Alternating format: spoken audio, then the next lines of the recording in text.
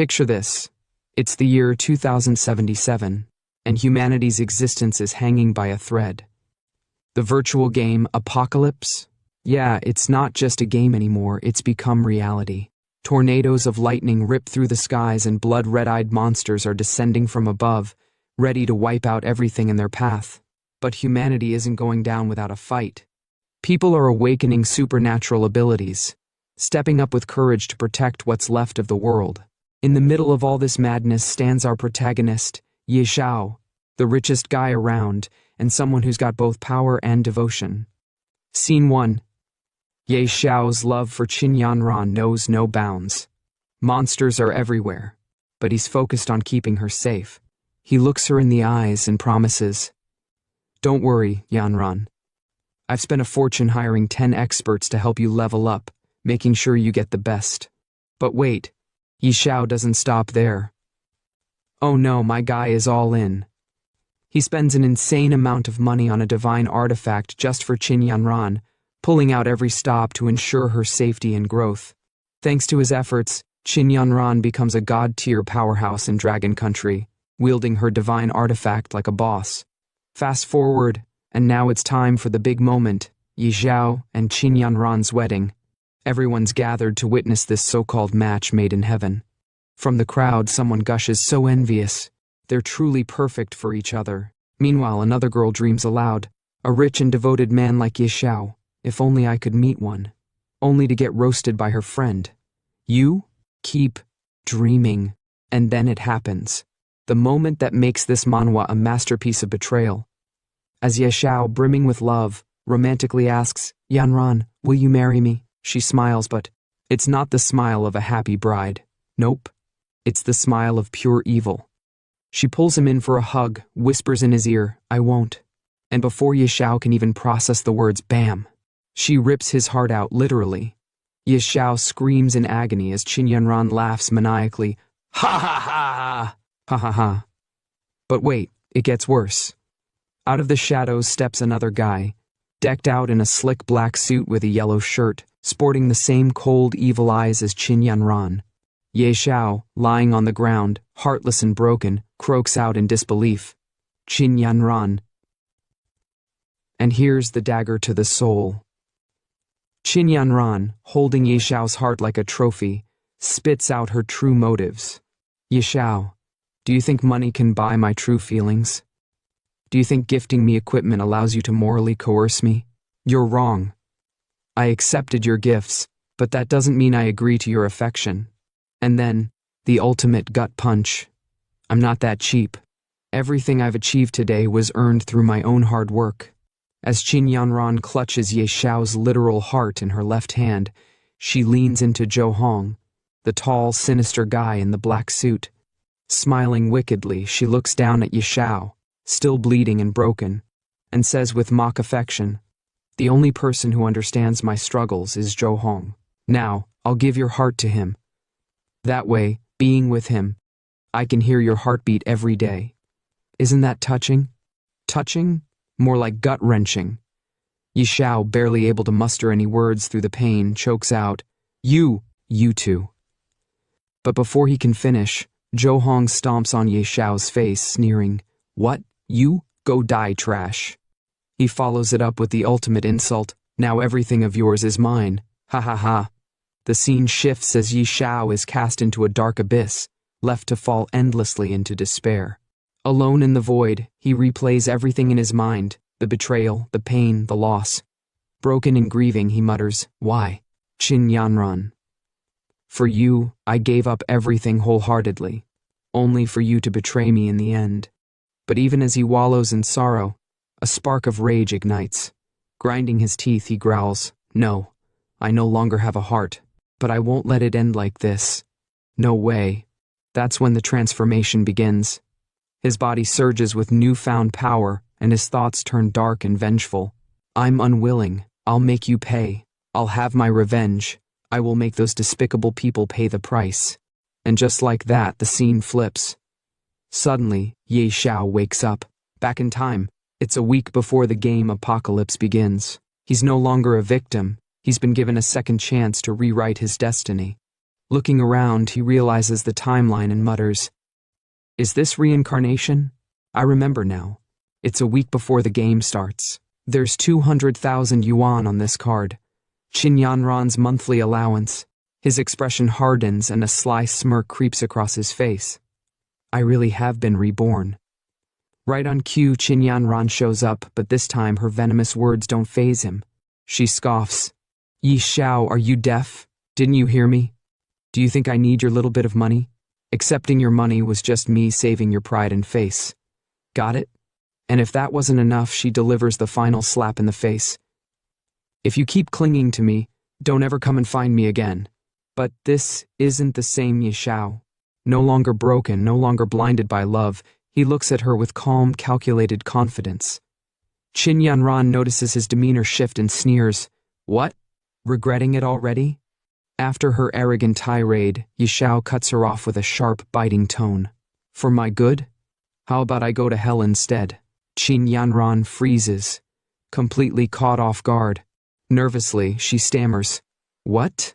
But Yi Xiao doesn't let up, his voice calm yet laced with cold sarcasm. "That must have been so hard for you. Don't worry, I'll make it easy. I'll never give you anything again." Her shock turns to rage as she shouts, "You, another one of your little tricks? Fine, since you came all the way here, I'll reluctantly accept your card this time." But Ye Xiao smirks and snaps back, "Get lost. Immediately, right now." Her face twists with fury and she screams, "Ye Xiao, how dare you talk to me like this? You'll regret it." Ye Xiao, unbothered and oozing confidence, steps closer and looks down at her shoes with a mocking expression. "I just remembered. Those shoes you're wearing? I bought those too. Take them off before you leave." Qin Yanran's eyes widen and she yells in disbelief, "Yi Xiao, don't think your little bit of money makes you great. Do you think this will make me yield to you?" Unfazed, Yi Xiao grabs the shoes and tosses them straight into the trash. Qin Yanran, now completely livid, screams, "Yi Xiao, remember what you've done today. Even if you kneel and beg me later, I will never acknowledge you again." Yi Xiao, his face unreadable, delivers his final blow. "That would be a blessing. I beg you, don't ever show up in front of me again." With cold confidence in his eyes, he turns away, muttering, "I've got more important things to do than waste time on you." The Apocalypse beta test will begin in 1 week. At that time, during the first 10 minutes of the beta test, the recharge system will be briefly activated. Ye Xiao knows this is his chance to get ahead. Picking up his phone, he dials someone important. "I need to gather enough funds before the test begins." On the other end of the line, a sharp and professional voice answers, "Hey, isn't this the legendary romantic? Why the sudden call?" It's Yilin, a businesswoman known for her ambition. Ye Xiao doesn't waste time. "Hey Yilin, you've always wanted my shares, right? 20 billion all at once. Do you want them?" Yilin, stunned by the offer, nearly drops the phone. "What? Did I hear that right? You're selling your shares?" Without missing a beat, Yi Xiao replies with absolute certainty, 20 billion, not a cent less. Complete all the paperwork within 5 days and transfer the money to my account. With your skills, Miss Lin, that shouldn't be a problem, right? Yilin, ecstatic with her victory, smugly says, "Finally, Yi Corporation is mine, ha." But Yi Xiao shuts her down without emotion. "Cut the crap. Call me when it's ready." Hanging up the phone, Yi Xiao smirks to himself, the confidence in his voice unmistakable. "Next, I'll wait for the Apocalypse beta to arrive. This life, I'll climb the throne alone." A week later, the screen flashes with a dramatic intro. "Welcome to the game. This version of the game is in beta. Congratulations on gaining beta access. This test will last for 3 days. The public version will be launched soon." Ye Xiao, now fully immersed in the game, lands in a lush jungle teeming with danger. The wind rustles through the trees as he takes in his surroundings, a smirk forming on his face. That familiar feeling. This is it, the starting point of the Apocalypse game. The words on the screen boldly declare, "Apocalypse game begins." As Ye Xiao navigates the starting area, he spots a glowing interface in the air. Tapping it, he begins configuring his character. Nickname, Knight Xiao. As for my class, the scene cuts to a massive, majestic dragon breathing fire, scorching the battlefield. Beside it, a warrior wielding a divine artifact releases flames just as fierce. Ye Xiao watches with determination in his eyes. He recalls his past experiences and mutters, "Last time a guild was wiped out by a god-tier beast tamer leading a dark abyss dragon." Grinning confidently, he makes his decision. "This time I'm not lacking money or resources. Let's go with beast tamer." The screen flashes as Ye Xiao finalizes his choice. His expression shifts to one of absolute determination, and he clenches his fist with newfound resolve. "Ha ha!" he laughs, the fire in his eyes unmistakable. Now comes the most important moment. With a swift tap, Ye Xiao pulls up the recharge menu. The screen lights up with top-up options, and without hesitation, he selects the highest tier. Let's see who dares to stand in my way this time. The stage is set, and Ye Xiao's rise to domination in the Apocalypse game has officially begun. The screen flashes a congratulatory message. "Congratulations, your recharge was successful. 20 billion gold coins have been credited." As the coins and cash rain down around him, Ye Xiao's face lights up with excitement. "Haha, amazing. 20 billion in, and within 3 days. The value of these coins will multiply tenfold." But just as he's soaking in the glory of his newfound wealth, another message appears on the screen. "Congratulations, you're the first player to recharge over 1 billion. The system has unlocked a unique hidden profession reward." A new message pops up. "Hidden profession identified, automatically merging." Ye Xiao's excitement turns to confusion as he watches the screen. Huh? A dark figure with glowing red eyes appears before him. The screen flashes again. "Congratulations. You've obtained a second profession. Wealth." Ye Xiao stares at the message in disbelief. He then looks at his left hand, which is glowing with divine energy, and mutters, "What's this? A hidden profession unlocked by spending too much money? A hidden class? God of Wealth?" Suddenly a giant red frog materializes before him, causing Ye Xiao to freeze in shock. The frog in a booming voice says to itself, "I didn't expect that it would be a young brat to unlock me." Ye Xiao, nervous and puzzled, looks around. Where did this frog jump out from, he thinks. The frog glares at him and barks, "Insolent! I'm Ebisu, your wealth mentor. You're the 709th god of wealth under my training." Ye Xiao's mind races as he tries to process the absurdity of the situation. Ye Xiao stares at the red frog, his eyes sharp with disbelief. He mutters under his breath, "A toad as a wealth mentor? Do you think you're selling financial products?" The frog responds with a booming voice, "Beat, I'll show you what real wealth is." As the frog speaks, a series of messages pop up on the screen, each detailing Ye Xiao's new abilities. Innate talent. Wealth. Rolling in LV1. The most basic ability of the wealth god is to generate wealth. Gold coins you carry increase by 1% daily. Innate talent penny pincher, LV1. As a wealth god, you reject all losses. Upon death, your gold coins and items will not drop. Innate talent, extraordinary luck, LV1. They say money brings good fortune. You possess immense wealth and excellent luck. Innate talent, unmatched charm, LV1. Even the ugliest person becomes handsome with generosity. You are incredibly charming. Charm plus. Innate talent power of the wealth god, LV1. As a god you possess divine power. For every 1,000,000 gold coins spent on a random attribute point, up to 100 points daily.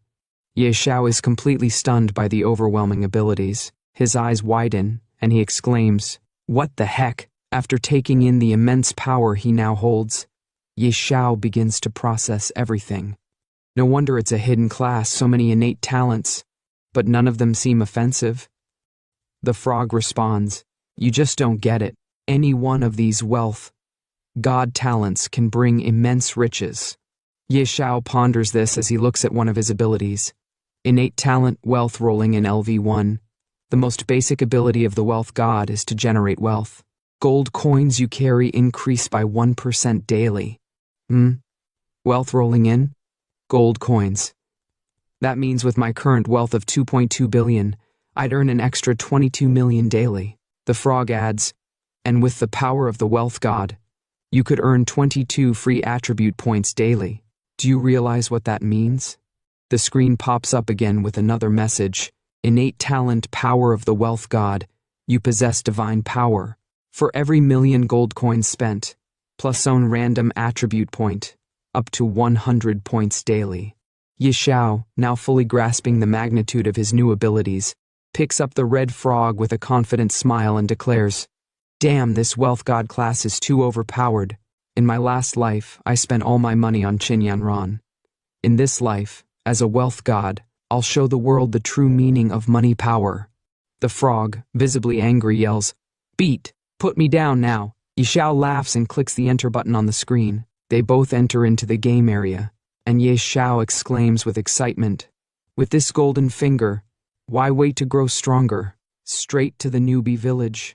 As Xiao and the red frog land on the ground of newbie village flower plains, the frog lets out a loud "ouch" after hitting the ground. Xiao, still trying to get his bearings, looks around and says, "Looks like the server just opened. Not many people here. Perfect time to grow quickly." He takes a moment to check his profile in the game, studying the details of his abilities and attributes. Turning to the red frog, he says, "Starting as a beast tamer is dozens of times harder than other classes. Early on, you can't tame powerful beasts. To grow quickly, I need to think of a strategy." The red frog, now perched on Xiao's shoulder, looks down at the screen and responds, "Choosing beast tamer was reckless. You don't even start with a weapon. You don't understand. Beast tamer has the highest potential and the most growth." Suddenly, a group of elite level 5 goblins appears on the horizon, heading straight for them with weapons raised. Xiao's eyes widen in shock as the goblins scream in unison, "Meat, the smell of human meat." For the first time, Xiao feels the weight of fear gripping him as he looks at the terrifying creatures charging toward him. Crap, a level 5 elite warrior. How unlucky can I get? Should I fight or flee? He wonders, his heart racing. The red frog, however, isn't waiting for an answer. It leaps off Xiao's shoulder and starts sprinting away in panic. Xiao watches in disbelief, muttering, "This toad sure runs fast." The frog, now in full-on panic mode, shouts back, "What's there to think about? You're practically naked, no weapons, and facing a level 5 elite. Run."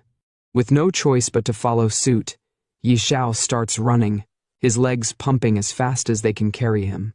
The goblins, relentless in their pursuit, yell after him, "Food, stop running!" In a moment of desperation, Xiao looks around, hoping for some help. "Crap, someone save me!" He cries out, but all he hears is the sound of the goblins' laughter echoing behind him. After narrowly escaping the elite goblins, Xiao and the red frog finally make it to the main city, both exhausted and gasping for breath. Xiao looks around, relieved to have made it this far, and mutters, "Finally made it to the main city. That was close. Almost died at the start. I've never suffered such humiliation." Meanwhile, a group of players nearby are gossiping about him, clearly amused by his appearance and choice of class. One of them remarks, "Huh? Someone actually picked beast tamer?" Another one snickers and says, "Yeah, unbelievable." "And their beast is... Your beast is a toad?" Xiao, already on edge, snaps back, "You are the toad.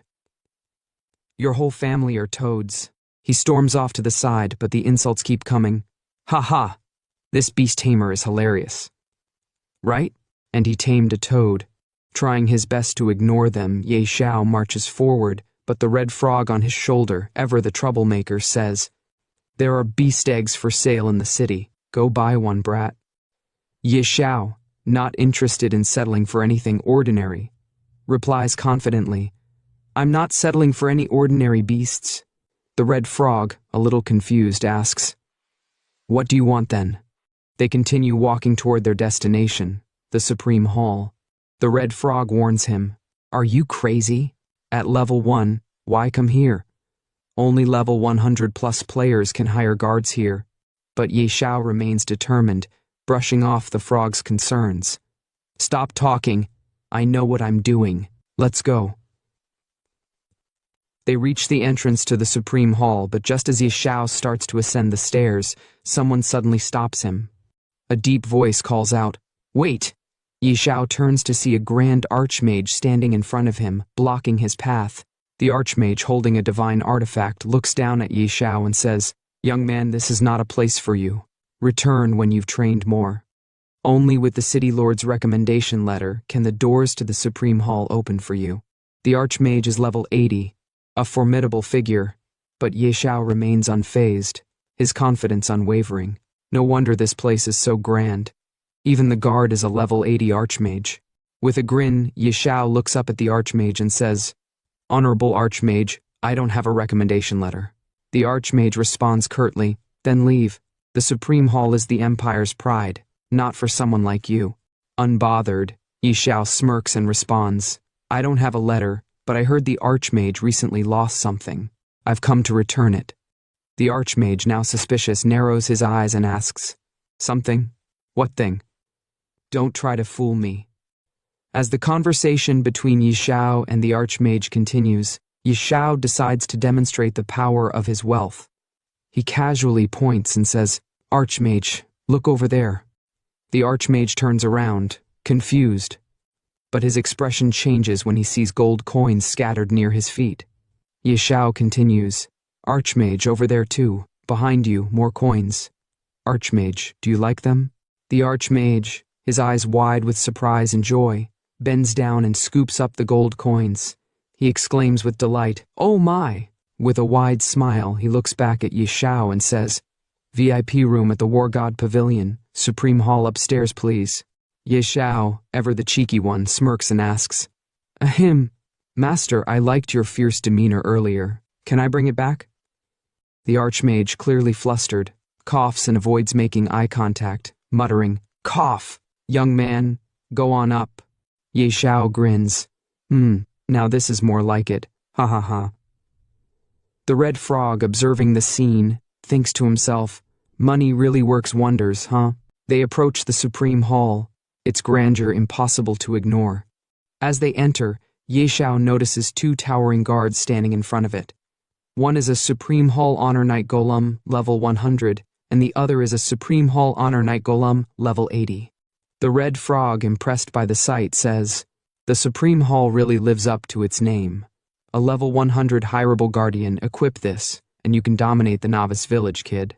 Xiao, unfazed, shakes his head and replies confidently, "These don't interest me, they're beneath me." Just as they're about to enter, a giant figure emerges, its presence commanding attention. With a deep, booming voice, the figure asks, "Who let you all in here?" The screen flashes with the words, "Berserk Blood Warrior." Xiao, unbothered by the intimidating figure, responds calmly, "I need to hire a divine-level golem guardian." The giant figure looks skeptical, replying, Divine level golems are extremely rare. How could they possibly be available for hire?" The giant guard, still processing Xiao's request, shakes his head and speaks again. "Besides, looking at your stats, hiring an 80-level guardian is already more than enough. Hiring a divine-level golem isn't something you can afford." Xiao, unfazed, replies confidently, 1 billion per day. The giant guard, now utterly shocked, stammers, 1 billion? Well, technically it's impossible. Rules are ultimately set by people.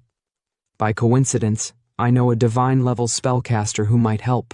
Xiao's eyes widen as he ponders to himself, "A spellcaster? That's a hidden class."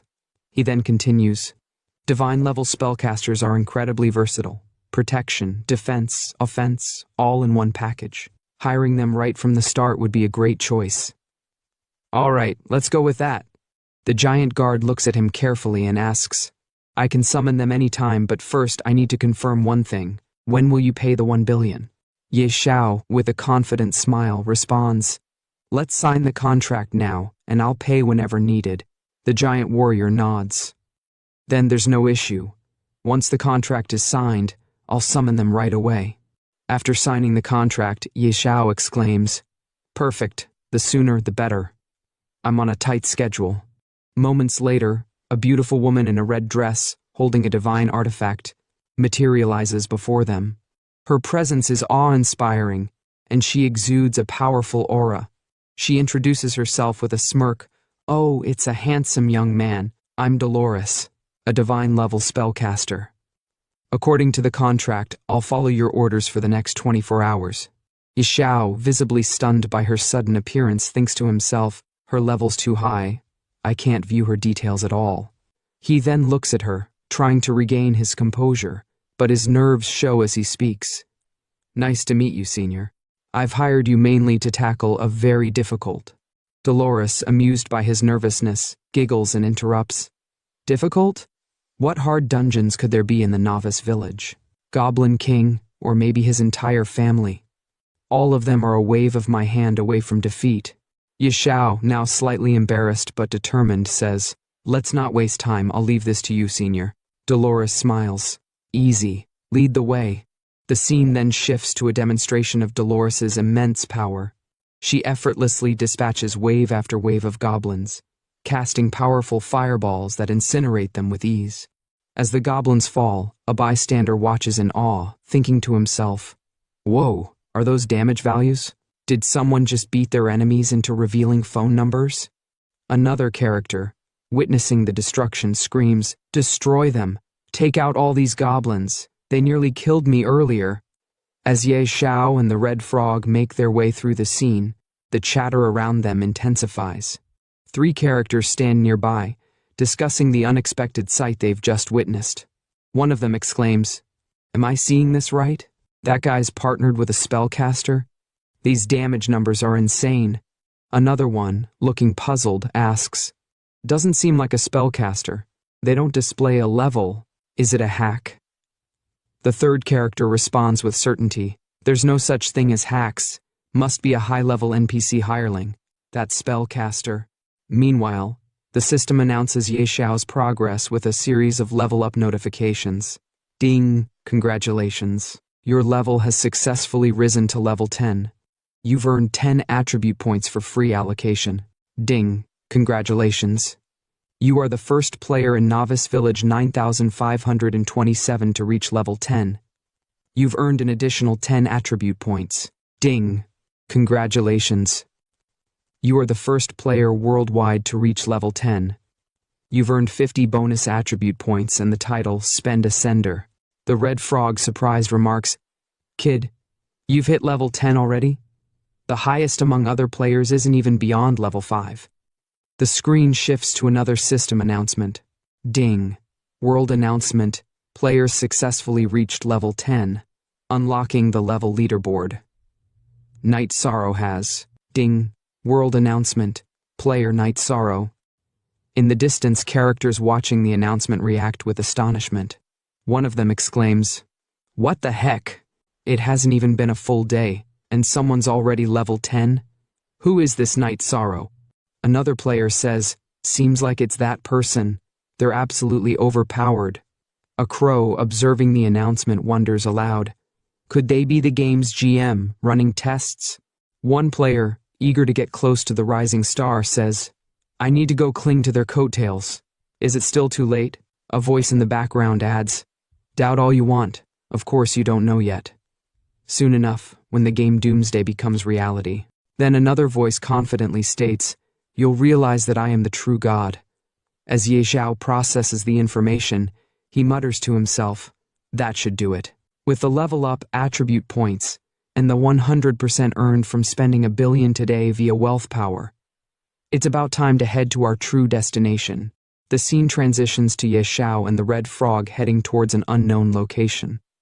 The Red Frog, curious, asks, This is far. Is this the hidden dungeon you mentioned? Xiao responds confidently, That's right, Dragon's Lair, here I come.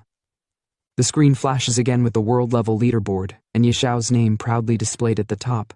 Rank 1, Night Sorrow, LV10, Wago, Rank 2, None. Rank 3, None. Note, level 10 is the minimum for leaderboard entry. In the next scene, a stealth walker, level 3, is shown slaying goblins with swift precision, his weapon cutting through them effortlessly. He mutters to himself, I've been hunting elite monsters since entering the game, and I'm still only level 3. Someone's already level 10? Is there some exploit in the game? And Xiao. Never heard of that name before. His face twists into a sinister, villainous expression as he continues. Looks like there's another strong rival. This is exciting. The atmosphere darkens, and his words hint at a dangerous rivalry brewing. The scene then shifts, showing a map of Novice Village 9527, deep within Whispering Valley. Coordinates 1102, 254. Xiao speaks confidently. So this is the place. He approaches a stone, his hand glowing with divine power, and with a surge of energy, he shatters it. As the stone crumbles, the screen reveals a magnificent dragon kingdom. A warning appears. Ding! This area is extremely dangerous. Leave immediately. The divine spellcaster Dolores observes the scene with a mix of awe and concern. How is this possible? Such an overpowering aura. How could a dragon reside here? There's actually a hidden dungeon. Kid, how did you even find it? She pauses, clearly uneasy. If it's a dragon, I'm not confident I can handle it alone. Xiao reassures her, his confidence unwavering. I'm not dumb enough to fight a dragon. Let's go in and take a look first. As they enter the dungeon, Xiao begins explaining the history of a past adventurer. Years ago, a level 100 berserker accidentally triggered a hidden quest to explore the dragon's lair. He discovered the dungeon entrance was actually hidden in Novice Village. At the time, no one believed him. Everyone thought it was impossible for a high-level dungeon to exist in Novice Village, so he had to venture in alone. He never returned. The Red Frog, intrigued, asks, "So how did you know?" Xiao grins. "I bought his battle footage at a high price, and discovered there's a rare dragon egg inside this dungeon." The spellcaster grows nervous, her eyes widening in disbelief. Stealing a dragon egg? That's harder than slaying a dragon. Kid, are you messing with me? The frog echoes her concern. What? A dragon egg? Don't tell me you're actually planning to steal it. Despite their doubts, Xiao remains as confident as ever. Sister Tao, you're a god-tier sorceress. Don't be so modest. He gives his explanation. Look, it's just a dragon. Sister Tao, the great god-tier sorceress, could take it down in seconds. The screen flashes with a new skill. Skill, Holy Judgment Radiant Dragon Tier. The party gazes in awe at the sight before them, a massive dragon, lying atop a mound of gold coins, its eyes glimmering with power. The atmosphere is thick with tension, but Xiao's determination remains unshaken as they prepare for what's to come. The scene intensifies as the spellcaster, visibly terrified, gazes at the radiant dragon and says with a quiver in her voice, "A tier 5 dragon. Good thing I brought a teleport scroll." The Red Frog, equally anxious, quickly chimes in, "You go in first. I'll wait outside the cave." Xiao, ever the confident hero, looks to the spellcaster and asks, "Sister Tao, do you think we can manage?" She looks back at him with concern, shaking her head. A tier 3 dragon alone could destroy an entire guild. This radiant dragon is one of the top tier dragons. We have less than a 1% chance. But Xiao, unfazed by her words, maintains his focus on the dragon's egg. That sounds terrifying. This dragon egg must be even more valuable than I thought. I have to get it. The spellcaster, now clearly terrified, exclaims, "Not a chance, I'm out of here." Xiao, not backing down, tries to persuade her with an offer. "Sister Tao, I'll pay you double the commission." Her resolve doesn't waver, though, as she responds, "Even doubling the pay won't help. It's not that I don't want the commission, but we just can't beat it." Xiao, ever the strategist, insists, "We're not actually fighting it. Just buy some time." The spellcaster's expression hardens. There's no buying time. No one can withstand a tier 5 radiant dragon. Xiao, with determination in his eyes, raises the stakes. "Triple the commission." After a brief pause, the spellcaster reluctantly agrees, gritting her teeth. "Damn it. If I have to risk my life, I'll do it."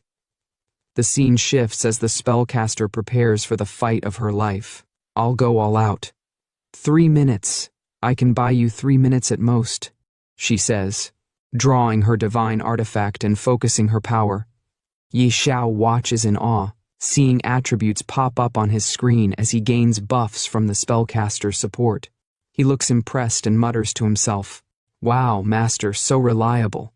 Buffs active. A little preparation is key to surviving in this world." The spellcaster shouts at him. "Buff duration is 3 minutes. The rest is up to you." Ye Xiao responds with admiration. "Incredible. As expected of a god-tier sorceress. Truly terrifying." The battle begins as the spellcaster faces the radiant dragon head-on. "Wretched beast. Normally I'd fear you, but for these 3 minutes even you will bow before me," she declares, her voice filled with defiance. With a swift motion, she unleashes a powerful skill, Ice Arrow, sending a chilling blast toward the dragon. The ice arrow strikes the dragon, momentarily freezing it, buying Ye Xiao precious seconds to carry out his plan. The fight intensifies, and the clock is ticking as Ye Xiao prepares to steal the dragon's egg, with the spellcaster doing everything she can to hold the beast at bay. The tension builds as Ye Xiao, holding his breath, creeps closer to the radiant dragon's egg. "Shh, don't let it notice us, or we're dead meat," he whispers, glancing at the spellcaster who is still holding off the dragon with all her might. The spellcaster, panting, warns him, 1.5 minutes left, I'm running out of steam." Ye Xiao struggles with the egg, trying to lift it, but it's far heavier than he anticipated.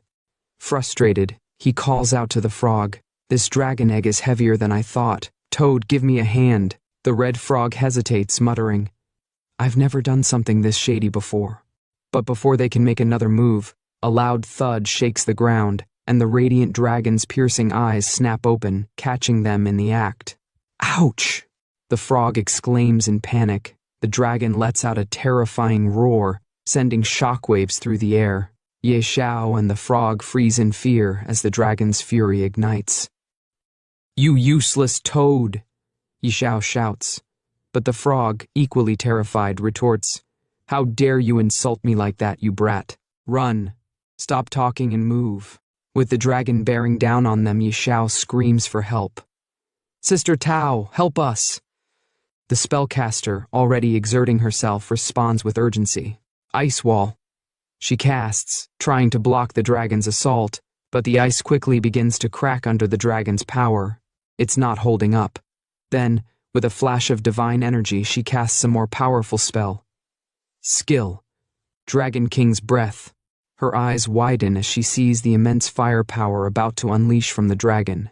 "Dragon King's Breath, run!" she yells, taking off.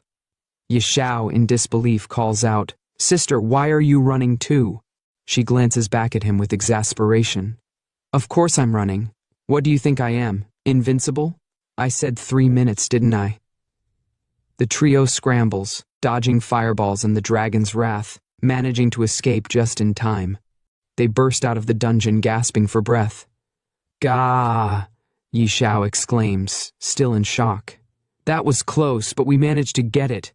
The spellcaster, still breathing heavily, looks at the egg with a mix of awe and apprehension.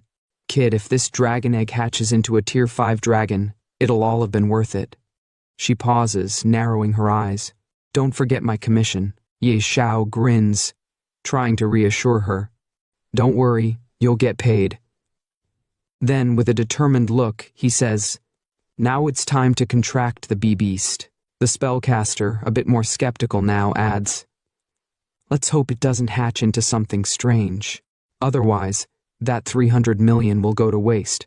Ye Xiao, annoyed by her negativity, retorts, "Shut your mouth, you jinx." He carefully places his hand on the egg, his eyes focused. Success or failure, it all comes down to this. Don't disappoint me. The egg begins to crack, and with a soft pop, a tiny dragon emerges. It lets out a small, confused sound. "Ah, ah." Ye Xiao stares at the baby dragon, his eyes wide with disbelief. "Huh?" The spellcaster leans in, scrutinizing the hatchling. "This doesn't look like a radiant dragon hatchling." Ye Xiao frowns. "Why does the color seem off?" The baby dragon, now fully out of its shell, blinks up at them. It scales a strange mix of colors that don't quite match the radiant dragon they expected. Ye Xiao and the spellcaster exchange uncertain glances. unsure of what they've just unleashed. Here's part 2 of the manhwa breakdown you've been waiting for. And seriously, a big shout out for all the love and positive vibes on the last video. Y'all are amazing. Keep smashing that like button and showing your support so I can keep bringing this fire content for you. Oh, and yeah, don't forget to obliterate that subscribe button and turn on the notifications. You gotta stay hyped and updated for what's next. And for those who haven't watched the previous video of this series, you can find the link in the description below or click on the eye icon at the top of the video. Now, let's dive into the juicy details of the latest chapter. No nickname yet.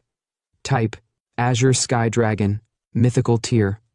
Level, 1 Zeroth, 000%.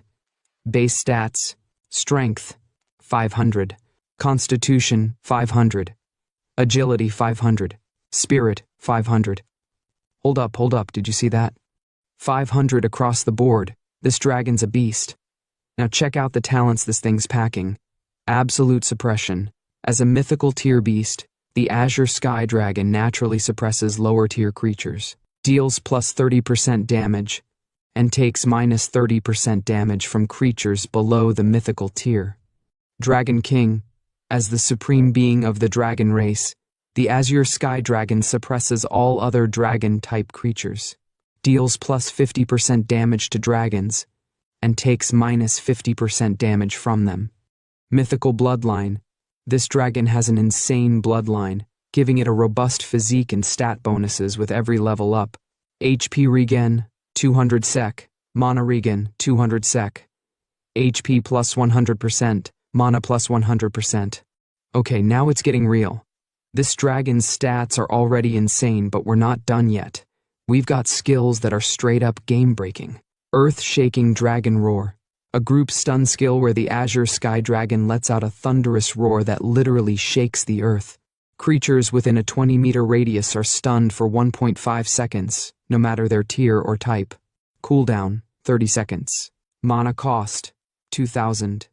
This skill alone could turn the tide of any battle. But wait, there's more. Dragon King's Breath. A single target skill, where the Azure Sky Dragon breathes scorching flames that deal 500% strength as true damage to a locked target. This skill cannot be dodged. Cooldown, 5 seconds. What? This dragon's not messing around. And the final skill? Dragon King's Wrath, unique talent skill, where the Azure Sky Dragon enters an uncontrollable rage and starts destroying everything. Deals strength plus constitution true damage to all creatures within 50 meters. Cooldown, 30 days. After activation, all stats decrease by 5% permanently, and the dragon falls into a 5-day slumber. Are you seeing this? This dragon's stats are absolutely broken. Xiao's reaction? You know he's flipping out. He's standing there, eyes wide, mouth hanging open, and he just shouts, "Holy crap! These stats are absolutely broken." After witnessing the power of the Azure Sky Dragon, all three of them are left absolutely shocked. He's staring at the stats on the screen, and you can feel his excitement building up like a storm. With 500 strength at level 1, and it's equipped with basic gear, that means its breath attack deals over 2,500 damage. Who can withstand that? Xiao practically yells, still trying to process what he's seeing. This is insane. Then, the frog, who's been quietly observing all this, finally speaks up, and it's like he can't contain his excitement either. "Kid, you've really struck gold this time," he says, shaking his head in disbelief. This frog knows they're onto something huge. And then there's the spellcaster. She's completely mind-blown. You can see the shock on her face as she mutters to herself. That hatchling stats are absolutely ridiculous. Plus, it has immeasurable growth potential. If it matures, its destructive power would be unimaginable. But the most epic part? Xiao is petting the little Azure Sky Dragon, and it's like this moment is straight out of a dream. He's totally vibing with his new pet and says, "I didn't expect you to be this strong. You're all gray, so let's call you Little Gray." And guess what? Little Gray loves it. He roars in approval. Roar. You can practically feel the power in that roar, even if it's coming from a baby dragon. This is gonna be one heck of a team. As Xiao's petting little gray, he notices something in the red frog's hand. The frog's holding something shiny, something expensive looking, and it catches Xiao's attention instantly. "Huh, Toad, what's that in your hand?" Xiao asks, a little curious about the object. The frog, now called Weebis, snaps back with some serious attitude. "Brat, my name is Weebis, not Toad. He's not having any of that." Xiao, still puzzled, eyes the badge Weebis is holding, and you can see him squinting, thinking, looks like a badge? He touches his chin, deep in thought. And before Weebis can react, Xiao snatches the badge out of his hand, clearly surprised by what he's holding. "Toad, where'd you get this badge?" Xiao demands, his curiosity now at full throttle. Weebis, now looking even more defensive, shouts back, "Give it back, brat. I just picked it up from the dragon's nest." The frog's got some explaining to do, and it's clear this badge has some significance. The moment Xiao snatches the badge, the spellcaster is hit with a sudden realization, and you can see the gears turning in her head. She's staring at the badge like it's some kind of treasure, and then, bam, she finally connects the dots. Could this be the Calamity Tier mark of ferocity? She says, her voice full of awe and shock. And right after, the screen displays the features of the badge, and let me tell you, this thing is no joke. Mark of ferocity. Grade, calamity. Base stats plus 10%. All stats plus 10%. Ferocity's might unique passive. Bearer of the mark of ferocity gains unparalleled strength. All skills trigger critical hits. Base crit rate plus 20%. Crit damage plus 100%. Are you kidding me? This thing's insane. But wait, it gets even better. Ferocity Massacre activates the power of the Mark of Ferocity, instantly dealing 1000% spirit as true damage to a target. This has double critical hit chance, and if that exceeds 100%, the overflow converts to crit damage. 5% chance to trigger instant death. If target HP is below 20%, it guarantees instant death. Cooldown 10 days. Hold up, this badge is straight up broken. Xiao, still holding the badge, can't believe what he's reading. What? Calamity Tier? He mutters to himself, his mind absolutely blown by what he's holding. The spellcaster, who's equally amazed, confirms. Judging by these insane stats, it's definitely Calamity Tier. Yeah, no kidding. This badge is on a whole other level.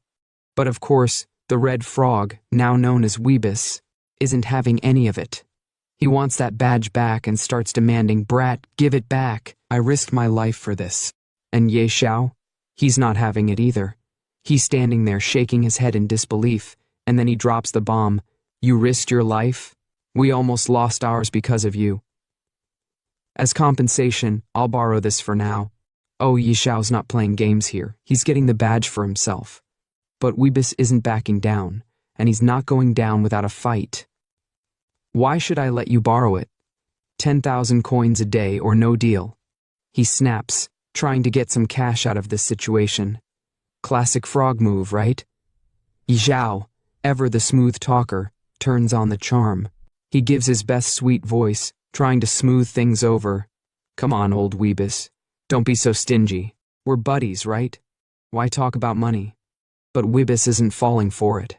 "Stop with the sweet talk. When you need me, I'm old Weebis, but when you don't, I'm just Toad." He's got a point. This frog's got serious attitude. Then Xiao just laughs it off, knowing full well the power of this badge. Haha. With this badge, farming goblins will be like slicing through butter. He's got plans for this, and you know he's about to wreck some enemies. And with that, Xiao wears the badge proudly, ready to see what kind of chaos he can cause with it. The power's in his hands now. Out of nowhere, a hidden quest notification pops up on the screen like a bomb dropping in the middle of a peaceful moment. Ding! You have triggered a hidden quest, the Forbidden Adjudicator. The message flashes across the screen with a dark, mysterious vibe.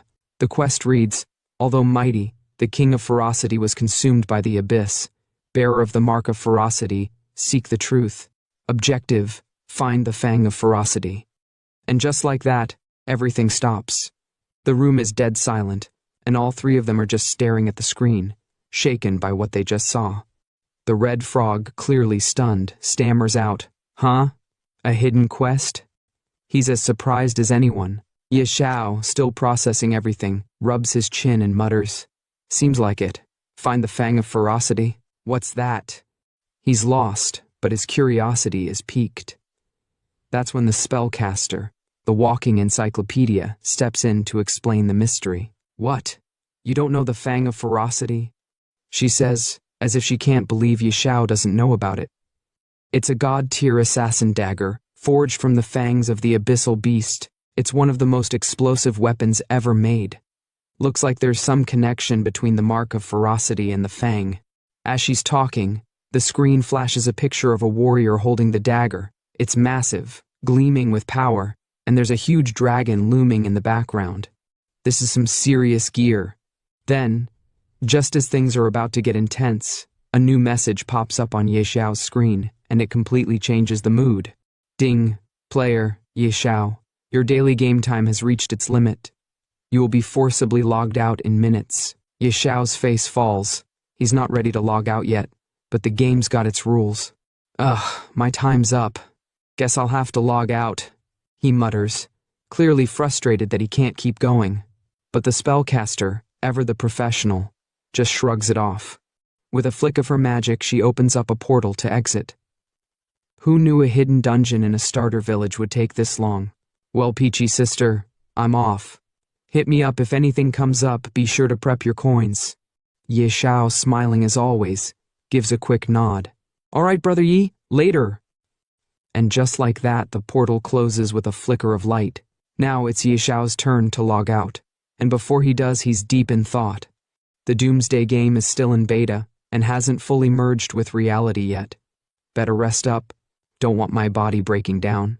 You can tell he's thinking about the balance between the game and reality, knowing that he needs to be ready for whatever comes next.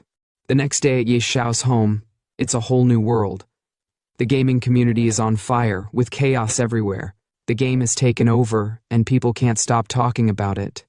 Virtual game Doomsday has taken over the gaming community, topping discussion charts.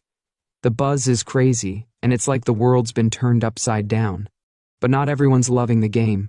Some are seriously frustrated. One player screams, "WTF? This game is so hard. I played all day, my hands are killing me, and I'm only level 2. I died 3 times, and if I keep dying, my stats will reset." They're furious, and you can feel the frustration in their voice. Another player, absolutely angry about the difficulty, rants, "Damn devs made it this tough. Who can even play this?" And then out of nowhere someone shouts, "Wait, who's Xiao? Hit level 10 in 1 day? Is he hacking?" They're shook, wondering how Xiao pulled that off. But there's always someone ready to hate. And the last comment we hear is, "Trash game, can't play without cheats, classic." On the first day of the Doomsday game, chaos erupts. Players are dying after logging out, and hospitals are overwhelmed with victims suffering from organ failure. The consequences are massive, and it's clear the game is no longer just a virtual issue. It's bleeding into the real world. A notification appears. On its first day, Doomsday causes mass player deaths. Many experienced physical symptoms after logging out, leading to hospitalization. Later, organ failure cases emerged among survivors. Governments issued warnings against entering the game. Governments scramble, issuing bans and warnings, but Xiao? He's completely unbothered. He looks at the chaos and thinks to himself, "Huh? Multiple nations banning Doomsday?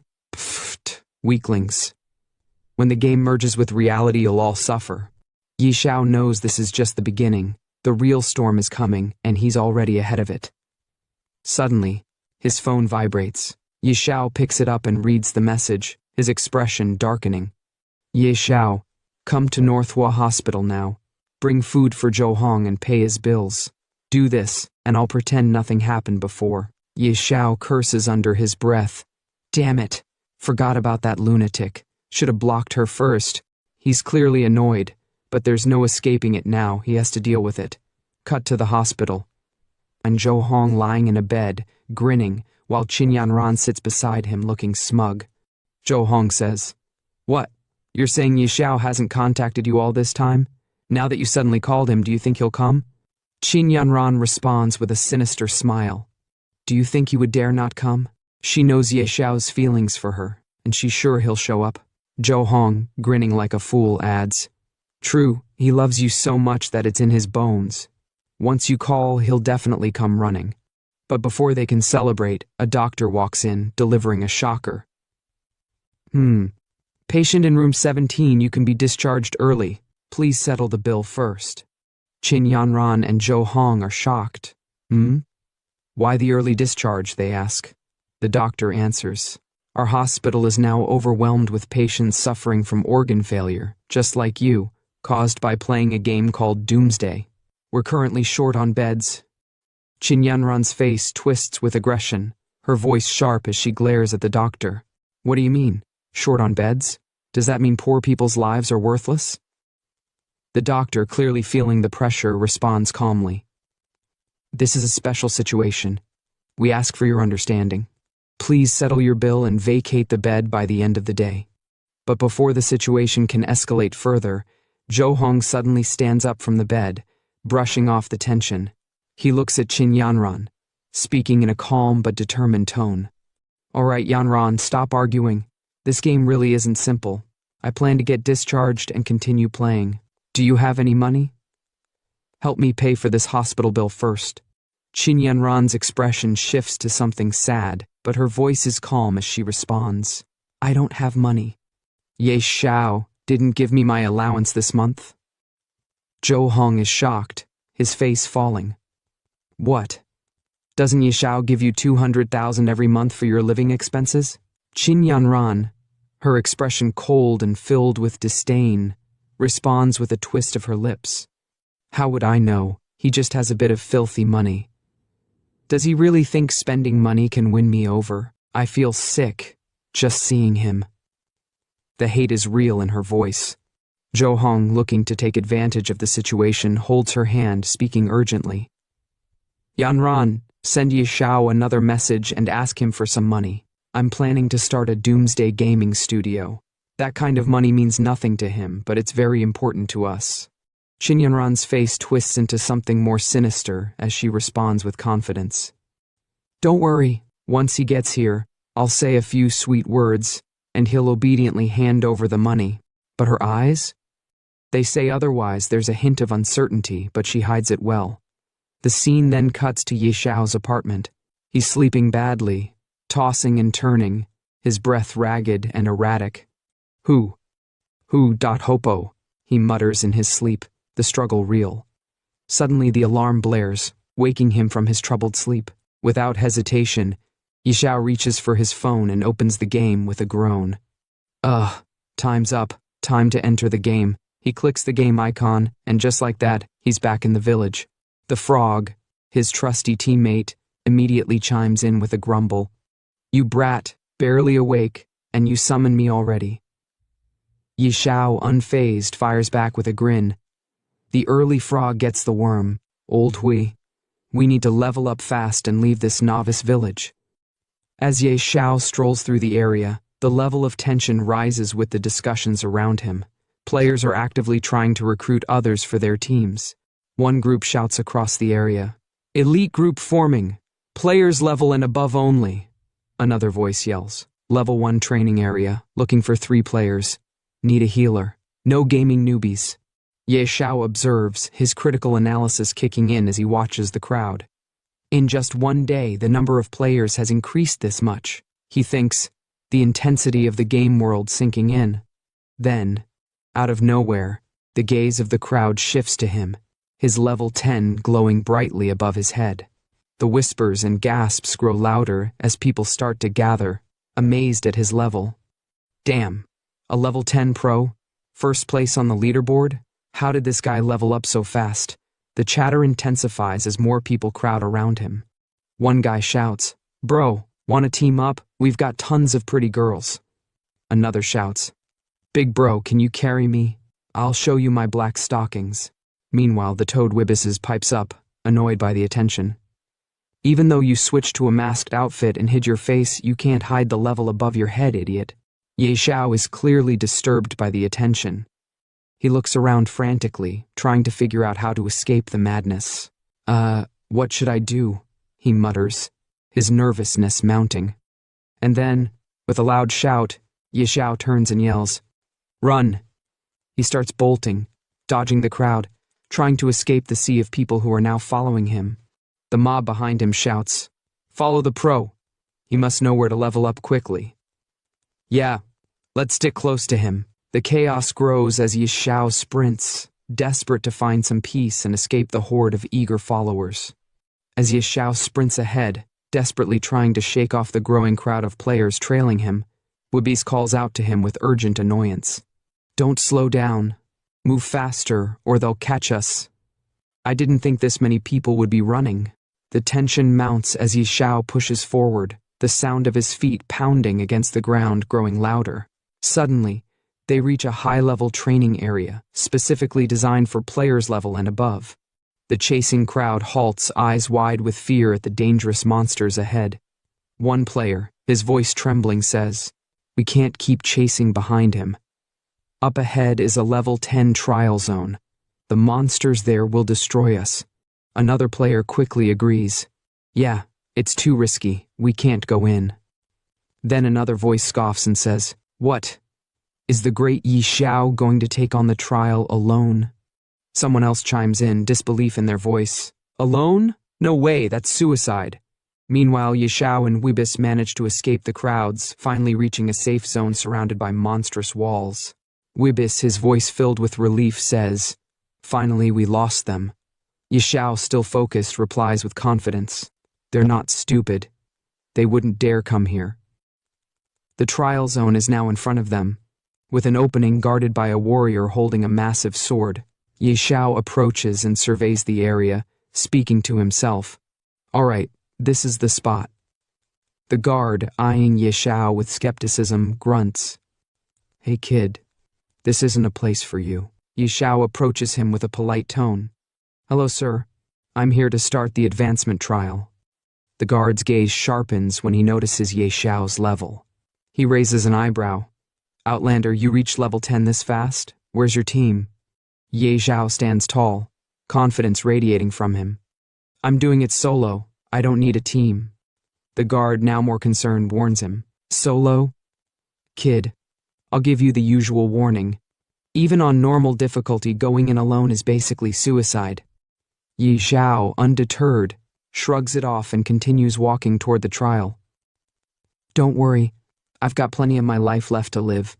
The guard watches him, sighing to himself. Ha! He's just another reckless keiki. Ignoring the warning, Xiao steps forward into the main task area, his foot landing on a circular platform that triggers the difficulty level of the trial. The screen displays a prompt. Please choose the trial difficulty: normal, hard, nightmare, hell, abyss. Xiao, standing tall and confident, stares at the choices. Without a second thought, he selects abyss, the most dangerous and destructive difficulty. With a smirk, he mutters, "Soloing abyss difficulty should be fine, right?" He locks in the selection, his face filled with determination. The guard, standing nearby, watches in shock as Xiao confirms his choice. The guard, stunned, exclaims, "The advancement trial has begun. Selected difficulty abyss." "What? Abyss difficulty? He's soloing abyss? You've got to be kidding." The next scene shifts as Xiao lands on the ground, surrounded by towering trees and dense brush. It's clear he's deep in the heart of the abyss trial zone, ready for battle against the strongest monsters in the area. Wibis, ever cautious, calls out to him, "You're only level 10, and you're trying abyss solo? Are you serious?" Xiao, with a smirk, responds, his voice filled with confidence. "You think I can't handle it? Last time I had full bronze gear and an elite team, but we almost got wiped out because I had to carry Qin Yanran." He pauses, his eyes hardening with determination. "This time, I'm here for revenge." Without missing a beat, Xiao summons his mythical beast, the Azure Dragon. He calls out, "Little Gray, come out." A small gray dragon emerges, its eyes gleaming with power. It responds with a playful bark. Woof! The trio, Xiao, Weebus, and Little Gray, head deeper into the dense jungle. Xiao, walking with purpose, speaks to himself. With Little Gray, what's there to fear? He's a mythical grade beast. But suddenly, the atmosphere shifts. From the tall brush, a pair of terrifying eyes watches them closely. Xiao's instincts kick in as he notices the movement in the underbrush. He whispers, "Something's moving. Stay alert." The tension rises as the scene prepares for the inevitable clash with the abyssal monsters lurking in the shadows. As a massive, terrifying figure emerges from the shadows, a mutated snow wolf, its eyes filled with ferocity. The creature steps forward, its presence radiating danger and aggression. The screen then displays the snow wolf's stats. Savage snow wolf mutated, level 10. HP, 5000. MP, 5000. Strength, 300. Constitution, 500. Agility, 300. Spirit, 500. Passive, unknown. Description, a mutated abyss creature capable of total destruction. Once it locks onto you, it's as if death itself is coming. Xiao, shocked by the sight of this gigantic beast, staggers back in disbelief, his voice heavy with fear. Holy crap! Without wasting a second, Xiao quickly turns to Little Gray, his mythical beast, and orders, "A mutated snow wolf right off the bat? That's insane. 5,000 horsepowers? Even a shadow assassin would be desperate. Little Gray, get it." The battle begins. The snow wolf charges forward, but Little Gray stands tall, ready to unleash his might. The two clash in a fierce battle, each fighting for dominance. Little Gray, using his Dragon King's breath, releases a massive stream of flames, engulfing the snow wolf in fiery destruction. The wolf howls in pain as the flames critically damage it, but it doesn't back down. Xiao watches as the wolf starts to lose control, a small smile forming on his face. The snow wolf's gone berserk. Then, for the first time, Little Gray uses his most powerful attack, the world-shaking dragon's roar. The force of the roar stuns the wolf, and as it stumbles, Little Gray launches another devastating blast of fire, inflicting critical damage. The snow wolf is helpless, writhing in agony, and it lets out a final, anguished cry. "Awoo!" Finally, after a fierce battle, the snow wolf collapses, defeated. The screen pops up. "Ding, congratulations! You've defeated the savage snow wolf, mutated." But the victory doesn't stop there. The next screen appears. "Ding, your beast Little Gray has leveled up to level. Ding, your beast Little Gray has leveled up to level 3. Ding, your beast Little Gray has leveled up to level." In the next moment, Xiao's excitement reaches a new peak as he watches Little Gray level up. The Azure Sky Dragon's stats flash across the screen, and Xiao can't help but shout in exhilaration. "Haha, nice. 4 levels in one shot." The screen then shows Little Gray's updated stats. Nickname Little Gray. Species, Azure Sky Dragon Mythical. Level 5/60ths, 50%. HP/MP, current stats, base stats. Strength, 700. Constitution, 700. Agility, 700. Spirit, 700. And then the next screen appears, showcasing Little Gray's newly unlocked ability. Dragon Fangs. Dragons are magic's natural enemy. As the king of dragons, the Azure Sky Dragon silences all magic, deals 500% spirit magic damage to the 2 nearest enemies, and seals their magic for 5 seconds. Cost, 200 MP, cooldown, seconds. Xiao, utterly shocked and impressed by the power of his mythical beast, exclaims, "Whoa, plus 50 to all stats per level?" Mythical grade beasts grow insanely fast, and it even unlocked such a broken skill. As Xiao celebrates, the screen suddenly reveals 2 divine artifacts floating before him. His excitement builds even further as he asks the frog, "Old Hui, what loot did it drop?" The frog, ever the reliable companion, responds, 2 dark gold items. No surprise, mutated bosses drop insane loot. The artifacts displayed are Snow Wolf Bow, grade dark gold, effect unidentified, and Blood Wolf Fang Dagger, grade, dark gold, effect unidentified. Ye Xiao eagerly grabs the weapons, his happiness apparent as he touches them. Ahaha. This is amazing. This is so much better than my last life. Ha ha ha. But just as he revels in his victory, a dark figure watches them from the shadows, its presence ominous. Suddenly, a huge black tiger emerges from the darkness with a terrifying roar. The screen displays its stats. Abyssal Tiger Demonized. Level 10, HP 8000, Strength 400, Constitution 800, Agility 300, Spirit 500, Passive Unknown, Skill Unknown. Description: a twisted creature born from the abyss. Its power is overwhelming. If it targets you, death is close behind. Ye Xiao, once again shocked by the appearance of another terrifying foe, mutters, "Huh, is that a demonized monster?" The abyssal tiger locks its gaze on them, and Ye Xiao immediately commands Little Gray. "Little Gray, go." And with that, the final battle begins, as the two ferocious creatures charge toward each other in an epic clash. Ding! Congratulations! You have completed the Abyss trial.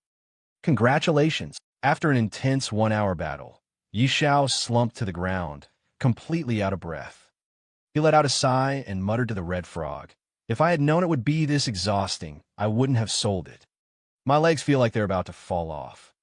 Hearing that, the red frog chuckled and replied, "Well, I've already picked up several pieces of equipment. Once I return to the city, I should be able to make a decent amount of gold." In front of them, a shield and a sword lay on the ground, glinting under the dim light. Yi Xiao stroked his chin, thinking for a moment, then smirked. "Who said we're heading back? Up ahead is where we can challenge the trial boss. I came here to take it down." The red frog's eyes widened in shock. "You're not joking, right?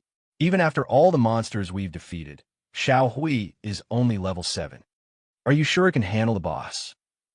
Without hesitation, Yi Xiao stood before the boss's door, his expression unwavering. "Of course, it won't be a problem. In my previous life, this trial's final boss was only at the Lord level.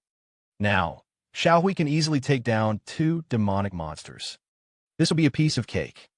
Yi Xiao stood in front of the massive door, extending his hand toward it while his pet dragon, Xiao Hui, circled above his head. With a confident smirk, he said, "With your support and mine, taking down a Lord-level boss will be as easy as chopping vegetables." Just as those words left his mouth, a glowing blue circle appeared beneath his feet. In an instant, time blurred, and when he came to, he was already inside the boss room, walking up a long flight of stairs. With each step, his excitement grew. He turned to Xiao Hui and grinned. "Old Hui, today, I'll show you what it means to be a pro. Let's go." The red frog, perched on his shoulder, sighed. "Why do you sound more and more unreliable?" As Yi Xiao approached the final platform, a sudden system notification flashed before him. "Adventurer, you have fallen into the abyss." Seeing the message, Yi Xiao's heart pounded. His eyes gleamed as he clenched his fists. "In my past life, I was a man of honor, trapped by love and emotions. But in this life, I wield the strongest power of the apocalypse. I am Yi Xiao." His voice echoed through the chamber as he stepped forward. Come on, let me conquer the abyss completely." And then he saw it. A towering monster sat upon a grand throne, its hulking form casting a menacing shadow. It held a massive staff in one hand, exuding an overwhelming aura. Above its head, a new notification appeared, revealing its details. Yi Xiao's entire party froze. The red frog, gripping Yi Xiao's shoulder tightly, shrieked, "K kid, where's the Lord-level enemy you mentioned?" Cold sweat trickled down Yi Xiao's face as he read the monster's title. "What's going on? In my past life, this was definitely a Lord-level boss. Why is it a King-level boss now?" Before he could process the situation, the boss stirred. It stepped forward, its heavy footsteps shaking the ground. Yi Xiao's sharp gaze locked onto its stats. 5,000 spirit points. A pure, magic-based beast. Its endurance and agility are at 0, meaning it doesn't have normal attack damage. Its attack speed is extremely slow, but if it lands a hit, we're dead for sure. The red frog gulped. Kid, if you die, I'm not cleaning up your corpse. Xiao took a deep breath, pushing his nerves aside. A king-level boss, huh? No big deal. Xiao Hui, don't use your skills recklessly. Follow my commands. His voice turned firm. This big guy is slow. Keep switching positions and don't get caught in a prolonged fight. With a roar, Xiao Hui launched forward, unleashing a stream of fire breath at the monster while darting around the battlefield.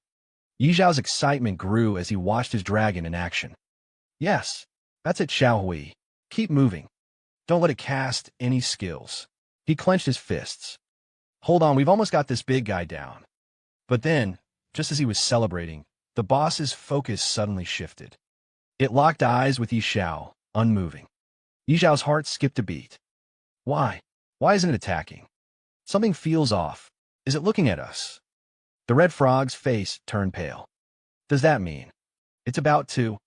Before they could finish the thought, the boss roared and began preparing a devastating attack. Dodge quickly, the red frog screamed. Do you even need to say that? Yi Xiao shouted back, already leaping away. Boom! A massive explosion engulfed the spot where he had been standing just moments ago. Yi Xiao barely had time to react before another attack came flying past him, shaking the entire chamber. His face was drenched in sweat.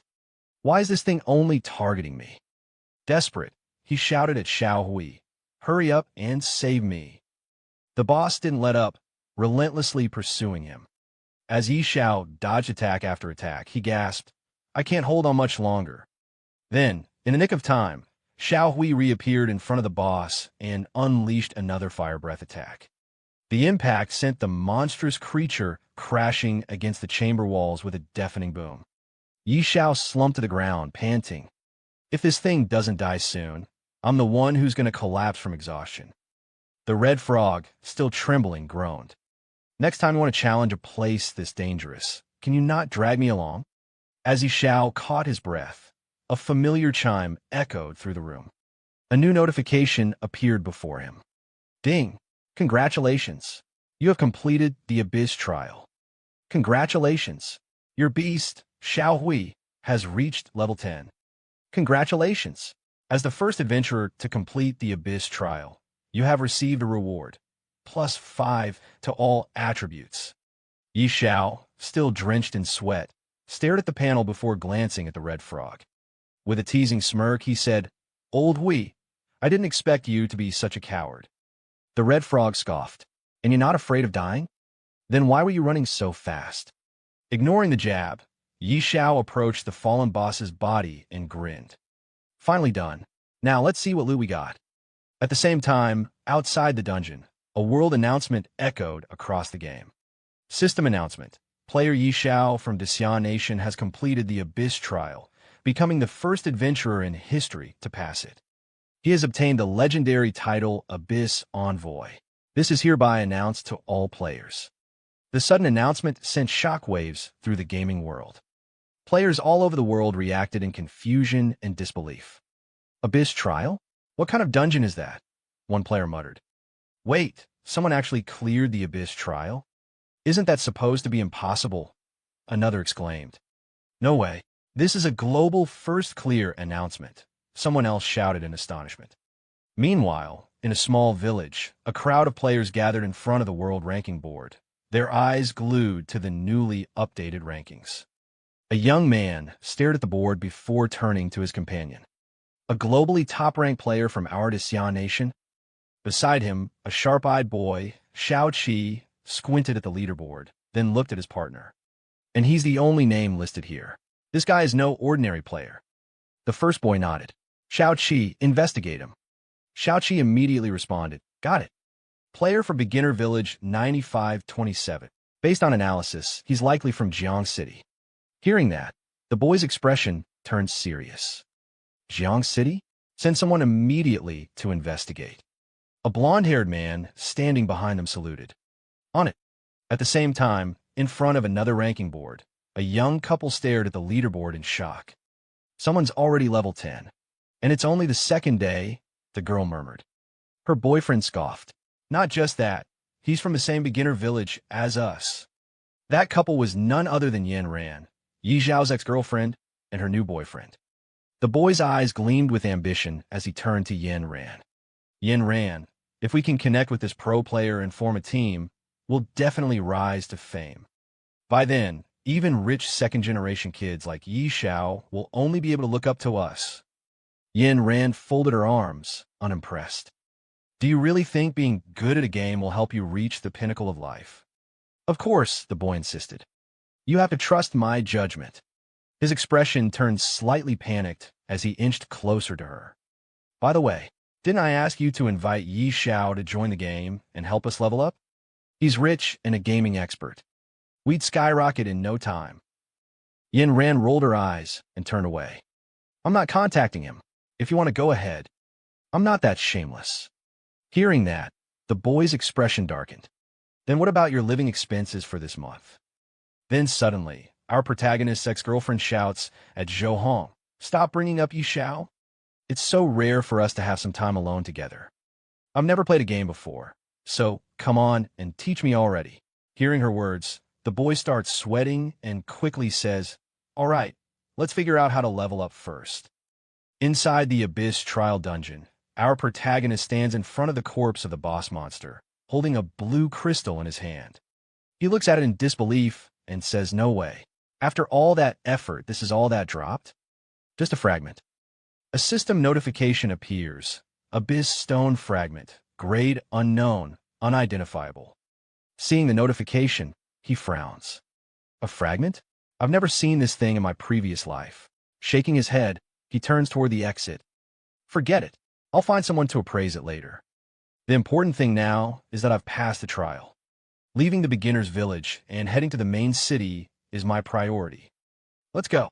Suddenly, he appears in front of the Abyss trial guard. The moment the guard sees him stepping out of the portal, his eyes widen in shock. Impossible. Absolutely impossible. Someone actually cleared the trial? And it was Abyss difficulty. Not wanting to waste time, our protagonist looks at the guard and commands, connect me to the main city now. I need to leave this beginner's village. The guard, still in disbelief, quickly summons a door in front of him and says, got it. Then, looking at him with admiration, he continues, respected warrior, congratulations on passing the trial. You are now granted a guide token, allowing you to freely enter and leave the main city. Hearing the guard's words, our protagonist responds respectfully, thank you. Much appreciated.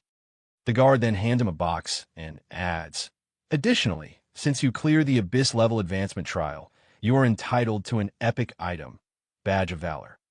Looking at the box, our protagonist's eyes gleam with excitement. Not bad, a commemorative item. He picks up the badge inside the box and examines it. All attributes enhanced. Not bad at all. A notification pops up. Badge of Valor. Description: proof of a hero. Only those who clear the Infernal level trial are qualified to receive it. This is the highest honor. Base stats, plus 20. Charisma, plus 3. Satisfied, our protagonist walks toward the summoned door.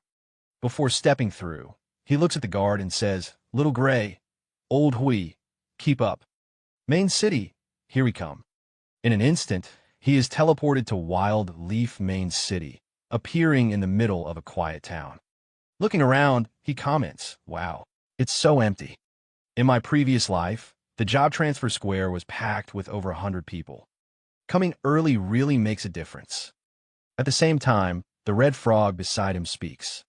So this is Wild Leaf Main City. Without wasting time, our protagonist starts walking and says, let's go. We need to find Beast Master Gyudel. Hearing that, the red frog looks confused. Beast Master? You already have a beta, so why look for him? Our protagonist laughs. You'll find out soon enough.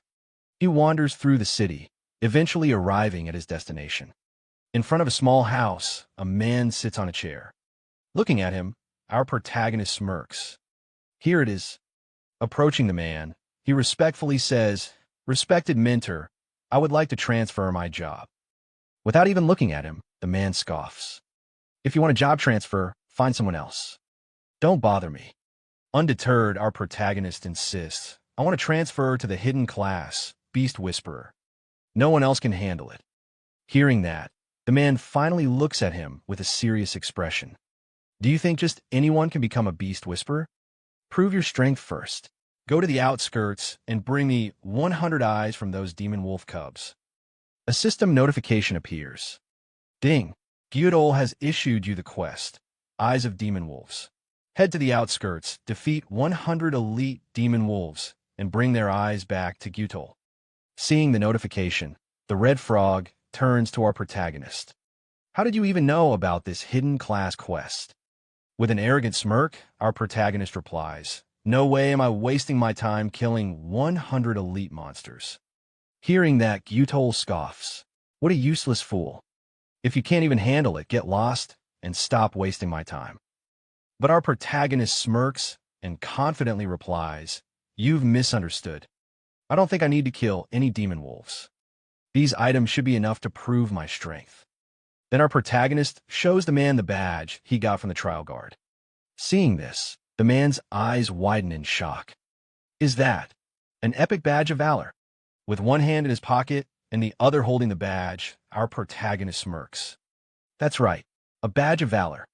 The man, now visibly excited and shocked, exclaims, I can't believe it. Someone so young has already cleared the Inferno-level advancement trial. But our protagonist corrects him with a smirk. Wrong. Not Inferno-level, Abyss-level. The man stiffens. Abyss-level? He swallows hard before cautiously asking, May I ask, how many people were in your team? Our protagonist, exuding confidence, simply raises a single finger. Just one. Me. Hearing that, the man awkwardly rubs the back of his head and laughs. I knew it. From the moment I saw you, I could tell you were an extraordinary talent. A true dragon among men. Our protagonist's face twitches as a bead of sweat rolls down his forehead. From the moment you saw me, didn't you just call me a useless fool not long ago? Even the red frog is speechless at the man's sudden change in attitude. How was this guy flipping his tune faster than turning a page? Ignoring the weird atmosphere, our protagonist turns to the man and asks, So, does this mean I can transfer to Beast Whisperer now? The man, now sweating, holds up his hand. Of course, but I have one small request. Our protagonist narrows his eyes. What is it? The man swallows nervously. I'd like to see what kind of beast was strong enough to pass an Abyss-level trial. Without hesitation, our protagonist replies, No problem. Then, with a simple gesture, he summons his dragon. The moment the dragon appears, the man nearly falls over in shock. His jaw drops. Holy crap. G-God tier beast. A dragon hatchling? Our protagonist nods casually. Yeah. The man suddenly clasps his hands together and bows respectfully. My goodness. In my lifetime, I never thought I'd see a god-tier beast with my own eyes. This is my dream beast. Seeing the man's over-the-top reaction, our protagonist raises an eyebrow. Master, are you okay? No need to get so worked up. But the man suddenly turns and starts walking toward the room. Without looking back, he says, Today, you might not be able to transfer to Beast Whisperer. Our protagonist frowns. What do you mean? The man finally stops and looks back with a serious expression. Because Beast Whisperer isn't worthy of a god-tier beast. I will introduce you to the Royal Chief Beast Tamer. But then, suddenly, the man hands our protagonist a letter. This is a referral letter. Follow the address to find him, and he will give you the answer you're looking for. Seeing the letter, our protagonist smirks. Such good fortune. He takes the letter from the man, and immediately, a new notification pops up. Ding! You have triggered the hidden class quest, Dragon's Whisperer. Head to the Royal City to find the Royal Chief Beast Tamer. As our protagonist walks through the alleyways of the town, the red frog hops alongside him, shaking his head. You're insanely lucky, getting transferred to a hidden class just like that. Our protagonist glances at him and shrugs. But the Royal Chief Beast Tamer is in the Royal City, which is far from here. Besides, I have other things to take care of first. The red frog blinks. What things? Our protagonist smirks. Follow me and you'll find out. I need to complete another hidden quest first.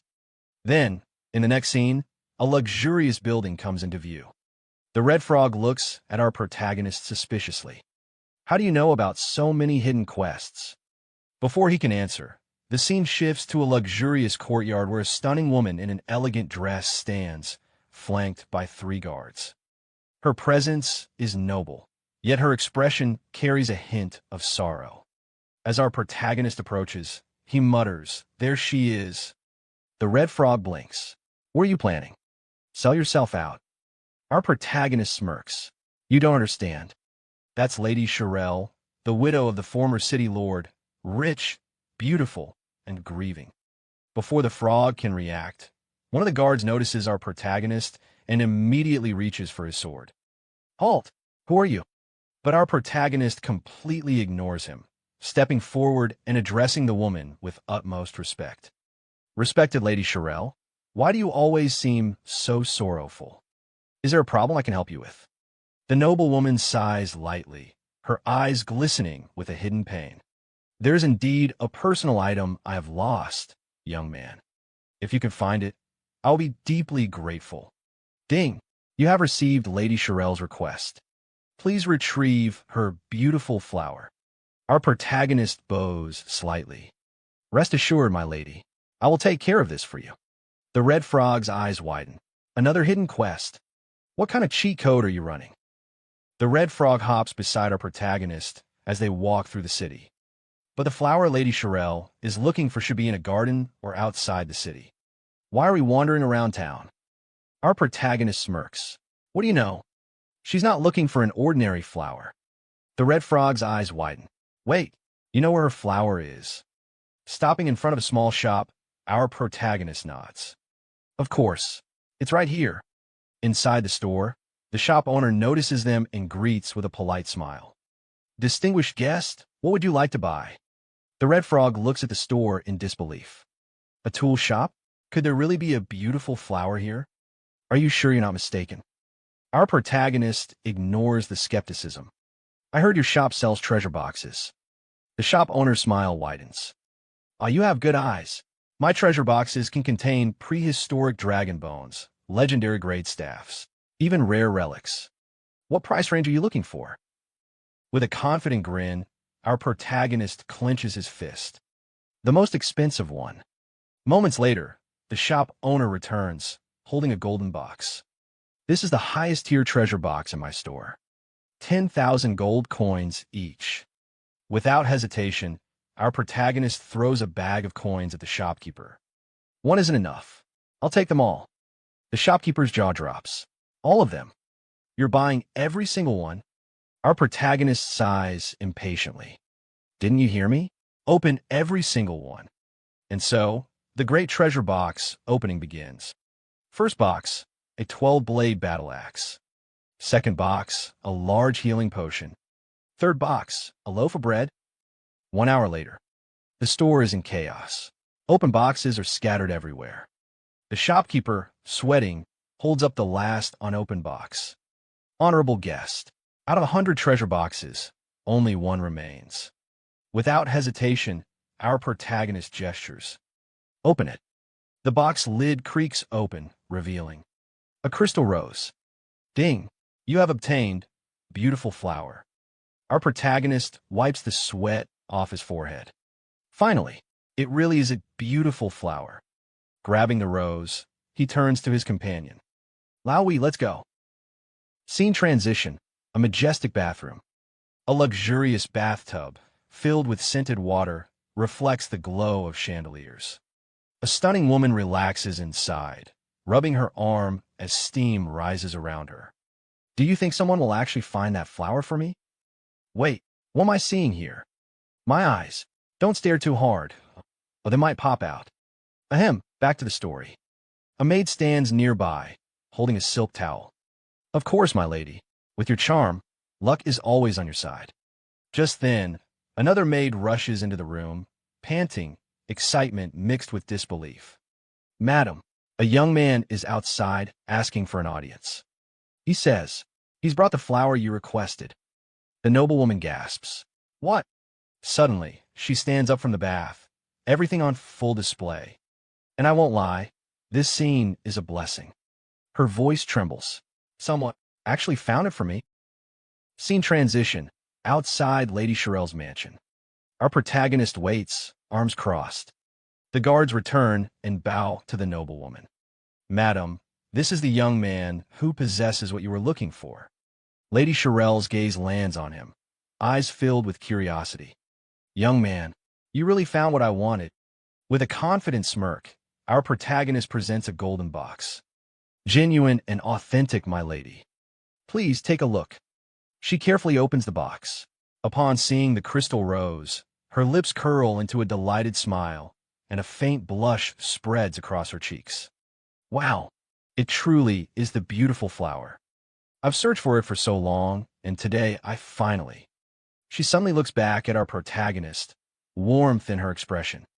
"Pardon my rudeness, I was simply overwhelmed." "Young man, you have helped me greatly. What reward would you like? Money? A rare artifact?" Our protagonist, keeping his composure, replies in a calm voice. "Beautiful lady, I'm not interested in money or artifacts." Lady Shirel's eyes gleamed mischievously as she leans in slightly. "Oh, since you're not interested in money or treasures, I have no choice but to offer myself as your reward." Error. System overload. Our protagonist's face turns red in an instant. What? In broad daylight. Is she serious? This is too much. Who could handle this? Before things escalate, he quickly raises a hand. "Madam, you misunderstand. I only need you to help me obtain a citizen status." Lady Shirel chuckles, resting her hand lightly on her cheek as she gazes at our protagonist. "You little rascal. So, all you wanted was citizenship? That's too easy." At the same time, a notification pops up. Ding. Due to your noble actions and outstanding charm, Lady Shirel's favorability +20.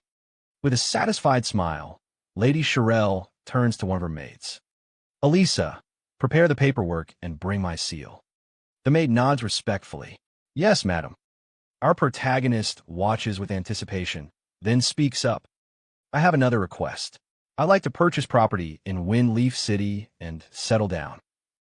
He hands Lady Shirel a map, and she raises a curious eyebrow. "Oh, buying property? So you don't want to wander around anymore? That's a stable choice." She studies the map, her eyes narrowing slightly as she spots the marked location. "Wait, the West District? You must be joking. That's not exactly a bustling area. Are you sure you want to buy here?" With unwavering confidence, our protagonist responds respectfully. "Esteemed lady, I am certain of my decision. I hope you can assist me in making the connections. I'd be very grateful." Lady Shirel sighs, shaking her head. "All right, I will arrange for someone to contact a real estate agent in the West District." Our protagonist bows slightly. "Many thanks, Lady Shirel." From his shoulder, the red frog snickers. "You brat, why aren't you buying in the prosperous East District? You're intentionally making a loss. That's not how you build wealth." Our protagonist smirks. "What do you know?" He then leans in slightly, explaining in detail. "Of course, you wouldn't understand. Soon, Windleaf City will be attacked by strange creatures. Under the assault of powerful beings, even the current city lord will fall in battle. The East District, being the wealthiest and most densely populated, will take the heaviest damage. But the West District, sparsely populated and overlooked, will suffer the least. After the chaos, it will become the most functional and valuable area in the entire city." The red frog blinks in shock. What kind of monster plans their real estate investments based on future destruction? Our protagonist just smirks. "How could I ever make a losing investment?" The scene shifts to a grand room where a man sits across from our protagonist.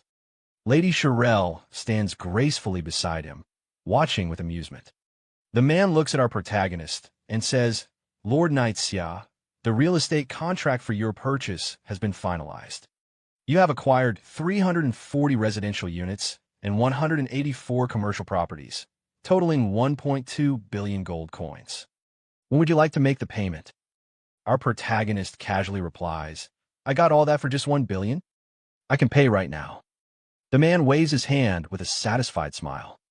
Pleasure doing business with you. He then walks away, leaving Lady Shirelle to hand over another set of documents. She smiles. Here is your citizenship document. Our protagonist reaches out to take it, grinning. So, I'm officially a citizen of Windleaf City now.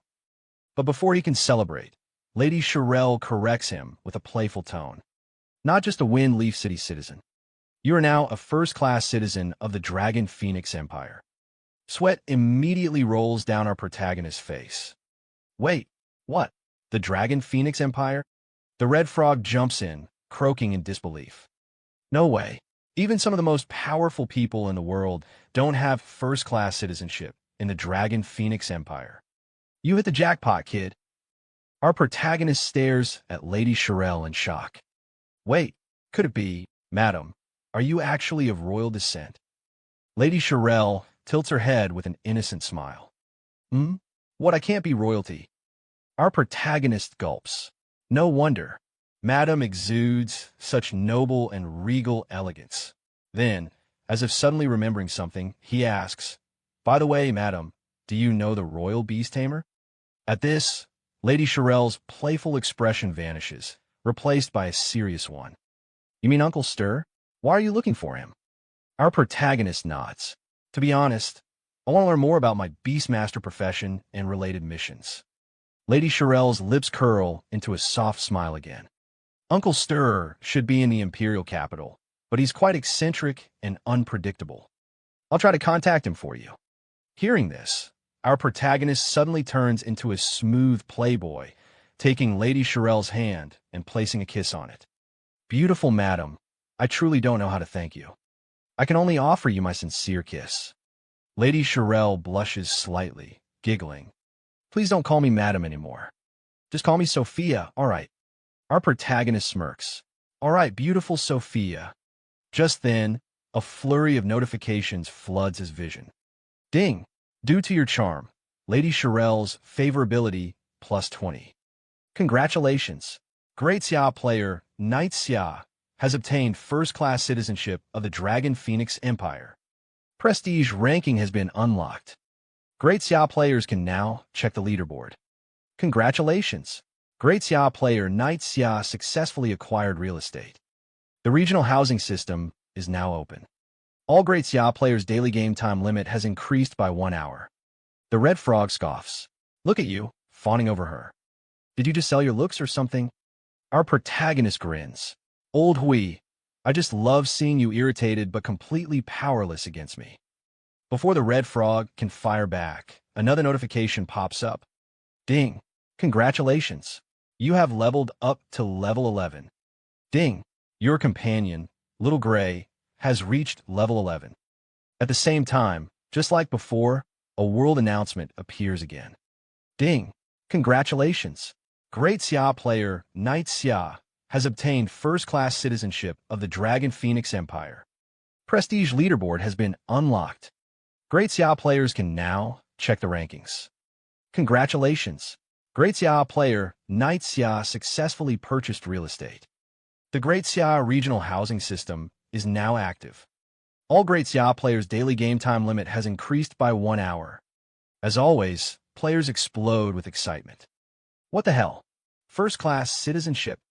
A housing system? Is this game even real? Another player jumps in. Wait, all Great Xiao players just got an extra hour of game time?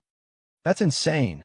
From another group, someone shouts, Damn, what is this first-class citizen thing? What rank are we then? Third class.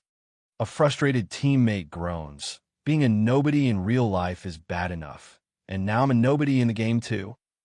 What were the devs even thinking? Someone else snaps back. Stop complaining. Does anyone even know who the developers are? Meanwhile, the scene shifts to our protagonist's ex-girlfriend's group. A male teammate turns to her in disbelief. Oh my god, Knight Xiao is already level 11 and even a first-class citizen. That's insane. She crosses her arms. Yeah, pretty impressive. But his name is kind of weird. Then suddenly, she sighs and slumps to the ground, muttering, "If we had a top player like him leading us, we'd probably be level 4 or 5 by now." She looks at her struggling team and adds, "Unlike now, where we can't even kill a single slime." But before she can continue, a green-haired girl glares at her and scoffs. "From your tone, are you unhappy with our team?" A white-haired girl joins in, rolling her eyes. "You've done nothing but still gained levels just by tagging along, and you're still not satisfied?" Then a black-haired man snorts, "Yeah, if you don't like it, you can leave." The ex-girlfriend's new boyfriend quickly tries to calm things down. "Everyone, it's a misunderstanding. My friend didn't mean it that way. Sorry about that." But she's already angry. "Fine. I'll leave. Who cares?" She stands up and storms off, dragging her boyfriend with her. "Johan, we're leaving." Her boyfriend stares at her, confused. "Yenra, what are you doing?" As the couple walks away, someone from their ex-team sneers. "You think just because you're a little pretty, you can act like a princess now?" The boyfriend sighs, looking at his girlfriend. "Great, now it's just the two of us. How are we supposed to level up?" But Yinran glares at him. "You said you'd help me level up, but when they all insulted me, you didn't defend me. Do you even care about me?" The boyfriend massages her shoulders, trying to smooth things over. All right, I was wrong. By the way, did you contact Xiao to play Apocalypse with us?" Yinran scoffs. "Why should I contact him first?" But her boyfriend clasps his hands together, pleading. All right, you have your pride. But just this once, do it for me. Reach out to Xiao and ask him to help us level up." She crosses her arms, smirking. "Since you're begging me, I'll consider it." She checks the time. "It's getting late anyway. I'll message him after I log off." Her boyfriend grins, waving at her. "Great. Yinran, I'll be waiting for good news." As Yinran logs out, she turns back with a smug smile. "See you tomorrow. I'm logging off." Inside her real-life bedroom, Yinran stretches and smirks to herself. Even though Xiao's way of throwing money around is a bit crude, I can't completely blame him. She picks up her phone, lying on her bed. "All right, I'll take the initiative one more time." She quickly types out a message to our protagonist. "Xiao, I'm playing a game called Apocalypse. Hurry up and buy the equipment, then help Xiao Tao and me level up. If you can get me onto the ranking board, I might consider being your girlfriend. What do you think? Are you touched?" She sent the message, smiling proudly. "Good thing I'm such a generous girl. I'll forgive you this time." She places her phone down. 5 minutes later, she picks it back up. "Huh, why hasn't Xiao replied yet?" Checking her messages, her eyes widen in shock. User Xiao is no longer in your friend list. She freezes, staring at the screen in disbelief. "He deleted me?" Then, rage fills her eyes. Xiao actually deleted me from his friend list? How dare he? She shouts loudly in her room. "Xiao, from today onwards, we are completely done. If you really have any dignity, don't ever come begging to me like a dog. Even if you kneel, I will never forgive you. Never." Meanwhile, back in Wind Leaf City's Eastern District, our protagonist casually wanders around, admiring the area. Soon, my Eastern District will flourish just like this. He stops in front of a building, nodding. This is the place. As he steps inside, the shopkeeper looks at him with mild disdain. Our shop only appraises silver-grade equipment and above. If you got bronze gear, it's better to go outside the city. Without missing a beat, our protagonist casually pulls out a necklace and dangles it in front of the shopkeeper. "What about dark gold tier? Can you appraise it?" The shopkeeper's eyes widen in shock. "Holy crap, it really is dark gold." He quickly composes himself, clears his throat, and says, "Don't worry, sir, if it's dark gold grade, the shop owner himself will handle it to ensure success." Our protagonist raises an eyebrow. "Cut the nonsense. What's the success rate?" The shopkeeper adjusts his collar, suddenly speaking more politely. "I'm a gold tier appraiser, highly skilled, with over an 80% success rate. However, gold grade appraisals cost 100 gold coins each." Without hesitation, our protagonist tosses a gold coin pouch onto the counter. "No problem. Start appraising. I've got several other gold pieces too. Appraise them all." The shopkeeper's jaw drops as he stares at the pile of high-tier equipment. Damn, this guy is loaded. Our protagonist smirks confidently. Hurry up, I'm in a rush. The shopkeeper snaps to attention. Got it. Sometime later. The shopkeeper appraises the pendant, and a notification pops up. Spirit plus 40. Strength plus 40. Dark attribute damage minus 20%. The shopkeeper wipes sweat off his forehead, staring at the stats in awe. These stats are absolutely insane. Our protagonist grins, inspecting the pendant. Not bad. Continue. That's it for today's video. Yeah, I know it's short, but hey, this manhwa is fresh off the press, and I need your thoughts. What do you think about it? Want to see the next part? Drop your opinions in the comments. And if you're new here, smash that subscribe button right now. I'll keep bringing you the most exciting manhwa out there. Hey, my little manhwa population family. We're picking up right where we left off in the last video, so without wasting any time, let's jump straight into it. In the last chapter, we saw the store owner completely shocked by Yi Xiao's insane loot. Unable to hold back, he muttered, "Damn, this guy is loaded." Just then, a calm voice called out, "Hurry up, I'm in a rush." Hearing that, the store owner quickly got to work, appraising each staff one by one. Sometime later, after finishing the appraisal, he looked at Yi Xiao in disbelief and said, "These stats are insane."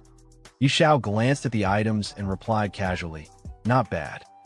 Keep going."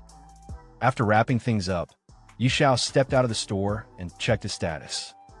With a satisfied look, he muttered, "My stats have improved a lot." Meanwhile, the red frog sitting on his shoulder smirked and said, "With your strength now, you can fight on your own. What's next?" But Yi Xiao, looking ahead, simply responded, "Sophia hasn't sent any news yet. Let's go level up in the valley." Sometime later, Yi Xiao arrived in a desolate mountain range, surrounded by jagged, tooth-like peaks. The red frog glanced around warily and said, "Wait, isn't this a level 20 monster area?" Yi Xiao nodded. "That's right." Just as he confirmed it, a monster suddenly appeared in front of him, and at the same time, a new notification popped up. Gray Hyena, level 21. Level difference too large. Unable to view stats. Description: a hyena corrupted by the gray mist. Already violated by nature, it has become even more bloodthirsty, attacking anything and everything in sight. It loves to target weak spots. Reminder: protect your weak spots. Seeing the group of hyenas appear, Yi Xiao's face twisted in disgust. Why are there so many of them at once? That's disgusting. Without hesitation, he summoned his pet dragon. Xiao Hui attack. The dragon wasted no time, launching a devastating dragon breath attack. In an instant, the hyenas were obliterated. As Yi Xiao collected the experience points, he casually sat on a crate, picked up a cup from who knows where, and took a sip, completely unbothered by the dangerous surroundings. The monsters here are high level and rush at us automatically. We can stay here and farm. The red frog, watching this ridiculous scene, couldn't hold back.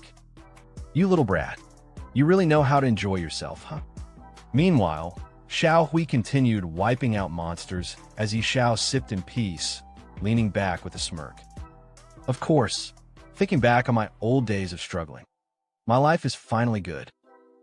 Just then, 2 notifications popped up. Ding! Congratulations! You have leveled up to level 12. Ding! Your beast pet, Xiao Hui, has leveled up to level 12. Seeing the notification, Yi Xiao clenched his fist. Finally leveled up, he walked over the corpses of the fallen monsters and muttered, "At this rate, reaching level 20 will only take a few days." But suddenly, something on a rock caught his attention. "Huh, what's that?"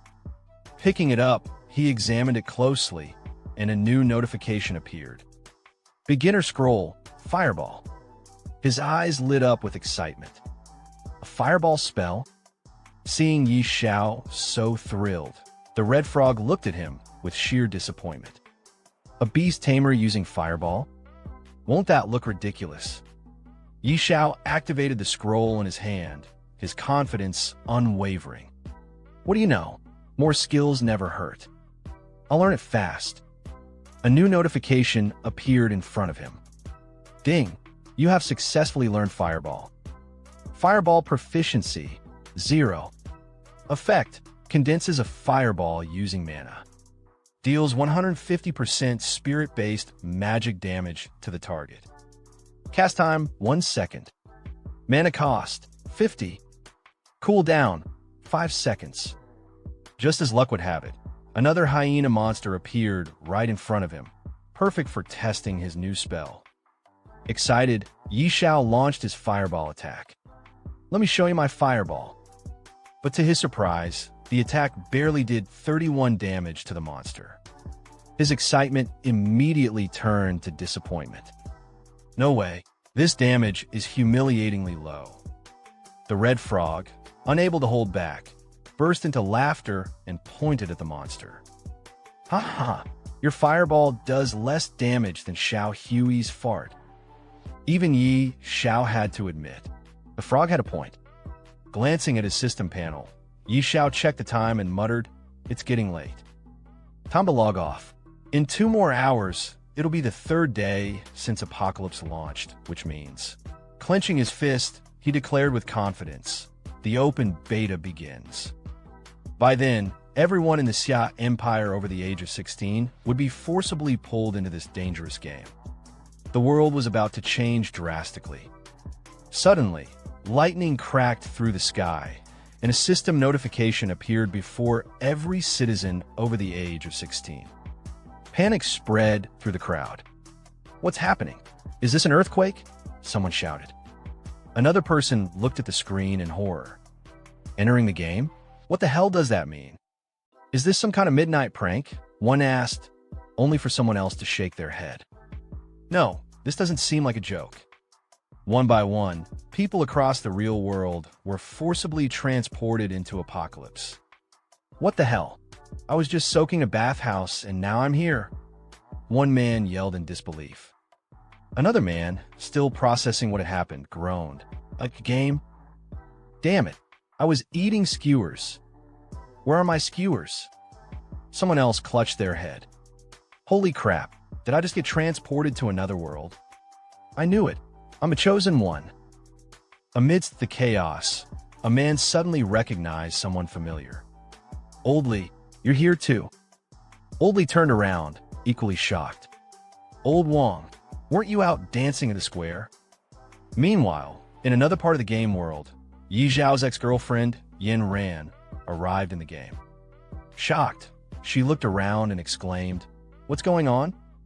Why did I enter the game automatically?" Her boyfriend, equally surprised, glanced at her. "Me too. This is weird. I was just out having late-night snacks with Wong and the others, and suddenly I got pulled into the game." Looking at each other, he sighed. "It looks like we're not the only ones forced into the game. Apocalypse really is changing the world." Then, turning to Yin Ran, he asked, "By the way, did you contact Yi Xiao? Ask him to help us level up?" The moment she heard Yi Zhao's name, Yin Ran's expression darkened. "Yi Xiao? He could go to hell. Even if he begged me, I wouldn't care about him anymore."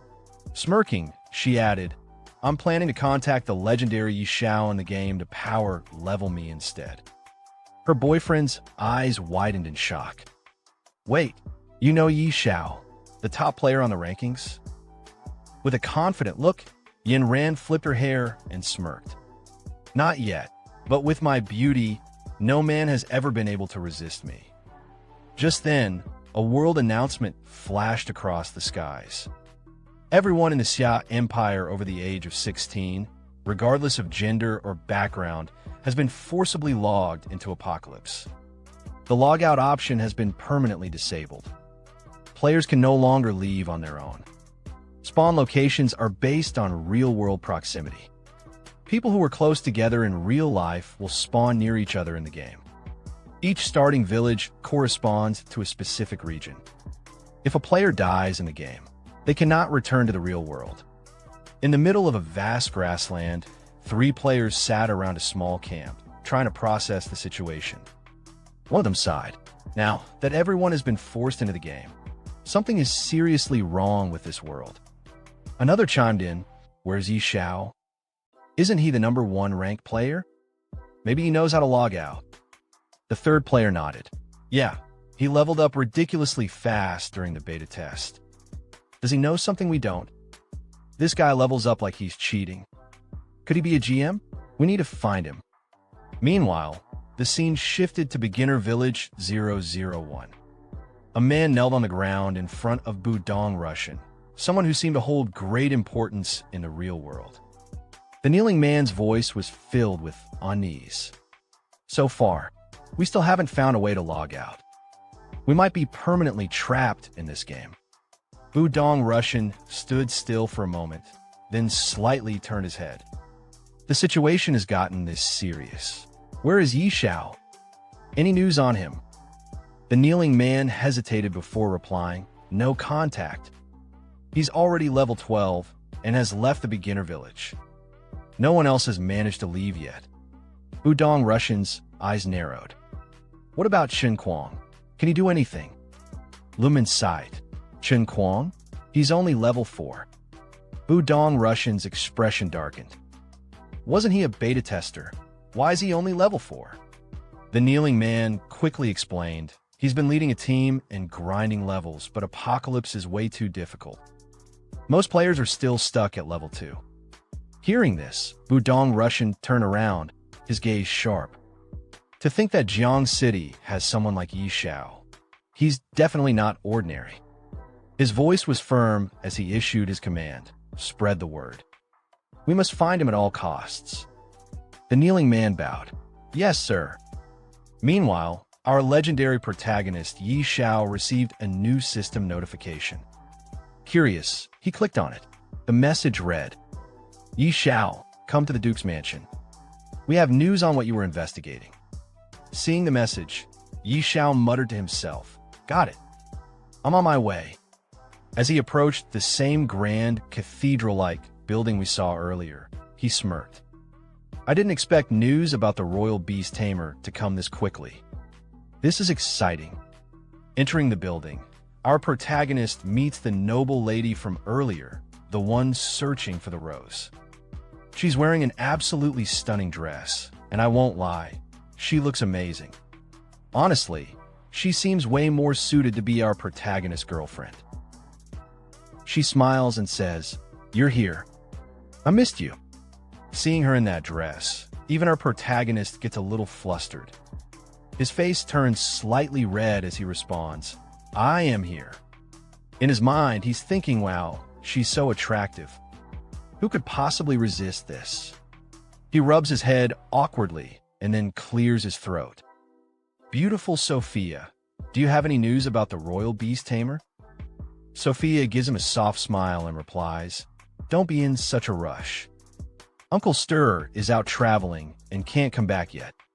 Hearing that, Yixiao's sweat drips down his face. So, it was a false alarm. But Sophia just chuckles before adding, "However, he did ask me to tell you how to unlock a hidden class. It's actually not hard. It's inside Fengyi City." Yixiao's eyes widen. "What? It's inside Fengyi City?"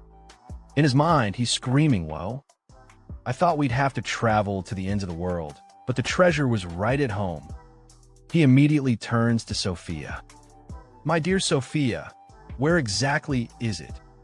Sophia smirks, turns slightly, and rests her hand on her cheek. "Well, it might be a bit difficult. According to Uncle Stir, in the mountains outside the city, there's a powerful dragon. Beneath its lair, there's something hidden deep inside." Yixiao's excitement spikes. "Are you talking about the cave maze?" Sophia raises an eyebrow. "You know the name of that dungeon?" Yixiao rubs the back of his head awkwardly. I just happened to hear about it." But in his mind, he's thinking, of course I know it. In my past life, I farmed that dungeon so many times. He frowned slightly, but I remember the only boss there being a creepy level 80 demonized boss. Since when was there a dragon? Sophia looks at him seriously. Uncle Stir is certain that a dragon guards that place. Yi Xiao's mind starts racing. In my past life, it was a demonized boss. Did they change it to a dragon this time? But then he shrugs it off. Doesn't matter. I'll go check it out myself. Sophia immediately stops him. You're going alone? That's a level 80 area. Even elite players from the city never come back alive. And you're just... Yi Xiao simply gives her a confident smile. Don't worry, dear Sophia. I have my ways. At that moment, a new notification pops up. Ding. Uncle Stir has provided new information. Go to the unknown dungeon and retrieve the item inside. Even the red frog sitting on Yi Xiao's shoulder snickers. That's true. You even stole a dragon egg before. A dungeon is nothing for you. Yi Xiao glares at the frog. Shut up, you annoying frog. He then pulls out a special badge, holding it in his hand. As long as the payment is right, even a dragon can be taken down. When it comes to fighting dragons, my sister Tao is the best. Suddenly, he points the badge forward, and a portal appears out of nowhere. This job needs my sister Tao. Sophia gasps in shock. Wait, is that a Supreme Hall token? How does Yi Xiao have that at just level 12? Then, from the portal, a familiar figure steps out, the magician from earlier, the one who helped Yi Xiao obtain the dragon egg.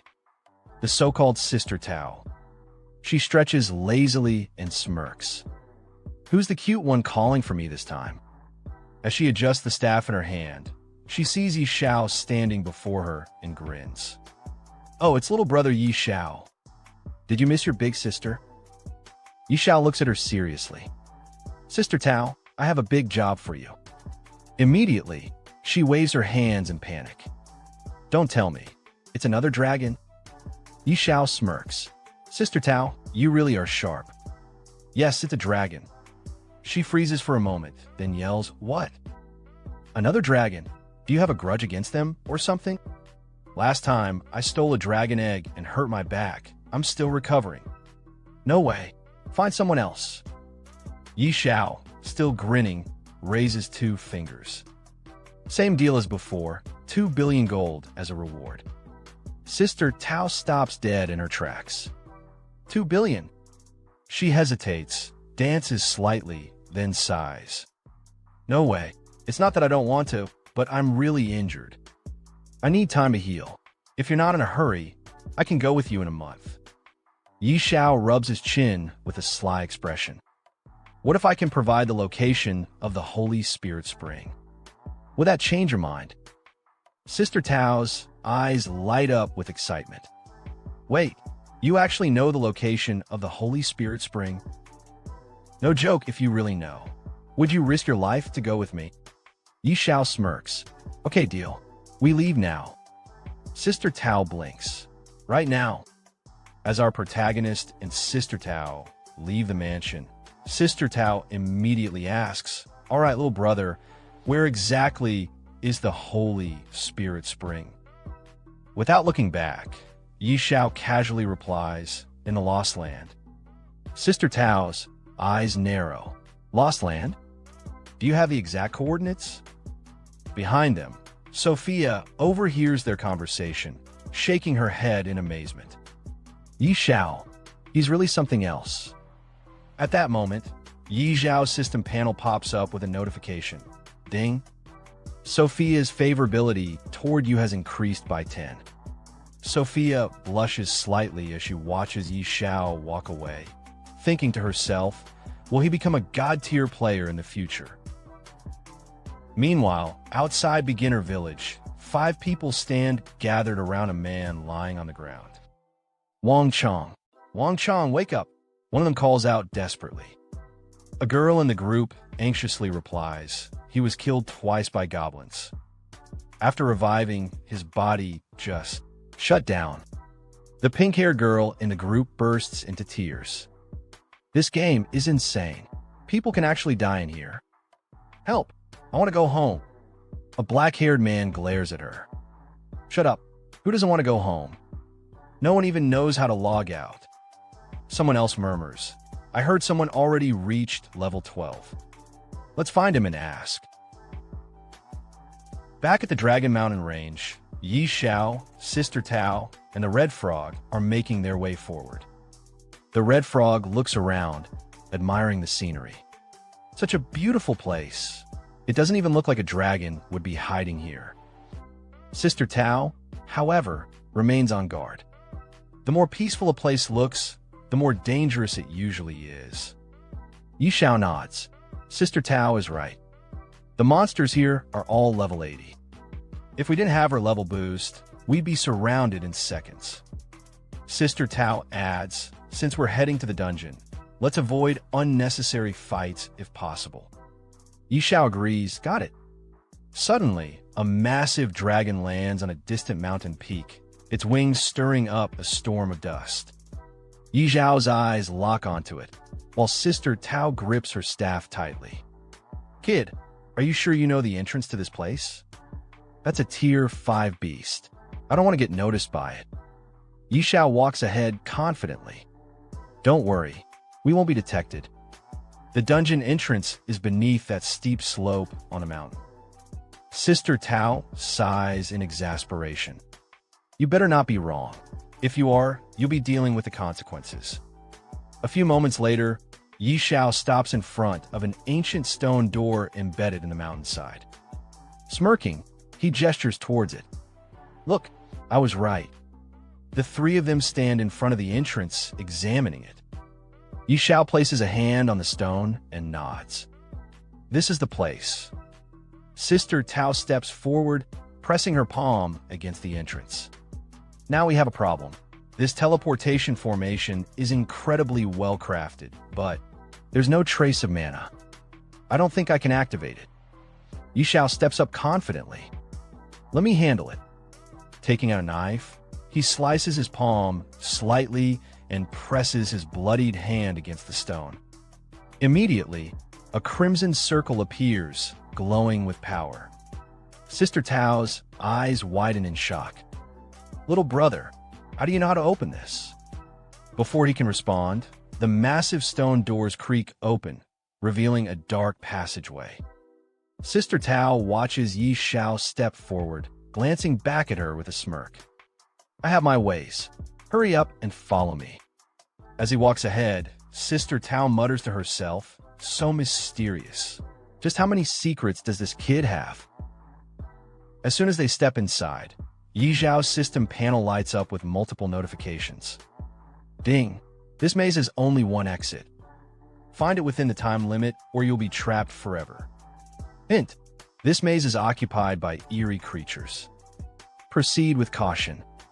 The red frog on Xiao's shoulder immediately panics. Kid, can't you take me somewhere safe for once? Behind them, Sister Tao frowns. An eerie zone, and only 3 hours. Xiao thinks to himself, last time, the time limit was 3 days. Something's definitely off. Sister Tao crosses her arms. As expected, something's different this time. Xiao, I have to warn you, this mission is even more dangerous than facing a tier 5 dragon. Are you sure you still want to go after this item? Xiao smirks. Sister Tao, you're a god-tier sorcerer. Are you scared? A bead of sweat forms on Sister Tao's forehead. She hesitates for a moment, thinking, this brat actually thinks I'd be scared? Then, she straightens up and scoffs. Me? Scared? Don't be ridiculous. I'm a god-tier powerhouse, a Supreme Hall Elder, and a top sorcerer. Why would I be afraid of some eerie maze? Xiao grins. Exactly. Now, let's move quickly. As they step deeper into the cave, Xiao turns to her and asks, all right, Sister Tao, do you know concealment magic? Sister Tao gives Xiao an annoyed look. What kind of question is that? Concealment magic is a low-level spell. I didn't even bother learning it when I was an apprentice. Xiao grins confidently, waving his hand in front of his face. Sister Tao, don't be mad. As long as it hides our presence and aura, it's enough. With a snap of her fingers, a dark mist surrounds them. Child's play. Yi Xiao watches in awe as a notification appears before him. Ding! You have received the Shadow Phantom buff. You have merged with darkness. His excitement is obvious. Whoa! As expected of a god-tier sorcerer. This effect is incredible. As they proceed inside the dungeon, Yi Xiao suddenly speaks. Sister Tao, there are 5 eerie monsters in this maze. 3 are level 60 crawlers. 1 is a level 60 elite boss, and the last one is a level 80 regular eerie monster. We need to be careful. Sister Tao stops in her tracks, staring at him. Yi Xiao, how do you know that? Are you some kind of prophet? He smirks. You could say that. I don't know a few things. Inside his mind, he thinks, I cleared this maze 800 times in my past life. Of course, I know everything. Sister Tao shakes her head. This is insane. What else do you know? Yi Xiao shrugs with a mocking smile. Nothing. Sometime later, they stand before a trap-filled corridor. In the distance, monsters lurk patrolling the area. Yi Xiao whispers, we need to sneak past them without drawing attention. Watch my footwork. Sister Tao scoffs. Are you seriously trying to teach me? Do you even know what level I am? Do you even know what level you are? Yi Xiao smirks. I've cleared more mazes in my lifetime than you've walked roads. Without another word, he leaps forward, weaving through the traps with precise movements. Landing right near a level 60 elite, he swiftly avoids detection and keeps moving.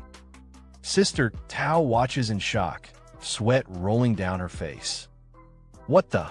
He just passed by a level 60 elite, and it didn't even notice him? She exhales in disbelief. I take it back. You're the master. Your whole family are masters. Following his lead, she mimics his movements, successfully crossing the traps. She approaches Yi Xiao, whispering, all right, what's next? Yi Xiao suddenly notices a monster standing guard over a treasure chest. Hiding behind a rock, he mutters, looks like this is it. As expected, things are different from my past life. His system panel flashes. Yi Xiao frowns. I can't see its details clearly. Sister Tao, can you? She glances at it. A level 100 Berserk Eerie boss. Pretty average strength. Yi Xiao grins excitedly. Then I'll go open the treasure chest. Sister Tao, get ready to strike. She nods. All right, I'll put an absolute defense buff on you. Yi Xiao then points at the red frog. Better safe than sorry. Lao Hui, don't move recklessly, or you'll alert the Een Spirit Beast. The red frog huffs. Worry about yourself, kid. Slowly approaching the treasure chest, Yi Xiao whispers to himself, the hidden class scroll. It's almost mine. Opening the chest, he sees a blue diamond and an unfamiliar scroll inside. His eyes widen. What the? Even the treasure inside is different. The moment the chest opens, the guardian monster turns, its glowing red eyes locking onto Yi Xiao. With a furious roar, it charges at him. Before it can reach him, Sister Tao raises her staff. Frost shock. A wave of ice surges forward, freezing the monster in place. She yells, "Run, you idiot! What are you doing?" Yi Xiao snaps out his daze and dashes toward her. Sister Tao, help me. As she holds the monster back with powerful attacks, Yi Xiao quickly checks his loot. Effect: resets the cooldown of any item regardless of rank. Cooldown: 3 days. The red frog stares at the screen, stunned. Kid, you are ridiculously lucky. Yi Xiao's eyes light up. What? Another Heaven's Doom rank item? A cooldown reset. That means Brutality Chapter's cooldown will now be only 3 days. Meanwhile, the boss, severely injured by Sister Tao's attacks, staggers but doesn't fall. She glances at Yi Xiao. Yi Xiao, what do we do about the boss? Fight or leave? Yi Xiao sighs. We fight it. Sister Tao, go all out. A wicked grin spreads across her face. All right, I'll unleash my full power then. Raising her staff, she summons a massive lightning strike that crashes onto the boss. The eerie beast lets out an agonized scream. Xiao watches in confusion. Why is it screaming like that? Even the red frog gets nervous. Wait, is it going berserk? A realization hits Xiao like a brick. Could it be? Suddenly, a bright glow erupts from the ceiling. Xiao's eyes widen in horror. Crap, it's summoning a dragon. Before they can react, a massive dragon appears above them, its scales glowing ominously. Without hesitation, it breathes a torrent of fire straight at them. Xiao, Sister Tao, and the red frog all turn on their heels.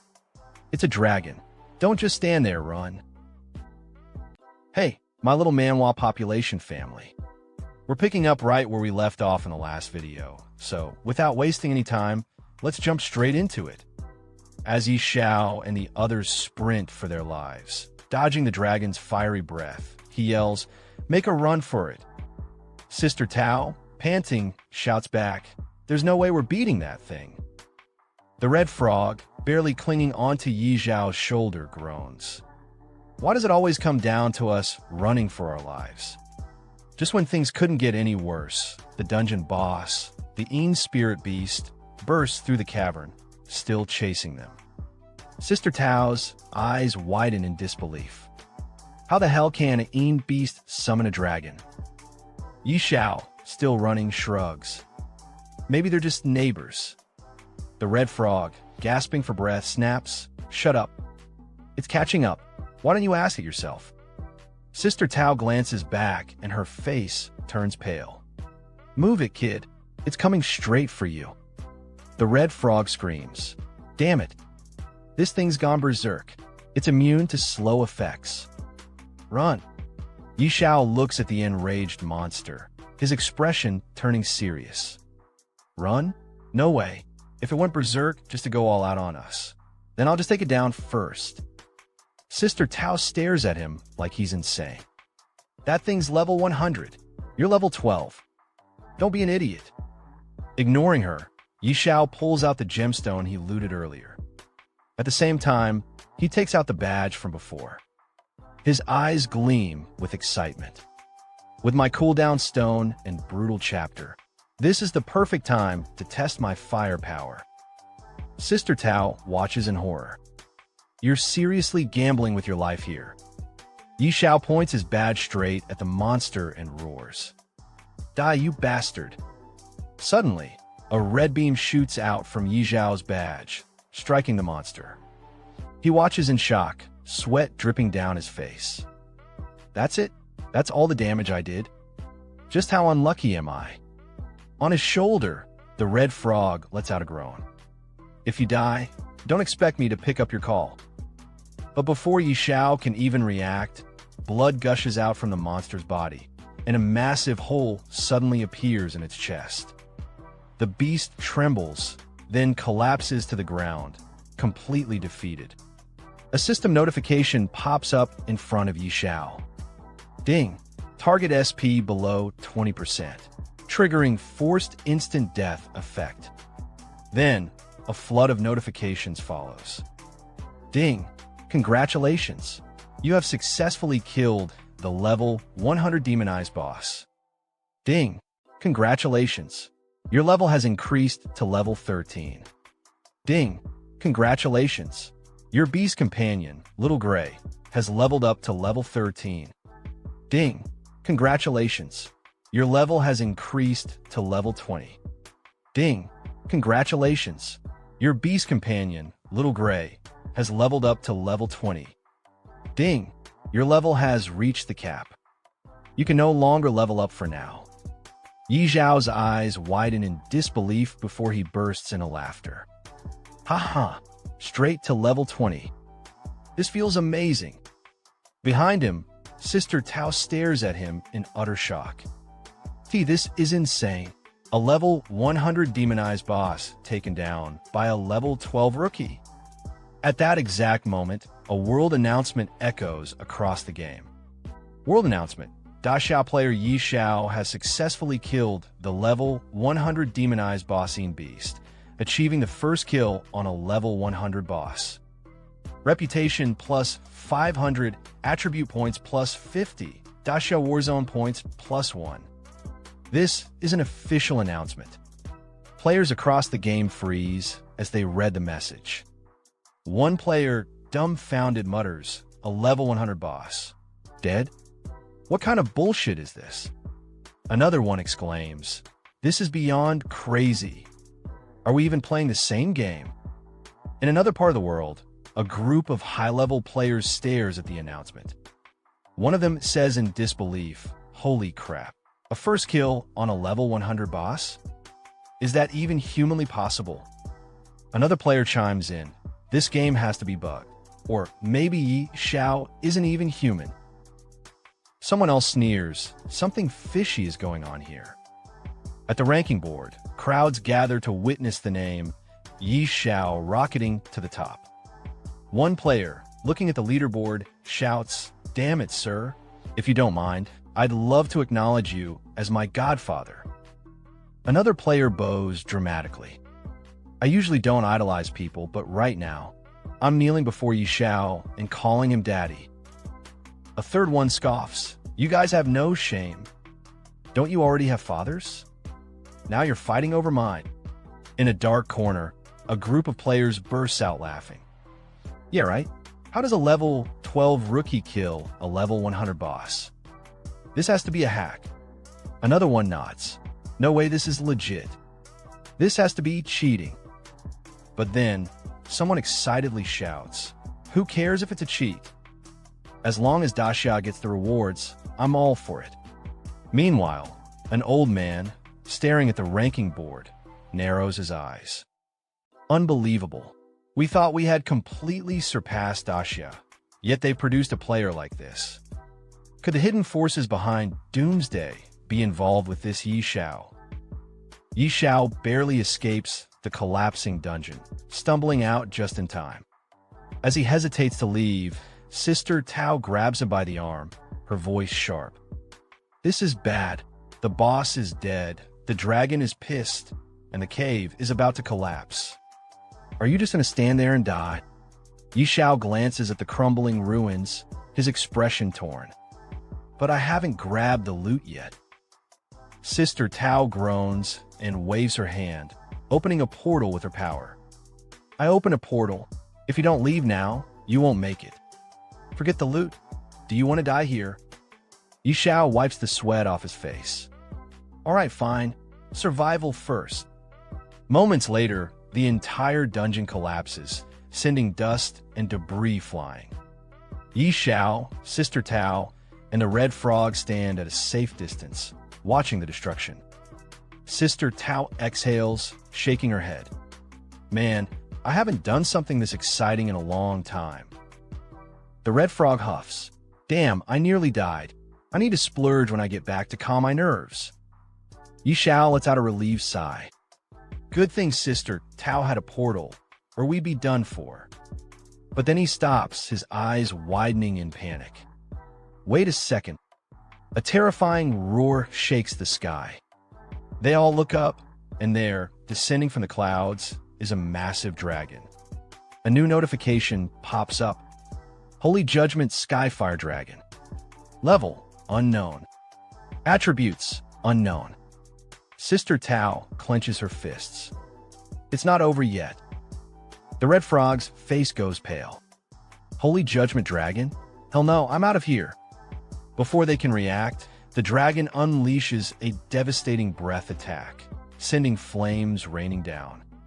The group scrambles, dodging for their lives as fire engulfs the battlefield. The Red Frog shouts, "Why are we running again?" Xiao yells back, "Because if we don't, we're actually going to die this time." Sister Tao, sprinting ahead, glances at Xiao. "I'm gone. Just make sure to send me the location of the Holy Spirit Spring.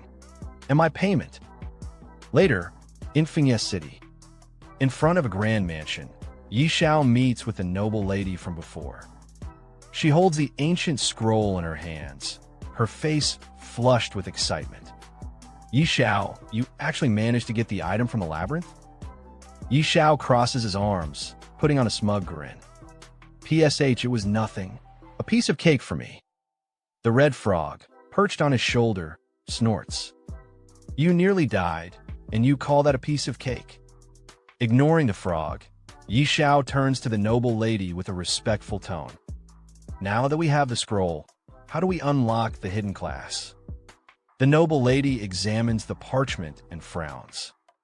This doesn't seem to be a class-changing scroll. Yi Xiao's confidence cracks. Not a class-changing scroll? What do you mean?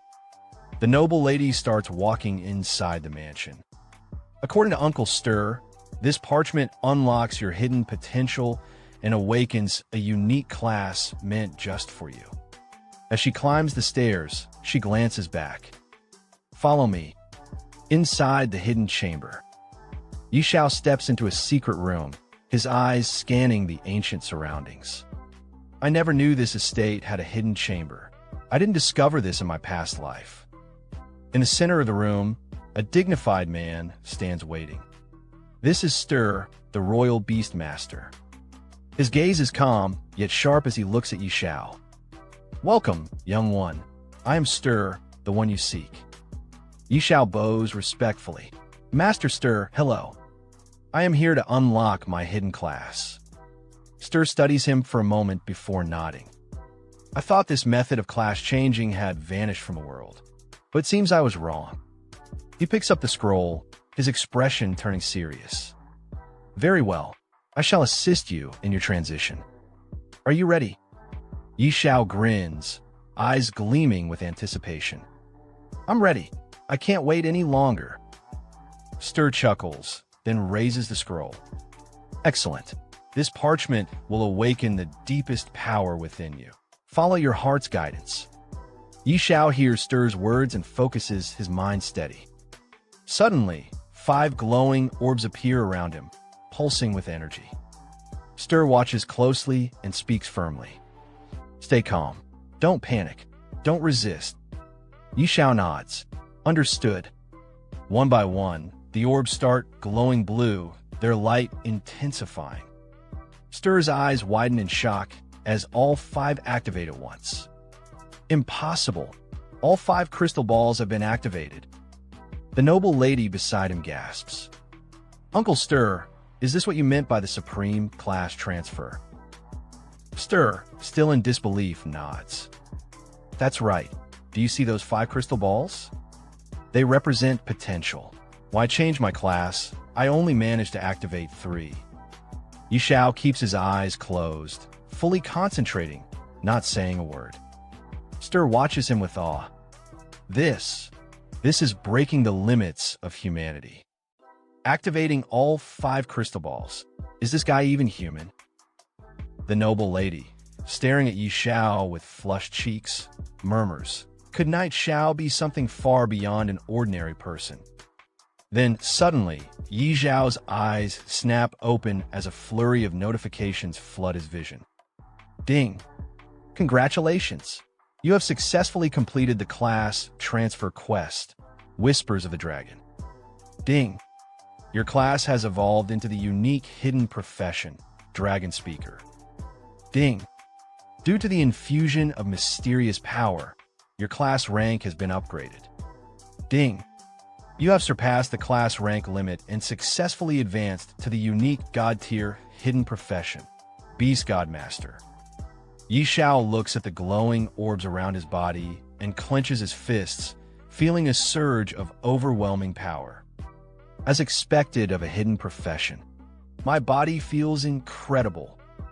Another wave of notifications appears, detailing the insane talents and bonuses of his new class. Yi Xiao smirks confidently.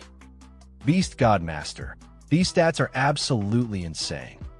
Stir, still stunned, mutters, unbelievable. Someone actually unlocked the legendary Beast God Master class. That means mastering the supreme power of the Beast God and gaining 40 attribute points per level. Yi Xiao examines the scroll in his hands and nods. These stat boosts are crazy. And the God's Guardian set event even comes with a crafting blueprint. Interesting. Another notification pops up. Ding. New blueprint acquired. Beast God Claw rank. Epic. Xiao raises an eyebrow. Equipment that grows in power. And it starts at epic rank. He scrolls through the materials list and sighs. Figures. All the crafting materials are rare. Looks like I'll need to go monster hunting. He turns to Stir and bows slightly. Master Stir, the class transfer is finally complete. Thank you. From behind him, the noble lady speaks, her cheeks flushed. Knight Xiao, you are truly astonishing. Stir places a firm hand on Yi Zhao's shoulder. Young man, you've already stepped into the divine realm. Your potential is limitless.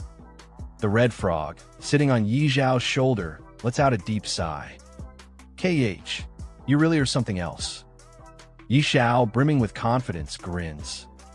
Haha, looks like I'm destined to reach the peak in this lifetime. But first, I need to craft the Beast God Claw. Scene shift, the Abyss Trial. In a dark, ominous chamber, a group of 3 adventurers stands before a towering guardian. One of them steps forward. Respected Guardian, I wish to challenge the Abyss Trial. The Guardian's glowing eyes scan them. The 3 of you seem well-equipped. What level of trial are you attempting? The group leader, a fierce-looking warrior named Tiger Unleash, steps forward with unwavering confidence. I'm going solo. Abyss-level trial. The Guardian lets out a low chuckle. Oh, another one daring to challenge the Abyss-level trial. Tiger Unleash smirks. I live for challenges. No regrets, even if I die. Seeing his determination, the Guardian steps aside, allowing him to enter. Before stepping through, Tiger Unleash glances back at his companions. One of them calls out, Boss. We'll be waiting outside for your good news. He chuckles, cracking his knuckles. Don't worry, you won't be waiting long. As he enters the trial grounds, the Guardian watches him disappear into the darkness and mutters. Tisk TSK, these visitors from another world really are built different. 5 minutes later, the leader of the group staggers out of the trial, covered in bruises and screaming for help. Help me. His companions rush toward him, eyes wide with shock. Boss, what happened? Tiger Unleash, gasping for breath, stumbles forward. It's terrifying. The monster mutated. Seeing their leader in such a sorry state, both of his companions grab him before he collapses. Boss is seriously injured. Quick, give him a potion. One of them, irritated and pained, grits his teeth. Damn it. So not just anyone can solo the Abyss, huh? World Chat, Great Reef, Level 20 Abyss Trial. Meanwhile, in the World Chat, players are buzzing about the game. Global Chat. Class? Is anyone else in the game? The school is taking attendance. Please respond. Just saw Zhou Hong and Qin Yinran. Looks like most of us made it in. Where is everyone leveling? Yi Xiao, sitting on a rock at the edge of a battlefield, watches the chat flood with messages. He sighs. I don't want them knowing my identity. Better to lay low and focus on leveling up. In front of him, his pet dragon, Little Gray, is locked in battle with a towering golem. Yi Xiao watches intently. Old Hui, let's get to work. Little Gray lunges, his claws glowing. A moment ago, he attacked with fire, but now he tears into the golem with pure brute force. The massive creature collapses, defeated. With a heavy thud, 2 items drop. Yi Xiao steps forward, scanning them. Rock Sword, Dark Gold rank, effect, unidentified. Rock-shattering Hammer Warhammer, gold rank, effect, unidentified. Yi Xiao grins. Good job, Old Hui. The Abyss Watcher King appears. Suddenly, a new notification appears before Yi Xiao. Ding. Warning. A powerful enemy has detected your presence. Yi Xiao frowns. Why is it that every time I get a good drop, a monster shows up? Looking up, his eyes narrow. A massive golem stands before him, its glowing blue eyes locked onto him. Ding. Enemy identified. Abyss Watcher King. Level 20. HP. Strength 3000. Constitution. Agility 2000. Spirit 3000. Talent unknown. Skills unknown. Xiao exhales sharply. A king tier boss. Good thing it's only level 20. He grips his sword and gives a command. Old Hui, you go first. I'll cover you. The red frog on his shoulder scoffs. As if I need your cover. Meanwhile, the failed Abyss trial group. Back at the entrance of the Abyss trial, Tiger Unleash lies on the ground, still covered in bruises. One of his teammates tends to him, while another stands in disbelief. The boss. The boss actually died in the trial.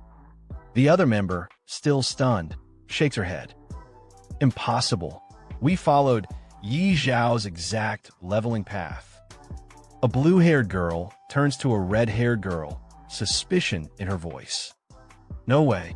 If Yi Zhao cleared the Abyss trial, he must have found an exploit. The red-haired girl crosses her arms. Very likely. Just then, a world announcement pops up, shaking the entire server. Ding. System announcement. Player Yi Xiao from the Grand Xiao Nation has successfully cleared the level 20 Abyss trial, becoming the first in history to do so. Reward. Epic item. Stone of Valor. Grand Xiao Nation prestige points. +1. This is an official announcement. The blue-haired girl freezes. This. Yi Zhao's victory. Back at the battlefield, Yi Xiao stands beside the corpse of the Abyss Watcher King, holding a glowing crystal in his hand. He frowns. No loot, just another Abyss fragment. Taking the fragment in his hand, the protagonist muttered.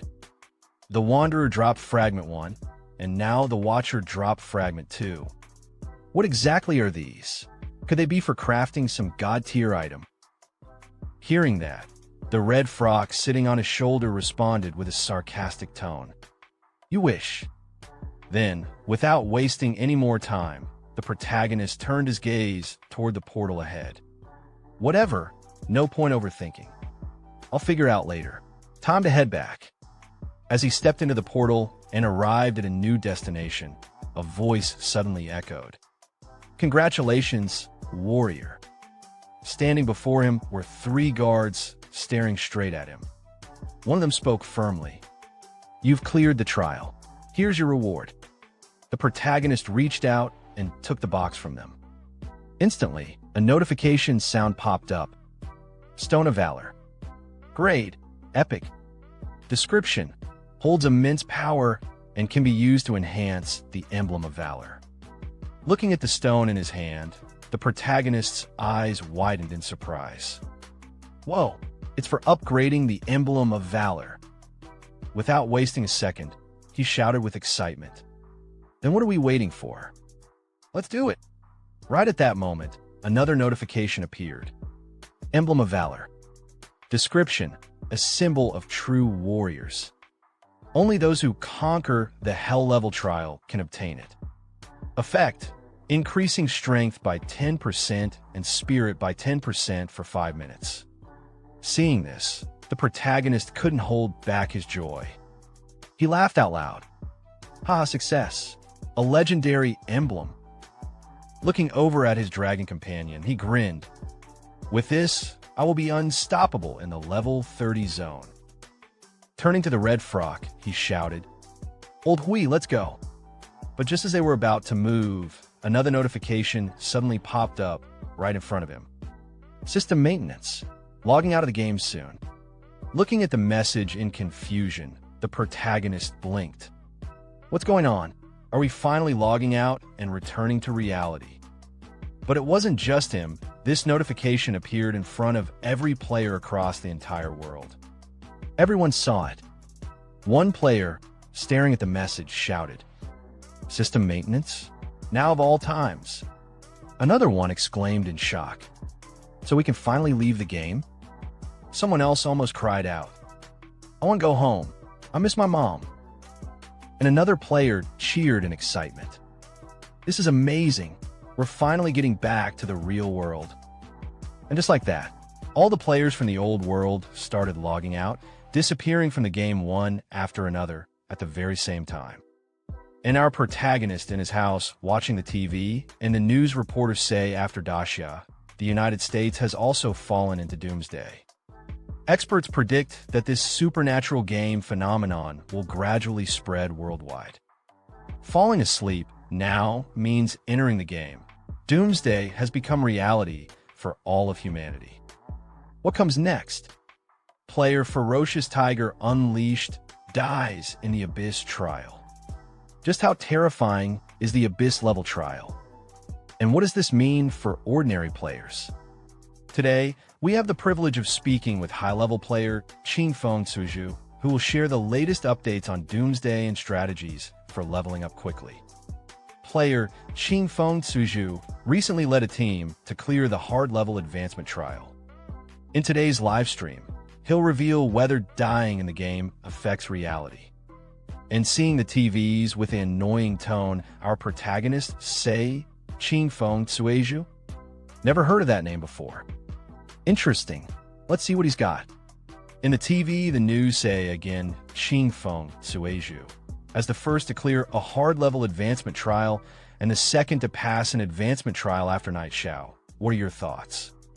Honestly, I was just lucky. And to clarify, I didn't do it alone. My team barely made it through. What do you think about the fact that players are automatically logged into Doomsday when they fall asleep? Even the officials can't explain Doomsday's existence.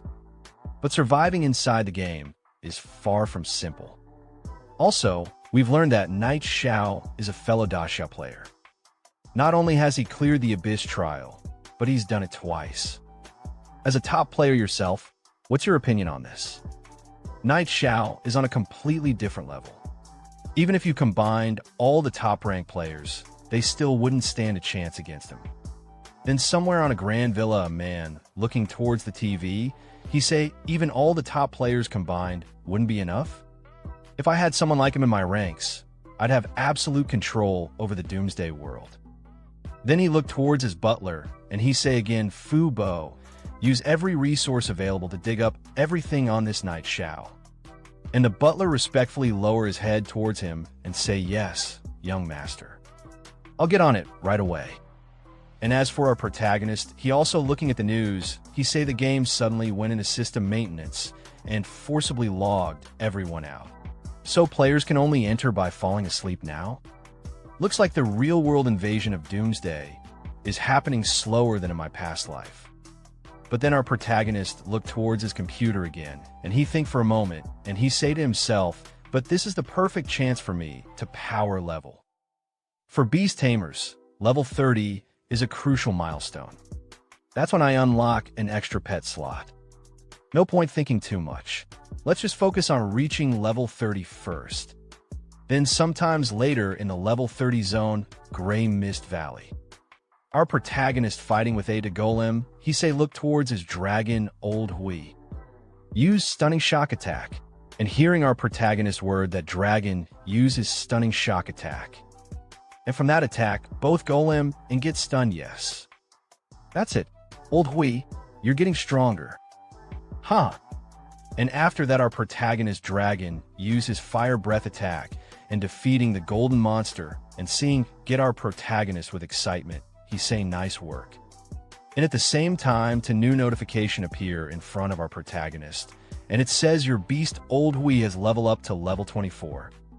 Congratulations, you have leveled up to level 24, and seeing that our protagonist with excitement, he say, haha, another level.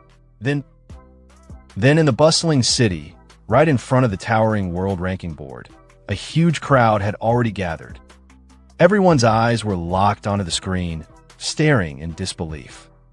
And right at that moment, someone shouted while pointing at the top of the rankings. Damn, he just shot up in levels again. He's now twice as far ahead as the second-ranked player. The world rankings were displayed brightly for everyone to see. World rankings. 1. Xiao. 2. Qingfeng Suizhu Honda. Seeing this ridiculous gap, another player shouted from the crowd, "If he's not hacking, I refuse to believe it." And right there, standing in the middle of the crowd, was the boy from the news earlier. His eyes were glued to the ranking board, his expression stiff as he muttered, "I thought leveling would slow down at higher levels so others could catch up. But instead, the gap just keeps growing." On the top, Xiao's name shined like a king standing above the world, while right below him sat the second-ranked player, Qingfeng Suizhu Honda, at only level 10. From beside the boy watching the ranking board, a blonde-haired guy turned to him and sighed, "We were never even in the same league, AS Night XIO.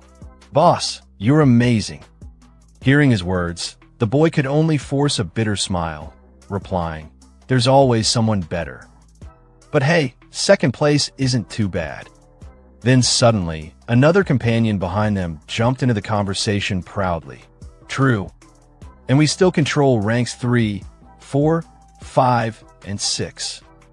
Meanwhile, far away in Novice Village now, 9527, Dragon's Nest, atop a rugged mountain, two colossal dragons stood facing each other. But these weren't ordinary dragons. They were holy judgment radiant dragons.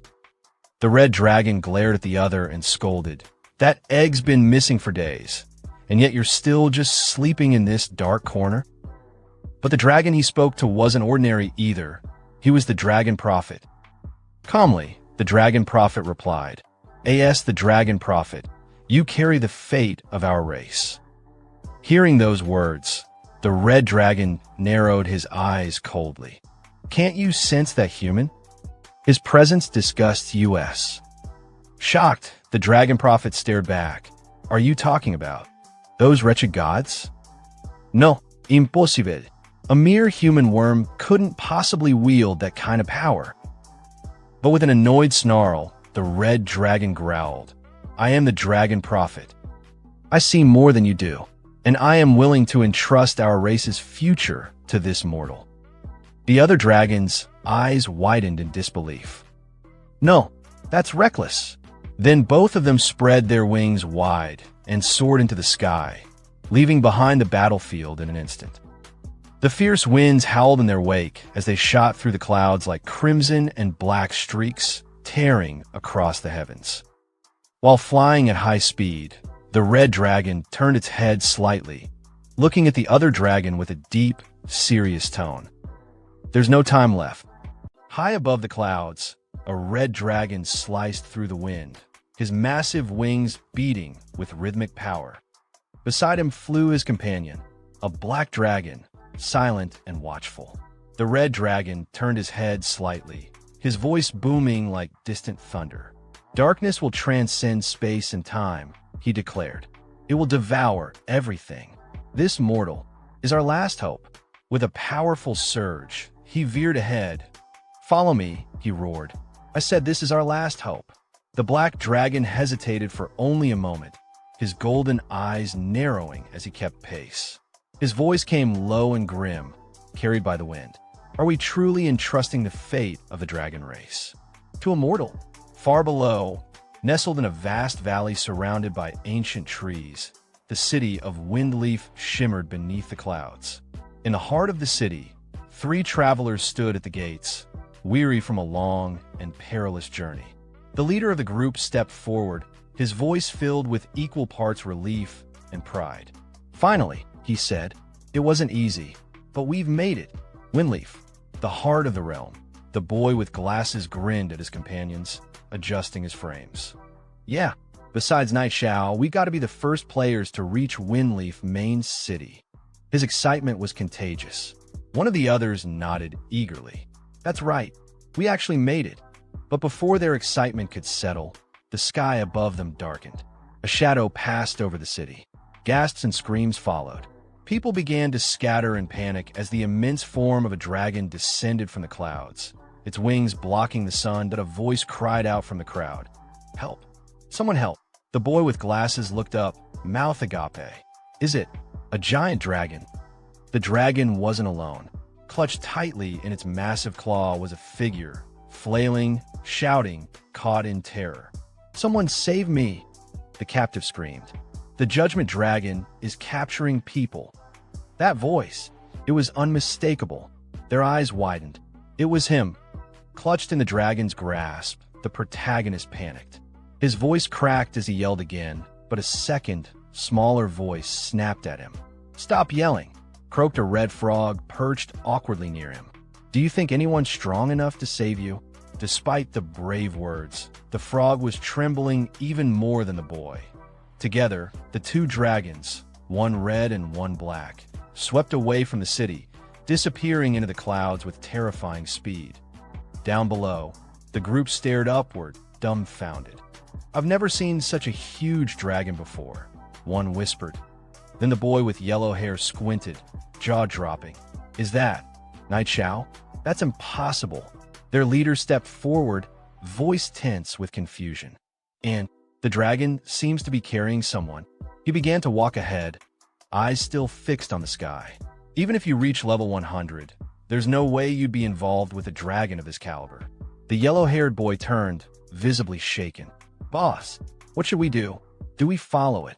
The leader didn't miss a beat. Follow what? That's the judgment dragon. One sneeze from it and we're all gone. Later, in the game's global chat, messages exploded across the screen. Breaking news, a dragon boss has appeared outside Windleaf City. An unlucky player was captured. Shocking. Top player Ching Feng Suiju hints the captured player might be Night God. Discussion thread. What does being caught by a dragon mean? Here's what ordinary players, leaderboard veterans, and top-ranked guilds are saying. Back in Windleaf, on a busy street corner, a man nearly dropped his drink. Did you hear? Knight Xiao was caught by two dragons. Another man choked on his food. What? Really? I haven't even seen a dragon yet. A third piped in from the next table over. So, Night Gods already dealing with dragons? No wonder his level's so high. The dragons are power leveling him. That's some crazy grinding speed. And from a few steps away, another voice added bitterly, I'm so jealous. If I had that kind of treatment, I'd be level 30 by now too.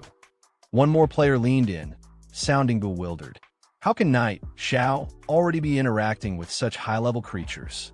Elsewhere, far from the city, deep in the mist-shrouded mountains, a solemn wind whispered through an ancient, crumbling dragon cemetery. Towering stones, each etched with runes of old, circled a glowing platform at the center. There, the captured protagonist now stood, placed at the heart of a glowing summoning circle. Before him, the two dragons loomed like gods, silent and unreadable. The mountains held their breath. Something was about to begin. The protagonist looked at the two dragons in front of him, his brows furrowing as unease crept in. Why do these two dragons look so familiar? He asked aloud. From the side, the red frog tilted his head with a smirk. Duh, did you forget the good deeds you've done? He said, clearly enjoying himself. I told you not to mess with dragons. A bead of sweat slid down the protagonist's face. He turned to the dragons again, eyes widening as memories hit him like a brick. We're done for, he thought. One had its eggs stolen by me, and the other had its home looted. Things aren't looking good. Just then, the black dragon stepped forward, towering and calm, his deep voice resonating through the chamber. Mortal, he said, are you not afraid? The protagonist straightened his back, forcing a false sense of courage into his voice. Kill me or flay me. Do as you wish. But inside, panic churned in his chest. Afraid? Who wouldn't be afraid? Anyone who says otherwise is a fool. He thought bitterly. The red dragon moved next, stepping closer with a gentler expression. His voice, though powerful, was less threatening. Mortal, you need not fear, he said. The dragon egg you took is the last hope of our race. Bringing you here is to bestow upon you a great opportunity. The protagonist blinked in surprise, confused. You mean, Little Gray? At those words, the black dragon's eyes flared. Little Gray? Outrageous, he roared. How dare you give such a disgraceful name to a dragon? The protagonist instinctively took a step back, startled. Huh, it's disgraceful? But Little Gray really likes the name, though. The red dragon turned toward his companion. There's not much time, he said firmly. Let's get down to business. The black dragon let out a breath, calming himself before giving a short nod. All right, both dragons began to ascend, their wings spreading wide as they lifted into the air above the temple chamber. The red dragon raised his voice first. In the name of the dragon god. The black dragon followed with a deep, commanding tone. In the name of the dragon god. Watching from below, the protagonist's eyes widened as he stared into the sky above them. Sweat slid down his face. What are you going to do to me? He stammered. I was just joking earlier. Just let me live. I'll do whatever you want. From below the altar, the red frog nervously chimed in, clearly trying to distance himself from the situation. I don't even know him that well. The dragon egg theft really had nothing to do with me. Suddenly, one of the massive dragon statues lining the temple walls stirred. Its ancient eyes slowly began to glow, reacting to the dragon's combined aura. A deep hum filled the air as a pulse of power rippled through the temple. Something was awakening. The two dragons hovered above, their wings spread wide, their eyes locked on the altar below. Then, in perfect unison, they roared, bestowal of the blessing of the dragon clan. As their voices echoed through the ancient dragon temple, a brilliant yellow light shot down from the mouth of the dragon god statue overhead, piercing the air like a divine spear. It struck the protagonist directly, engulfing him in radiant energy. The dragon spoke again, their voices even louder. Receive a part of the dragon god's power. In an instant, the protagonist's entire body was enveloped in a storm of pure dragon energy. His breath caught, his vision shook. Every inch of him screamed with intensity. Far away from the dragon temple, across the world, a new notification appeared before the eyes of every player logged in the game. Doomsday Forum. System in today's news. Xiao Nation continues to dominate, occupying the top 100 of the level rankings. Storm brews again. The second spot on the leaderboard has changed.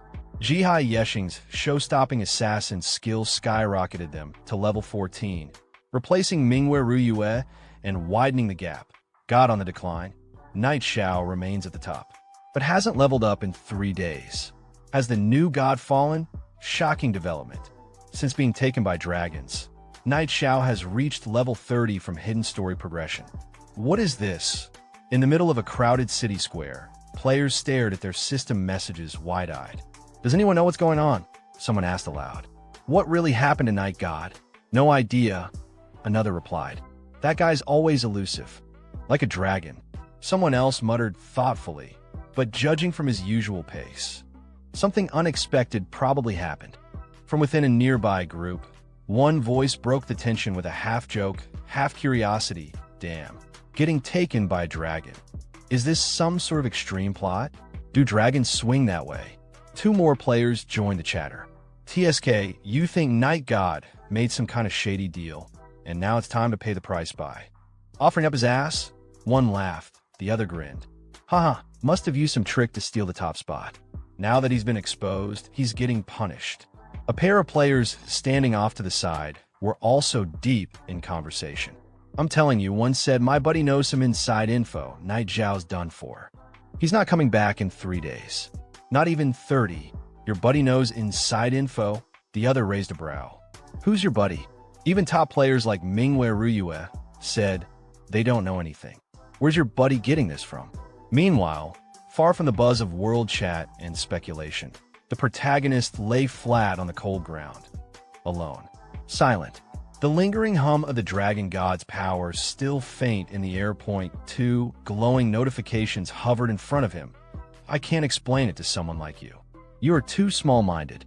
Ever heard of hidden experts among commoners? Those top-tier players? Nothing but crap. Look at the gap. Then came another ding. Congratulations, you've received the blessing of the dragon god. Become stronger. The protagonist groaned and clutched his head. Ugh, my head hurts. As the golden glow from the dragon god's blessing faded, silence returned to the ancient mountaintop. The wind rustled through the grass, carrying with it the scent of something old and powerful.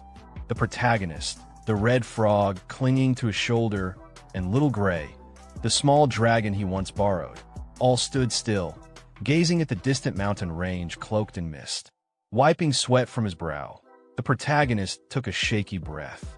"Where is this place?" he asked, eyes scanning the unfamiliar terrain. "This looks like a level 40 area." The red frog gave a small sigh. "Those two dragons are gone." Before the protagonist could reply, a sudden wave of system notifications burst into view in front of him, crowding his vision. Class: God of Fortune, innate talent. Endless Fortune, LV1 innate talent. Stingy beyond compare, LV1 innate talent. Great Fortune, LV1 innate talent. Unmatched Charm, LV1 innate talent. Power of the God of Fortune, LV1. Staring at the flashy new titles, the protagonist muttered as he tapped through the panels. The Dragon God's Blessing. After all that trouble, I don't feel much of a change in my attributes. He narrowed his eyes. Maybe it's in the skills? Doesn't seem like much change either. But then, something on the screen caught his eye. "Wait a sec," he shouted. "Looks like I got a new skill. Money Shield? Skill. Money Shield, 100 gold coins can be converted to 1 shield point. Current balance, 1.81 billion gold coins." The protagonist's jaw dropped. Holy crap, is this skill for real?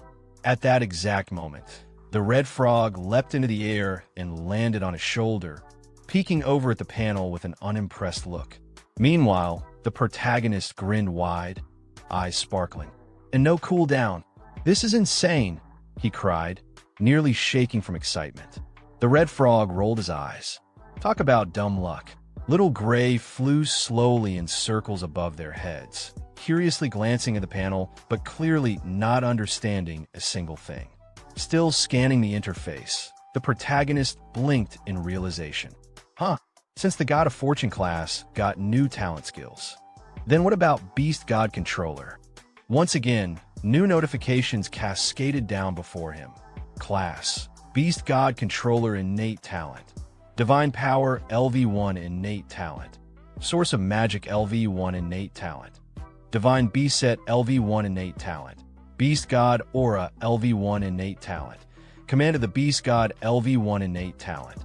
Infinite Beast Mastery LV1. As the Beast God Controller, you have grasped the true essence of beast taming. There is no limit to your number of beasts. The protagonist's eyes widened in disbelief. Holy, infinite beast taming? No limit on the number of beasts. He slowly lifted a hand, staring at it, feeling the pulse of new power flowing through his veins. A grin crept across his face, full of confidence and awe. "Even royal beastmasters only get 3 core pets," he muttered. "And this punk has no limits." The red frog, still on his shoulder, let out a long, defeated sigh. Damn. The protagonist glanced at him, still smiling like a man who just hit the jackpot. "Is all this real?" he whispered. "Am I dreaming?" Kneeling on the grassy hilltop, the protagonist pressed his palms together, his voice full of reverence and barely restrained excitement. "Almighty dragon gods," he began, bowing deeply. "From now on, this little brother is following your lead. I'll burn incense for you, for the elder dragon gods, and thank your ancestors and sisters for 8 generations." He trembled with joy, grinning from ear to ear. "This is just too awesome." Time passed. Now standing at the massive gates of the level 30 trial hall, the atmosphere shifted to something more serious.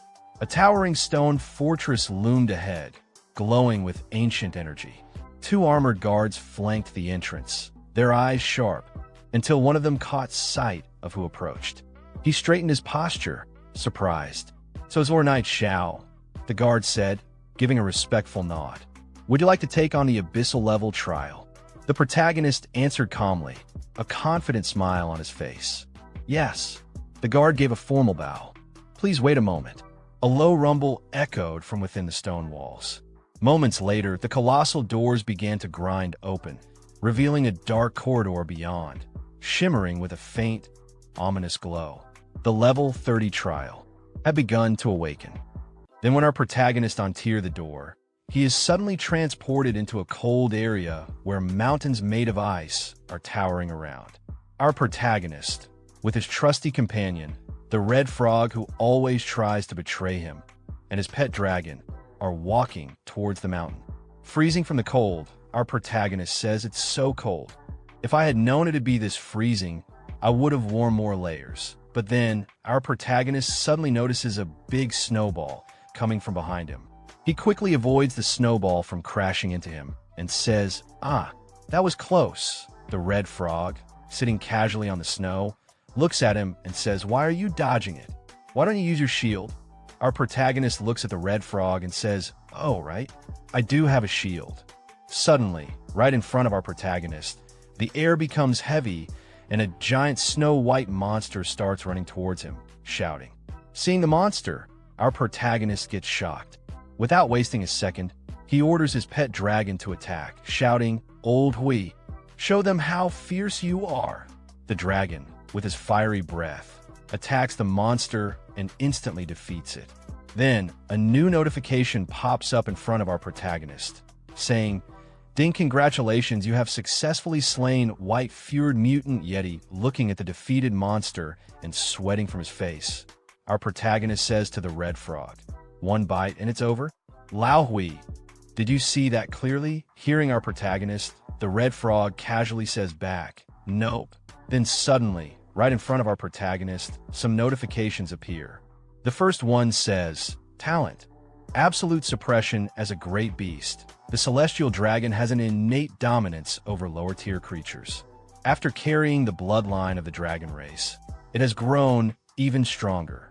Plus 30% damage to mythical creatures, plus 50% damage to non-mythical creatures. Receive minus 50% damage from all sources." Then the second notification pops up, saying, "Nickname, Old Hui type. Celestial dragon, mythical grade level.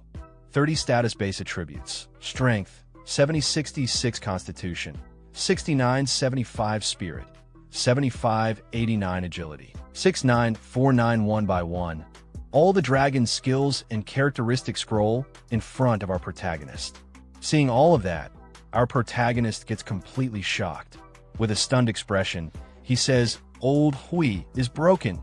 But then, suddenly, out of nowhere, a huge number of monsters appear and start rushing towards our protagonist. Seeing them, our protagonist shouts, "Why are there so many monsters all of a sudden?" As the monsters charge, the pet dragon, filled with excitement, lets out a mighty roar. Seeing this, with panic in his eyes, our protagonist yells, "Old Hui, now's your chance to go wild. Go kill, kill, kill." Hearing his words, the dragon immediately starts attacking the monsters with his fire breath. Then, half an hour later, after defeating all the monsters, our protagonist looks at the pile of dead creatures in front of him. A new notification pops up. "Ding, congratulations, you have successfully slain Seeker of the Abyss, King Tier."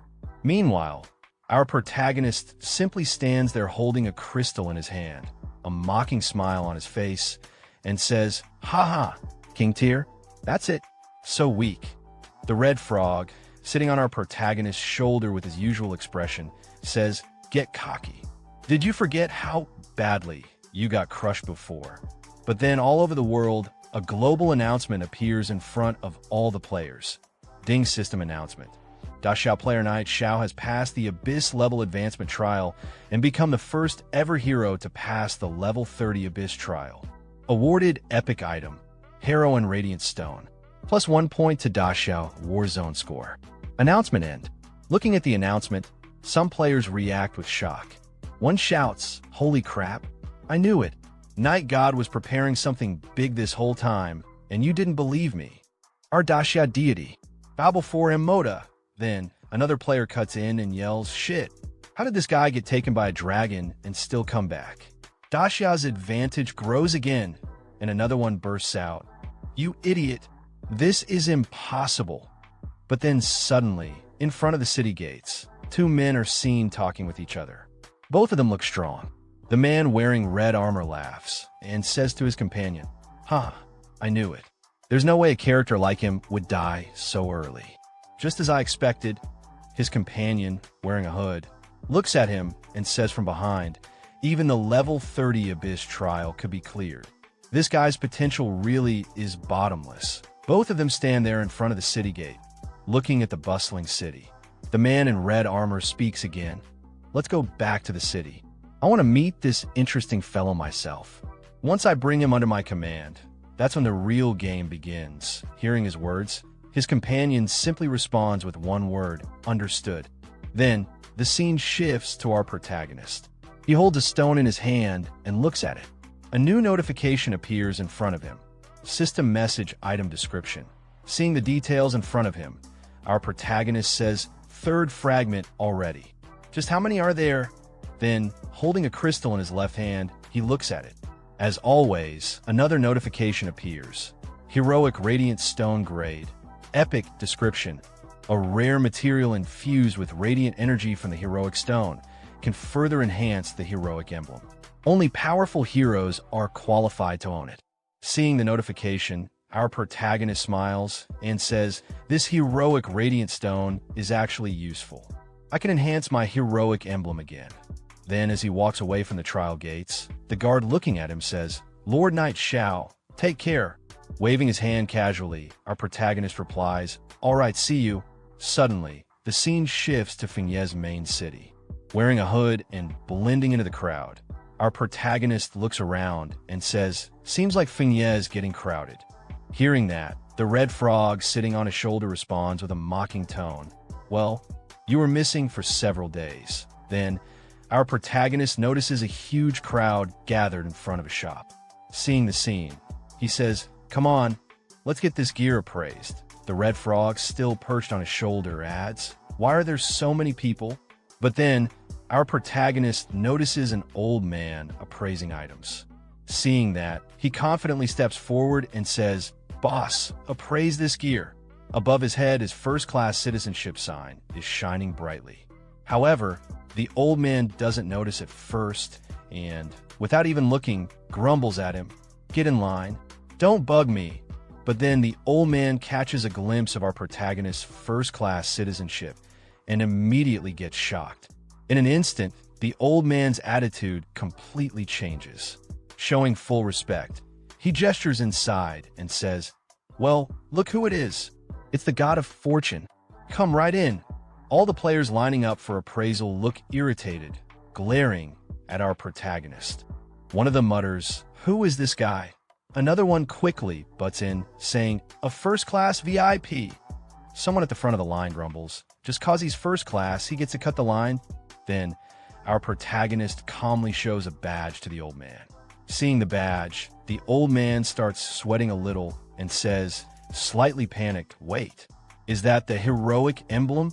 Hearing the old man's words, our protagonist casually says, help me enhance this first. The old man quickly gets to work, mumbling nervously, all right, enhancing now. This thing's so valuable. Tighten up. I'm ruined. Outside the shop, the crowd peeks in, watching the scene unfold. One person says, what a good item. Another one scoffs, doesn't look like much. Just a shabby emblem. Ignoring all the background chatter, the old man focuses entirely on enhancing the item. Then suddenly, a bright yellow light bursts out from the item, and a notification appears. Heroic emblem. Legendary grade description. Proof of a hero. Only those who pass the hell level trial are worthy. Ultimate honor of the Empire. After 2 equipment merges, it becomes even more powerful. Plus 100 base attributes, plus 5% all attribute resistance, plus 3 charisma, heroine power passive. Triggers when HP drops below 30%, granting plus 10% strength and plus 10% spirit. Seeing all that, the people inside the store are stunned. One of them gasps, that's legendary grade equipment. Everyone starts covering their eyes from the blinding light and shouts, my eyes, too bright. Meanwhile, our protagonist, holding the badge in his hand, looks unimpressed and mutters, another legendary item. Doesn't seem like a big upgrade though. From outside the door, some people notice him and whisper, the guy. Could he be the famous knight Xiao? Another one quickly adds, It must be. No wonder he could do an abyss-level trial. Then suddenly, the entire crowd waiting outside the store rushes in one by one, shouting, "Lord Knight Xiao, can I add you as a friend? Boss, carry me please. Fan for life. Super hot, like a school beauty tier. I can hook you two up. Name your price. Big bro. I'm your long-lost brother-in-law. My sister's wearing black stockings today. Add me, and I'll send you pics. If you don't like it, I'll wear them myself." The old man, panicking, tries to calm the chaos, shouting, "Everyone calm down. Don't disrupt the store's business." Meanwhile, our protagonist, holding a red dagger he picked up from the shop, sighs and says, "Staying low-key is so hard." Then he turns to the old man and says, "Boss, help me appraise these other items too." Hearing that, the old man looks at him and quickly responds, "Sure thing. Satisfaction guaranteed." From outside the door, the crowd watches excitedly. One of them exclaims, "Holy crap, they're all dark gold gear." Another one says, "My poor heart can't take this." Someone else, full of excitement, adds, "Boss, you probably won't use all that, right? Want to sell a few pieces?" Another man, practically begging, says, "Master, my dad owns 3 publicly traded companies. Money's no issue. Just sell me 1 or 2 pieces, I beg you." At that moment, the world chat exploded. Damn it, the great Yi Xiao has appeared in Fiancée City. Everything he just identified was dark gold rank. Every single piece. Everyone get over here. Worship the Grandmaster. Bring offerings. Offer your younger sisters if you have to. Is that info reliable, bro? Last time you said Yi Xiao showed up, I rushed over like a mad dog, and it turned out to be a fake. I nearly had a stroke from the rage. More real than pure gold.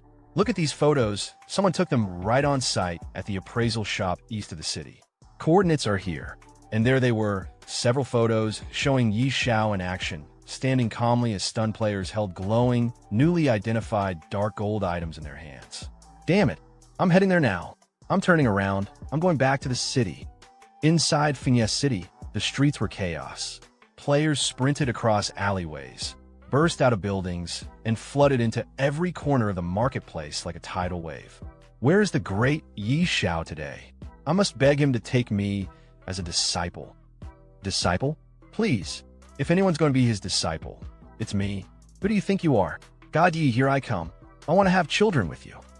The world paused, and I really hope that one came from a pretty girl. Otherwise, we might be looking at the start of another catastrophe. Sometime later, Yi Xiao was seen crouching in the shadows behind a cluster of old merchant stalls, hood pulled low over his head. From his hiding spot, he peeked out cautiously at the chaotic city streets, still buzzing with activity. "Ugh, looks like no one followed me," he muttered, letting out a long sigh. What now? Being the center of attention all the time is exhausting. But just as he was about to relax, a voice spoke behind him. "Are you Yi Xiao?" Yi Xiao froze. Slowly, without lifting his hood, he turned his head slightly, eyeing the stranger from beneath the brim. "And what do you want?" The man wasn't alone. Behind him stood a group, well-dressed, confident, and clearly used to getting what they wanted. The air around them was thick with self-importance. "Don't get the wrong idea," the man said, hands raised casually. "We don't mean any harm. We just came to talk business with you." Yi Xiao stepped forward slowly, his presence shifting in an instant. He looked the man dead in the eyes, a sly smirk curling on his lips. "A deal," he said, voice laced with mocking confidence. "You want to buy dark gold rank gear?" The man smiled back, clearly unfazed. "Yeah, something like that. Trust me, I can make you an offer you can't refuse." Yi Xiao laughed, low at first, then louder, until it echoed off the alley walls. "Haha, if you can pay hundreds of billions of gold coins for that dark gold gear, then I truly wouldn't be able to refuse." Hearing Yi Xiao's words, the man raised an eyebrow and let out a low chuckle, his expression dripping with mockery. "Hundreds of billions of gold coins?" he sneered. "Looks like your vision is still stuck inside the game." Yi Xiao's eyes narrowed slightly under his hood as he studied the man. His thoughts churned. And this guy, suddenly showing off more than I do? He didn't exist in my previous life, but that assassin behind him, he feels familiar. That tone, that presence. One of the top assassins for back then. Never joined any faction, always acted alone. He tilted his head, eyes sharp now. "So what are you trying to say?" The man smirked, stepping forward slightly as if addressing an equal or a potential subordinate. To be honest, seeing you dominate the rankings like that, I think you've got real potential. You're not ordinary.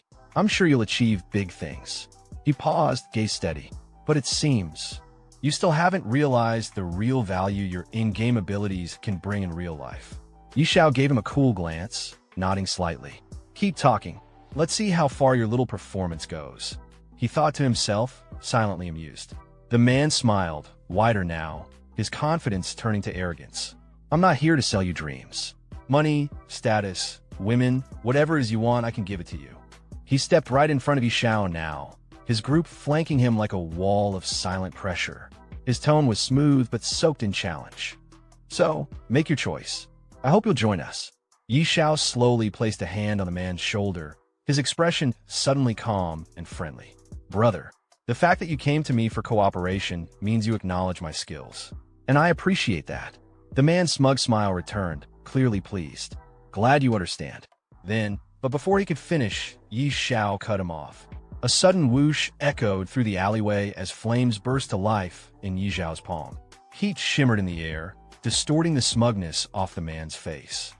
But, Xiao said coldly, for someone so young, that cocky attitude of yours? I don't like it. He leaned in slightly, fire curling up his arm. So I'll give you a manual respawn, just to calm you down a bit. The man's eyes widened. What? You dare attack me? One of his underlings stammered from behind. Careful. If you do anything here, this is the main city. Too late. Xiao moved like lightning. With a flick of his arm, the flames surged forward, engulfing the man in an instant. Screams were cut short as the fire consumed him, and a burst of golden light marked his forced logout. Silence followed. Idiot, Xiao muttered, brushing off his hand. You talk too much. Gasps erupted from nearby players who had been watching from a distance. Word was already spreading. Did he really kill the young master? Is he crazy? That guy had a whole group with him. But before chaos could explode, one figure stepped forward from the crowd, the assassin who'd been lurking behind the group this whole time. Calm, dangerous, his eyes scanned the area with sharp precision. Don't move, the assassin said firmly, raising a hand. This is the main city. Killing is forbidden here. If this escalates, we won't be able to take responsibility for what happens next. The tension in the air grew thick. No one moved. All eyes were on Xiao. And Xiao, he just stood there, half smirking beneath his hood, flames still flickering faintly in his hand, utterly unfazed. Xiao slid his hand into his pocket and turned away, walking off without sparing them another glance. The money and gear on the ground, he said coolly. Consider it your compensation. His steps echoed as he walked further, leaving stunned silence behind. And with a last flat voice, don't follow him anymore. He has no future. The group stood frozen. One of them finally spoke, eyes locked on Xiao's retreating back. It's terrifying, killing someone in the main city. He's insane. But before anyone could respond, a sharp voice rang out behind them. Who's fighting here? How shameless! Everyone turned. One of the gang members paled. Sirens. It's the main city guard.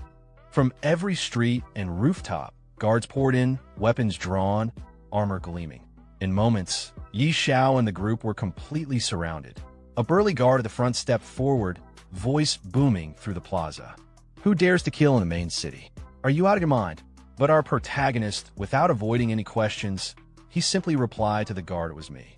Then another voice roared out, deep, gruff, and brimming with authority. The guard leader stepped forward, eyes locking onto Xiao with a scowl. You kill someone, and still stay this calm, he shouted. You've got some serious guts. The guard leader stared hard at Xiao. Then his expression twisted, not in anger, but in shock. His voice dropped into a sharp, almost panicked tone. Wait, is he a first-class citizen? The atmosphere shifted instantly. The guards, who had come charging in with righteous fury, suddenly stiffened. One of them stepped forward nervously, bowing slightly. There must be some misunderstanding here, he said, voice shaky with forced calm. Apologies for our recklessness. Dear sir, could you please tell us what happened? Just for the report. Xiao didn't even break stride. He lazily lifted his hand and pointed toward the still stunned group behind him. It's nothing serious, he said casually. Someone threatened me a little, so I cleaned him up. The guards' faces turned pale. What? A vagrant dared to verbally offend a first-class citizen. One of them exclaimed, his voice high with disbelief. The same guard bowed again, this time deeper, and spoke with utmost respect. Dear sir, the safety of the city is our duty. If anything like this happens again, please allow us to handle it. You shouldn't have to dirty your hands. Xiao waved it off with a tone that was equal parts indifferent and dismissive. It's fine. Just a small effort. The guards practically dropped to a bow. Thank you for your understanding, the lead guard said solemnly. If there's nothing else, we won't disturb you further. As Xiao walked off, the gang behind stood frozen in disbelief. One of them finally managed to whisper, staring blankly at his back. What? This kind of thing is possible. Meanwhile, the lead guard turned to his men and barked, "All right, disperse. Situation resolved. Return to your posts." Later, as the guards moved out, one of the younger ones leaned over to his captain, voice filled with confusion. "Boss, what happened? Why didn't we arrest him?" The leader didn't even look back. He just grunted and snapped. "You idiot. How many times have I told you?" His eyes narrowed as he watched Xiao vanish into the crowd. We guards need to pay attention to the details. The details. The guard captain leaned in close to his subordinate, voice low and urgent. "Didn't you see? That guy's a first-class citizen, and not just any. He's the very same young man the Duchess has been looking for." The younger guard blinked in confusion. "The Duchess?" "Yes," the captain hissed. "She's been losing sleep, try to find him. Word is, she's been tearing through the city looking for even a trace. Do you seriously think someone like him is the same as other first-class citizens?" He straightened, his eyes gleaming with ambition. "If we report this properly, we'll be promoted on the spot." "Got it." The younger guard finally caught on and nodded, eyes wide. "I see. No wonder you're the boss." Meanwhile, inside the Duke's mansion, in a richly decorated office lined with velvet drapes and polished wood, a noblewoman sat behind a large desk, her fingers tapping impatiently on the surface. Her eyes, sharp yet faintly anxious, stared at the empty space in front of her. "Good heavens," she murmured, brows furrowing. "Are you mocking me?" Her face flushed slightly, frustration showing through the composure. Her voice dropped into something almost vulnerable. Why are there still no updates on Xiao?" Just then, the door burst open. Madam. A maid came sprinting into the room, breathless. "We have news about Lord Xiao." The noblewoman instantly stood up, her chair scraping against the polished floor. "Really?" she said, eyes lighting up with barely contained joy. "Where is he now?" Cut to Resurrection Point, East District. 4 figures stood gathered beneath the dull glow of the respawn crystal. 2 of them were the same group who had previously approached Xiao with their offer. "I still can't believe it," one muttered. "He killed someone in the main city, and we just stood there." The group's leader crossed his arms, face grim but composed. "It was I who lost composure," he admitted. "He's already level 30. Naturally, none of you could stand against him." He glanced down, then smirked slightly. "I gave him the illusion that he could stand on equal footing with me. Let him have that moment. But soon," he looked up, eyes hardening, "I'll make him realize how foolish it was to challenge me." Turning to the assassin, he asked coldly, "You have stealth, don't you? Go back to the city. Retrieve the gear I dropped." The assassin gave a respectful nod. "Yes, young master." But just as he turned to leave, a voice echoed from above. "No need." Everyone froze. They looked up. Xiao stood atop a nearby rooftop, arms crossed, cloak fluttering in the wind. His eyes gleamed coldly as he looked down on them. "I didn't take your gear," he said flatly. "But from the look of it, it seems you won't be needing it anymore." All eyes turned upward. Xiao stood atop the building, a staff in his hand blazing with faint embers. The wind fluttered his cloak as his gaze bored down coldly at the group below. The group leader looked up, gritting his teeth. "This is the respawn zone, Xiao. Surveillance here is tighter than even the main city. What do you think you're doing? Are you insane?" Xiao ignored him. With a flick of his wrist, the staff ignited in his hand, flames licking the air. He narrowed his eyes and said, voice low and mocking, "If you don't remove the root, the grass grows back with a spring breeze." Before the group could react, whoosh, a torrent of fire engulfed the group leader. "Gaia!" The man didn't even get a scream fully before his body burned to ash. One of the group members staggered back in horror, his hand reaching instinctively for his sword. "You bastard!" But before he could draw it, Yi Xiao's cold voice rang out. "I suggest you don't move, or he won't be the only one to die." The man froze. Then Yi Xiao's flames surged again. His eyes glinted as he smiled. "Killing one or many makes no difference to me." The group leader's body reappeared at the respawn crystal, gasping from the respawn shock. But there was no relief in his eyes. His face twisted in panic, and he shouted at Yi Xiao, "What is the meaning of this? I'm warning you, don't take things too far. If something happens to me, not only you but your family, your friends, they'll all pay the price." Yi Xiao's response? Another wave of fire. "Boom! You're about to die again, and still you boast? That kind of threat means nothing to me." The man burned once more, his form vanishing into light. Crowds began to gather. Gasps and whispers spread like wildfire. "Look, it's Yi Xiao. Is he? He's killing someone at the respawn point. Killing in the respawn zone. He's lost it. He's insane." One of the gang members backed away, trembling. He stared at his leader's scorched remains and muttered, "Why, young master? Didn't respawn. He was forced to log out." Then boom, a new group of city guards arrived, their armor darker, bearing a crest of black flame. At their head stood a tall, broad-shouldered man with a cloak trimmed in gold and crimson. His voice thundered across the plaza. "Who dares cause bloodshed at the respawn point?" The crowd fell silent. The assassin among the group narrowed his eyes and looked between Yi Xiao and the new guards. He muttered under his breath, "The black-robed judge. Even Yi Xiao won't escape his judgment. Now, he's really in trouble." Yi Xiao narrowed his eyes, scanning the black-robed commander and the elite guards behind him. He could feel the difference in aura, sharp, overwhelming. TCH.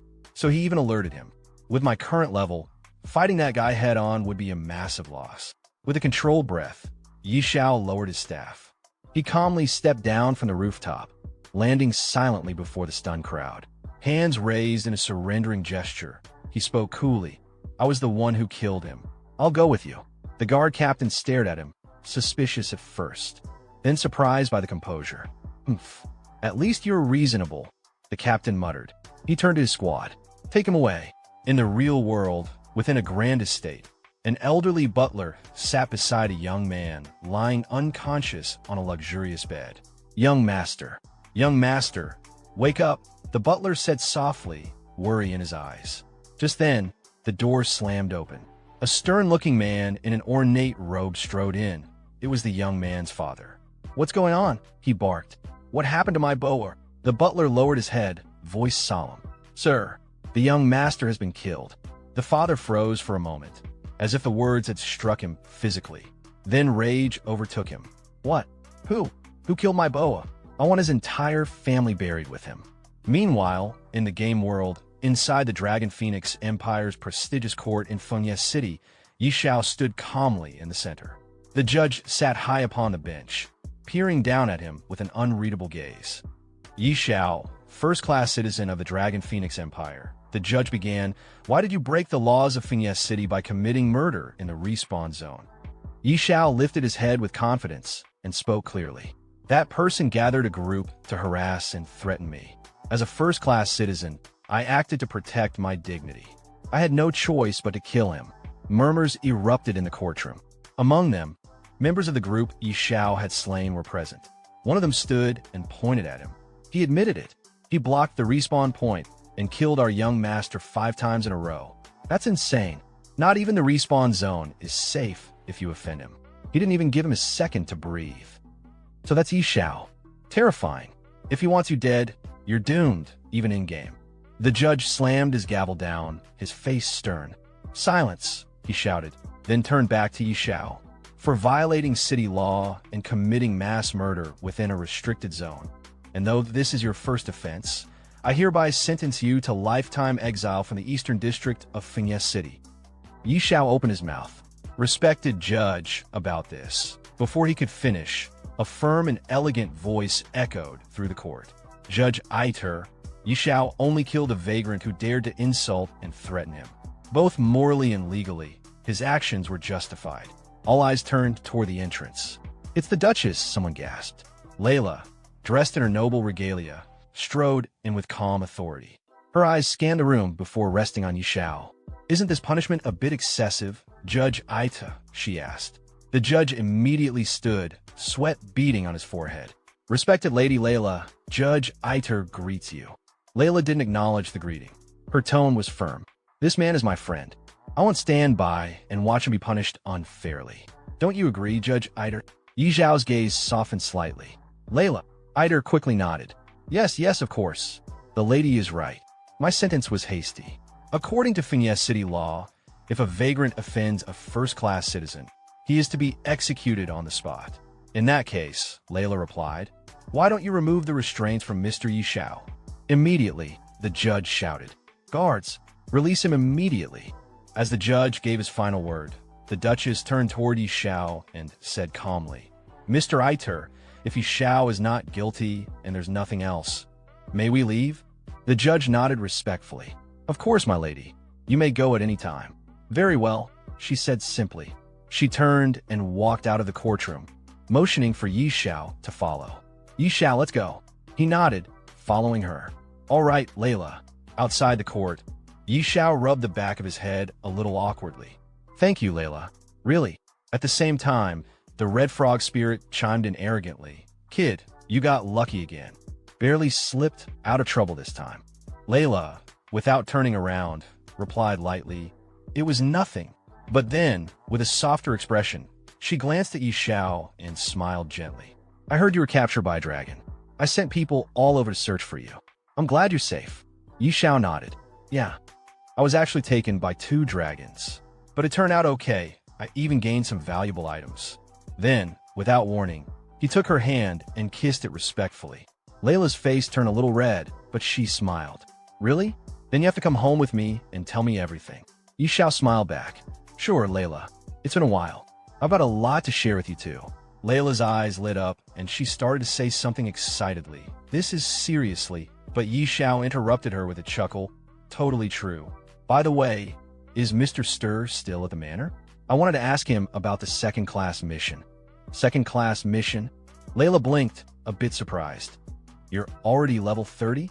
That's fast. Sometime later, in the main hall of the Duke's mansion, Yi Xiao and the esteemed lady stood before Mr. Stir. He looked at Yi Xiao confidently and said, wonder someone with enough spiritual power, 5 crystal orbs, level up so fast. I feel inferior. Yi Xiao replied respectfully. Master Stir, you are too humble. But about the second-class mission, I still need to consult you. Sweating slightly, Stir looked away and said, to be honest, when it comes to second-class missions for hidden professions, not just me, you could probably travel the entire continent and still not find a clear answer. The domain of the gods is far too mysterious. Another man nearby turned to the lady. She asked, so what do we do? Does that mean Yi Xiao won't be able to obtain his second-class mission? The man reassured her, don't worry, Layla. They say that to advance a hidden class to its second profession, you must gain the recognition of the gods. Yi Xiao thought for a moment, then said, if I am not mistaken, that referred to the Lost Temple. Mr. Stir looked surprised. Amazing. You actually know about the Lost Temple. Yi Xiao placed a hand under his chin thoughtfully. I have heard of it before, but I didn't know where it is. In his mind, he added, when it comes to mysterious places in Apocalypse, the Lost Temple is definitely among the top. Hearing his words, the lady's eyes lit up with admiration and excitement. You even know about the Lost Temple. Yi Xiao, you are really wise and knowledgeable. Behind her, Mr. Stir looked toward Yi Xiao and added, they say the Lost Temple appears randomly, like a mirage. 1 second, it's in front of you, and the next, it vanishes without a trace. Suddenly, a new system notification appeared in front of Yi Xiao. Ding. You have accepted the class quest. Search for the Lost Temple. The red frog sitting on Yi Xiao's shoulder spoke in an arrogant tone. Such a mysterious place. Your second advancement will be tough. But Yi Xiao looked only at the system notification and said, looks like the matter of the second class needs to be planned carefully. Later, as Yi Xiao stepped out of the mansion, the lady waved at him and said, Yi Xiao, when you are done, come find me. Yi Xiao waved back. All right, Layla.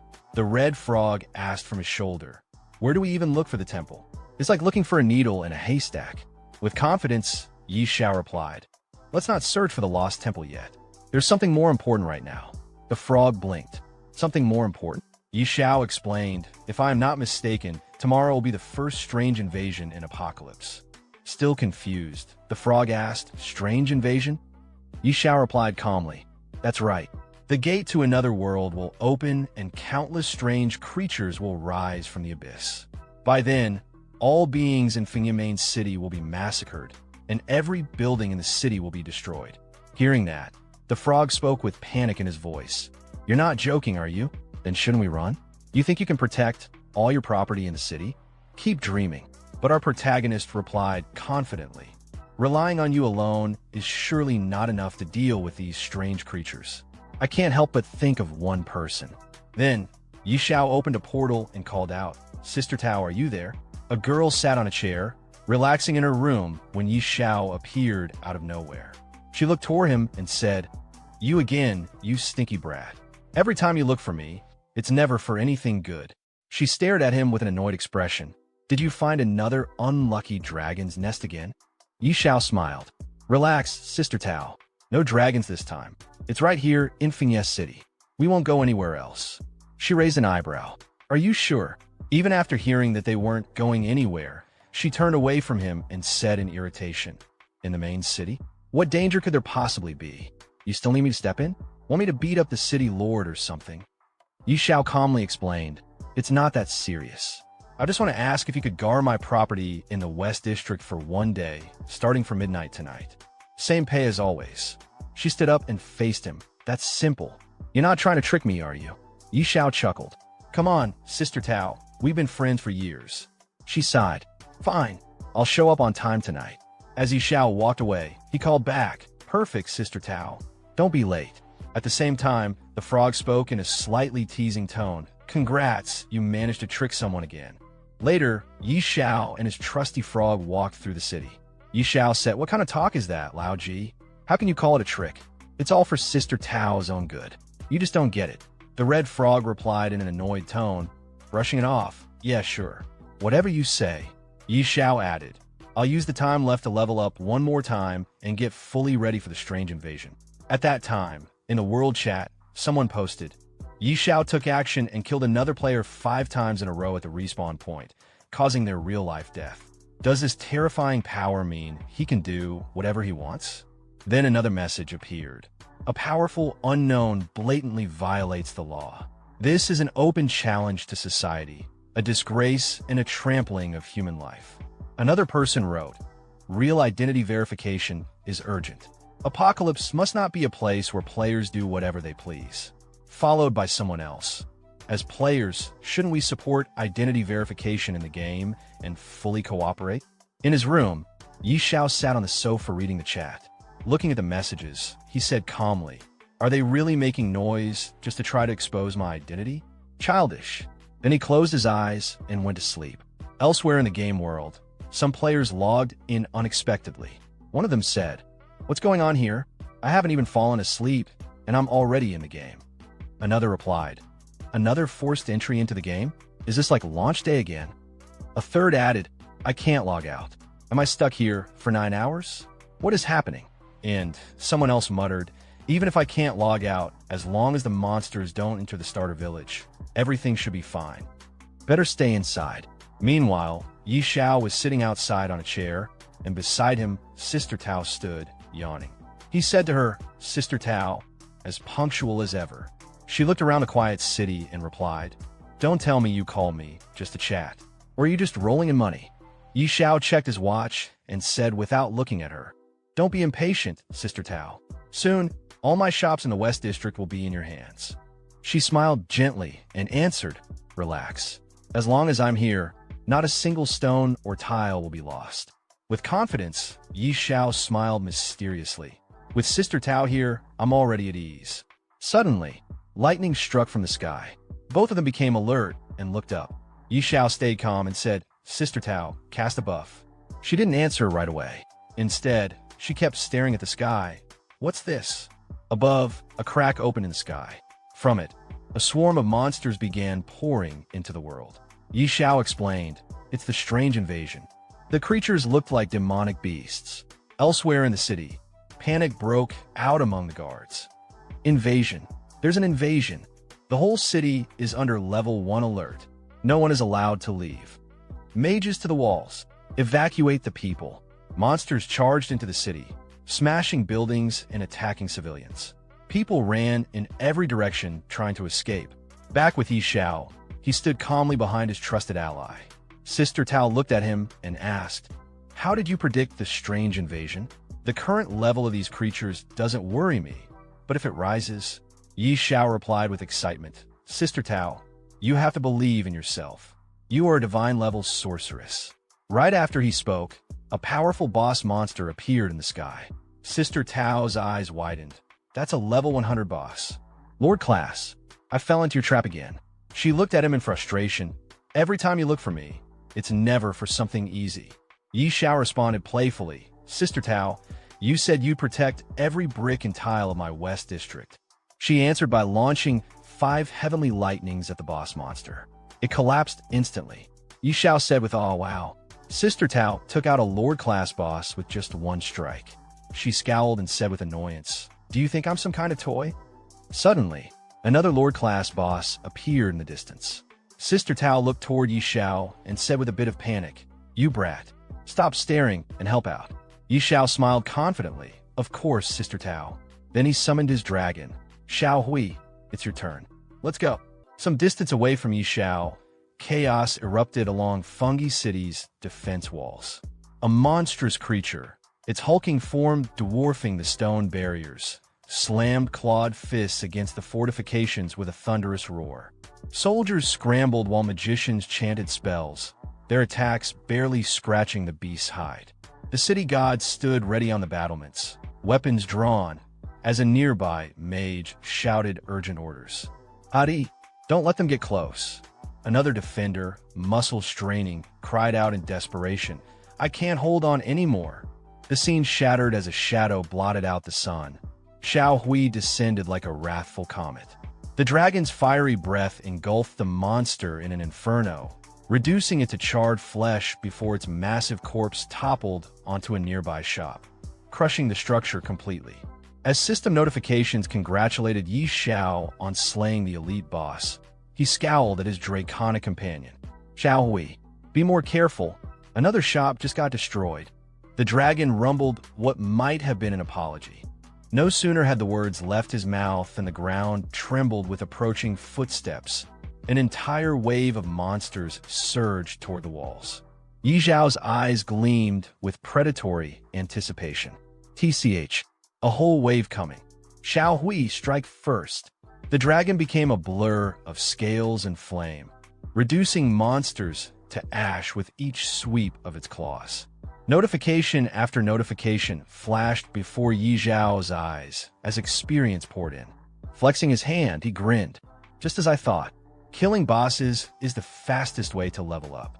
From his perch on a rooftop, Xiao called out to Sister Tao amidst the battle below. "Sister Tao, I'm counting on you to defend the West District.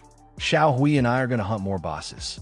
The woman spun toward him, face contorted in exasperation as she bisected a monster mid-turn. "You brat, do you think I have 3 heads and 6 arms? I don't care. You better pay me more." Xiao's chuckle carried over the din of battle. "No problem." Some distance away, Xiao and his dragon continued their boss hunt across the war-torn battlefield. As another monster fell to Xiao Hui's flames, a gleaming item dropped at Xiao's feet. He picked it up, turning the ring in his fingers as a system notification popped up. A satisfied grin spread across his face. "Not bad at all," he murmured, pocketing the rare loot. With a casual wave toward the smoking battlefield ahead, he called out, "Xiao Hui, let's go find more bosses." The dragon let out an eager roar, its wings beating powerfully as it soared toward the next cluster of monsters, leaving scorched earth in its wake. Beyond the city walls, pandemonium reigned as civilians fled through monster-infested streets. "Run! Oh no, I don't want to die!" screamed one man as claws tore through his companions. A young girl collapsed, prompting a bloodied swordsman to turn back in horror. "Little sister, wake up! How am I supposed to live without you?" Nearby, Another survivor raised his weapon with desperate resolve. Damn monsters! If I have to, I'll take you down with me. A shield-bearing warrior intercepted a killing blow meant for the group, the impact rattling his bones. Boss, I can't hold on any longer.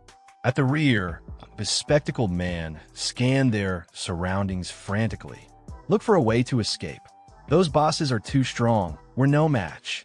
The shield-bearer glanced back at his trembling comrades, voice raw with urgency. Boss, go. Hurry up. Take Xiao and the others. I can only distract it for 5 seconds. The monster's next strike sent him flying, but even as he tumbled across the dirt, his final shout followed his fleeing friends. Boss, go. Don't worry about me. The glass-wearing man and his team stood frozen, watching in horror as their comrade Storm crumpled to the ground. Storm, are you okay? Storm, wake up! They cried out, their voices cracking with panic. The bespectacled leader stared at the advancing monster with widening eyes, his breath coming in short gasps. His remaining friends scrambled to drag their fallen defender to safety, but the creature was already upon them, its maw gaping wide for the killing strike. There's no hope, the leader whispered, his glasses reflecting the monster's glistening fangs. One of his teammates grabbed his arm desperately. Are we all going to die here?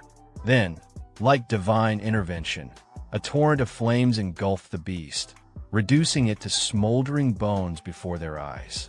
The sudden heat made them stagger back as the monster's corpse collapsed at their feet. The bespectacled man stared dumbfounded at the charred remains. Wow! The boss was defeated in a single strike. His gaze shot upward, where a gleaming green dragon circled overhead, its wings casting ominous shadows across the battlefield. Sweat trickled down the leader's face as he muttered, "Looks like a baby dragon." But his assumption shattered when a majestic creature unleashed a psychic pulse across the battlefield. Every monster in the vicinity turned as one, compelled by some unseen force to charge recklessly at the dragon. What followed wasn't a battle, it was a slaughter. Before the horde could even raise their claws, Xiao Hui's fiery breath turned them to ash, their dying screams cut short by the inferno. The group watched the carnage with awestruck expressions. This baby dragon is unbelievably strong, one member breathed. The shield-bearing warrior who'd nearly sacrificed himself earlier managed a weak smile, gazing at their draconic savior through bloodied vision. God, did you hear my prayer? Some distance away, Xiao waved dismissively at the scene. Come on, Xiao Hui. Looks like there are more bosses over there. His casual remark drew the group's attention to his presence. A girl suddenly pointed, her voice trembling with recognition. That's the great Xiao. The others whirled around, their exhaustion momentarily forgotten. It really is the great Xiao, they echoed in reverent tones. Their bespectacled leader scrambled forward. Xiao, wait. The renowned cultivator paused mid-step, turning with visible annoyance. You guys, what is it? Though his tone made it clear he wasn't interested in conversation, the group bowed deeply. Thank you for saving us just now, the leader said sincerely. Another member added with fervent respect. If you ever need anything, Grandmaster, we'll risk our lives to repay this debt. Yi Zhao's lips quirked in amusement. He gestured toward the city with a lazy flick of his wrist. The West District is relatively safer now. If you don't want to keep hunting bosses, you can head there. As the group murmured their thanks, the girl whispered dreamily to her companions. Yi Zhao is so cool. One of her friends chuckled. If I were a woman, I'd definitely have his children. She gave him a deadpan look. You're way too ugly for that. Their leader clapped his hands, snapping them out of their reverie. Okay, enough talking. Pick up the gear and items. We're heading to the West District. Meanwhile, Xiao was already moving toward the next cluster of monsters, watching as Xiao Hui reduced another wave to cinders. Killing these common monsters is just a waste of time, Xiao Hui, he remarked, though the dragon continued its relentless assault, bathing the battlefield in cleansing fire. Yi Zhao's gaze swept across the burning cityscape, flames licking at the night sky like hungry serpents. The acrid scent of smoke stung his nostrils as he tightened his grip on his weapon. "Come on, Xiao Hui," he muttered, his voice cutting through the chaos. "We should head to the city gates. That's the real battlefield of this strange invasion." The dragon gave a rumbling growl of agreement as they turned toward the heart of the inferno. The scene shifted to the smoke-choked streets where the rescued group staggered through the aftermath. The bespectacled leader wiped soot from his glasses, surveying the relatively intact West District. Just like the great Xiao said, "This area is much safer." But the girl beside him wasn't listening. Her wide eyes reflected the dancing flames as sweat traced lines through the grime on her face. "If it's safe here," she whispered, "then why is the great Xiao still fighting outside the city? Could he really be hunting bosses to level up?" Her question hung in the air as she suddenly stiffened, pointing toward a glowing board in the distance. "Look, Xiao leveled up again." The group turned as one, their leader's glasses nearly slipping off his nose when he saw the ranking display. At the very top, Yi Zhao's name blazed brighter than the surrounding fires, the numbers beside it now reading. "W what? 35? The leader stammered, mopping sweat from his brow. Just yesterday, he was level 31. How many bosses did this man slaughter to... A deafening roar from above cut him off mid-sentence. The group barely had time to look up before a meteorite streaked across the sky, its flaming tail painting the smoke crimson. It struck with earth-shaking force somewhere near the main gates, the impact tremor making them all stumble. "What in the..." the girl shrieked, bracing against a collapsing wall. Their leader's glasses reflected the growing fireball as he whispered hoarsely. That came from the direction of the main city gate. Through the billowing smoke, they could just make out the crater's outline. The meteorite had landed squarely amidst the city's central buildings, its ominous glow pulsing like a diseased heartbeat. Xiao stood tall at the main gate of Fengye's central city, his gaze locked onto the ruined landscape before him. The scorched buildings, shattered defenses, and trails of smoke told a single, brutal truth. What had occurred here wasn't a battle. It was a massacre. Just then, a monstrous pressure surged behind him. A massive skeletal figure emerged, towering over the wreckage, cloaked in dread. System alerts flashed, Skeleton King, level unknown. Xiao turned around, narrowing his eyes at the creature's presence. This wasn't just any enemy. He recognized it immediately, a level 100 Lord-class boss. And, judging by its aura, this wasn't going to be a fight he could handle solo. Some distance away, atop the city walls, chaos erupted. A city guard rushed toward a nobleman draped in a decorated mantle, Lord Eider. The guard's panic was evident. The main gate's wall was obliterated. The archer squads were collapsing, healers barely clinging to their roles. They were at their limit. In desperation, the guard pleaded for an order. Should they abandon the front lines? Lord Eider didn't hesitate. He turned to the guard, voice stern and unwavering. He ordered a retreat. The magician beside him acknowledged instantly. But the skies had other plans. A thunderclap tore through the heavens. Lightning cracked downward, illuminating the burning city below with divine fury. Lord Eider froze, eyes wide as he witnessed the energy descend. Sweat rolled down his temples, not from fear but from awe. And then, with a sudden shift in presence, realization dawned upon him. Reinforcements had arrived. Not just any reinforcements, a divine-level expert. His composure flipped into excitement. With renewed spirit, he called out to his warriors to rally. Hope sparked in the inferno. Meanwhile, back near the gate, Zhao's ally, Sister Tao, landed beside him, irritation written all over her face. She had clearly been summoned in a hurry, and the presence of the Lord-class monster explained why. She questioned Zhao's intent. Surely, he didn't plan on taking down that level 100 boss himself? Xiao met her gaze with a teasing grin. Of course he did, but he wasn't going to do it recklessly. He hinted at a plan, one that required her help to get close enough. Tao's expression twisted between disbelief and exasperation. Even she wouldn't dare challenge a creature of that caliber so directly. Yet Xiao, with unshakable confidence, simply smiled back his resolve unwavering. With a resigned sigh, Tao raised her hand and snapped her fingers. A vibrant blue glow wrapped around Xiao's body, surging him with power. She grumbled as she cast the buff, annoyed but supportive. Xiao looked at his hands, now crackling with energy, exactly what he needed. He then turned his eyes toward the Skeleton King. The battlefield was still thick with enemies. It wouldn't matter how strong he was if he couldn't reach the boss. He glanced back at Tao with a challenging look. Wasn't it her job as a divine sorceress to clear the way? Tao didn't even flinch. She lifted her staff and stepped forward. If he had the guts to fight a Lord-class monster head-on, she'd return the favor by blasting the path wide open. With a swift gesture, Sister Tao raised her staff high, and once again, lightning tore down from the heavens. She continued channeling the energy, eyes locked on the towering undead figure as the storm above intensified. Still holding the lightning in place, she turned her head slightly, signaling Xiao to move in.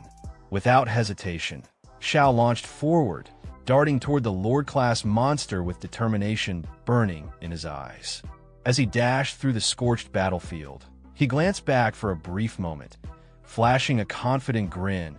Her support, as always, was unmatched.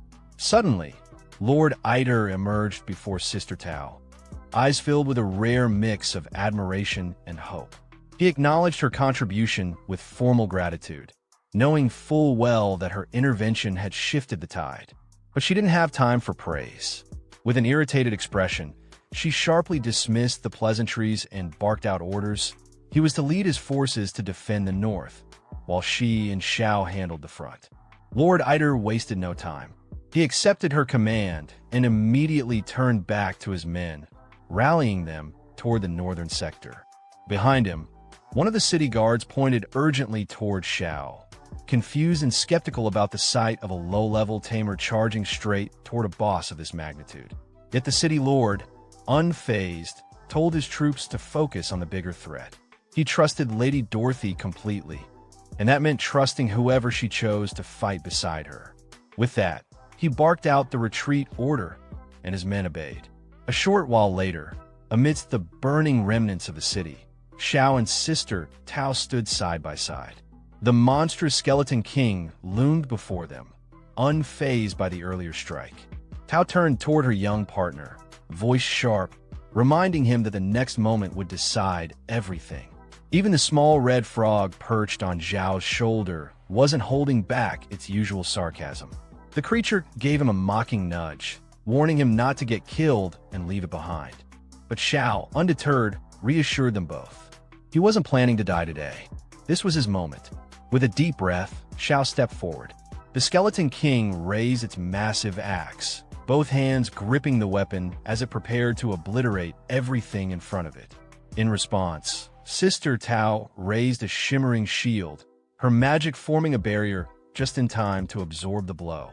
Sparks and light clashed violently as the weapon struck the magical defense, but she held firm, shouting in frustration at Xiao to move already. Xiao calmly reached into his inventory and pulled out an epic badge, the gleam of power reflecting in his eyes. With unwavering confidence, he raised it up. He was done waiting.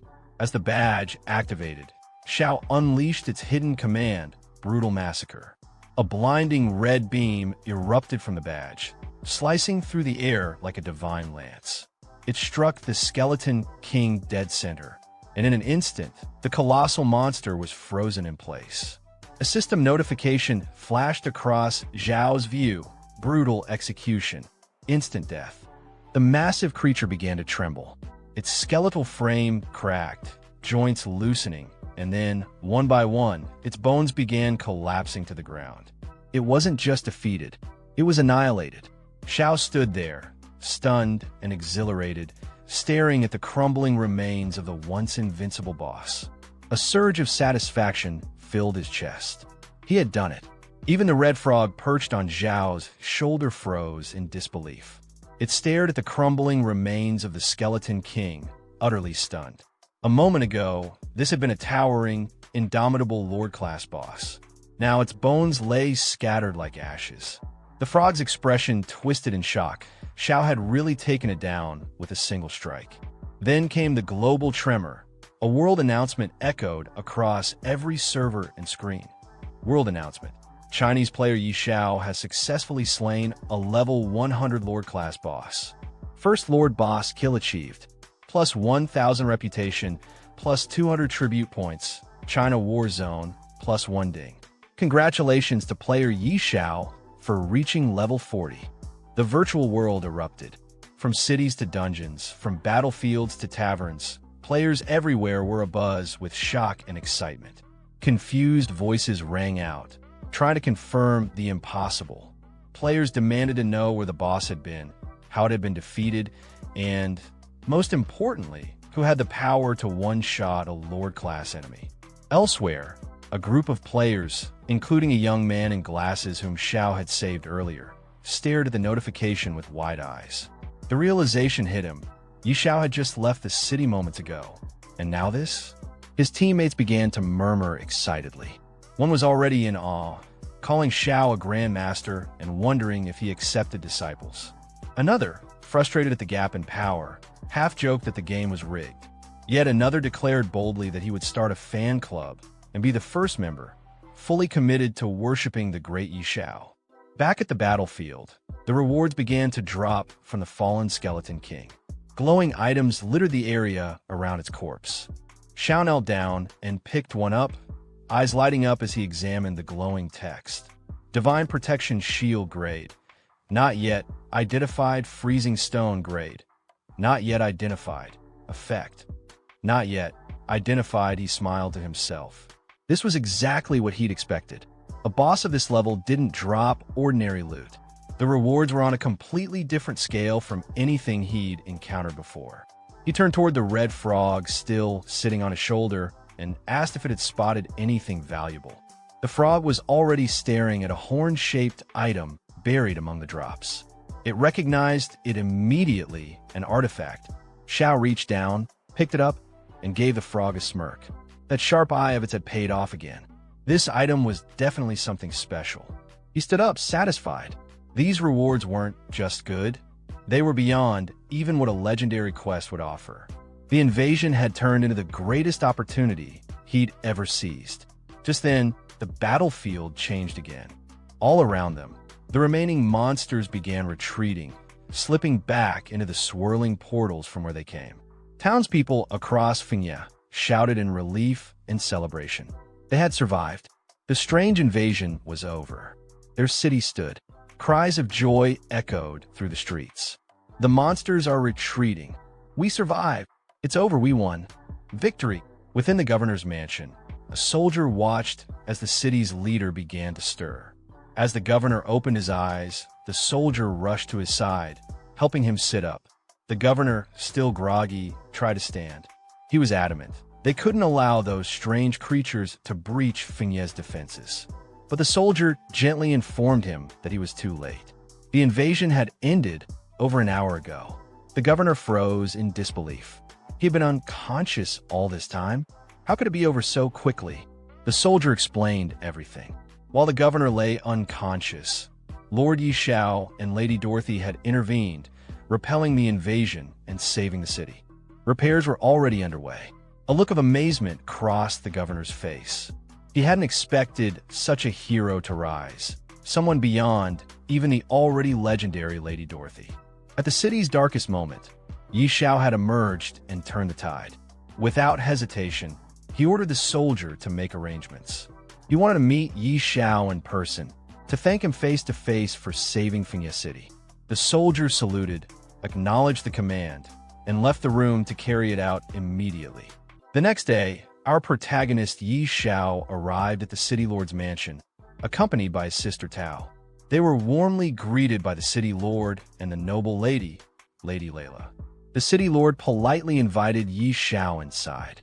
In response, Yi Xiao respectfully thanked him and stepped in. The city lord then extended his hand and, with genuine emotion, expressed his gratitude. He told Yi Xiao that if not for his brave efforts, Finya City might not have survived the recent disaster. On behalf of all its citizens, he offered his heartfelt thanks. Lady Layla added her praise as well, calling Yi Xiao's actions yet another miracle. Standing behind Yi Xiao, Sister Tao addressed the governor and Lady Layla with humility, saying they were being too kind. She clarified that it was Yi Xiao himself who personally defeated the powerful Lord-level enemy. At that moment, a notification appeared before Yi Xiao.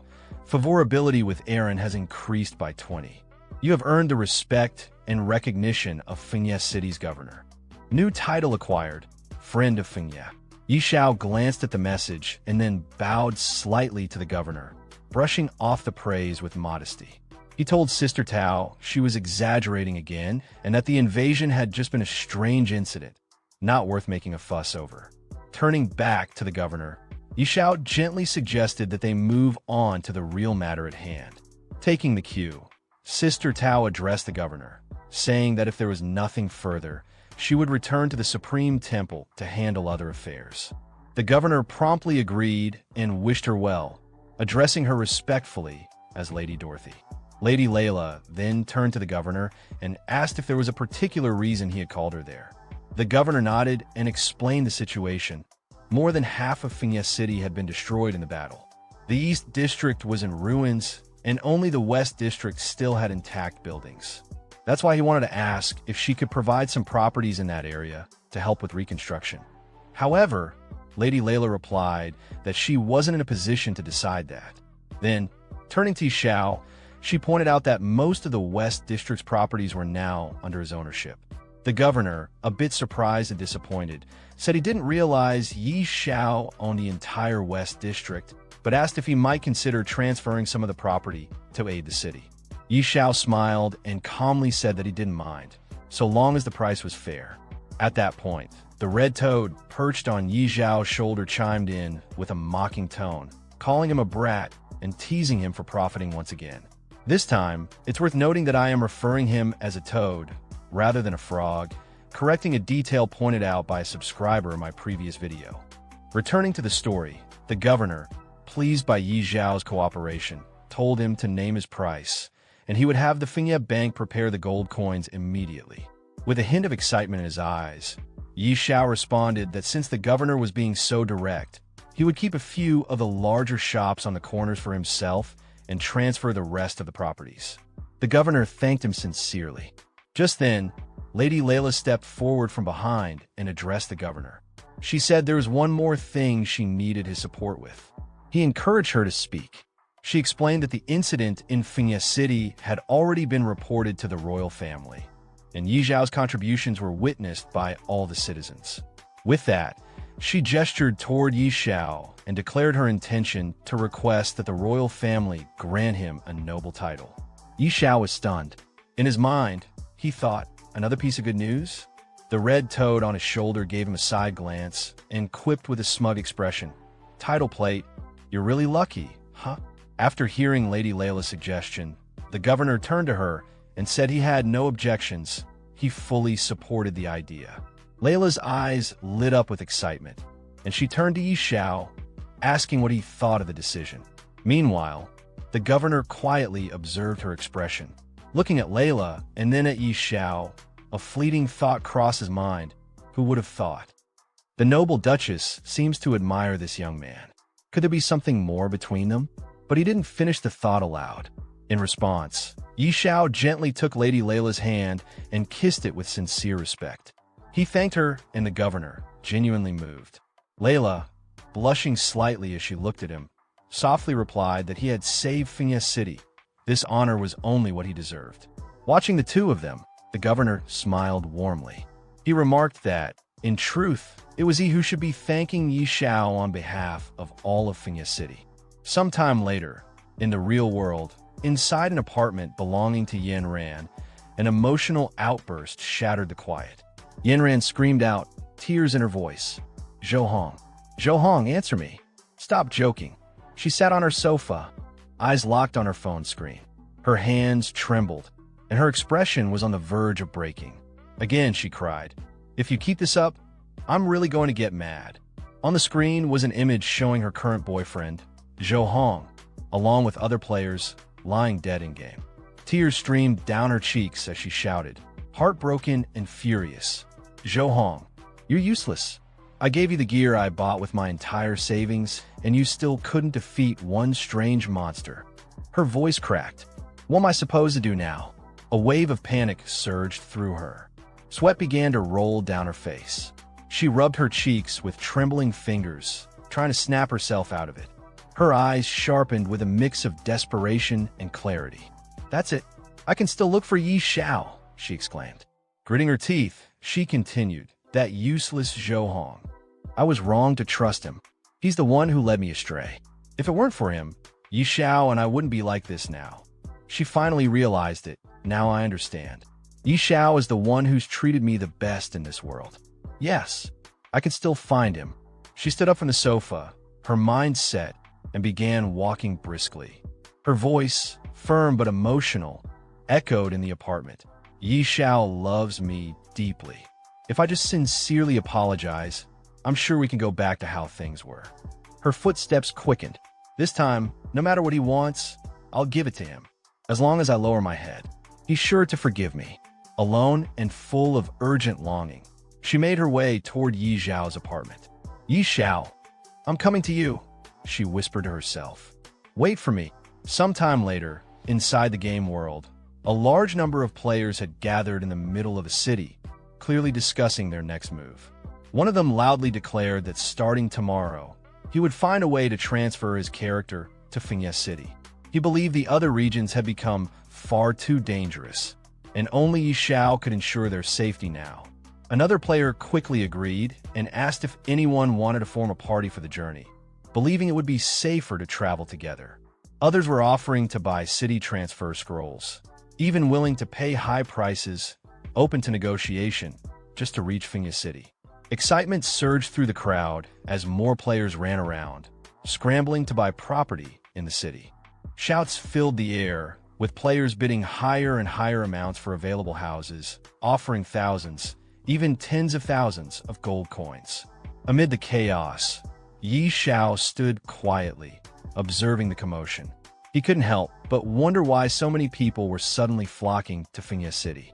It puzzled him, but instead of dwelling on it, he decided it wasn't the right time to take on new challenges.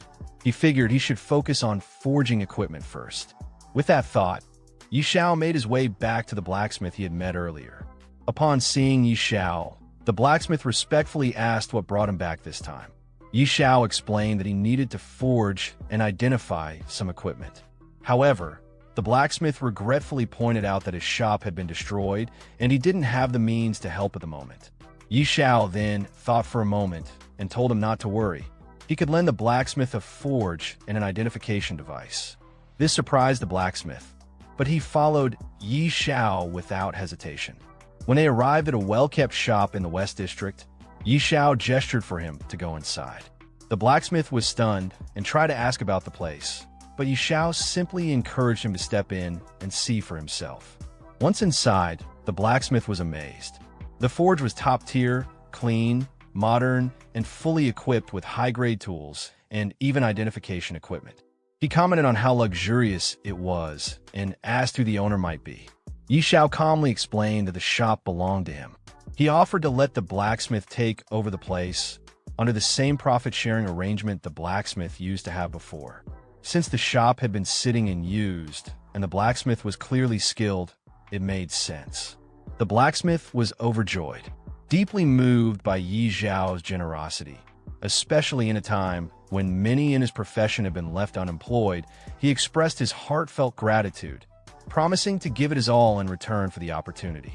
After settling the blacksmith into the new forge, Yi Xiao pulled out a mysterious item and held it out toward him.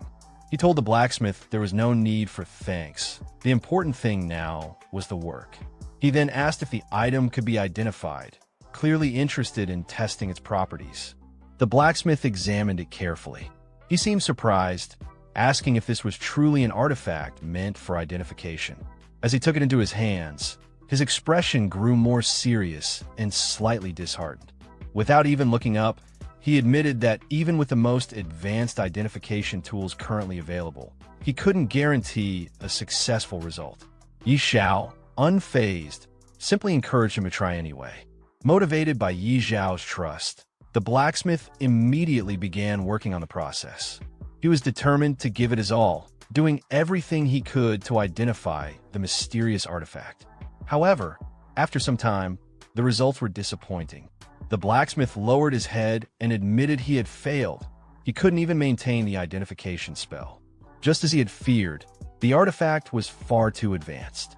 Yi Xiao asked whether it was really that difficult. The blacksmith responded honestly, explaining that no one had ever successfully identified an artifact of this nature before. He apologized, clearly feeling he had let Yi Xiao down. But Yi Xiao didn't seem bothered at all. With a calm expression, he pulled out a few more items, 3 epic grade ones, and handed them over. He acknowledged the artifact was probably too complex, so it was better to start with something more manageable. The blacksmith immediately shifted back into work mode, replying that identifying epic-grade equipment wouldn't be a problem. Meanwhile, elsewhere in the city, a man was trying to enter the governor's mansion, but the guards stopped him firmly. They told him the governor was far too busy to meet visitors and insisted that he leave immediately. Moments later, Yi Xiao arrived at the mansion and approached the same guards. When he asked if the governor was available, their tone changed instantly. Recognizing him with respect, they informed him that the governor was in his office and invited Yi Xiao to go right in. Yi Xiao nodded in acknowledgement and proceeded inside without hesitation. When Yi Xiao entered the governor's mansion and stepped into his office, the governor turned toward him, visibly surprised. He hadn't expected this visit. Curious, he asked Yi Xiao if something urgent had brought him here. Without hesitation, Yi Xiao replied with a serious and determined tone. He got straight to the point. He wanted to search for the long-lost race. The governor raised his eyebrows at that. Turning slightly in his seat, he commented that searching for the lost race was nearly impossible. According to legend, they had vanished over a century ago. It would be like trying to find a needle in a haystack. But Yi Xiao didn't waver. He acknowledged the difficulty, but insisted that he still had to try. Impressed by his resolve, the governor asked what kind of support Yi Xiao needed from him. Yi Xiao then proposed something bold. He wanted the governor to issue a bounty. Anyone who could find the lost race would receive a massive reward, 5 million gold coins and 3 pieces of dark gold-grade equipment. Hearing the size of the offer, the governor's eyes lit up. It was an extremely generous reward, clearly indicating that this mission held great importance to Yi Xiao. He assured Yi Xiao that he would have the bounty posted right away. Yi Xiao gave him a brief but sincere thank you, and the governor responded warmly, saying there was no need for thanks. It was no trouble at all, especially for someone like Yi Xiao. The following day, an in-game global announcement was broadcasted to all players. As the notice appeared, it created immediate buzz among the players. One player excitedly shouted for everyone to take a look. Yi Xiao had leveled up again. Another chimed in, stunned that Yi Xiao was back to grinding levels. As more players read the update, they became increasingly shocked. News spread quickly that Yi Xiao had managed to pass the incredibly difficult level 40 Abyss trial. One player couldn't help but marvel at the feat, while another tried to rationalize it, saying that now that Yi Xiao had hit level 40, his pace of leveling would probably slow down, at least they hoped so. Meanwhile, deep inside the level 40 Abyss trial ground, Yi Xiao was engaged in a fierce battle against a powerful monster known as the Abyssal Guide. The creature let out a deafening roar and lunged at him with deadly force. But Yi Xiao held firm, raising a glowing golden shield just in time to block the incoming blow. High above the battleground, his loyal dragon companion, Xiao Hui, circled in the air. Without any command, the dragon unleashed a searing blast of flame, engulfing the monster and burning it to ash in moments. The Abyssal Guide let out one final cry before collapsing lifelessly to the ground. Perched on Yi Xiao's shoulder, the Red Toad looked down at the defeated monster and remarked snidely that Yi Xiao would have been toast if not for the powerful shield, something only possible because he had money to afford it. Yi Xiao didn't bother to argue. Instead, he replied with calm confidence, pointing out that ever since Xiao Hui had received the blessing of the Dragon God, the dragon's stats had skyrocketed, making it much more powerful than before. Still airborne, Xiao Hui continued to glide above the battlefield while Yi Xiao bent down and picked up the item dropped by the fallen monster. Examining it, he immediately recognized what it was, another fragment, the fourth one so far. He muttered to himself, wondering just how many of these pieces were needed to complete whatever they were meant for. Just then, a message flashed before his eyes. It was from Aaron, Lord Yihan, asking Yi Xiao to come to his residence immediately. There was news about the lost race. The words hit Yi Xiao like a bolt. He was stunned. Could it really be true? Had there already been a discovery so soon after the bounty was issued? Far away in a distant region of the game world, 3 adventurers sprinted toward a nearby city in a frenzy of excitement. One of them swore that the small figure they had spotted, short in stature, stocky, and with unique facial features, looked exactly like a dwarf. They were convinced they had stumbled across a member of the lost race. The second adventurer practically screamed with joy, realizing what this discovery could mean. If this really was one of the lost race, then the rewards offered by Yi Xiao would change their lives forever. But the third wasn't about to lose the chance. He shouted at the others to back off, insisting he'd seen the dwarf first. They all sprinted faster, each trying to be the first to report to Yi Xiao and claim the bounty of gold and dark gold equipment. Meanwhile, back in Fengye City, Yi Xiao rushed to the governor's mansion. Entering the governor's office, he wasted no time. His expression was serious as he asked if the rumors were true. Had there really been news about the lost race? The governor turned to a heavily armored knight standing nearby and gave a simple instruction. He told him to go ahead and explain everything to Yi Xiao. Sometime later, just outside the governor's mansion, Yi Xiao was seen speaking with the armored knight who had been tasked with delivering the report.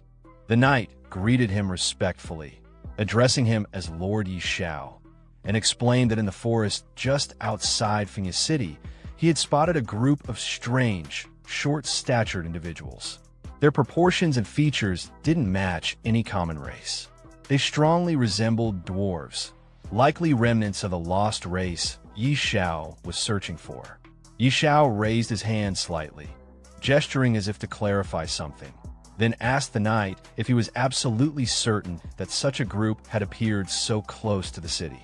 The idea that the lost race could be hiding right outside Fengye City was almost too convenient. The knight responded with full confidence. He swore he had seen them with his own eyes while hiding in the woods during the recent strange invasion.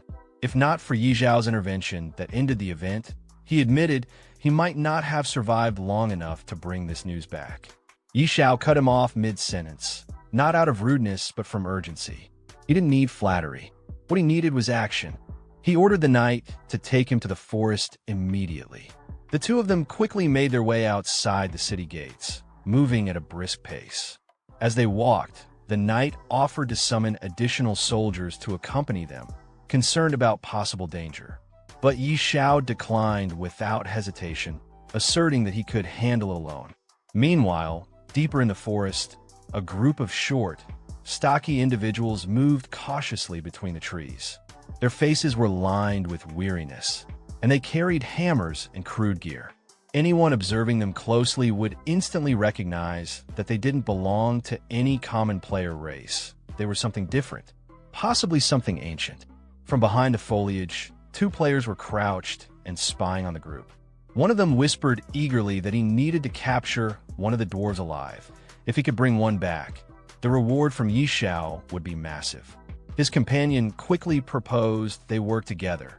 He would claim the gold, and the first player could have the dark gold equipment. But the first player scoffed at the suggestion, teasing his partner to keep dreaming. Greed gleamed in both their eyes. Before they could make a move, however, one of the dwarves noticed them.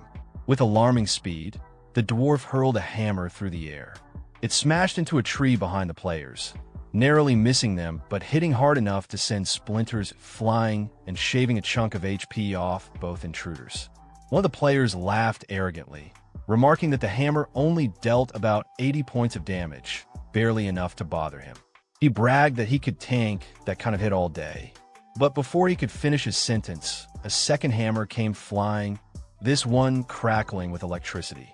It struck both players simultaneously. The impact was instant and brutal. Over 7,000 damage was dealt to each of them in a single blow. They collapsed to the ground in stunned silence, completely overwhelmed. Amidst the chaos unfolding in the forest, another group of players hid cautiously behind a tree, watching the destruction with wide eyes. One of them gasped in disbelief, his voice trembling as he processed what he just saw. Over 87,000 damage dealt in a single hit. It was absurd.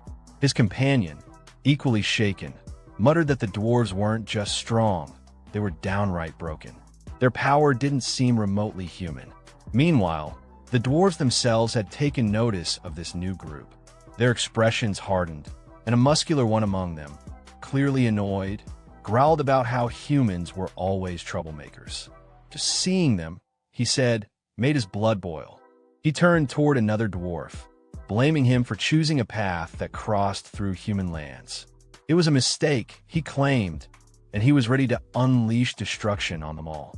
Another dwarf, his voice gentler and more reserved, urged the angry one, Dulin, to calm down. But Dulin wasn't finished. His tone grew more aggressive as he declared he had no intention of being treated like a spectacle for human entertainment. If not for the safety of their tribe, he would have already smashed the entire group to pieces. The gentler dwarf, now visibly irritated, cut him off. His voice was firm this time. There was no use escalating things. They had to leave as quickly as possible before things got worse. At that same moment, Xiao and the armored man were sprinting through the forest. The knight ran ahead, glancing back over his shoulder to inform Xiao that the dwarves were just up ahead. Xiao acknowledged with calm determination and urged him to quicken the pace. Back at the treeline, the group of hidden players finally noticed the approaching figures. Recognizing Xiao at once, their tension shifted into anticipation. They whispered excitedly among themselves that the great Xiao had arrived. This, they felt, was going to be something worth watching. Yet, even with their admiration, they couldn't help but remember what had just happened. One of them muttered with unease that Xiao might be strong, but those dwarves? They were monsters. A short while later, Xiao's group slowed their advance.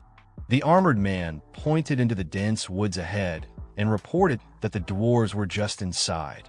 Xiao, completely unshaken by the earlier reports or the dangerous aura ahead, gave a confident nod and declared that they'd go straight in. He wanted to see their strength for himself, up close. As they drew closer to the dwarven group, the armored man beside, Xiao glanced nervously at the stout figures ahead. His voice, though calm, carried a warning laced with genuine concern. The dwarves, he explained, were known for their volatile tempers, and worse, their damage output was beyond terrifying. Xiao, however, remained unbothered. His eyes were sharp with confidence, and without hesitation, he told the knight that he knew exactly what he was doing. Then, shifting his gaze forward, he made it clear the knight's job was done. Everything from this point on would be his responsibility. The red toad, still perched arrogantly on Xiao's shoulder, scoffed at his calm approach. He couldn't believe Xiao was seriously planning to walk straight into the dwarf's path without any backup. But Xiao's expression didn't change. The armored man, understanding the command, gave a respectful nod and stepped back, fully trusting Xiao's judgment. Up ahead, the dwarves had already noticed Xiao's approach. One of them growled furiously at the sight, his fists clenching with rage. A human daring to walk this close? He was ready to crush him on the spot. But just before he could act, another dwarf squinted at Xiao with a curious expression. Something about this human felt different, unusual, not unpleasant. Even the first dwarf, still seething moments ago, paused. The more he looked, the more his rage seemed to dissolve. His desire to fight melted into a strange feeling of intrigue. Xiao walked toward them calmly, his hand casually tucked into his pocket. The red toad on his shoulder remained, glancing around with a wary but amused look. One of the dwarves, clearly more sensitive than the rest, stepped forward and closed his eyes as if sensing something beyond sight. His expression slowly shifted into awe. He could smell something powerful, something divine. It wasn't just one artifact, either. There were multiple. The scent was overwhelming. Another dwarf, catching the same scent, gasped softly. It was unmistakable. Several divine artifacts were emanating from Yi Zhao's presence. The energy was rich, ancient, and unbelievably strong. But then, as they focused further, their expressions twisted into something more intense. Beneath the divine aura, there was something else, another presence. One they hadn't felt in what seemed like ages. Familiar, yet distant. Ancient beyond belief. Beads of sweat formed on the dwarves' foreheads as they stared at Yi Xiao, eyes wide with recognition. Then it hit them. One of the dwarves whispered in awe, barely believing the truth he was sensing, the faint, unmistakable scent of a god. A true deity. It wasn't just magical residue. It was divine essence itself. The kind only the most ancient races could recognize. The second dwarf, after a moment of silence, nodded slowly. Now that it was mentioned, he could feel it too. That aura. It belonged to no artifact. It was the aura of a god, something not seen or felt for a very long time. One of the dwarves pulled out a scope and examined Yi Xiao closely. He noticed that Yi Xiao was only level 40, which was relatively low. However, as he scanned further, something unexpected caught his eye. Yi Zhao's mental strength was exceptionally high. It was unusual enough that he called out to another dwarf to come look. Taking the scope from his companion, the second dwarf also analyzed Yi Xiao and was taken aback. He was surprised by how extraordinary Yi Zhao's mental attributes were. To him, it wasn't just a matter of raw stats. It almost seemed like Yi Xiao had been directly guided or blessed by divine power. As Yi Xiao reached the group and stood calmly in front of them, none of the dwarves made any hostile moves. This shocked the nearby players, who had been watching the scene unfold. Many whispered among themselves, wondering why Yi Xiao wasn't being attacked. It was especially strange considering that other players had been assaulted just for getting close. The general feeling was disbelief, while others triggered aggression. Yi Xiao had simply walked in, completely unchallenged. One of the onlookers even commented sarcastically about how impressive it was to witness such privilege in action. Nearby, a group of players had started recording the event, treating it like breaking news. They made casual, joking remarks about how the situation looked from the outside, like a betrayal of expectations or a twist in the story, with even the proud dwarves seemingly bowing to Yi Zhao's influence. One of them added that this encounter alone was sensational enough to make headlines. Back with the dwarves, one of them finally asked Yi Xiao what his purpose was. Yi Xiao introduced himself and explained that he had come seeking their help, not to fight, but for a specific purpose. Hearing this, another dwarf assumed Yi Xiao wanted them to craft a divine-level item, but Yi Xiao clarified that wasn't the case. He told them his true goal was to locate the lost temple. The dwarves became more cautious upon hearing this. They questioned Yi Zhao's intentions, wanting to know why he would be searching for such a significant place. Yi Xiao responded sincerely, explaining that it was tied to a class quest. His character needed to contact a god, and the only known method was through the lost temple. He assured them he had no bad intentions. One of the dwarves seemed intrigued but cautious. He told Yi Xiao that information about the lost temple wasn't something they could share freely. If Yi Xiao wanted their trust, he would need to prove himself as someone honorable and sincere. Yi Xiao accepted this calmly, even with a bit of amusement. He asked what sort of proof they expected from him. The red toad, sitting on his shoulder, made a snide remark, implying that such a test of character wouldn't be easy. Instead of pushing the issue, Yi Xiao smoothly changed the subject. He mentioned that he had a divine artifact with him and asked if the dwarves could appraise it. This caught their interest immediately. They eagerly asked to see the item. Yi Xiao handed it over and explained that his usual blacksmith had failed to identify it. He wanted to know if the dwarves could do better. The dwarves responded with confidence. They dismissed other forgers as amateurs, proudly stating that their own skills were on a much higher level. One of the dwarves took the artifact and studied it carefully. After a moment, he commented that the item didn't appear to be a typical divine artifact forged by normal means. Yi Xiao, curious about this unexpected assessment, asked the dwarf what he meant by that. One of the dwarves picked up the divine artifact and examined it carefully.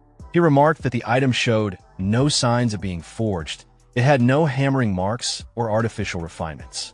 Instead, he explained that the artifact had likely formed naturally into its divine state after coming into contact with a certain rare element, due to its already high-grade nature. Another dwarf took the artifact to inspect it as well. After a moment of study, he concluded that it appeared to be the horn of the god of destruction. He speculated that it was either severed or had fallen off naturally at some point. Curious and cautious, the dwarves asked Xiao how he had come to possess such a rare divine object. Xiao casually replied that he had obtained it by defeating the boss during the recent bizarre invasion. That revelation shocked the dwarves. The idea that someone had managed to kill a Lord rank boss from the bizarre invasion seemed unbelievable to them. Some even questioned whether Xiao had actually ventured into the divine realm itself. Xiao, however, didn't elaborate further. Instead, he refocused the conversation and asked whether or not the artifact could be appraised properly. The dwarves affirmed that they were capable of appraising it, though they warned him that the cost would be very high. There was uncertainty in their tone, as if they doubted whether Xiao could afford it. Unfazed, Xiao responded with confidence, while the red toad, sitting on his shoulder, asked them directly for the appraisal fee. The dwarf held up 5 fingers, intending to suggest a number. At first, Xiao misunderstood and thought the dwarf meant power, but then the dwarf clarified he meant 500 gold coins. Both Xiao and the toad were stunned by the steep price. To them, it felt outrageous. One of the dwarves, seeing their reaction, tried to bargain a bit. He insisted that even 300 gold coins was the absolute minimum they'd accept, and if Xiao couldn't pay that, he would have to think of alternative solutions. But Xiao wasn't interested in haggling. He simply stated that if the appraisal was successful, he would reward them with 1 million gold coins. That left all the dwarves stunned and speechless. The thought of that much gold seemed unreal to them, an amount that could feed a tribe for generations. To prove he was serious, Xiao threw a bag of 1,000 gold coins down as a deposit. He promised to send even more supplies and food later. The dwarves were overwhelmed. Their excitement bubbled over as they hurried to begin the appraisal immediately. One of them became so eager, he shouted out that they should start at once. Not long after, the appraisal was complete. The lead dwarf proudly announced that they had succeeded. Xiao took the artifact back and studied its new stats with great interest. The results clearly confirmed that the dwarves' appraisal skills were top tier. The artifact's properties were extraordinary, so powerful that even Xiao began to suspect a deeper connection between this artifact and the gods. When the dwarves asked if they could now collect their payment, Xiao reassured them he would honor his promise. He instructed them to pack up and follow him to Windleaf, the human main city, where he would personally make sure they were paid in full. That suggestion surprised the dwarves. None of them had ever set foot in a human capital before. They were visibly excited, even honored. Xiao promised them a feast and mentioned that he had more divine artifacts he would like them to examine or forge. The dwarves, thrilled by the offer, began preparing right away. The idea of entering a grand human city and attending a feast was too enticing to resist. Sometime later, as Xiao and the dwarves walked into Windleaf City, onlookers stopped in their tracks. Players and NPCs alike stared, shocked to see dwarves walking side by side with a human, not as captives or enemies, but as honored guests. The murmurs among the crowd ranged from disbelief to envy. Some joked about how these kinds of powerful connections seemed completely out of reach for ordinary people. Soon, the scene shifted to a lavish dining hall. The dwarves were seated at a long table, enjoying a grand feast. They were deeply impressed by the quality of human food. Many admitted they'd never eaten anything so delicious in their lives. A nearby soldier assured them they could eat as much as they liked and that Xiao would cover all expenses.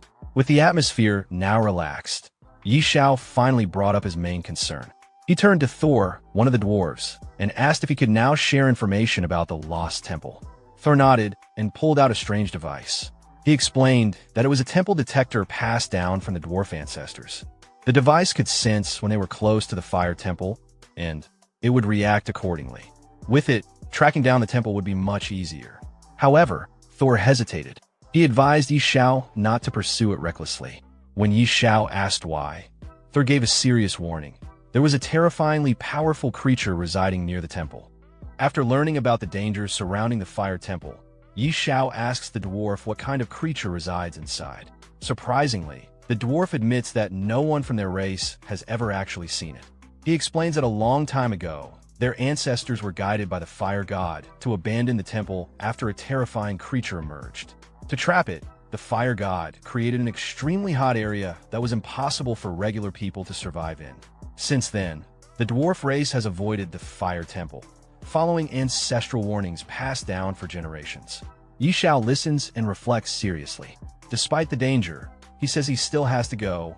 The fire temple is directly linked to his class change, and turning back isn't an option. Hearing Xiao's determination, the dwarf admires his bravery. He says there are two things that might help him survive the journey. When Xiao asks what they are, the dwarf presents two items: a special compass that reacts to the presence of the temple, and a crystal infused with fire spirit energy, called the Fire Spirit King Crystal. As thanks for the feast Xiao provided earlier, the dwarf gives them freely. Xiao inspects both items carefully and is impressed by the quality. They clearly reflect top-tier dwarven craftsmanship. Curious, he asks if there are more items like this he can buy, offering to pay with gold coins. The dwarf sadly shakes his head. There's only one of each, and he doesn't have duplicates. But he does offer a few smaller fire spirit orbs, which have weaker effects but may still prove helpful. Xiao accepts the orbs, but admits that the supplies still won't be enough for what lies ahead. The dwarf tells him that's all he has. Xiao thanks him anyway and tells the dwarves to continue enjoying their food while he figures something out. As he prepares to leave, the red toad on his shoulder asks what he plans to do about the temple. Xiao replies thoughtfully, it's clear he can't face the fire temple alone. For a challenge this dangerous, he needs someone to help. The scene then shifts to Sister Tao. She's admiring a new magic robe in front of her mirror, confident that it enhances her power. She remarks that soon even the powerful elders in the temple won't be able to rival her. But her moment is interrupted when a panicked soldier bursts into the room, struggling to speak. When she demands to know what's going on, Xiao casually steps into her room, confident as always, hands in his pocket, and greets her. When Xiao suddenly appears in Sister Tao's room, she reacts with her usual irritation. She's clearly not surprised to see him, but she already assumes his presence means trouble. With a lazy expression, she leans on her chair, asking mockingly if it's a dragon or another strange boss this time. Xiao tries to act innocent, lightly questioning her assumptions, but she brushes it off, saying he absolutely looks like someone who always ends up in dangerous fights. She cuts to the chase and demands he explain what he's planning. Xiao calmly tells her it's nothing serious. He's just planning to explore the fire temple. Upon hearing this, Sister Tao's tone shifts slightly. She's surprised, even impressed, but also not interested in getting involved. She warns him that messing with gods is risky and sarcastically wishes him luck, clearly not planning to join. He tries to bargain, saying the price is negotiable, but she walks away, insisting that the fire temple isn't just dangerous, it's nearly impossible to find. She believes even if he wanted to go, he wouldn't get far. To change her mind, Xiao casually reveals that he got a special compass from the dwarves, one that can locate the fire temple. Sister Tao doesn't believe him at first, thinking he's just trying to trick her with some random gadget. However, as she takes a closer look and realizes the compass really is of dwarven origin and genuinely linked to divine relics, she starts to get nervous. She says she doesn't want to die over something god-related and demands to know the real reason he wants to go. Xiao keeps it simple. It's for his class change. That answer makes things click for Sister Tao. She now understands why he's so determined. She tells him to give her a week to prepare. But Xiao insists there's no time to wait. He's leaving now, with or without her. If she's not coming, he'll go alone. His determination makes her sweat a bit. She's frustrated that they haven't even discussed what she's getting in return yet. But Xiao casually mentions the countless treasures inside the fire temple, leaving her to think it over, and turns to leave. Realizing she might actually be needed, she reluctantly shouts after him, saying that without her protection, he wouldn't even make it into the temple. 2 days later, the two of them arrived near the temple's suspected location. The harsh heat of the region had clearly taken its toll. Sister Tao complained loudly, questioning whether Xiao had been tricked by the dwarves. She was hot, tired, and clearly regretting the journey. Xiao, also drenched in sweat, checked the compass in his hand. Despite everything, the device was reacting more strongly now than ever before. That meant they were close, very close. Just as he said that, a molten eel monster suddenly emerged in front of them. Without hesitation, Xiao turned to Sister Tao and casually left the creature to her. She groaned, clearly not thrilled at the idea of dealing with another fire monster.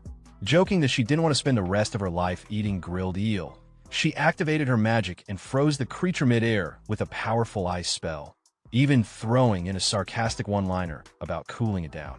However, the eel quickly broke free from the ice. Even worse, more of them started to appear all around. Stunned by the sudden ambush, Sister Tao was taken aback by their numbers. But Xiao wasn't fazed. Instead of panicking, he focused on the compass. The signal was now at its peak. Whatever they were looking for, they were right on top of it. But before he could finish his sentence, she cut him off, her gaze sharpening as she muttered that something fell off. And then, without warning, a massive gate materialized right in front of them. Xiao's eyes widened in disbelief. This had to be it, the entrance to the fire temple. Even old Hige, the red toad perched on his shoulder, was momentarily stunned, confirming aloud that there was no mistaking it. Sister Tao, equally taken aback, admitted that this was her first time seeing the place as well. But before they could take a step forward, the sky darkened with the sudden appearance of a swarm of molten eels overhead. Realizing the threat, Sister Tao immediately jumped to defend the group, launching spells to hold back the assault. At the same time, Xiao activated his money shield to absorb the incoming damage. Without wasting a second, he turned to old Hige, tightening his grip as he prepared to sprint toward the gate. Urging the toad to hang on, he called out to Sister Tao, asking for a speed buff and cover while he charged forward. With a smirk, she complied, of course not forgetting to remind him, even mid-battle, about her payment. Xiao burst forward, ignoring the fiery strikes pelting him. Flames scorched across his shield, the damage indicators popping up one after another. He was losing health rapidly, even without the fire spirit crystal. The pain was sharp, but he pushed through it, shouting over the roaring flames that not even the gods could stop him now. Old Hige grumbled sarcastically from his shoulder, complaining about getting scorched alive, but Xiao didn't slow down. He kept running, straight into the inferno. Finally, with one last stride, he crossed the threshold. Inside, the atmosphere shifted. The air was stifling, yet eerily still. The ancient temple stood silent and barren, filled with nothing but dust, heat, and mystery. Then, suddenly, a statue before him stirred, its stone eyes locking onto him. It addressed him in a deep, ancient voice, asking for his purpose. Xiao, slightly puzzled, replied that he had come to explore the ruins. The guardian statue let out a low chuckle and declared that if he wished to unlock his full potential, he would need its blessing. After Xiao questioned whether second-class change really required a blessing, the guardian statue responded by asking him to kneel, offer praise, and submit. The red toad on his shoulder found the statue's demand strange and mocked it lightly, while Xiao refused with confidence, wondering why a mere statue would expect him to kneel. The guardian statue became visibly angry and declared that it was a great honor to kneel before Hephaestus, the god of fire and craftsmanship. As the guardian spoke, the temple began to shake slightly, and it seemed like an attack might come at any moment. Xiao prepared to fight by summoning his divine artifact. But before he could act, his pet dragon, Ashi, unexpectedly exited the pet inventory on its own. Xiao was surprised and told it to return, but the dragon ignored him and immediately launched a fire breath attack at the statue, dealing heavy damage. The statue couldn't withstand the attack and broke apart into several pieces.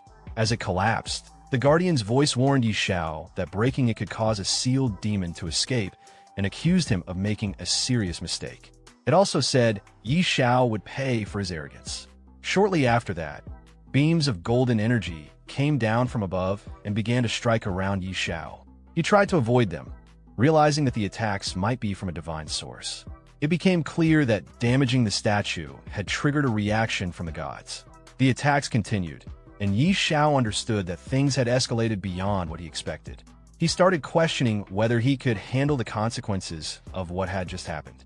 Suddenly, a mysterious voice echoed through the temple, angrily calling out Hephaestus' name and declaring that he deserved to die. Xiao, caught off guard, looked around in confusion, unsure where the voice came from. Right after that, the ground beneath him started to collapse. He fell through the broken floor as the structure shook violently, realizing it was likely an earthquake triggered by the destruction of the statue. While falling, golden beams, possibly divine attacks, continued to strike around him. To defend himself, Xiao quickly activated his money shield. However, each second of defense came at a steep cost. His gold coin balance dropped rapidly, minus 18,637,291 minus 18,637,301 minus 18,637,311, and so on. In mere moments, he had lost a total of 5,823,742 gold coins before deactivating the shield upon hitting the ground. Still recovering, he slowly got up and looked around to assess where he had landed. What he saw was completely unexpected. A phoenix wrapped in thick chains, radiating an immense aura. Its appearance was imposing and otherworldly. Unlike usual enemies or beasts, all its stats, grade, level, and attribute were unknown, which instantly alerted Xiao to the danger. Recalling what Thor had mentioned earlier about a sealed demon, Xiao realized this phoenix might be the very creature the fire god had imprisoned long ago. It made sense now why the temple had such heavy restrictions. The phoenix, noticing Xiao's presence, questioned whether he had destroyed Hephaestus's statue. Connecting everything that had just happened, Xiao understood there was deep enmity between this phoenix and the fire god. With confidence, he admitted to it. In response, the phoenix warned him to leave as soon as possible. If Hephaestus arrived, things would become much worse. Upon hearing the phoenix's words, Xiao's expression shifted in shock. He couldn't believe what he had just heard. Was that figure truly returning? The phoenix didn't hesitate. With a proud and powerful tone, it confirmed Xiao's suspicions. The statue had been broken, its power awakened once more, and soon it would shatter the last of its restraints. And before that moment arrived, that man, without a doubt, would return. As Xiao processed this, he clutched the chain in his hand and questioned the phoenix directly. If this creature had the power to break divine shackles, then why had it been imprisoned here in the first place? The phoenix responded almost immediately, flustered and furious. It shouted about a vile conspiracy, an ambush carried out by Hephaestus, a false god. The attack had come at the worst possible moment, when the phoenix was weak and vulnerable after laying its offspring. That last word caught Xiao's attention. Offspring? Did that mean a phoenix chick existed somewhere? With a surge of hope, he raised his hand confidently, declaring his intent to save the child. But the phoenix, filled with pride and disdain, scoffed at him. It reminded Xiao of his status, calling him a mere human and insisting that no one of his kind could ever tame a creature bearing such a noble bloodline. Unfazed by the insult, Xiao stood his ground. He wasn't here for games or meaningless chatter. Above him, a massive presence made itself known. A dragon appeared in an instant, and Xiao called out to it with purpose. He urged the beast, Ashi, to show the phoenix what it could do. Ashi soared toward the phoenix, and the moment it came into view, the majestic bird recoiled in disbelief. It was stunned. A dragon of such caliber under the control of a human? That was simply beyond comprehension. Sweat rolled down the phoenix's face as it struggled to accept what it was seeing. The idea that the dragon god, an ancient, revered being, would grant his blessing to a human seemed utterly absurd. But Xiao didn't flinch. He summoned his divine artifact without hesitation, eyes locked on the phoenix, demanding once more to know where its offspring was hidden. Seeing Xiao's resolve and the divine power at his disposal, the phoenix finally relented. It seemed to accept that this moment was perhaps dictated by fate itself. With a heavy but calm voice, it told Xiao to go and find the chick. Then, as if guided by destiny, it released one of its feathers, letting it float gently toward Xiao. Catching the feather, Xiao's eyes lit up with excitement. The thought that another mythical rank pet was within his reach had him grinning wide. But just then, the red toad nearby snapped him back to reality with a warning. This wouldn't be easy. Xiao wasn't just stepping into danger. He was walking into a literal sea of fire. Looking ahead, Xiao caught sight of the blazing terrain. Panic flashed across his face for a moment as he realized it wasn't just fire, it was magma. Still, determination returned almost instantly. A mythical ranked pet was worth any risk. Even if it meant diving straight into a pool of flames, he was all in. Gripping the feather tightly in front of him, Xiao began his walk into the fire. Beads of sweat poured from his face as the heat intensified. Thankfully, the Fire Spirit King crystal he possessed granted him a 95% resistance to fire. Without it, he admitted to himself, he'd be roasted like a pig by now. He pressed forward, pushing through the searing heat. But he couldn't take it much longer. He called out, desperate to reach the end of this blazing trial before he collapsed. As he moved further in, the feather in his hand began reacting more violently. He knew then he was getting close. With each step, the aura grew stronger. Then finally, just ahead, something caught his eye. There was a large yellow egg, glowing faintly amidst the magma. Xiao's breath caught in his throat as realization dawned. It wasn't just any egg. It was a phoenix egg, and he had finally found it. With a large yellow egg now in front of him, Xiao reached out and tried to lift it with both hands. A grin spread across his face as excitement welled up inside him. He couldn't help but chuckle to himself. This was a big deal. Still holding the egg, he called out to Old Hull, half-jokingly asking if he knew how to hatch something like this. Then, with a laugh, Xiao teased that maybe he'd just turn it into a fried egg if all else failed. But before he could enjoy the moment, another sudden flash of light burst behind him. A voice pierced through the air, demanding to know who was there. One of the light beams struck Xiao directly, making him cry out in pain as the force surged through him. Still reeling, he clenched his teeth and shouted back furiously, vowing that his business with the fire god was far from over. But before he could gather himself, a blazing hand of fire suddenly materialized in front of him, and the red frog on his shoulder panicked. Urging him to run, the frog's voice was tight with fear. Without hesitation, Xiao took off, dodging as the fire hand lashed out again. He sprinted through the flames, shouting as he ran. Meanwhile, the red frog, still clinging to his shoulder, muttered in exasperation, wondering aloud why Xiao always ended up in deadly places just to steal eggs. Finally, Xiao managed to return to where he had started, egg still firmly in hand. He let out a deep breath of relief, gasping for air. Seeing him actually make it back, the phoenix was stunned. It couldn't believe Xiao had survived the lava and returned in one piece. Xiao, still trying to catch his breath, didn't respond right away. He stood there, chest heaving. The phoenix's expression had changed. It now looked at Xiao with fierce respect. It was hard to believe a mere level 40 mortal had managed to survive the terrifying lava and return holding the phoenix egg. Eventually, Xiao gave a casual reply, brushing off the feet as if it were nothing. Egg stealing? That was child's play to him. It wasn't even his first time. But before the phoenix could respond, another beam of divine light descended from the sky and struck the ground in front of Xiao. A booming voice filled the air, filled with fury and disdain. The divine figure accused Xiao of destroying a sacred statue and touching the forbidden egg, crimes that couldn't be forgiven. It declared that it would personally tear Xiao apart and make him suffer the wrath of a god. Hearing that declaration, the phoenix turned urgently to Xiao. There was no more time.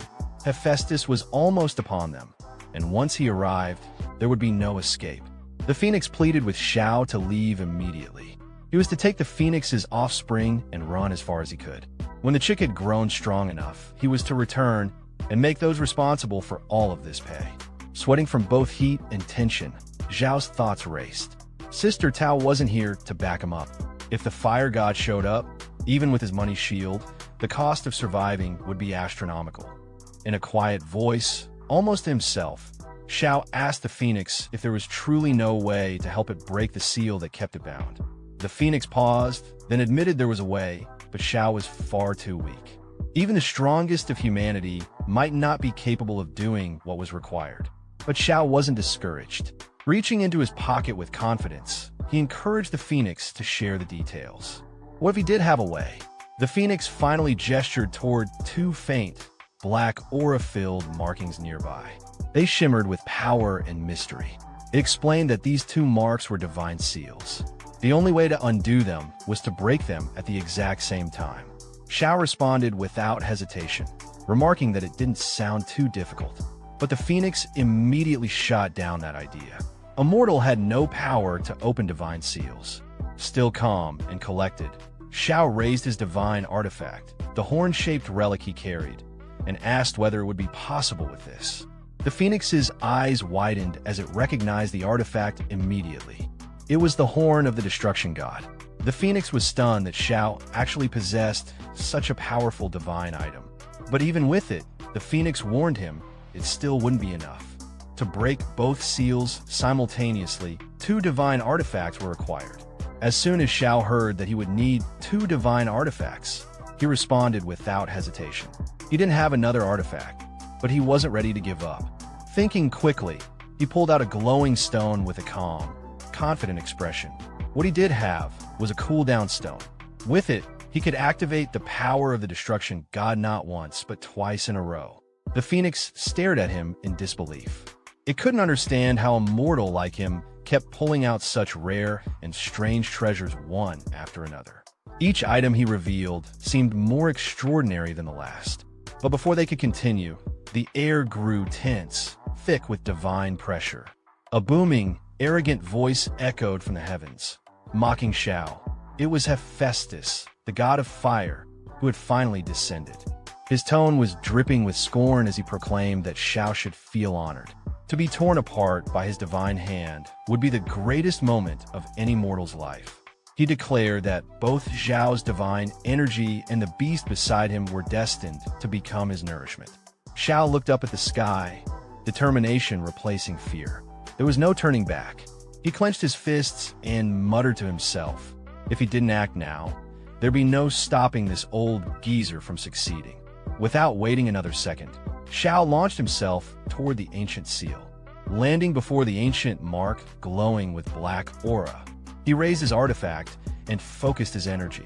His eyes were full of resolve. Then, with a powerful swing, he shouted out for the divine energy to taste the might of the horn of the destruction god, slamming it directly into the mark. But he wasn't done yet. He immediately brought out the cooldown stone, using it to activate the artifact once more. With another swing, he struck the seal again. A powerful rumble followed. The black aura that had once marked the seal began to vanish, its presence breaking apart under the dual blasts of divine power. Xiao stood tall and proud, defiant as ever. He shouted into the chaos with fiery confidence, proclaiming that he didn't care what kind of god he was facing. It was time to shatter. The phoenix, watching from behind, was wide-eyed with shock. This mortal had actually succeeded in breaking the seal. But just as things seemed to be turning, an enormous shadow loomed behind Xiao. A towering figure with a massive hammer stepped forward, none other than Hephaestus himself. He stared down at Xiao, his voice thunderous as he ordered the human to surrender his life. Xiao looked up, sweat beading on his forehead. The sheer size of the god stunned him. He couldn't stop himself from muttering in disbelief. This guy was way too big. Hephaestus continued, speaking with arrogant confidence. He proclaimed that the mighty god of fire had arrived, and Xiao should kneel in submission. But before Hephaestus could make another move, the air around them shifted. The chains that had bound the phoenix shattered, freed by Xiao's destruction of the divine seal. The majestic creature rose into the sky and flew directly in front of the fire god, cutting him off. Facing Hephaestus head-on, the phoenix shouted with a fierce, righteous fury. It declared that the false god had come at the perfect time. Hephaestus staggered in shock. He couldn't believe what he was seeing. The seal was supposed to be unbreakable. How could the phoenix possibly be free? But the phoenix didn't give him time to process. It stared the god down with blazing eyes, filled with wrath and pain. The time had come to make him pay for his sins. This was no longer just a battle. This was justice. The phoenix spread her wings wide, and in a sudden burst, a radiant golden light erupted from her body, flooding the sky with divine brilliance. Xiao, now hiding behind a crumbling stone pillar, peeked out just long enough to catch the intensity of the clash. His eyes widened as he watched the divine powers collide. Cold sweat ran down his face. This fight wasn't one he had any business being part of. Without hesitation, He turned to Old Hull and whispered urgently. This was way above their pay grade. They needed to hide. Now, despite the Phoenix's fearsome presence, the god didn't back down. He raised his massive hammer high into the air and stared the Phoenix down with cold arrogance.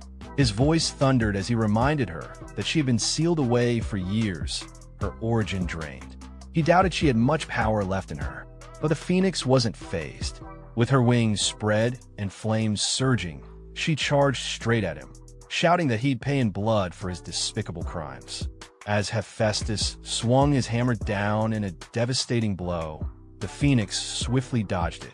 The attack missed her, but the impact alone was enough to send Xiao flying backward through the air. Spinning uncontrollably, Xiao yelled out in shock. The sheer force had overwhelmed him. This god's strength was on another level. Still, he managed to steady himself mid-air. With a deep breath, he quickly activated his money shield, desperate to protect himself from another blow. Meanwhile, the Phoenix launched her own attack. Her strike landed squarely against the god's arm. The moment her flames clashed with his hammer, it shattered instantly. Hephaestus stumbled back, wide-eyed, stunned to see his weapon destroyed.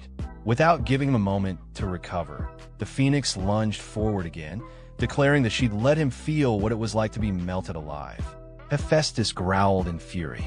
He called her a traitor, accusing her of defying a god's will. But the Phoenix wasn't backing down.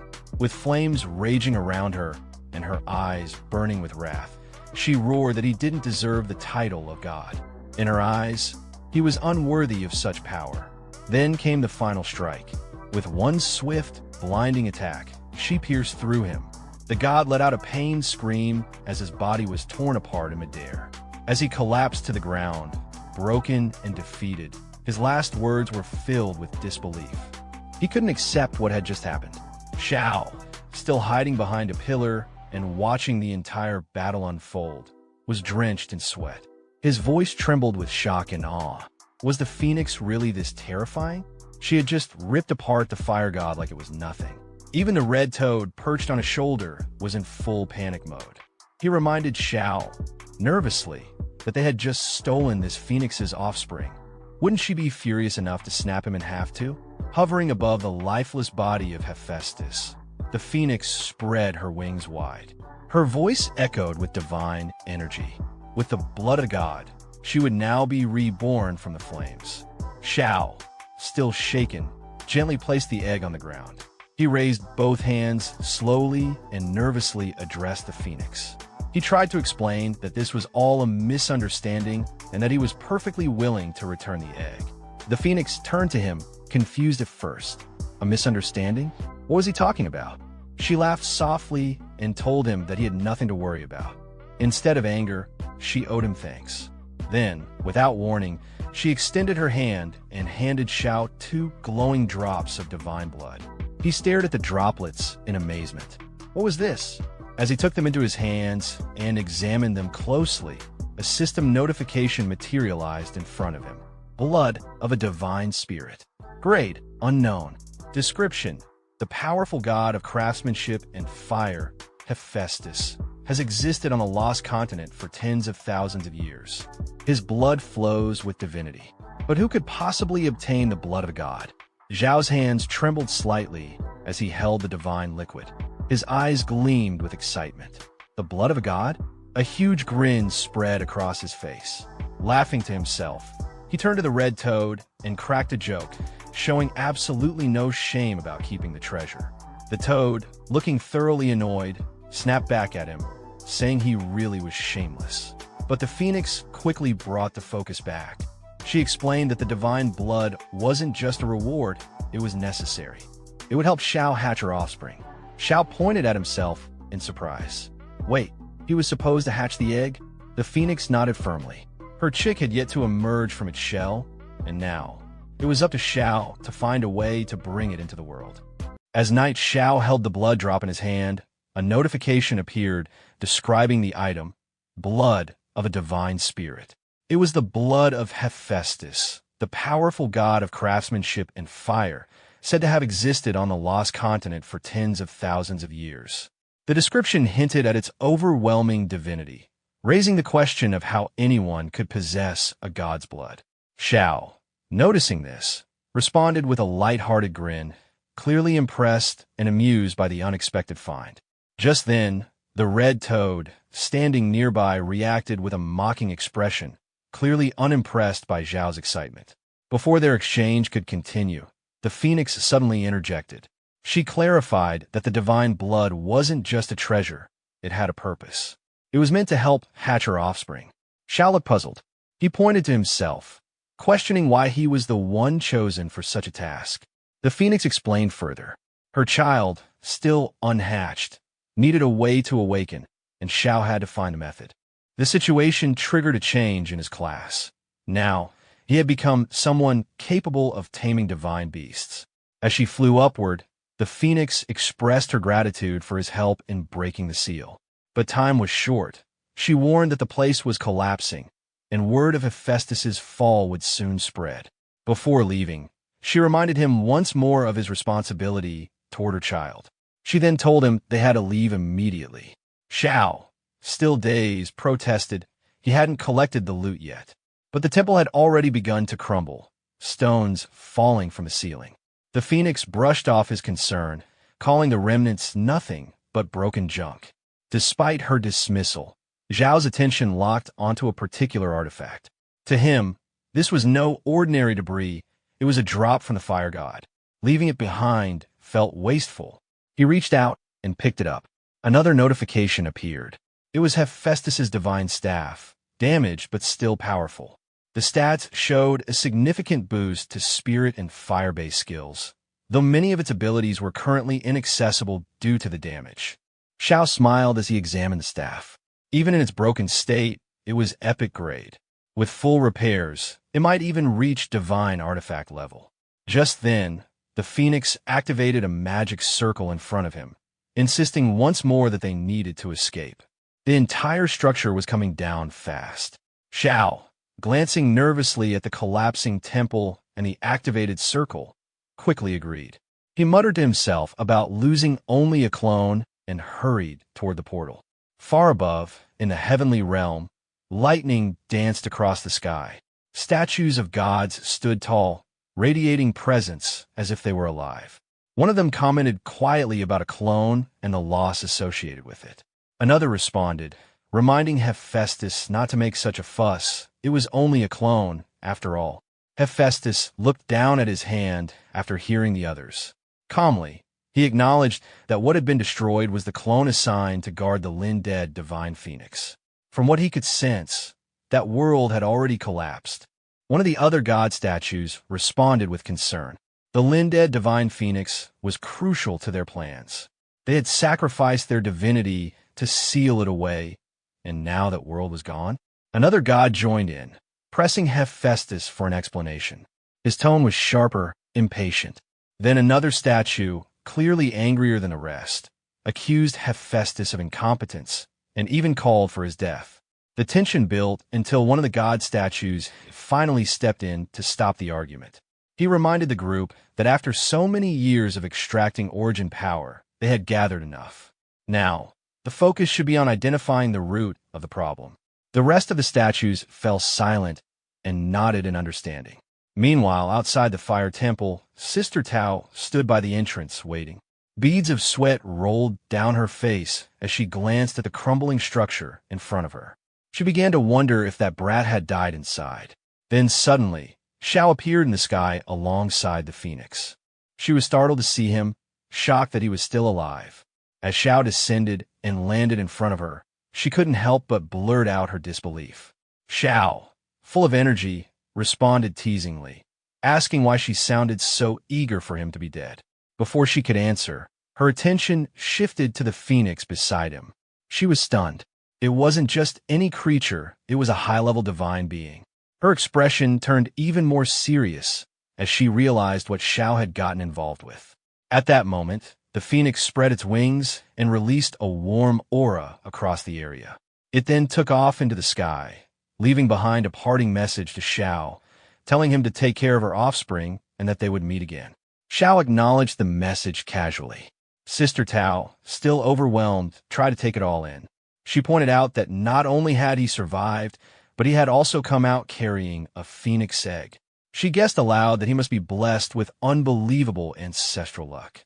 Xiao replied confidently, saying that maybe one of his biggest strengths was simply being hard to kill. Without wasting time, Sister Tao pressed him about what else he had picked up. She wanted to see more of the treasures he'd brought out. Xiao happily revealed a drop of divine blood, holding it up proudly. The moment Sister Tao laid eyes on it, her expression changed again. She immediately recognized it for what it was, blood of a god, and was stunned. Xiao, examining the blood, realized something incredible. It held real divinity, and both of his classes had advanced because of it.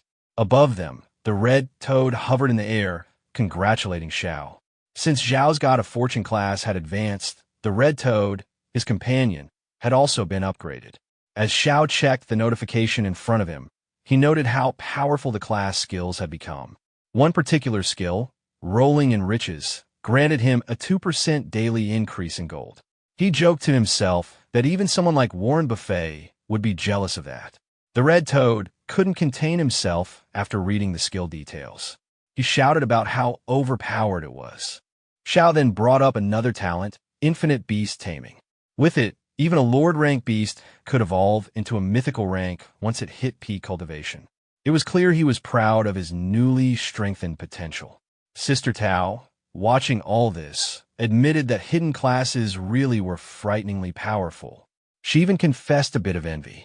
Soon after, Xiao placed the phoenix egg onto the magma surface. As he watched closely, the egg seemed to twitch slightly. He questioned whether he had imagined it, but it looked like the phoenix inside was beginning to hatch. He gently placed a hand on the egg. For what he could tell, it would hatch in 72 hours. He figured the enhanced divinity from his class advancement was what triggered the change in the egg. With that, he decided to wait. It was time to head home. Sister Tao looked over at him and asked if he was leaving already. She wondered if he wanted to explore the area more. Xiao didn't hesitate. He had no plans of returning to this place. Sister Tao, slightly disappointed, brought up her commission.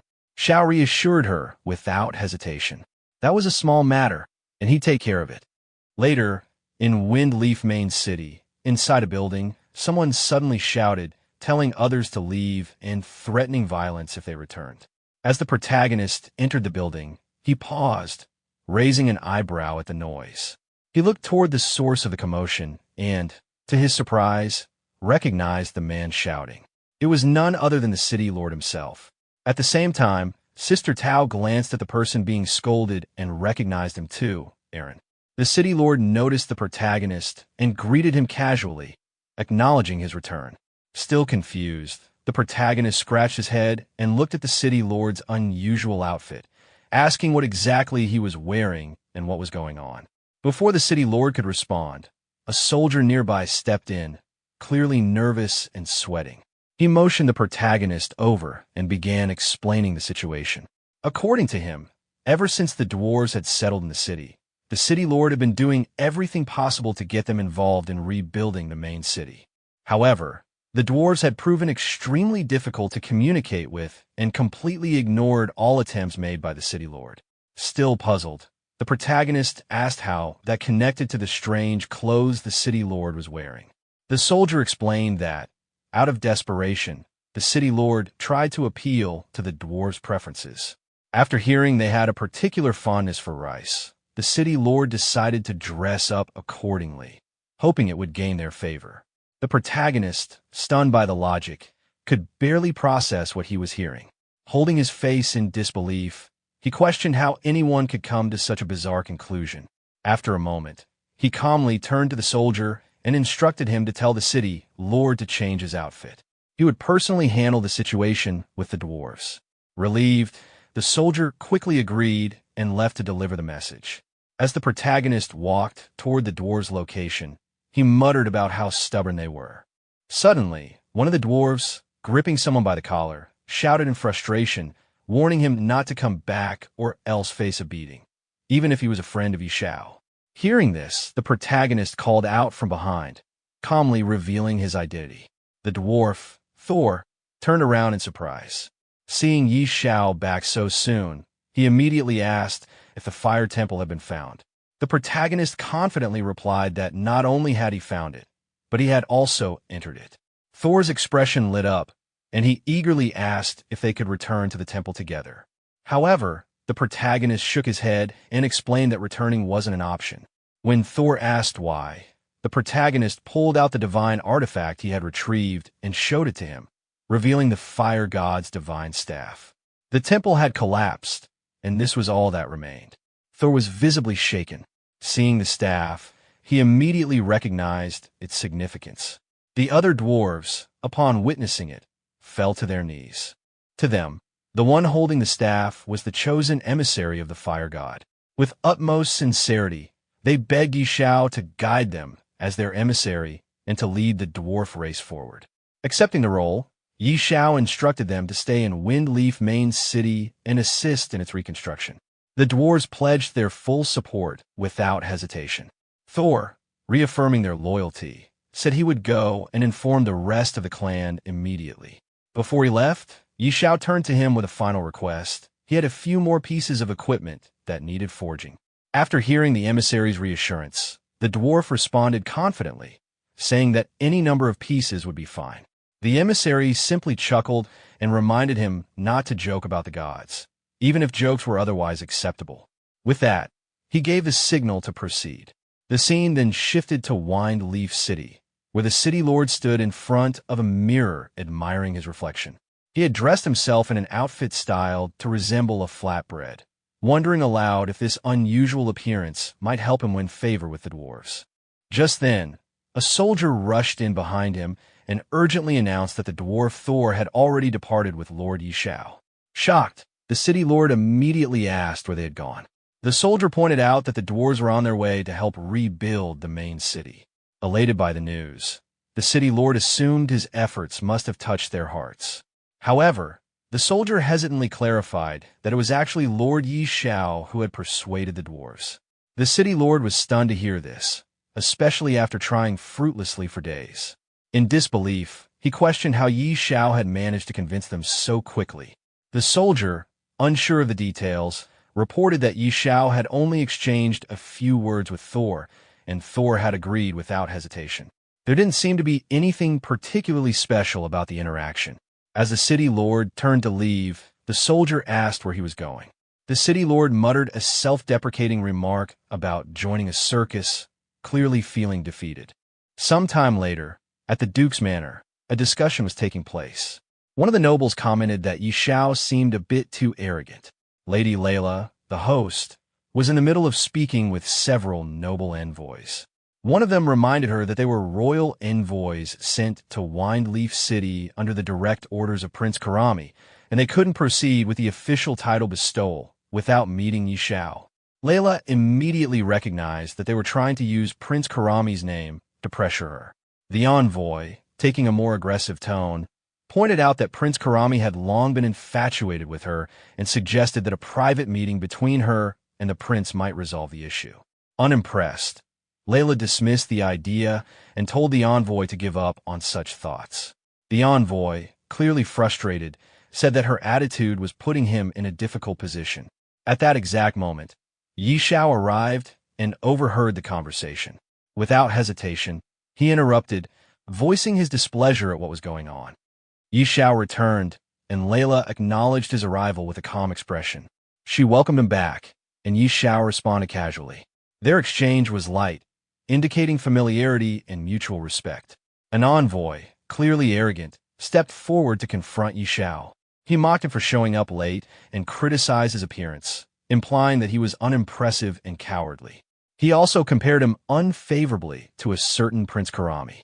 Layla immediately defended Xiao, firmly scolding the envoy for speaking so rudely, reminding him that Xiao was the hero who had saved Windleaf City. Xiao, however, stopped her from continuing and casually mentioned that he was in a good mood and felt like killing someone for amusement. The envoy reacted with disbelief and threatened him, questioning if Xiao understood the consequences of such talk and asking if he knew who he was dealing with. Ignoring the threat, Xiao walked up and punched the envoy directly in the face, knocking him down without hesitation. He then looked around and asked if anyone else had any objections. The other envoys quickly panicked and distanced themselves from their fallen comrade. They changed their stance immediately, saying that the envoy had brought it on himself by being disrespectful, and they praised Yi Xiao's decisive action. With that settled, Yi Xiao asked who among them was actually in charge and whether the issue of his noble title could be resolved. One of the envoys, who turned out to be the deputy, stepped forward and assured him that there would be no problem. The title would be granted, and the relevant procedures for territory allocation would be completed without delay. Yi Xiao looked at Layla, satisfied with how easily the matter was resolved once they became cooperative. Layla smiled in return, clearly used to his methods. Meanwhile, across the game world, players noticed a major development. Yi Xiao's promotion to nobility and the unlocking of the fief system caught everyone's attention. The increase in available playtime, both for his country's players and those in Wind Leaf City, was especially well received. Many players were impressed and expressed awe at how quickly Yi Xiao had risen through the ranks. They acknowledged that his achievements were far beyond what regular players could reach. Some began discussing how to take advantage of the extended game time to grow stronger. Others expressed a desire to join Yi Xiao's faction, now that he had territory and the ability to form a power base. Jokingly or seriously, some players went to extreme lengths to declare their willingness to follow him, showing how much his influence had grown. Inside the mansion, Lady Layla looked at Yi Xiao with a gentle smile. She acknowledged his achievement in persuading the dwarves to settle in the main city. As a result of this move, the value of his shops had skyrocketed, and now many people were lining up, offering huge sums of money to acquire them. She asked if he wanted to meet these potential buyers. Yi Xiao casually agreed, reasoning that if gold coins were coming straight to his door, there was no reason to turn them away. Meanwhile, the red toad perched on Yi Xiao's shoulder couldn't help but mockingly comment on how Yi Xiao was once again about to make a fortune, clearly pleased with having chosen to follow him. A short while later, when Yi Xiao stepped out of the mansion, he was greeted by a large crowd of eager buyers gathered outside. One man declared he had already prepared 40 million gold coins and was ready to trade immediately, reminding Yi Xiao of the shops previously promised. Others shouted over each other, trying to get his attention, one claiming to have 90 million gold coins, and another pushing to the front, stating he had reached his personal goal and needed to speak first. Yi Xiao responded with a calm smile, assuring them that he was open to selling the shops, but hinted that there was one condition. The crowd instantly grew quiet, and one of them urged him to name any price or terms he had in mind. With confidence, Yi Xiao simply told them they needed to increase their offers. This declaration left everyone stunned for a moment, but it quickly turned into a frenzy. One person blurted out that they didn't care how much more it would cost and was ready to buy it all, even offering a deposit on the spot. The rest quickly followed, shouting over one another, insisting they'd pay any price, some even offering to sell their own homes to raise enough funds. Each person tried to get their deposit into Yi Xiao's hands first, hoping to secure a deal before anyone else. At that moment, a system effect related to Yi Xiao's skill activated, causing his gold income to spike rapidly. Seeing this, Yi Xiao couldn't help but feel amused and satisfied, thinking to himself how easy it was to profit like this, and reassured that there would be plenty of wealth to go around. Later, back in the real world, Yi Xiao glanced at his phone and confirmed that the news of the dwarves' relocation to Wine Leaf City had already gone public. However, what caught his attention even more was the presence of foreigners, something he hadn't expected. As the protagonist glanced at the news on his phone, he realized that a world announcement had just been triggered. Almost immediately, a large number of people had rushed toward Jiang City. He noted how swift and organized they were in their response. Walking over to his window, he stared outside and sensed that this incoming group was targeting him specifically. However, they had no idea what was truly coming. Something significant was set to unfold that very night. Meanwhile, the scene shifted to the streets of the city. Chaos had erupted among the townspeople. Many were in a state of confusion and panic. Some had just been fighting monsters moments ago and were suddenly forced out of the game. Others felt an unfamiliar power coursing through them, unsure of what was happening. The protagonist examined his interface and understood immediately This was the moment when the virtual world and reality were beginning to merge. A new option appeared, giving him the ability to extract a skill. Without hesitation, he chose to extract Money's shield.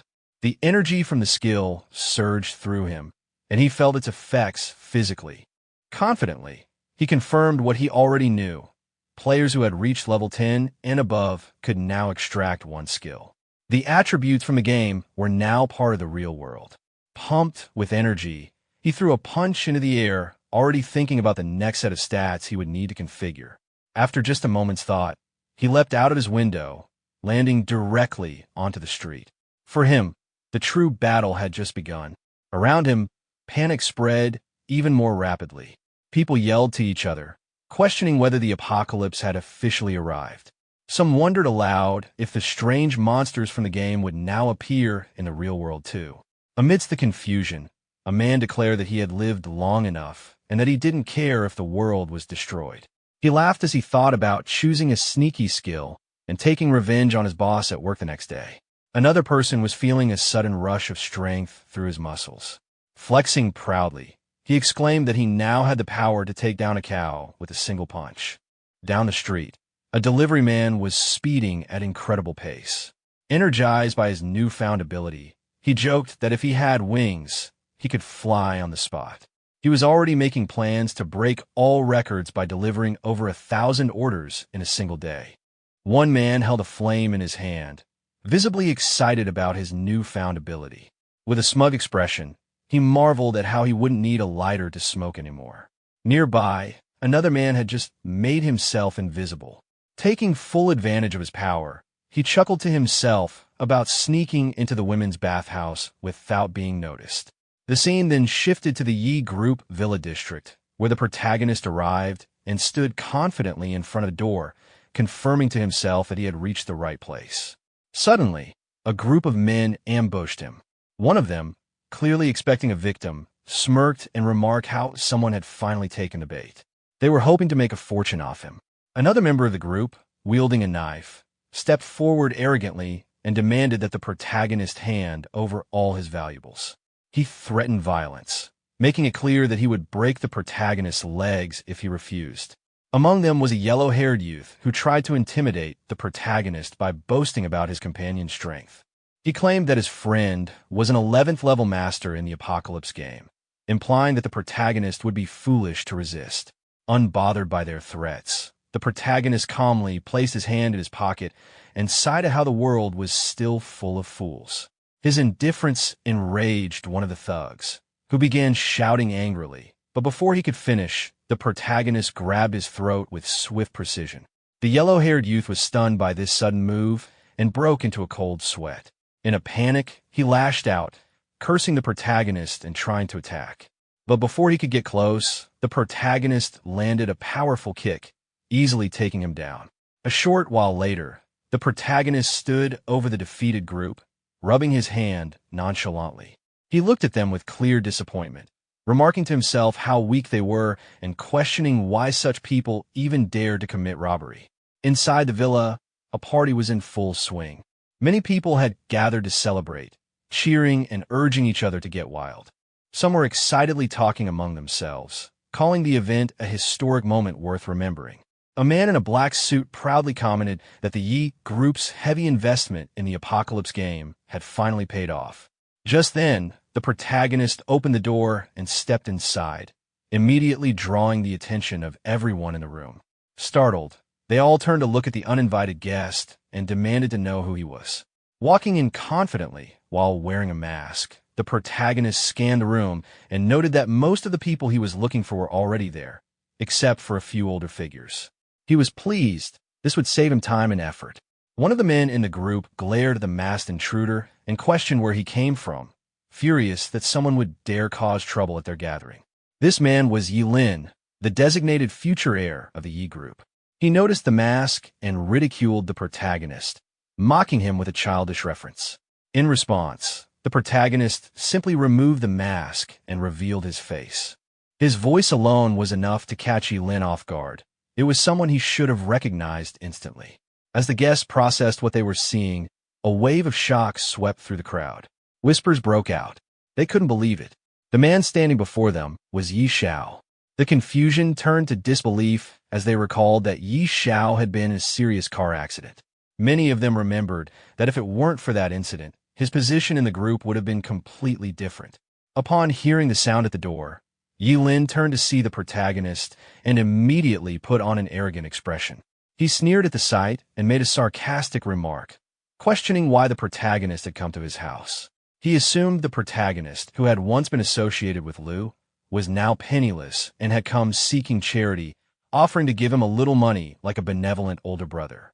Unfazed, the protagonist maintained a calm, straight-faced demeanor and firmly stated that he had come to clarify a matter. He asked Lin directly whether the car accident that had killed his parents 10 years ago had any connection to him. Lin, still smirking, responded mockingly. He ridiculed the protagonist for waiting so long to ask such a question. But then, as if deciding to indulge him, he began to admit something. Just then, one of Lin's subordinates stepped forward in a panic, trying to stop him from speaking any further. The man warned Lin that he was drunk and shouldn't say anything reckless. Without hesitation, the protagonist struck the subordinate directly in the head. The blow was so powerful that the man died instantly. The room fell silent as the protagonist coldly turned his gaze back to Lin, warning him not to interrupt while he was speaking. He then glanced down at the body on the ground and casually brushed off his hand, turning back to Lin with a chilling glare. With a voice filled with quiet menace, he demanded the full truth, every detail, no matter how small, and hinted that if Lin cooperated, he might at least be granted a quicker death. Everyone present was stunned. Fear washed over them as they realized the man had killed someone with a mere punch, or rather, just a single movement. Whispers spread through the crowd, their faces drenched in cold sweat. One of the onlookers, barely able to speak from shock, wondered if the man standing before them could truly be Xiao, the fearsome figure from the apocalypse. The protagonist heard the whisper and looked toward the speaker, acknowledging the thought with a sharp glance. He remarked that the man wasn't entirely foolish for recognizing him, but Lin remained defiant. He laughed mockingly, scoffing at the idea that the protagonist could be the Xiao. He dismissed the possibility outright, claiming that just because someone shared the name didn't mean they were the same person. With bold confidence, Lin stepped right up to the protagonist and declared that it was he who had tampered with the car 10 years ago. Then, with a smirk and cruel humor, he mimicked the sound of the explosion from the crash, mocking the tragedy and laughing at the fact that the protagonist had somehow survived it. His taunts were filled with contempt and amusement. In response, the protagonist's eyes began to glow red with fury as he glared at Lin. He called him a true monster, consumed by cruelty. Lin only laughed harder, brushing off the insult and asking what of it. With deadly calm, the protagonist declared that today, Lin would finally join the parents he had murdered. Realizing the gravity of the situation, Lin suddenly pointed at the protagonist and shouted a command to everyone in the room. He promised a dark gold piece of equipment as a reward to whoever could kill the man. He then turned to the rest of the people in the building, urging them to attack. But all he saw in return were faces pale with fear, frozen in place, unable to make a move. Hearing Xiao speak with an arrogant tone, he mocked Lin, asking if he dared to make a move. Without hesitation, Xiao suddenly broke one of Lin's fingers, twisting his arm backward tightly. He told Lin not to worry, because he wouldn't die so quickly, his bones would be broken one by one. In pain and disbelief, Lin screamed, asking what Xiao had just said, before his cries turned into agonized shouts. But Xiao pinned him to the ground and stepped on one of his arms. Lin screamed again, saying his arm was broken and begging that he couldn't be killed. Xiao, however, declared that this was far from enough. He called Lin a beast and demanded that he go down and apologize to them himself. Terrified, Lin looked at him and stammered, saying that Xiao couldn't possibly mean it. But before he could say more, Xiao suddenly smashed Lin's head. The sight left everyone inside the mansion in shock. They exclaimed that it was too terrifying and wondered aloud if the future of the Yi group was gone just like that. Some shouted that it was a good kill, calling Lin an animal worse than a pig or dog. Others recalled how Uncle Yi was such a good person, He had been killed by this beast. Many admitted that they had disliked Yi Lin for a long time and would have been the first to avenge Uncle and Annie had they known the truth back then. Their voices rose together, condemning him as deranged, someone who repaid kindness with enmity, and swearing that they had been wrong about him all along. But Yi Xiao turned toward them with anger and shouted for them to stop pretending. He declared that none of them would escape. As he attacked the people inside, he roared that all of them would die. Panic spread instantly. The crowd screamed that it had nothing to do with them, insisting Yi Lin was the one behind everything. They begged him not to kill them, crying out that Yi Lin was already dead and asking what more he wanted. Their screams for help filled the mansion, mixed with cries of murder and pain. Sometime later, when Yi Xiao had finished his vengeance, he walked out of the blood-soaked mansion, his body drenched in the blood of those he had killed. Speaking to himself, he declared that the vengeance for what had happened 10 years ago, spanning 2 lifetimes, had finally been achieved. The scene then shifted to another place, where a boy examined his new power. Looking at his hand, he laughed excitedly, saying that the power was incredible and that he was beginning to love the apocalypse. Another man beside him joined in, turning to their boss and saying that with their current stats, they could easily take on an entire armed company. Their boss, however, remained cautious. With confidence, but also warning in his tone, he told them not to celebrate too soon. Yi Xiao was already level 40, and he was very strong as well. Hearing this, the yellow-haired boy testing his power dismissed the concern. He asked what there was to be afraid of, saying that since there were 5 of them against just Yi Xiao, defeating him would be a piece of cake. Another one in the group supported the yellow-haired boy, agreeing with him and declaring that he would beat Yi Xiao until he knelt down and begged for mercy. But suddenly, a loud explosion shook the place as the wall burst apart, and Yi Xiao appeared. With confidence, he told them there was no need to wait, because he was already there. The boss, shocked at his sudden appearance, cried out in disbelief, calling Yi Xiao's name and demanding to know how he had found them. Yi Xiao wasted no time. Activating his power, he launched himself toward them, scoffing at the thought of just a few of them trying to backstab him in the real world. As he attacked, his words cut through the chaos, telling them that if they had any questions, they should go ask the King of Hell. Screams of pain and panic echoed as his assault tore through them. Moments later, another massive explosion erupted from the building, and Yi Xiao walked out, the structure crumbling behind him with a loud boom and rumble. As he continued through the town, he witnessed chaos everywhere, people fighting, some robbing, while others ran away shouting that the police had arrived. Suddenly, a large number of army soldiers appeared. In response, one defiant person screamed to kill them, boldly declaring that he wasn't afraid even if the army came. But as the soldiers moved closer, Yi Xiao noticed them approaching him. Narrowing his eyes, he asked who they were. From among the troops, a man in a suit stepped forward and introduced himself. He greeted Yi Xiao and revealed that he was Li Huan, the governor of Jiang City. He said he had come to ask for a favor and requested Yi Xiao to step aside for a word. Yi Xiao, not one to waste time, asked him directly what it was and told him to just say it. Pleased by his straightforwardness, the governor responded with a delighted, wonderful. He then explained the situation, pointing out that Jiang City was currently in a state of chaos. He expressed his hope that Yi Xiao could help re-establish order in the city and asked what he thought of the request. Yi Xiao, replying with confidence, stated that it wasn't impossible, but that he had his conditions. The governor, showing no hesitation, told him to feel free to state them. Sometime later, news broke out on the Apocalypse Forum.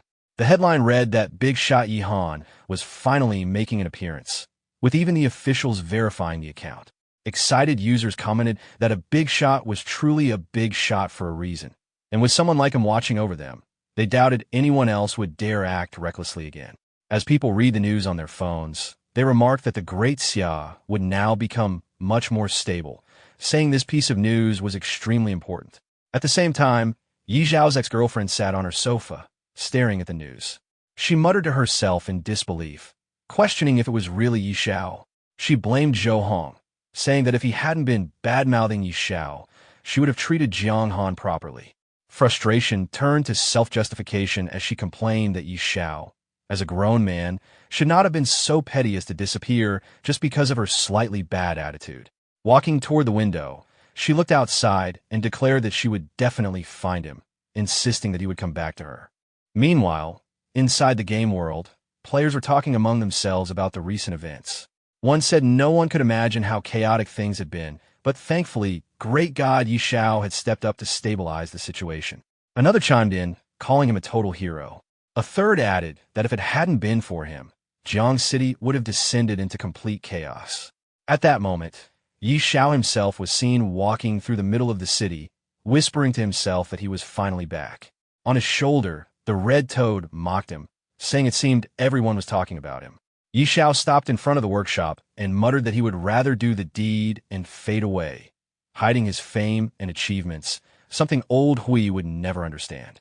The red toad sneered, pointing out that Xiao was acting cool again. When Xiao entered the workshop, one of the dwarves greeted him respectfully, relieved to see him return. Xiao told the dwarf, Thor, that he had something for him and handed him a blueprint. Thor looked at it with wide eyes, recognizing it immediately. It was the blueprint for the beast god's claw, an epic rank piece of equipment. Xiao then asked if it could be forged. Thor, sweating as he studied the blueprint, explained that this wasn't an ordinary epic rank item. With the right materials and future enhancements, it could be forged into a divine artifact, and judging by the design, it was most likely part of a set. Holding another half of the blueprint, Xiao revealed that he also had the design for the beast god's helm. Thor was stunned, exclaiming in shock that it truly was part of a set, and that he had now seen it all. Xiao, brimming with confidence, asked Thor how long it would take if the two of them forged it together. Thor examined the blueprint carefully, scratching the back of his head as he estimated. He said that if he and Du Lin worked on it together, it would take about 3 days. Xiao accepted the answer and told him he would return in 3 days to collect the equipment. The dwarf assured Xiao with full confidence that he guaranteed his satisfaction. Xiao waved his hand casually while walking away, simply replying with an okay. Soon, Xiao was seen standing in front of another shop. The shop owner immediately greeted him with great respect, saying that Lord Xiao's presence brought glory to his humble store and asking what he could do for him today. As the shopkeeper spoke, his eyes shifted toward the red toad sitting on Xiao's shoulder. Praising it, he said that the tamed beast with Lord Xiao was clearly heroic and extraordinary, radiating spiritual energy. The red toad instantly bristled with anger, snapping back that he was not a tamed beast, cursing that the shopkeeper's entire family were the real tamed beasts. Ignoring the outburst, Xiao calmly told the shop owner that he was there to buy some high-quality bee spirit fruits. The higher the grade, the better. The shop owner, eager to please, replied with excitement that the highest grade fruits available in his shop were grade 5, and asked how many Xiao would like. Xiao, brimming with confidence, told him to pack all the grade 4 and grade 5 bee spirit fruits in the shop. The shopkeeper hurriedly brought out a box filled with them, promising to get them ready immediately. Xiao's dragon began devouring the fruits one by one, while the phoenix egg was carefully placed on a table. Looking at the egg, Xiao wondered aloud if the fruits would be enough to hatch it. Checking his system panel, he smiled and reminded his dragon to eat slower so it wouldn't choke.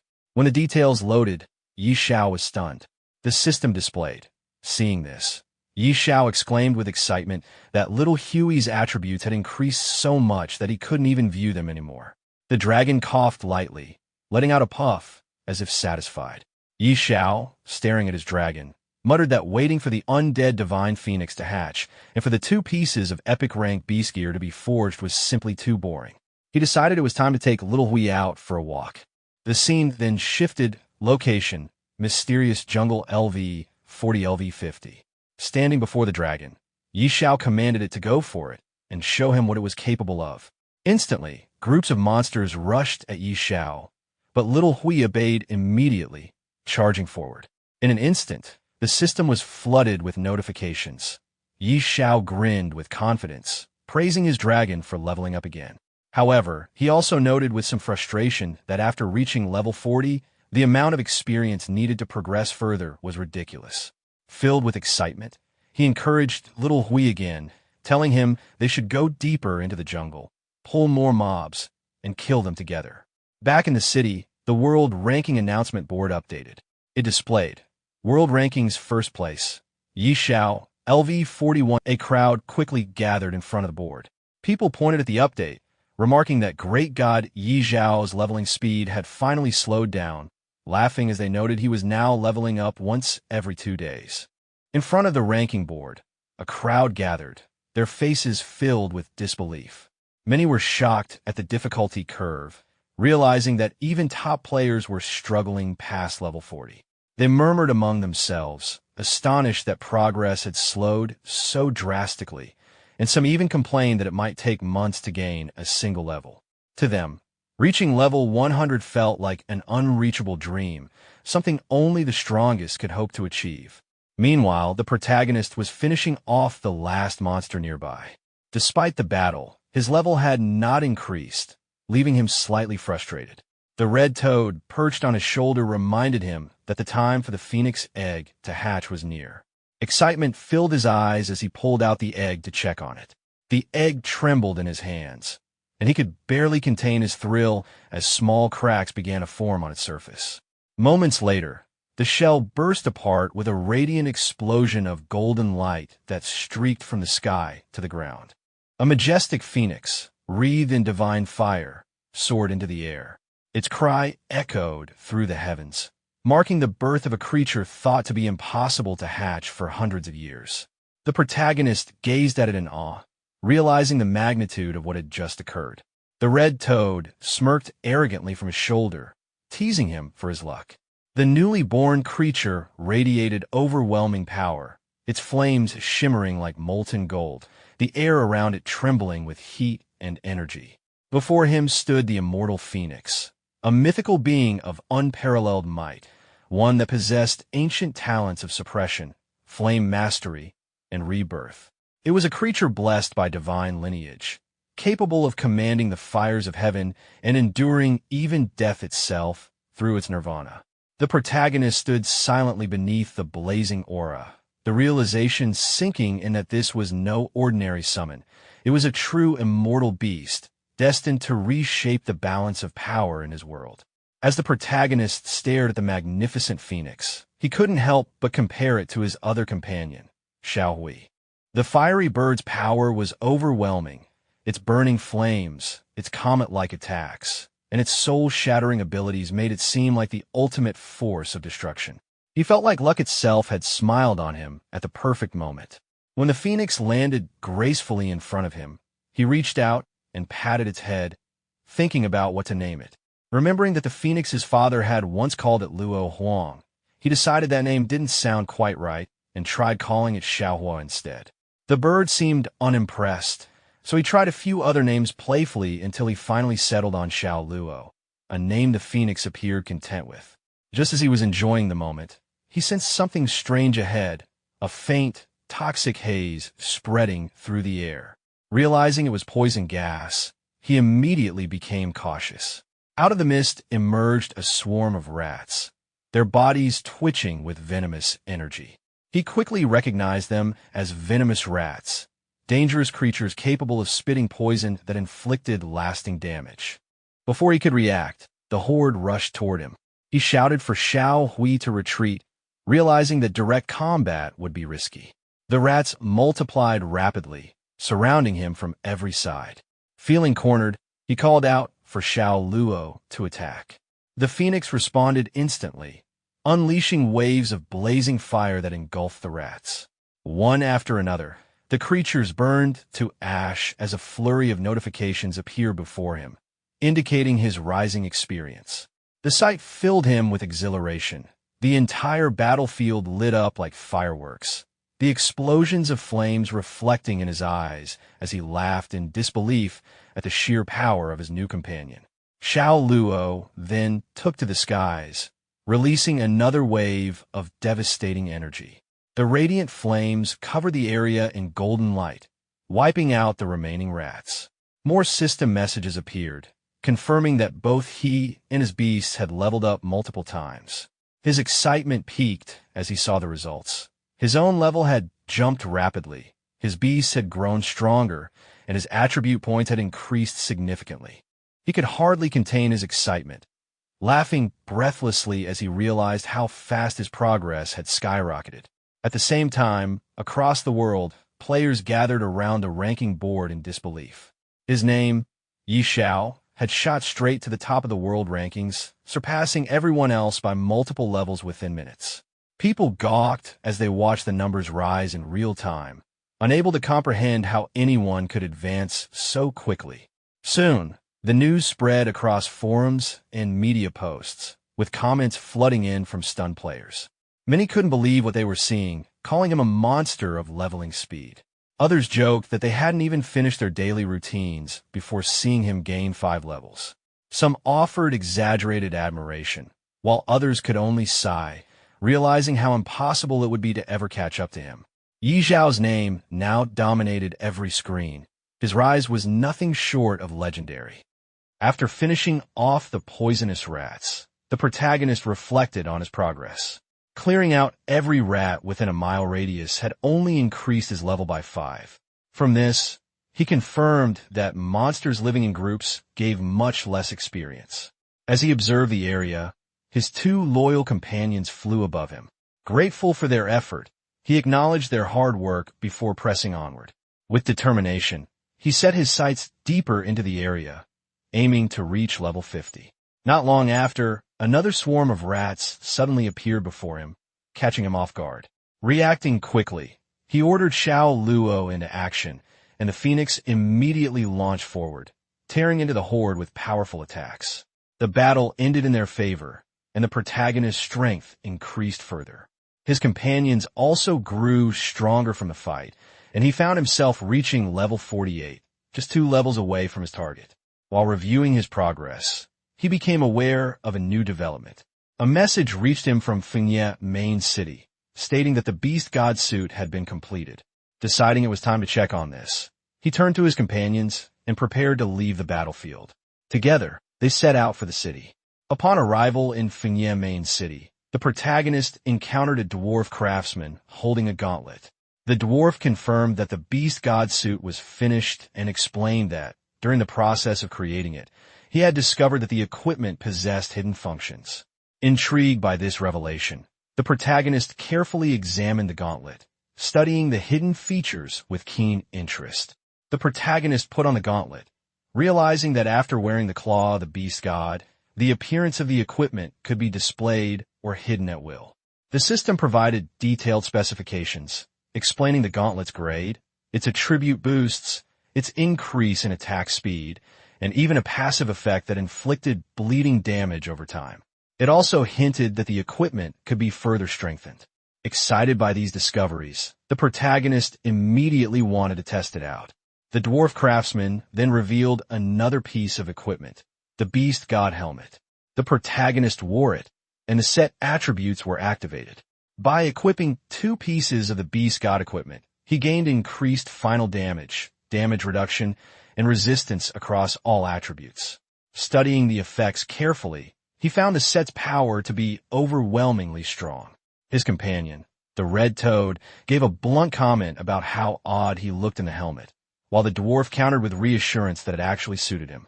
Smiling with confidence, the protagonist remarked that appearance mattered little compared to practicality, especially since he could hide the equipment whenever he wanted. Satisfied with the results, he prepared to leave. Thanking the dwarf for his hard work, he waved and departed, while the craftsman wished him well. As he walked through the bustling city, he overheard people gossiping. Many were whispering about troubling New Shuiwa City had been invaded. Their fearful discussions spread quickly, confirming that something serious had indeed occurred there. The red toad on his shoulder suggested gathering more information, and the protagonist immediately thought of someone reliable he could ask. The scene shifted to a quieter place, where Sister Tao sat on a bench reading through documents. A man entered and informed her that she had a visitor. Without even glancing up, she instructed him to say she was not there. But at that very moment, the protagonist appeared behind her, making his presence known, catching her completely off guard. When the protagonist appeared behind her, Sister Tao was startled. She had not expected to see him and felt uneasy, since trouble always seemed to follow whenever he arrived. After calming herself, she listened as he asked about the situation in Shuiwa City. She explained that the area around Shuiwa City was now being consumed by gray fog. If the trend continued, the fog would likely engulf the entire city. The protagonist was surprised to hear of this invasion and pressed her for more details. According to the information Sister Tao had gathered, the gray fog was connected to an evil god mentioned in the ancient records of the Supreme Palace. This god was said to spread plagues and viruses, so malevolent that no temple was ever dedicated to him. She revealed that his name was Sekhmet, then warned the protagonist not to get involved. Despite her warning, he showed confidence and declared his intent to go to Shueihua City. Sister Tao was shocked, but admitted that the Supreme Palace had also tasked her with investigating the matter, so she agreed to accompany him. Although she grew flustered when he teased her, she quickly told him to stop speaking nonsense and insisted they depart the following morning, as she needed time to prepare the teleportation array within the city. The protagonist accepted this arrangement, and the two reached an agreement. After leaving Sister Tao, the protagonist was soon bombarded by messages from the world chat. Players from across the lands were panicking, reporting that the gray fog around Shueihua City drained health rapidly, killing many instantly. Others claimed the city's NPCs were fleeing, while nearby forests were swallowed up by the spreading mist. Rumors spread about whether a great power had unleashed some sort of biological weapon. Reports also came in of disturbances in Shadow City, a glowing statue outside Silver Light City that was powerful enough to instantly defeat challengers, and strange boundaries appearing nearby city. Hearing all this, the protagonist began to think deeply. The scale of the gray fog invasion was far greater than he had realized, and now it seemed other major cities were also facing problems. Questions filled his mind as he wondered what the evil god Sekhmet truly intended to achieve. The next day, the protagonist met with Sister Tao. She explained that there was still a teleportation array left by the Supreme Palace in Shueihua City. Through it, they could travel directly to the outskirts of the city. Holding up a special artifact, she activated the array, and a glowing door opened before them.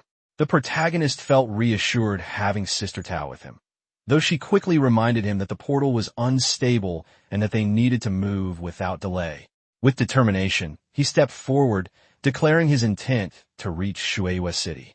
A moment later, both of them entered the portal. In an instant, they emerged outside Shueihua City. The protagonist took in the scene, noticing the lakes and lush greenery that surrounded the area, just as he had heard. Sister Tao, however, pointed out something alarming. The gray fog was spreading more quickly than expected. He acknowledged this and prepared to move forward, but when he set off toward the city, she asked where he was going. He replied that his destination was the main city, while the task of investigating the gray fog was hers. Amused yet slightly exasperated, Sister Tao told him she would not accompany him further and urged him to take care. He assured her not to worry and bid her farewell. The scene shifted to Shueihua City. Standing before the Grand Castle, the protagonist identified his location. However, he quickly noticed a large number of people leaving the city. Confusion set in as he wondered why so many were fleeing. Listening closely, he heard groups of people talking amongst themselves. Some lamented their misfortune, saying they had just bought homes and were about to settle down, only to have disaster strike. Others blamed miners who had ignored warnings not to dig near Shueihua Lake, claiming their recklessness had angered the gods and doomed the city. Another voice mentioned that people had already died and that only a single young girl had survived, describing her as pitiful. Curious about this survivor, the protagonist approached a man with a long beard and asked who the girl was. The man, surprised by his interest, questioned if he was related to her. In response, the protagonist confidently revealed his badge, showing his authority as someone commissioned by the Supreme Palace to investigate the source of the gray mist. This revelation caught the attention of another bystander, who quickly recognized him as a master from the Supreme Palace. The bearded man informed the protagonist that the little girl he was searching for was named Aisha, the daughter of a miner from Bishui district. He explained that her entire family had been infected by the gray fog and described their situation as pitiful. When asked about her whereabouts, he revealed that Aisha had been isolated by several adults in the church of Bishui City. As the protagonist processed this information, a blonde-haired man stepped forward nervously, warning him that once infected by the gray fog, not even the best healer in the city could provide a cure. The protagonist acknowledged the warning and expressed his gratitude, prompting the man to wish him well before departing. Upon entering the city, the protagonist fixed his eyes on a particular building and concluded that Aisha must be there, inside the church. However, when he attempted to approach, guards immediately blocked his path. They declared the place extremely dangerous and ordered him to leave, threatening to take action if he did not comply. The protagonist revealed his imperial status as a viscount, explaining that he had come to investigate the source of the gray fog. The guards, recognizing his authority, quickly shifted their attitude and escorted him forward. One of them reported his arrival to a red-haired woman named Lady Xena, informing her that the imperial viscount had come to investigate the matter of the gray fog. Surprised by the title, Lady Xena agreed to meet him. Soon, the protagonist stood before her and respectfully requested permission to examine the condition of Aisha. Lady Xena, after considering his words, agreed and led him to a different room. On the way, she cautioned him that the gray fog was both highly contagious and incurable. She explained that whether or not a shield could withstand the infection depended on the concentration of the fog, and if the density was high, a stronger barrier would be necessary. The protagonist, however, remained calm, knowing inwardly that he carried the protection of the god of wealth's shield, which rendered him unaffected regardless of the fog's intensity. Eventually, he reached a room where a little blonde-haired girl awaited. As he approached her, he confirmed to himself that she was indeed Aisha, the one he had been seeking. When the protagonist approached, the little girl recoiled in fear, worried he would be infected if he came any closer. Yet he moved forward calmly, unaffected, his shield silently protecting him. Reassured by his presence, the girl's fears softened into a gentle smile as she asked if he was truly all right. The protagonist crouched down to her level and requested to see the small bottle she held tightly in her hands. Trusting him, she agreed and handed it over. As he examined the bottle, he realized it was no ordinary toy. Once soaked in a peculiar spring, it had gained a strange property that allowed it to offset the damage of the gray fog. But along with that power came a curse, one that harmed anyone who touched it except for Aisha. The sharp pangs of cursed damage confirmed his suspicion. The protagonist concluded that the bottle was unique, bound in some way to the girl alone. Curious about its origin, he asked her where she had found it. After thinking carefully, Aisha recalled a cave by Griffin Lake, west of the city, where she had come across the strange object. Her words confirmed his own thoughts. This was indeed the place he needed to investigate. With a smile, he thanked the girl, acknowledging how much she had helped him. In response, she shyly brought forth a glowing glass orb, holding it out with both hands as a gift to him, her way of expressing gratitude for his visit and reassurance. Our protagonist examined the glass bowl with growing excitement. In that moment, he realized it was something deeply precious to Elsa, an item tied to her childhood fondness for beautiful things and unknown even to her parents. After studying it carefully, he thought that perhaps it might prove useful later on. He then waved goodbye to the little girl, thanking her for the help and promising to return once he had dealt with the gray fog. The girl happily waved back, encouraging him with confidence that he could definitely get rid of it. Outside, a lady approached him, asking if he had found any clues. He replied calmly that he was heading to Griffin Lake. Shocked, the lady reminded him that the area had already been consumed by the gray fog. Still, he simply smiled, assuring her not to worry, explaining that he was only going there to take care of it. Hearing this, she blushed slightly, praising him for being truly extraordinary. A while later, the protagonist arrived near Griffin Lake. The air grew heavier with every step, and the damage to his body increased noticeably as the fog thickened. Wiping sweat from his face, he acknowledged that the closer he got, the greater the strain became. Estimating his position, he figured the lake was less than 5 kilometers to the north and pressed on. As he moved forward, he spotted a group of people through the mist. Curious, he wondered who they might be, possibly members of the Supreme Palace.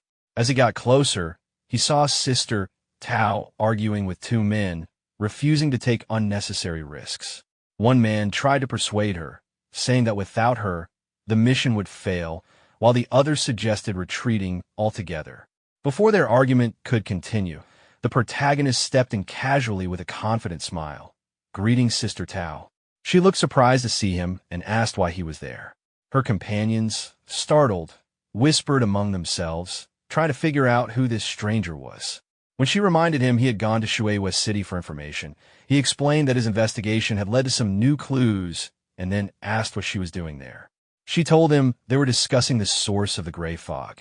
Without lingering, he waved them off, telling them to continue their work while he went ahead.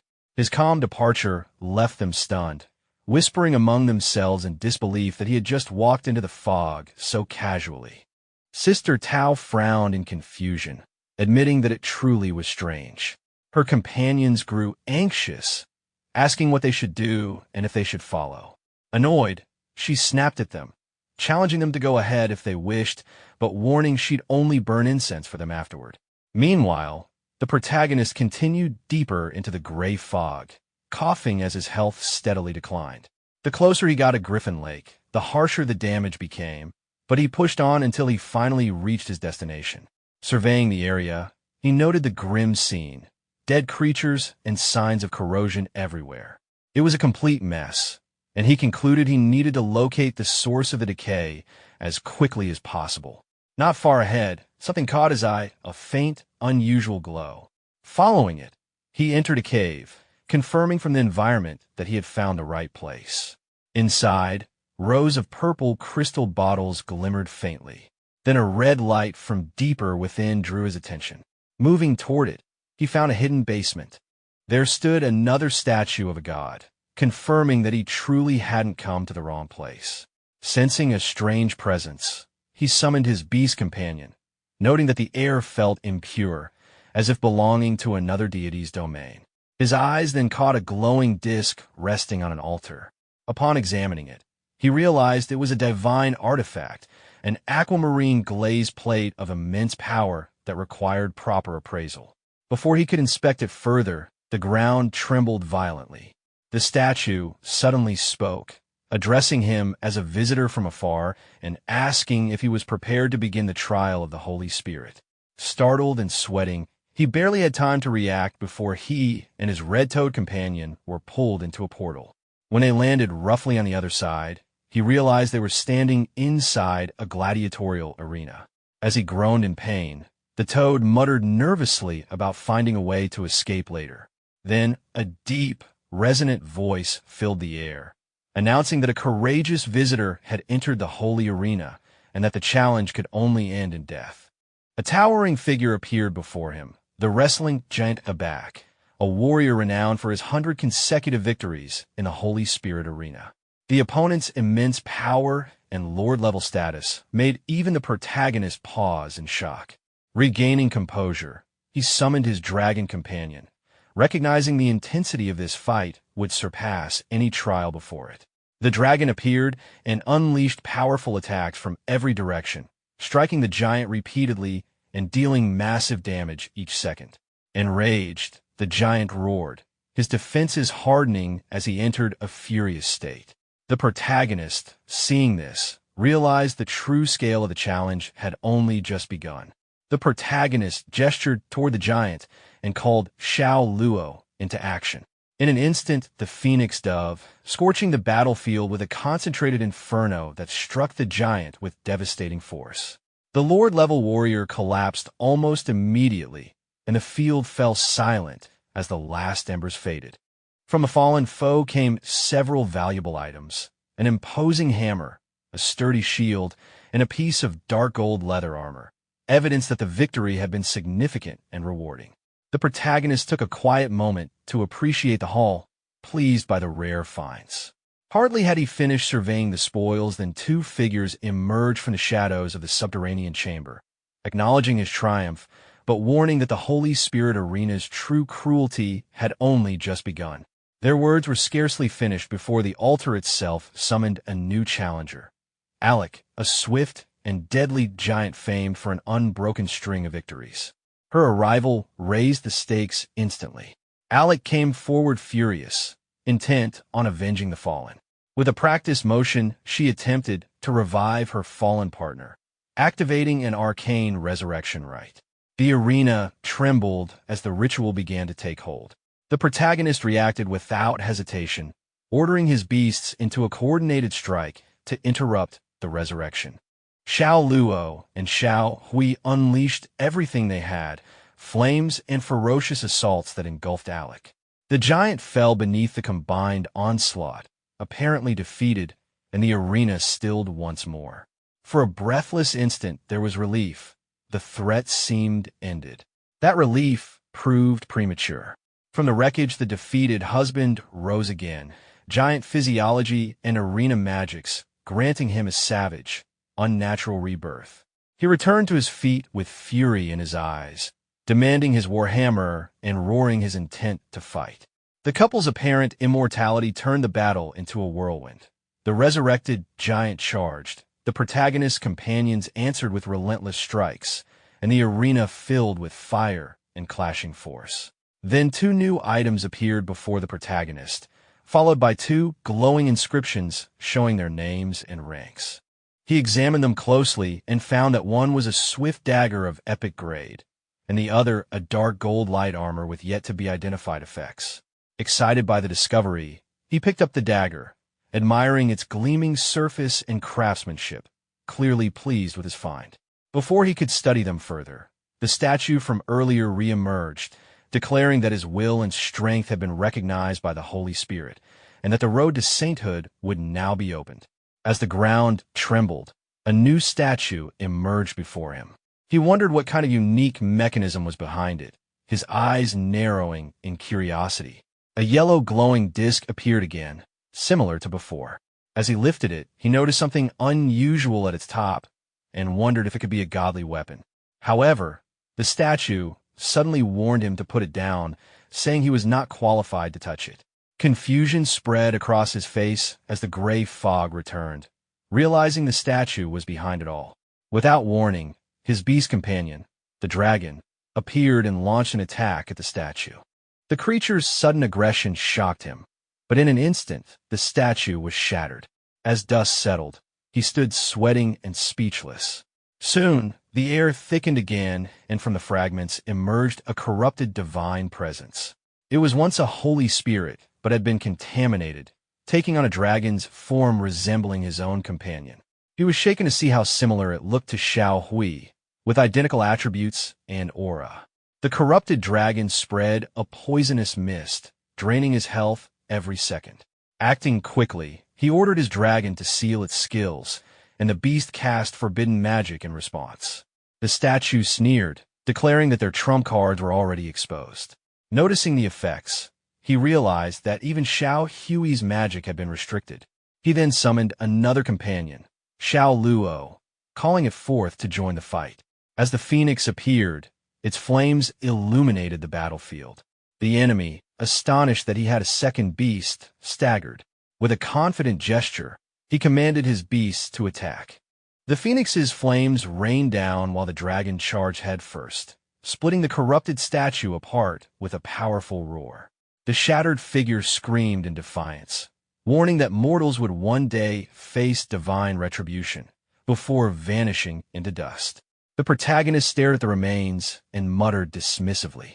A calm voice then echoed from the void, thanking him for liberating the Holy Spirit arena from Sekhmet's control and offering him a token as a certificate for the path to sainthood.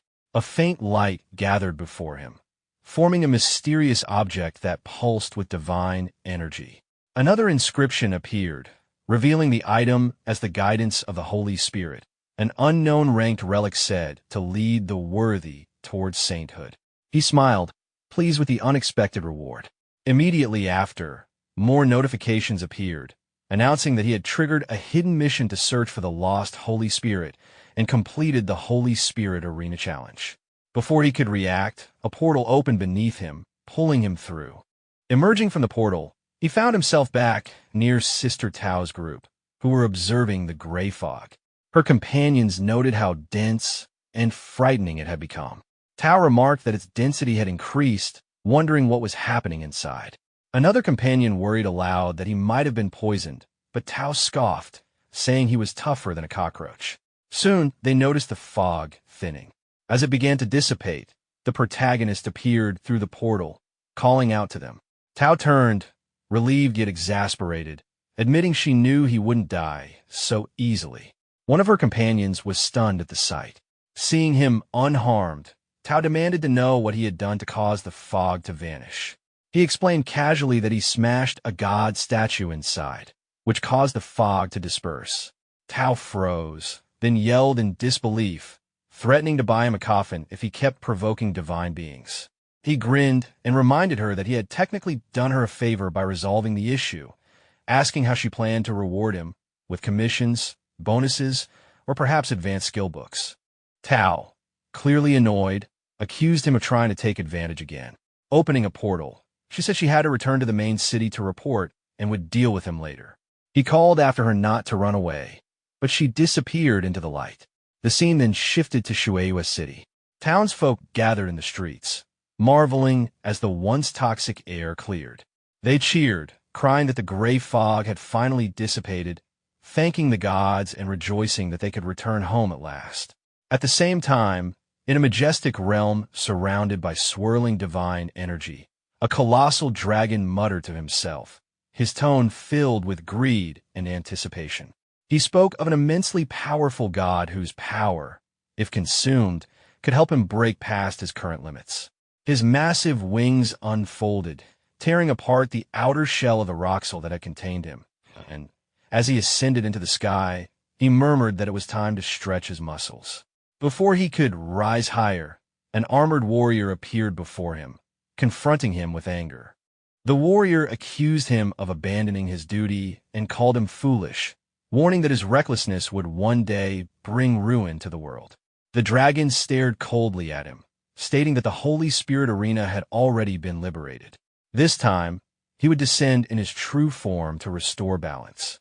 The warrior warned him once more, saying that if he went too far, his godly power would be stripped away. Ignoring the threat, the dragon soared upward, muttering that he would devour the ignorant humans and shatter his shackles, vowing vengeance on the one who had defied him. The scene shifted to Shueihua City Lord's Hall, where a red-haired lady bowed respectfully before the protagonist, thanking him sincerely for saving the city. He responded casually, saying it was just a small favor, then asked about Aisha's condition. She smiled warmly and told him that Aisha was recovering well, as were all the others who had been affected by the gray fog. Just then, a guard burst in, laughing and announcing that the hero who had resolved the gray fog crisis had arrived. The city lord himself appeared, expressing curiosity about the one responsible. The lady pointed to the protagonist, introducing him as Lord Xiao. The protagonist greeted the city lord politely, and moments later, glowing text appeared before his eyes, indicating that his favorability with Duan had increased and that he had earned the friendship of Shueihua City. Before the city lord could speak further, Sister Tao entered, praising the protagonist for his extraordinary accomplishment in resolving the gray fog's source. The city lord turned to her and calmly remarked that this confirmed the incident's divine connection. The protagonist admitted that there were still many things he didn't fully understand, maintaining a confident composure. The city lord smiled, handing him a communication token and inviting him to reach out whenever needed. The protagonist accepted with gratitude, noting internally that anyone holding the title of City Lord had to be a level 100 warrior, making this favor quite valuable. Before leaving, the City Lord mentioned that he still needed to handle matters concerning the city's recovery. The protagonist nodded, saying he too needed to return to Fiancée City and encouraged the City Lord to stay in touch. Sister Tao then said she also had to return to the Supreme Temple to report and offered to take him using a teleportation array. He thanked her, which made her sigh in irritation, calling him a brat in jest before activating the portal. The scene shifted to Fiancée Main City, where the protagonist was greeted by the dwarf Thor, who joyfully exclaimed at his return. The protagonist immediately asked for his help in identifying something. Holding up a green disc, Thor examined it curiously and joked that it looked like a plate used by dwarves to eat from. Rolling his eyes, the protagonist urged him to take it seriously, insisting it was a divine artifact. Thor sniffed the item and frowned, saying it carried a scent he despised, a scent that seemed to suppress its own potential. Gripping his hammer, he prepared to strike, declaring he would make it shine again. As he raised the hammer, The protagonist broke into a sweat, warning him to be gentle since it was a god weapon.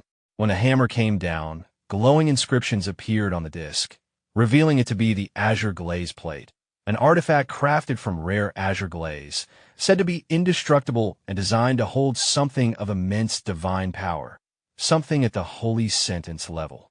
Thor chuckled, saying he had been right about it being a fruit plate. The protagonist, sweating again, wondered if it might truly be meant to hold a holy sentence item. Thinking deeply, he recalled that the holy severance level was several tiers above the heavenly destruction level, a rank spoken of only in myths. Deciding to store it for now, he said he would return once he found a matching artifact for it. He then asked Thor to identify some dark gold equipment later, to which Thor readily agreed. Later, as the protagonist walked through the streets, the red toad perched on his shoulder commented arrogantly that he was nearing level 50 and would soon need to undergo another trial. The protagonist acknowledged this, saying he needed a place where he could level up faster. Smirking, he turned to his beast companion and said it was time to head somewhere nice. They soon arrived at the gravel wasteland, a harsh area crawling with large sand thorn scorpions. The toad warned him that farming monsters in a level 50-plus zone was reckless, and that if those scorpions targeted him, he'd be in serious danger. The protagonist, however, stood confidently, brushing it off with a grin, saying it was no big deal. The protagonist called out to his trusted dragon companion, commanding it to take charge. Responding instantly, the dragon soared into the air and unleashed a devastating wave of dragon breath upon the swarm of scorpions, dealing massive damage and scattering them across the battlefield. Without wasting a moment, he summoned his phoenix next, entrusting it with the next attack. The phoenix rose high into the sky, its fiery wings glowing brilliantly before raining down blazing energy that wiped out countless scorpions in an instant. Seeing the overwhelming destruction caused by both his beasts, the protagonist felt genuinely impressed by the sheer destructive power of his team. Amidst the chaos, several notifications appeared before him. His level had increased to 50, bringing with it a significant rise in his strength, constitution, spirit, and agility. However, he had now reached the level cap and could no longer gain experience until he completed the special level 50 promotion trial. 2 of his classes had also unlocked new talents. As the god of wealth, he had gained the ability to spend gold coins to reveal detailed information about enemies. And, as the Beast Godmaster, he could now enhance all of his beast stats, temporarily granting an even greater boost to 4 of them. His dragon, Xiao, had also advanced to level 50, gaining the ability known as the Dragon King Body, which doubled its strength and constitution while granting resistance to nearly all forms of control effects such as stun or imprisonment. Seeing all these new upgrades, the protagonist was thrilled. The Eye of the God of Wealth ability fascinated him, as it allowed him to literally pay for information in battle, while the Beast God Aura and his dragon's new power made his combat potential skyrocket. He could feel that everything was coming together perfectly, and it was finally time to take on the next challenge, the promotion trial. The scene then shifted to Fingyem main city, where the protagonist stood before the city lord's mansion. He reflected that this place held one of the few temples capable of initiating the level 50 trial, and the closest gateway to the imperial city lay here. Inside, he met the city lord, who expressed surprise at his decision to head to the imperial city so soon. After a brief exchange, the city lord explained that the teleportation formation leading there had been destroyed during a mysterious invasion. The news momentarily troubled the protagonist, but the city lord mentioned that a hidden formation still existed, one located within the Duchess Sophia's mansion. Recalling his familiarity with Sophia, the protagonist decided to visit her immediately. The scene then moved to the Duke's palace, where Sophia greeted him warmly, half playfully scolding him for not visiting sooner. He greeted her respectfully, but his tone soon turned serious as he explained his purpose. He needed to reach the imperial city. She quickly understood his request and agreed to help, though she warned him that her teleportation formation hadn't been used in many years. After expressing his gratitude, the two proceeded to her private office. Sophia admitted she was unsure whether she could still activate the formation, given how long it had been since she last used it. At his encouragement, she tried anyway. Pulling a hidden lever on the wall, she successfully triggered the mechanism, and a glowing teleportation circle appeared beneath his feet. Impressed, he praised her skill as she urged him to step in quickly, explaining that the formation was only temporary and would soon fade. He promised her that once his promotion trial was complete, he would return to see her. Sophia smiled and asked him to deliver her regards to the king when he reached the imperial city, before giving him one final, affectionate reminder not to forget to come back to her. Sometime later, the protagonist appeared in front of a gate where guards were stationed. One of them looked at him and asked who he was and why he had suddenly appeared. The protagonist reassured him, explaining that he had come from Finya City and that Lady Sophia had opened the teleportation formation for him. He identified himself as Viscount Xiao of Finya City. Hearing this, the god acknowledged him politely, recognizing his noble status. Both guards then turned to the protagonist and saluted him. Xiao waved off the formality and asked for the direction to the World Temple. One guard stepped forward, offering to lead him. As they walked inside, the guard asked if he was there for the level 50 advancement trial. Xiao confirmed. The god explained that there was only one passage to the World Temple in the imperial capital, and entering normally required a complicated series of procedures. However, with Xiao's status as a viscount, the process could be expedited. Xiao expressed his gratitude and asked to be taken there as soon as possible. Later, as he looked at the temple, the protagonist admired its majesty. The World Temple lived up to its reputation, with a world tree standing behind it. Climbing to its top would earn recognition from the gods. When he reached the gate, some people standing there seemed to be waiting for him. He wondered if they were addressing him. An old man, a 5th-level deacon named Abosai, stepped forward and asked if he was Lord Xiao. Xiao confirmed. Abosai explained that he had come after hearing the news and invited him to follow. Inside the temple, Abosai asked what level of trial he intended to take this time. Xiao immediately replied, the Abyss. Abosai looked at him and cautioned that the level 50 trial would be twice as difficult as before, and no one knew exactly what the Abyss trial would entail. With confidence, the protagonist affirmed that it didn't matter. He had made up his mind. Standing at the temple gate, the old man wished him good luck. Xiao thanked him and prepared to move forward. Elsewhere in the city, a soldier ran through the streets, shouting that there was news for His Highness. A gray-haired man turned to him, asking why he was so panicked. The soldier reported that Xiao, the person they had been monitoring, had arrived in the imperial capital. The gray-haired man was shocked and muttered that Xiao had dared to come to the capital alone, clearly reckless. He asked how many people Xiao had brought, and the soldier replied that Xiao had come alone via the teleportation formation. Angrily, the man clenched his fists and ordered his personal guards to go teach Xiao a lesson, demanding to know how he dared enter the capital alone and harm his people. The soldiers hesitated, noting that Xiao was likely in the World Temple and now quite famous, warning that a rash action could be dangerous. The man dismissed their concern, asserting that no one in the imperial capital could stop Prince Karami from taking action, and instructed them to proceed. The soldiers acknowledged and prepared to act. The scene then shifted to the trial ground. The protagonist walked alongside his dragon companion, noting the unusual nature of the level 50 trial. There wasn't a single monster in sight. Suddenly, a surge of purple energy hit the ground, catching Xiao off guard.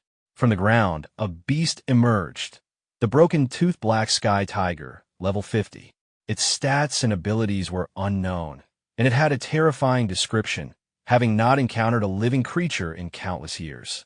Xiao, impressed and slightly concerned by the beast's immense power, commented that its health was likely over 1 million.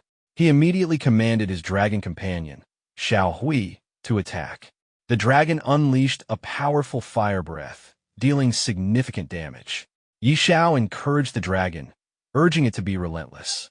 The beast retaliated, flying toward the dragon, which activated its full power, dealing massive damage. Xiao cheered on the attack, noting there should be no mercy. The beast eventually fell to the ground. Xiao examined the loot, holding a sword and smiling at the drop. One epic and one dark gold item, which he decided to keep for now. Notifications confirmed the items as the Sword of Broken Tooth and Pitch Black Couple Rings, both not yet appraised. Pointing toward the forest, Xiao signaled Xiao Hui to continue deeper into the trial. The scene shifted to a room where several people observed the protagonist through a crystal orb. They moved closer, eager to see, commenting on how a strange black tiger had been killed so easily. They noted its size, concluding it must have been at least Lord level, and expressed disbelief that Xiao could defeat such a boss in the Abyss trial. One man, speaking confidently, reminded everyone to stay patient, emphasizing that the 50th level Abyss trial was far more than a simple Lord-level challenge. Another reacted in shock at how quickly the second boss had been defeated, questioning what kind of god Xiao might be, or whether he was a reincarnation. The observers continued discussing, marveling at his strength, and joking about how even at their peak, they would have yielded. Their attention was suddenly drawn to something strange, the appearance of a giant beast's foot in the orb. Moments later, the crystal orb stopped showing Xiao, leaving everyone in shock. One of them exclaimed in disbelief at how he had disappeared. The old man from the temple gate questioned if something had happened to the peeping eye. Another explained that it seemed the view had been blocked by an extremely powerful force.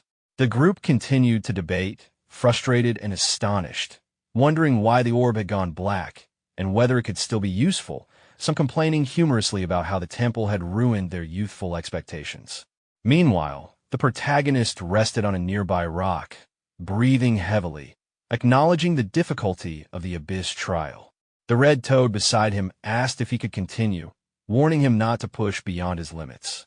Thinking to himself, the protagonist reflected that the previous two bosses had been Lord level and that the final boss was likely an immortal level creature never encountered before. Determined, he resolved to challenge it. The red toad, perched on his shoulder, reminded him it could enter his beast control space or wait at the door, unwilling to risk death. Xiao replied confidently, telling old Hui that if he died, the toad could inherit his loan, and then prepared to move forward. Soon after, Xiao teleported to an unknown area. A notification appeared above his head, warning him that he had entered an extremely dangerous area and should escape immediately. Looking ahead, he steadied himself, confident and ready, remarking on the terrifying immortal-level monster in front of him. Its attributes were formidable, and its skills could not be detected. A notification appeared before the protagonist, listing the immortal boss's basic info. Invader of the Abyss, level 50, with most stats unknown and talent and skills unreadable. Confident, Xiao activated the Eye of the God of Wealth. The skill's cost flashed repeatedly. Loss of 10,000 gold coins, again and again. He muttered that the gold was disappearing fast. More notifications detailed the invader's abilities.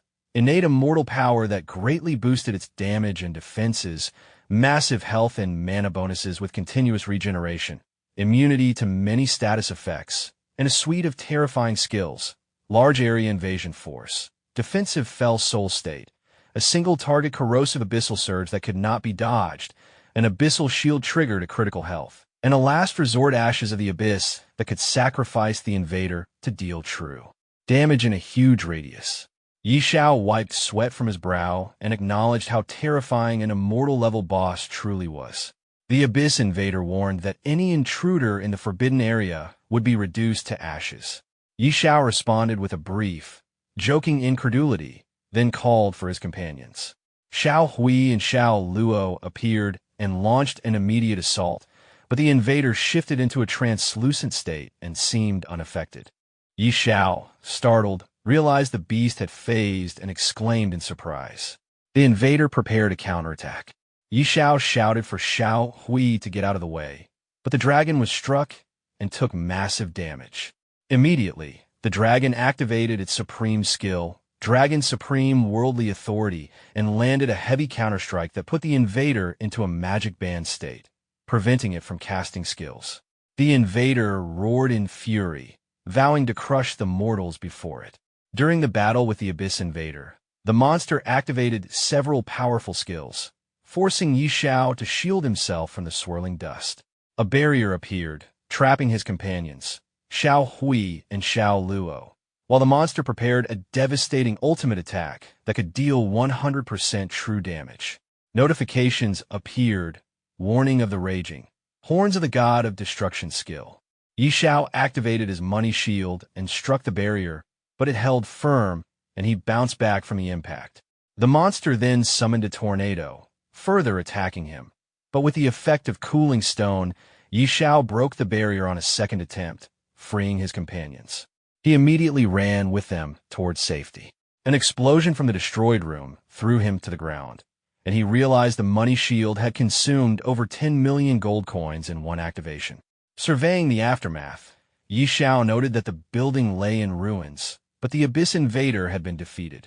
No equipment dropped, but a blue crystal appeared, revealed to be the 5th Abyss Stone, confirmed as Abyss Stone, Fragment 5.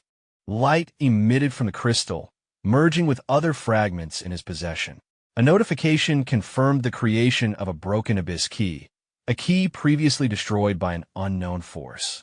Holding it, Yi Xiao wondered how it could open a door, even in its broken state, realizing it was a crucial artifact for future challenges. After Yi Xiao completed the level 50 Abyss trial, a world announcement broadcasted his achievement to all players. He had passed the trial, received a legendary heroic divine stone, gained a Daxiao War Zone point, and unlocked additional blessings, including plus 1,000 free attribute points. The announcement also revealed that the Battle Zone system was now activated for level 50 players, offering access to high-quality equipment and items. In the streets, players discussed the news in shock and excitement. Many were stunned that Yi Xiao had reached level 50, speculated about the new War Zone system, and realized that high-tier equipment could only be accessed by those willing to invest early or possess exceptional skill. They debated the scarcity of epic gear and acknowledged that Yi Xiao, being the only player in the War Zone at that point, would naturally acquire a vast advantage. Meanwhile, at the Supreme Temple, Yi Xiao entered a room only to find it empty, though voices indicated that people were waiting for the crystal images to restore. As he approached, onlookers explained that Viscount Yi Xiao was attempting the rare level 50 Abyss trial, an event attracting guards and elders alike. Yi Xiao, confident, wondered if it was possible he had already passed the trial. The people in the room were stunned when they realized Yi Xiao himself had arrived. Their shock turned into excitement as they greeted him, questioning whether he had truly completed the Abyss trial.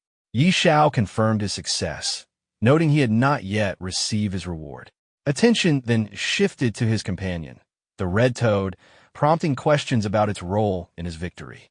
The toad angrily defended itself, asserting its importance in the trial. Finally, when asked about the final boss's level, Yi Xiao revealed it was immortal level, leaving everyone in the room astonished and horrified at the scale of the challenge he had overcome. The old wizard guided the protagonist through the temple, asking him to follow and not worry about the trial reward yet. He explained that before anything else, the protagonist must receive the world's blessing. They reached a massive blue leaf tree, and the wizard revealed it as the holy tree's will, instructing him to wait patiently as the ceremony began. A sudden gust of wind swept through, and the protagonist felt the tree's power. Visions of the world's creation appeared before him. The birth of dwarves, dragons, elves, and goblins. Gods later descended, demanding submission, and while some races bowed, others like the dragons resisted. Darkness soon consumed a part of the continent, marking the beginning of the strange invasion. As the vision ended, the protagonist realized the gods might be connected to these invasions. A divine message then urged him to seek the holy judgment to stop the darkness. When he touched the holy seed, divine power surged through him. The blessings enhanced his strength, doubled his growth, and multiplied his health and constitution many times over. His beast companion also shared in the transformation, and a new skill awakened, the holy tree's protection, granting him one chance at resurrection. Bathed in a blue aura, he marveled at the power, recognizing it as a divine gift that made him nearly invincible. When the old wizard asked about the process, he replied calmly that everything had gone smoothly. The old wizard expressed satisfaction that everything went smoothly and told the protagonist that since he was acknowledged by the holy tree, he was now considered a friend of the temple. He then asked if the protagonist had ever thought about joining the World Temple. The protagonist declined for now, saying he didn't have such an idea at the moment. Understanding his answer, the old wizard handed him a reward, the heroic Godstone, a legendary item given only to those who cleared the Abyss-level trial. It held divine power used to strengthen the emblem of heroism. The protagonist examined the stone briefly, acknowledging its purpose before preparing to leave. The wizard respectfully told him he would always be welcome back should he ever decide to join the temple. The scene shifted to Dragon Phoenix City, where Lansley pushed through the crowd, shouting for people to move aside. The townsfolk whispered among themselves, recognizing him and wondering who would be his next target, whispering that he was known as a ruthless killer. Growing impatient, Lansley muttered to himself, frustrated that his target still hadn't appeared, his killing intent barely restrained. A soldier warned Lansley to control himself, reminding him that delaying the prince's orders could cost him dearly. Lansley brushed it off, saying they should deal with Xiao first since his sudden fame had drawn too much attention. When a soldier teased him about being afraid, Lansley laughed it off, confident that a level so low wasn't worth fearing. As the protagonist appeared through the city gate, Lansley's expression shifted to excitement. He impatiently muttered that he couldn't wait to face him. When the protagonist questioned his identity, Lansley arrogantly introduced himself as a law enforcement officer from the arbitration office, claiming he was there under Prince Karami's orders to investigate unregistered participants in the World Temple trial. The old wizard, watching from the side, found the intrusion absurd, Judgment Hall officials daring to interfere with temple matters. He reminded them that Xiao had completed the Abyss trial and was now a recognized friend of the World Temple. The statement left Lansley uneasy, wondering when Xiao had gained such powerful connections. Trying to recover, Lansley stumbled over his words, while the soldier quickly shifted tone, pretending they were there to offer blessings on behalf of the prince. Lansley glared at him internally, frustrated at how fast his ally had changed sides. The soldier continued flattering the protagonist, calling him a hero of the Empire. Amused, the protagonist simply smiled and told them to dance for him. Caught off guard, Lansley broke into a nervous sweat, while the old wizard, clearly entertained, encouraged the idea, saying the blessing dance was said to be quite delightful. Both men panicked, insisting they couldn't dance, but the protagonist remarked playfully that they didn't seem too willing, leaving Lansley flustered and speechless. Lansley broke into a nervous sweat, silently cursing his luck. The old wizard, clearly enjoying the scene, firmly ordered them to dance.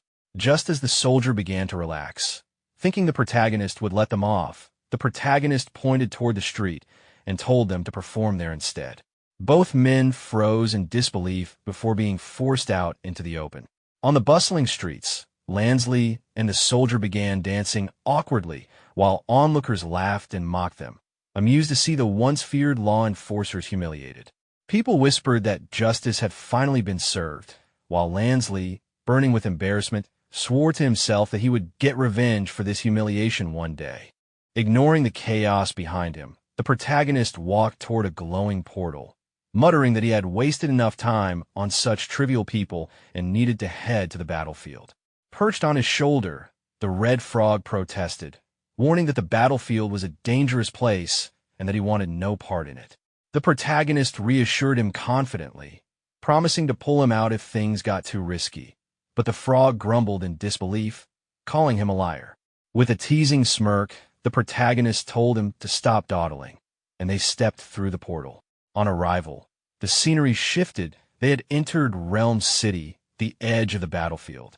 The protagonist looked around in awe, taking in the war-torn landscape.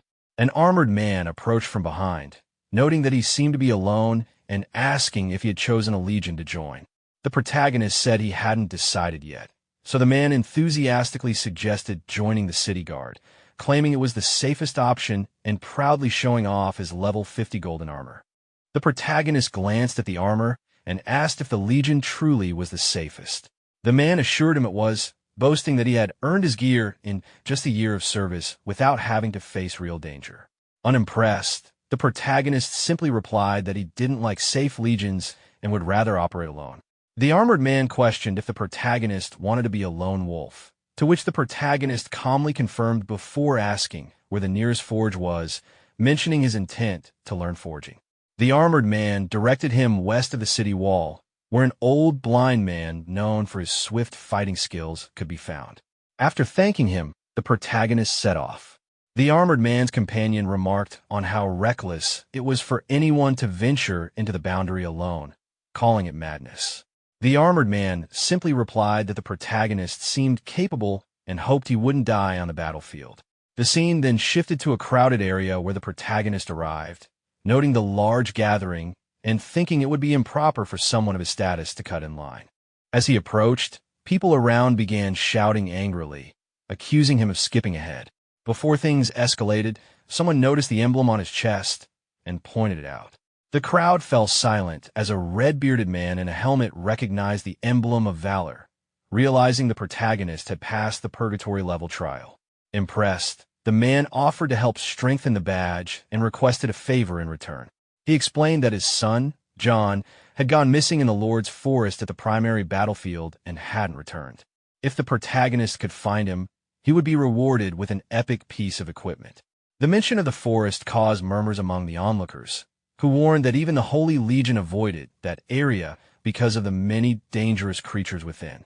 Despite their concern, the protagonist accepted the mission with a confident smile and asked for his equipment to be upgraded quickly before heading out. The red-bearded man looked pleased and immediately began upgrading the protagonist's badge. The gathered crowd murmured in awe as a brilliant light filled the area, speculating that the equipment must be legendary. Once finished, the red-bearded man handed over the newly forged emblem of valor. The emblem now radiated divine energy, proof of bravery earned through the purgatory trial and strengthened by the heroic stone.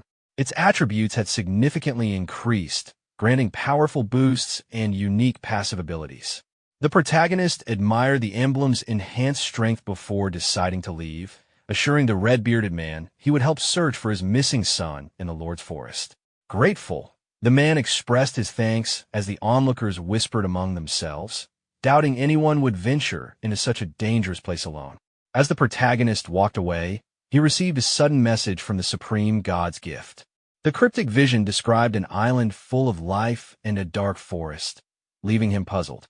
Unsure of its meaning, he decided to focus on upgrading before investigating further. The scene then shifted to the battlefield entrance, where two guards stood watch. After registering under the name Xiao, the protagonist was given a token required to earn military merits by defeating creatures. The soldiers exchanged skeptical remarks about him entering alone, calling it a death wish. Inside the battlefield, the landscape was barren and silent until waves of strange creatures appeared, all at high levels. Realizing the danger, the protagonist summoned Xiao Luo and unleashed a fiery attack, earning a steady stream of battle merits from each kill. After several victories, he checked his record, over 500 merit points, but found the progress too slow. Scanning the area, his eyes lit up when an elite boss appeared, seeing it as the perfect chance to gain more merits. After Talvin defeated a massive beast, he burst out laughing, thrilled by his victory and the loot he'd earned.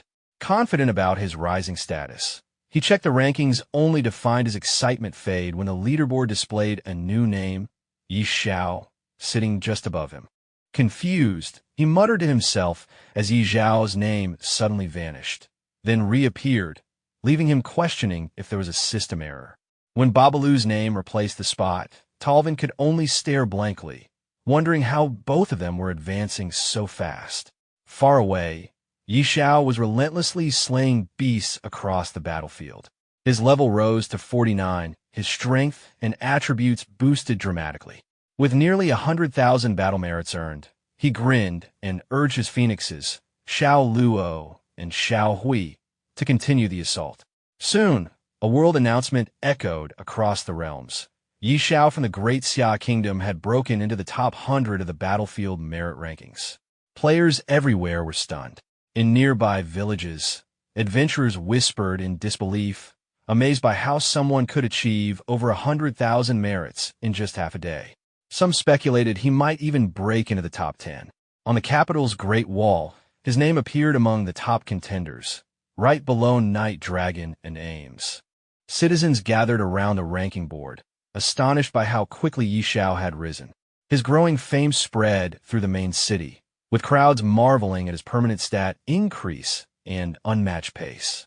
Meanwhile, deep in a vast jungle, Xiao arrived before the ominous expanse of the Lord's Forest. As the wind rustled through the dark canopy, the red frog perched on his shoulder croaked uneasily, warning him that something about the forest didn't feel right. Xiao remained calm, reassuring the red frog not to worry as he observed the dense forest ahead. He knew the Lord's Forest likely hid multiple Lord-class bosses, and with steady determination, he decided to explore deeper. Meanwhile, at a lookout base nearby, a tense atmosphere filled the air. The commander stood atop the fortifications with his subordinate, who rushed in with urgent intel. The bald scout reported that a boss was advancing toward the stronghold, leading a massive army of subordinates numbering in the thousands. Hearing this, the commander ordered everyone to prepare for battle. Rallying his troops, he reminded them that the honor of the Third Army was at stake and that they must defend their stronghold with everything they had. Moments later, from the misty horizon, dark figures with glowing horns emerged. The soldiers barely had time to react before a massive beast crashed into the defenses, the ice armor Iron Dark Deer. Chaos erupted as troops scrambled to defend the camp. Barking quick commands, the commander ordered Ron to lead the shield guards to taunt and divide the monster's attention, while archers launched volleys from afar. The first waves were pushed back under the commander's direction, and for a brief moment, it looked like victory. Then, the bald scout pointed toward the forest, his voice trembling as an enormous silhouette emerged. The ground shook as the true boss appeared, the ice armor Iron Deer King. The commander's expression hardened, realizing the scale of what they were facing. As the massive creature charged, its roar echoed through the battlefield. The commander shouted for all troops to be on full alert, witnessing the sheer power of the monstrous foe for the first time in his life. A sudden blast of flames descended from above, engulfing the monstrous beasts in a blazing inferno. The battlefield fell silent as the smoke cleared, leaving behind only charred remains. Soldiers froze in disbelief, murmuring among themselves, wondering if the boss had collapsed on its own or if they were hallucinating. Even the commander, stunned by what he witnessed, questioned whether the creature had unleashed a mental illusion to confuse them. The bald subordinate pointed ahead, his voice trembling as he spotted someone standing in the distance. When the commander's gaze followed, his eyes widened. The lone figure was Xiao. Realization struck instantly. The boss had been annihilated in a single strike. The commander immediately ordered his subordinate to approach, eager to identify the mysterious warrior capable of such power. As the troops surrounded Xiao, he glanced around, confused by the sudden crowd. Uninterested in attention or praise, he turned and left, muttering about his priorities, leveling up and completing missions. The soldiers called out after him, shouting for the hero to wait, but he had already vanished into the shadows. The commander, watching him disappear, instructed his men to hold their ground and observe, still processing the impossible strength they had just witnessed. Hidden from sight, Xiao released his phoenix to finish the remaining creatures. The majestic bird soared through the air, flames consuming every enemy in sight. Notification after notification appeared as the system tallied his kills and announced his phoenix's new talent skill, Divine Phoenix Body. Xiao, pleased with the progress, admired the strength of his companion and pressed forward deeper into the battlefield. Meanwhile, far away in a fortified village, the old wizard and the Red Knight discussed Xiao's astonishing rise. His battle merits had skyrocketed beyond 5 million, a figure powerful enough to purchase an entire set of epic armor. Both were astounded by the rate of increase, acknowledging that even a veteran like the Red Knight couldn't match that killing speed. The old wizard, thoughtful yet uneasy, admitted that even for him, capable of taking down level 50 or 60 lord bosses with ease, the scale and speed of these kills were unnatural, something far beyond normal combat, or even large-scale forbidden spells. The Red Knight, eyes narrowing with interest, asked quietly if Xiao could truly be that strong. They always heard replies that if the boy ever grows up, he might achieve things no one has ever done before. The Red Knight questioned if the old wizard was referring to the hidden elders of the Empire, and the wizard confirmed it, expressing concern about how fast the eerie invasion was advancing. If it continued at this pace, the world might not last more than a few decades. The scene shifted to the Lord's Forest, where the commander and his subordinates discussed the chaos erupting there. They wondered if another wave of strange invasions was coming and debated whether to retreat or reassess. The commander explained that a powerful individual was currently purging the eerie phenomena and ordered each legion to cooperate with him. When someone questioned if the mysterious flames were connected to that person, the commander confirmed he had checked the battle merit rankings, where a new name, Yi Zayad, had appeared. He pointed to the blazing battlefield, saying it was Yi Zayad defeating a Lord-level boss. Shock spread among the soldiers as they realized he had slain multiple Lord-level bosses. The commander then urged everyone to seize this opportunity to counterattack, declaring that even death was worth it if they could break deep into the Lord's Forest. Fired up, other Legion members joined in, pledging to charge forward in the name of their legions, ready to die with honor. Suddenly, a massive blast echoed through the forest. The commander turned sharply toward the sound, realizing that the strongest being in the forest might have awakened. Meanwhile, deep within the blazing woods, the protagonist defeated another beast. Exhausted, he decided to rest under a tree trunk. Nearby, the red frog emerged, grumbling about being woken up and complaining about the heat. The protagonist lazily replied that he only wanted the frog to get something to eat. As he relaxed, a faint movement caught his attention. He looked up, sensing someone or something approaching. The red frog also noticed it, tensing up as it warned that something wasn't right. As the situation escalated, a massive dragon suddenly descended from the sky, charging toward Xiao with overwhelming hostility. It was identified as the Blood Rain Ghost Wyvern, a level 55 King-class boss with terrifying stats and immense health exceeding 3 million. Realizing the threat immediately, Xiao recognized it as a king-level enemy and ordered his dragon, Xiao Hui Xiao Luo, to engage without hesitation. The dragon responded instantly, surging into the air and launching in attacks. Dragon flames rained down, slamming the wyvern into the ground. After regaining altitude, Xiao Hui gathered power and unleashed an even stronger flame attack. The Blood Rain Ghost Wyvern, still recovering, was struck head-on and let out a painful roar as heavy damage was dealt. The wyvern retaliated at full power, releasing violent electrical storm, like waves toward both Xiao and his companions. The dragon moved to shield Xiao, using its power to block the incoming attack. Observing the exchange, Xiao acknowledged that this king-level boss was far more formidable than expected and warned his companions not to underestimate it. He then ordered them to attack together and prevent the wyvern from activating any more skills. At that moment, an unfamiliar presence emerged from the shadows behind Xiao. Sensing danger, he turned just in time to see a new beast reveal itself. A towering werewolf-like creature with glowing blue eyes stepped forward, roaring as its information became clear. It was the Ghostly Wolf, a level 56 Monarch-class monster with even higher health and terrifying combat potential.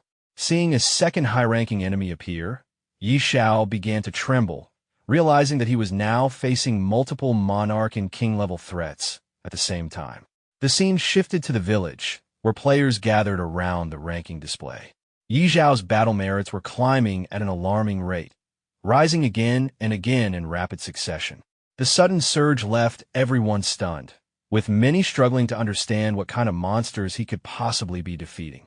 When his total battle merits crossed 10 million and secured first place, shock quickly turned into disbelief, as it became clear that he was overwhelming the battlefield at an unprecedented pace. Elsewhere, several soldiers stared at the scoreboard in silence, sweat dripping down their faces as tension and jealousy set in. The increase in battle merits had happened in less than a minute, suggesting the defeat of extremely high-level enemies.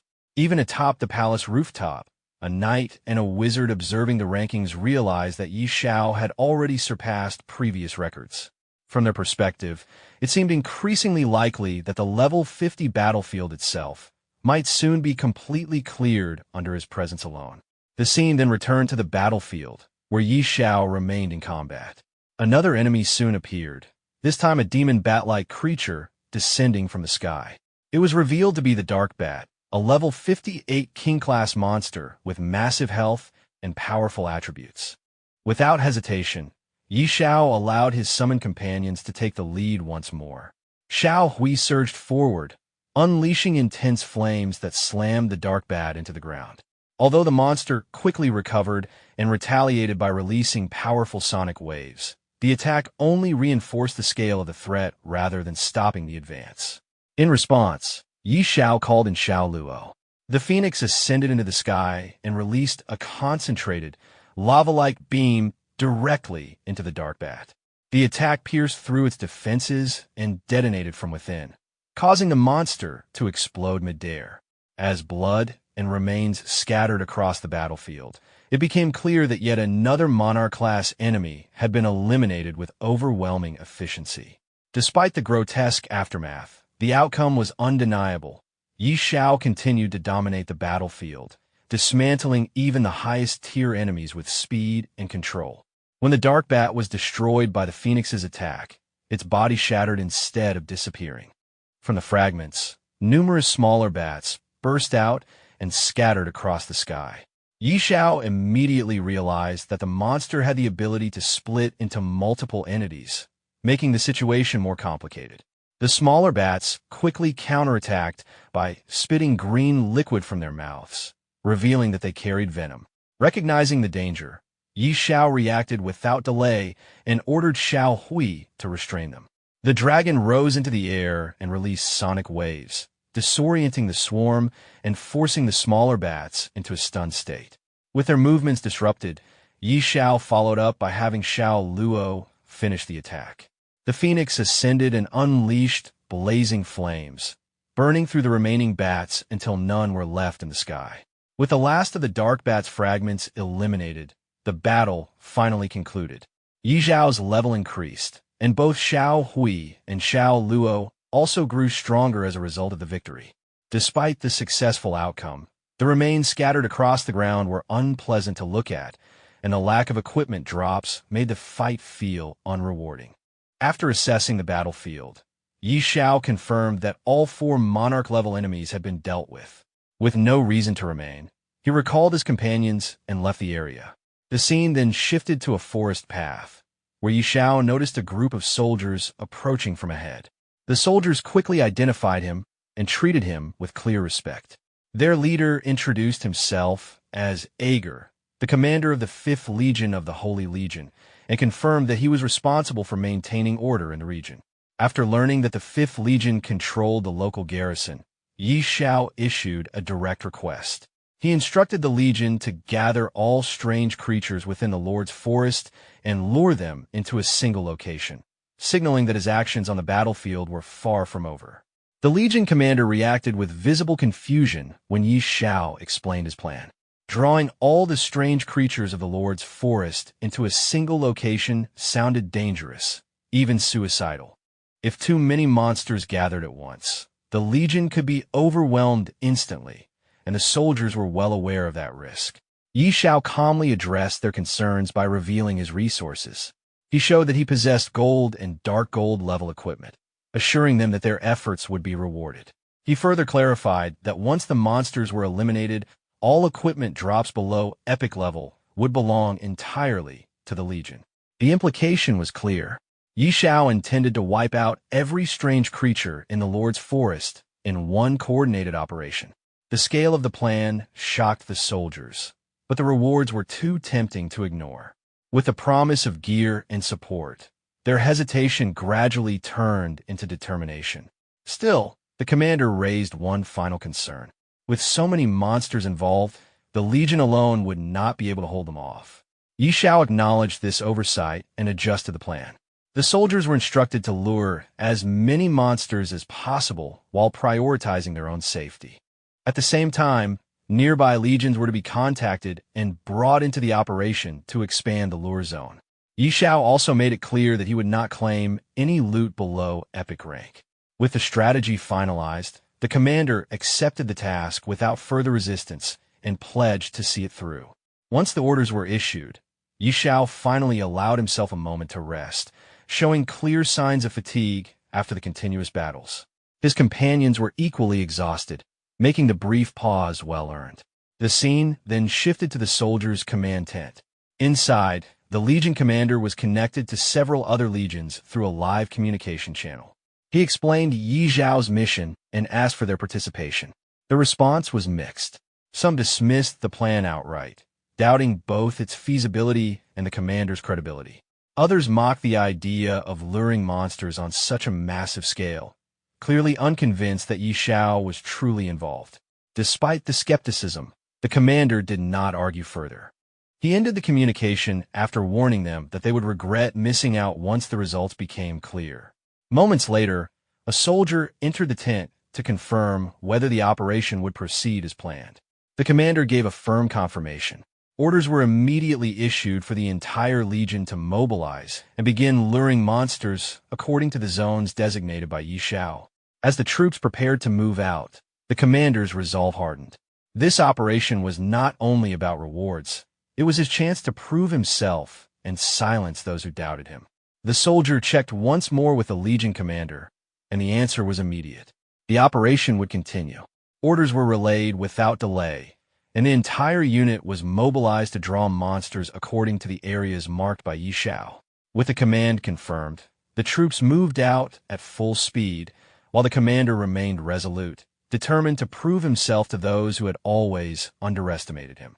The battlefield soon became active. Archer units fired continuously at roaming monsters to provoke them, while cavalry squads rode ahead, deliberately drawing groups of creatures behind them and leading them away from their original territories. Each squad followed strict instructions, controlling the monsters they lured and guiding them toward their designated gathering points. Coordination across the field was precise, ensuring the monsters were spread and redirected rather than allowed to swarm uncontrollably. Back at the command tent, the Legion commander remained connected to the live communication channel. The other Legion leaders had realized what was happening and were now eager to participate. They questioned whether he was truly assisting Yi Xiao and quickly demanded a share in the opportunity. This time, the commander did not argue. He reminded them that they had chosen not to act earlier and made it clear that participation came with conditions. After a brief pause, he decided to share the location. However, he emphasized that how many monsters each legion managed to lure would depend entirely on their own capabilities. The coordinates were sent, and the other legions immediately began mobilizing their forces. Some of them ended the call hastily, clearly eager to take advantage of the situation before it was too late. Watching them rush into action, the commander couldn't help but note how quickly their attitudes had changed once real benefits were involved. For hours later, the situation on the battlefield had escalated dramatically. From a distant vantage point, an army general surveyed the scene through binoculars. What lay ahead was far beyond normal expectations. Monsters were gathering in overwhelming numbers, far more than anticipated. The battlefield had descended into complete chaos, with waves of strange creatures converging from every direction. What began as a calculated plan had now transformed the entire region into a massive convergence zone, signaling that something unprecedented was about to unfold. From the rooftop of a castle, the general and his companions surveyed the battlefield through binoculars. What they saw defied all prior experience. Endless waves of anomalous monsters surged forward, every single one at or above Lord level. Even seasoned veterans could not recall witnessing such a concentration of powerful creatures in one place. The scene shifted to the Legion commander, who questioned how such an overwhelming number had been gathered. His apprentice explained that anomalies now dominated the battlefield. Once the soldiers learned that all loot would belong to them, they stopped hesitating and actively dragged every monster they encountered back toward the designated zone. Soon after, a knight arrived on horseback, clearly proud of the number of monsters his own unit had lured. The Legion commander did not let him linger and ordered him to move directly to the assigned location. As the monster tide continued to swell, the apprentice voiced concern about whether Xiao could truly handle such numbers alone. The commander admitted his uncertainty. At this point, everything depended on Xiao's arrival. If he was delayed, the gathered forces would be facing annihilation. That worry ended abruptly when Xiao was spotted sitting calmly atop a massive stone in the forest. Relief spread instantly through the ranks. However, even Xiao was surprised by the sheer scale of what had been brought back. The Legion commander reported that all anomalous creatures had been lured as instructed, though the final count had far exceeded expectations. Xiao showed no concern. To him, the massive horde represented nothing more than an immense source of experience. He immediately summoned the Phoenix. The Phoenix ascended high into the sky and unleashed enormous fireballs, each one crashing down into the monster clusters below. The battlefield was engulfed in flames. From above, the Phoenix continued its assault, bathing the ground in fire and erasing entire groups of monsters within seconds. The destructive efficiency of the attack left the surrounding soldiers stunned and forced some to retreat to safer distances. When the flames finally settled, the battlefield was littered with burning remains. The Phoenix hovered above the devastation, radiating pride after completing the slaughter. A flood of combat notifications followed as countless anomalous creatures were confirmed defeated. Xiao's level rose again, and his companions grew stronger alongside him. The Phoenix's damage output proved overwhelmingly effective on a massive scale. The impact was felt far beyond the battlefield.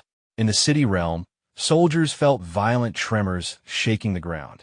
At first, it was mistaken for an earthquake, but it quickly became clear that the disturbance originated from the realm battlefield itself.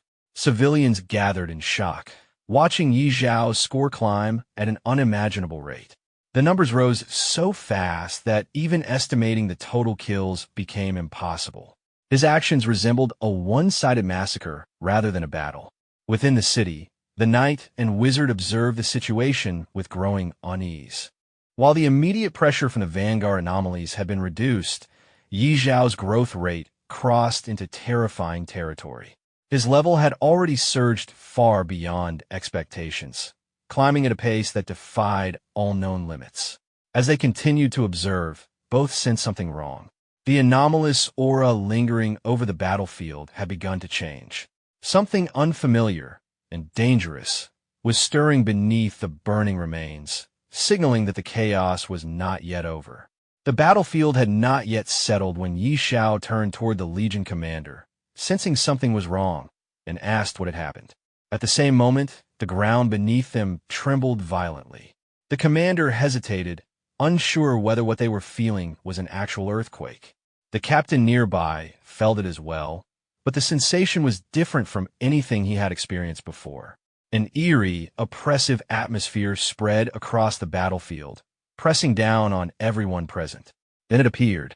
From deep within the battlefield, a colossal demonic giant emerged, its presence alone enough to make the air feel heavy. The monster fixed its gaze on Xiao and the surrounding soldiers, releasing a thunderous roar filled with hostility. The captain and his companions stared at the creature in disbelief. Judging by the aura alone, it was unmistakable, an immortal-level boss. The captain could not understand how such a being could exist within a level 50 battlefield. The level of abnormality was beyond reason.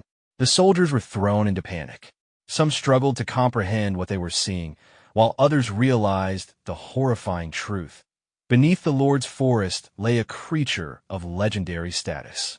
Immortal-level beings were not something they had ever expected to encounter firsthand. The captain hurried to Xiao, urging an immediate retreat.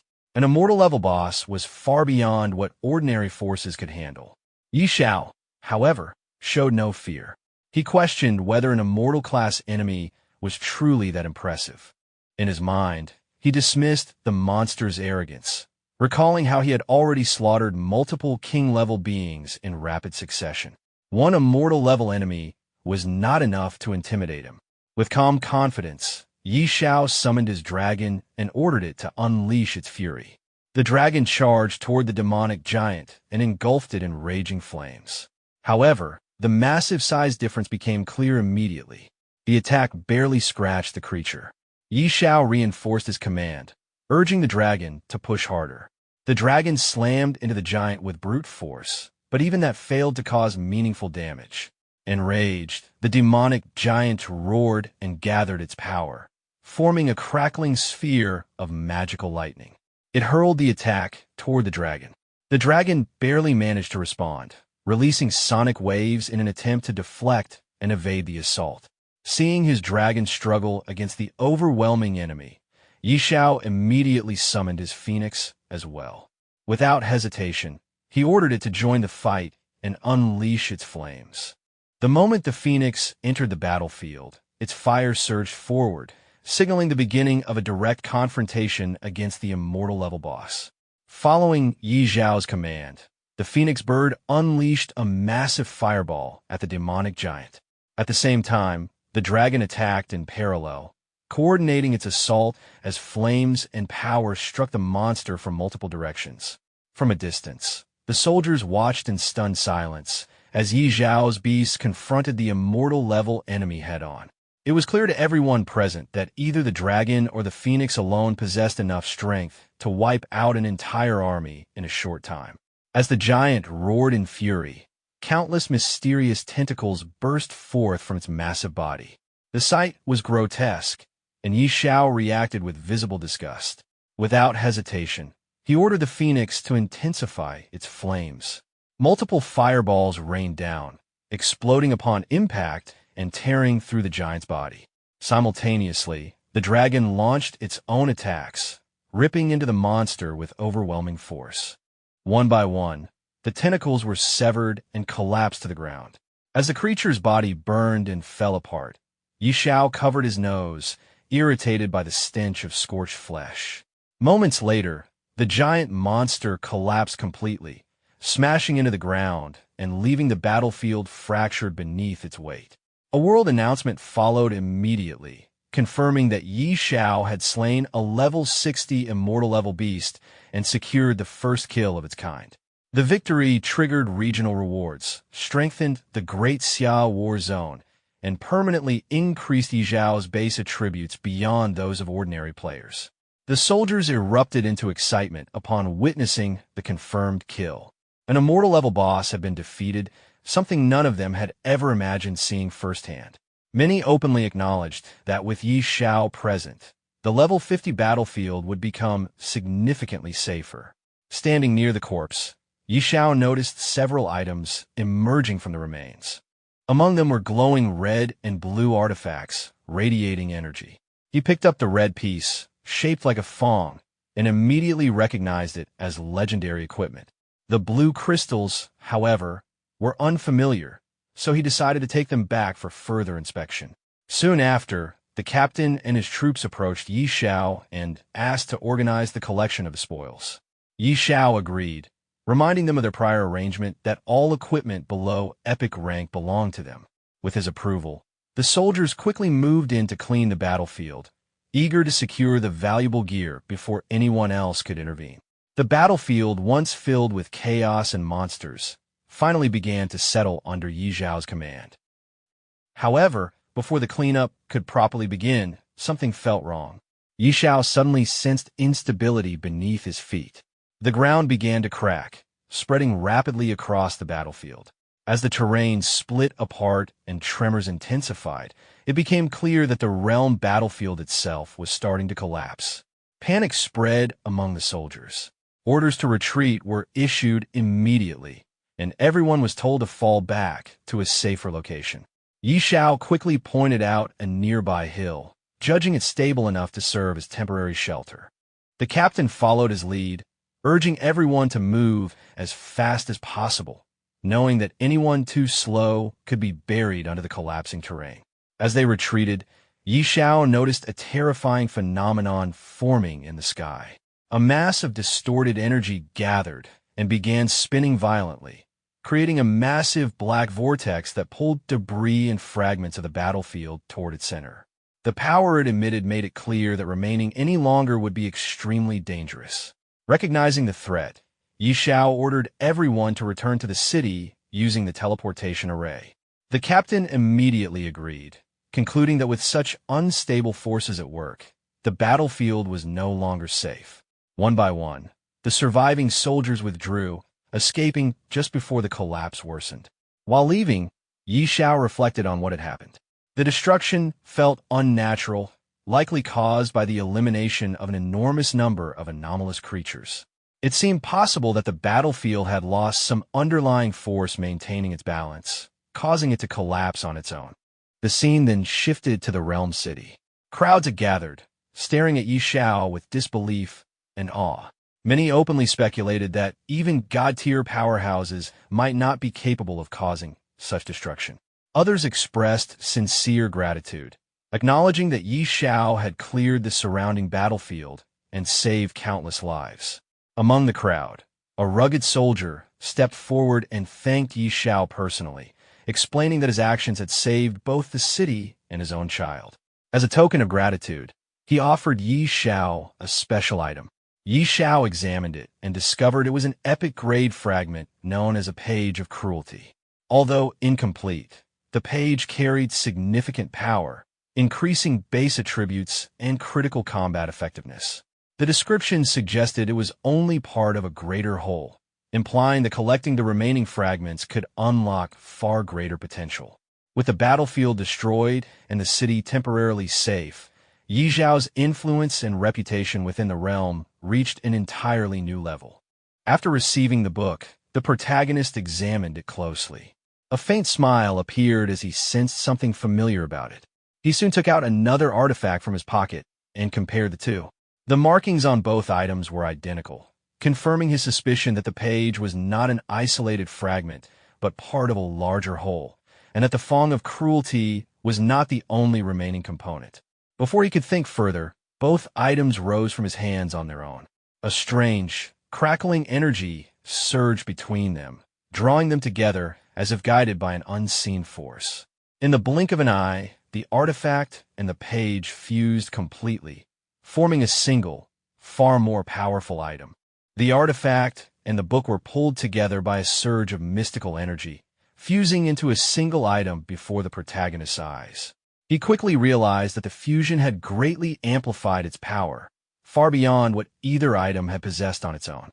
Afterward, he asked the barbarian soldier who had offered the book about its origin. From the explanation, he learned that the page had been found inside the cave of an anomalous creature. The mention of anomalous creatures caught his attention once again, reinforcing his suspicions about their growing influence. Acknowledging the value of the gift, he accepted it without further hesitation, and the soldier expressed his gratitude in return. With that matter settled, the protagonist turned his attention to a towering structure ahead, the War Merit Exchange Hall. Entering the hall, he immediately requested a full set of level 50 epic equipment suited for a beast tamer. He then inquired about beast taming eggs and was guided further inside. Inside the hall, the staff welcomed him and asked about his requirements. The protagonist made it clear that he intended to acquire every beast taming egg available. This demand caused visible shock, but it was soon explained that strict exchange limits were enforced. Each person could only obtain a fixed number of eggs, regardless of available war merits. Although clearly dissatisfied with these restrictions, the protagonist adjusted his request, demanding the highest quality eggs available. He was informed that Monarch-tier eggs were not in stock, and that even Transcendent-tier eggs were limited to one per person. This only deepened his frustration, prompting him to request to speak directly with the person in charge. Moments later, the hall's master appeared in person. The staff respectfully addressed him, and the protagonist immediately recognized him as the authority overseeing the War Merit Exchange Hall. The hall master introduced himself as Hallen, stating plainly that all decisions within the hall were under his control. After greeting Hallen, the protagonist explained that he wanted to purchase beast eggs. Hallen listened calmly and stated that the hall needed to verify his funds before proceeding.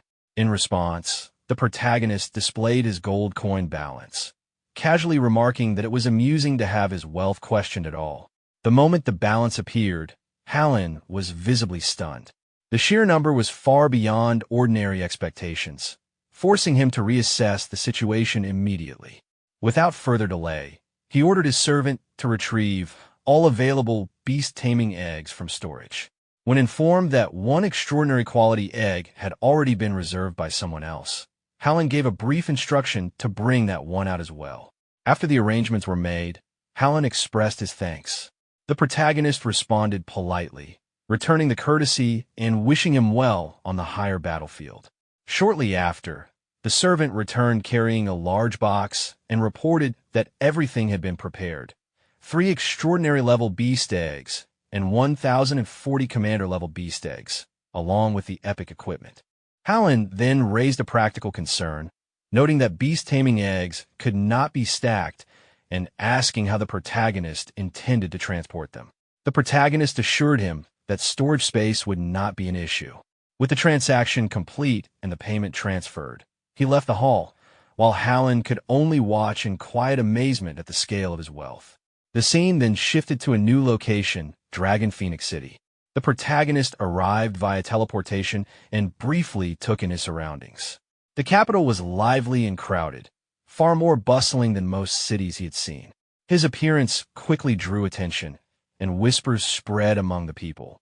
Many surprised that he had returned from the battlefield so soon, while others speculated whether the reports about his movements had been mistaken. Soon after, the protagonist made his way to the World Temple. At the entrance, a guard stopped him and asked about his purpose.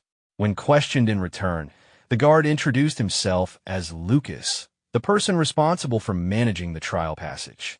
After arriving at the World Temple, the protagonist stated his intention to attempt the Level 60 advancement trial. The guard was visibly taken aback, recalling that the protagonist had only completed the Level 50 Abyss trial a few days earlier. After a brief confirmation, the guard realized that the protagonist had already reached Level 60.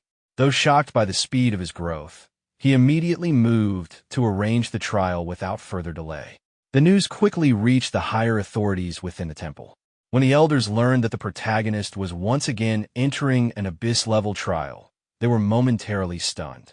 Advancing 10 levels in such a short span was far beyond what they considered normal, yet the procedures were approved nonetheless.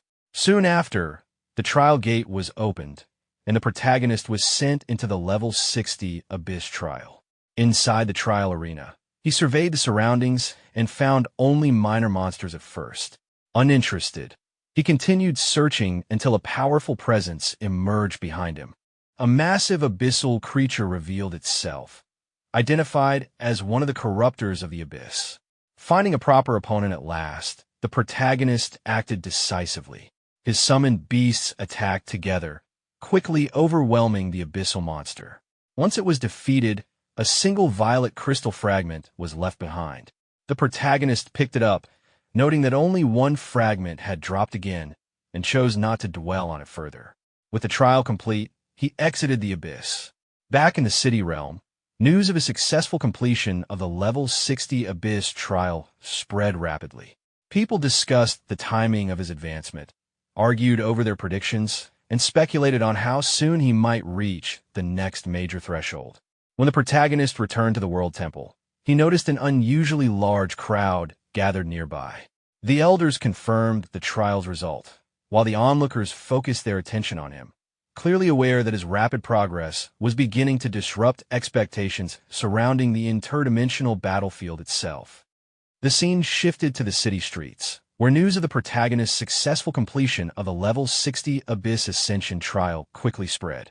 The announcement caused an immediate stir, drawing the attention of countless onlookers. Many people discussed how expected his success was, compared predictions they had made, and debated how far he might advance next.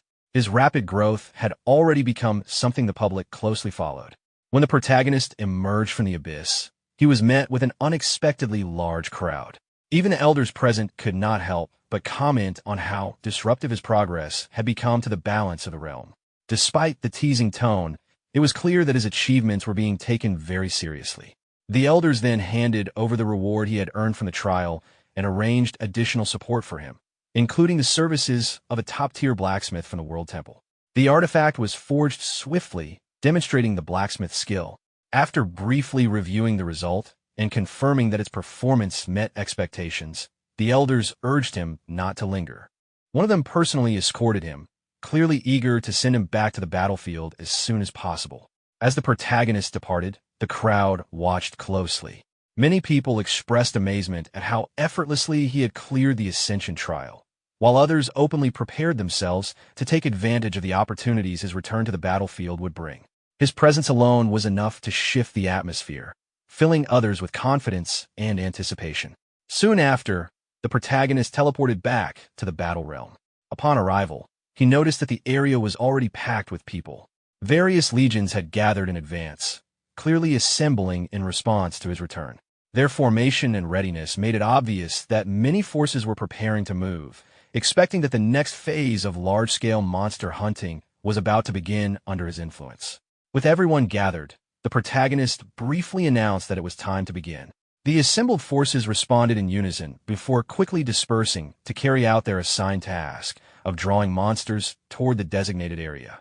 After some time passed, the protagonist remained behind, resting calmly on the ground with the toad at his side. The surroundings were quiet, almost peaceful, though the toad warned him not to relax too much in case a large monster wave appeared. The protagonist showed little concern and assured him it would be fine. Before long, members of the Shadow Legion returned with urgent news. Their report was not encouraging. Despite using every method available, including deliberately engaging the aberrant creatures to provoke them, they had failed to gather them together. The creatures simply refused to move as expected. From this, the protagonist realized that the battlefield conditions had changed. The aberrant creatures were no longer behaving the same way, and the usual methods of luring them were no longer effective. Deciding to verify things personally, he moved deeper into the battlefield. As he advanced, his observations confirmed the report. Monsters were scattered, appearing only one at a time, with no trace of any aberrant bosses. He eliminated a lone monster with ease, but the situation became clear. The battlefield no longer allowed for efficient large-scale hunting, and the aberrant creatures seemed to have developed their own defensive patterns. Concluding that continuing would be pointless, the protagonist opened a portal and returned to the city with his companions. His arrival immediately drew attention. People crowded around him, eager to hear whether he had found a solution. He calmly explained that the bosses were deliberately hiding and were currently difficult to locate. The crowd reacted with surprise and concern, unsure of what to do next. The protagonist instructed everyone to disperse for the time being, stating that he would consider another approach later, as he needed rest. Elsewhere, within a noble's residence, news of the protagonist's recent actions was being discussed. Although his rapid rise to level 60 and the collapse of the battlefield were alarming, the noble viewed the recent change in the aberrant creature's behavior as a fortunate development. As long as the protagonist remained at level 60, he was still manageable. Orders were given to closely monitor his movements and act the moment he left the safety of the imperial capital. Later, the scene shifted to Duke Marison's mansion. The protagonist returned there and was warmly received by Sophia, who had been waiting for him. She expressed both relief and admiration after hearing everything he had done in the imperial capital. She acknowledged that his actions had significantly reduced pressure on the front lines.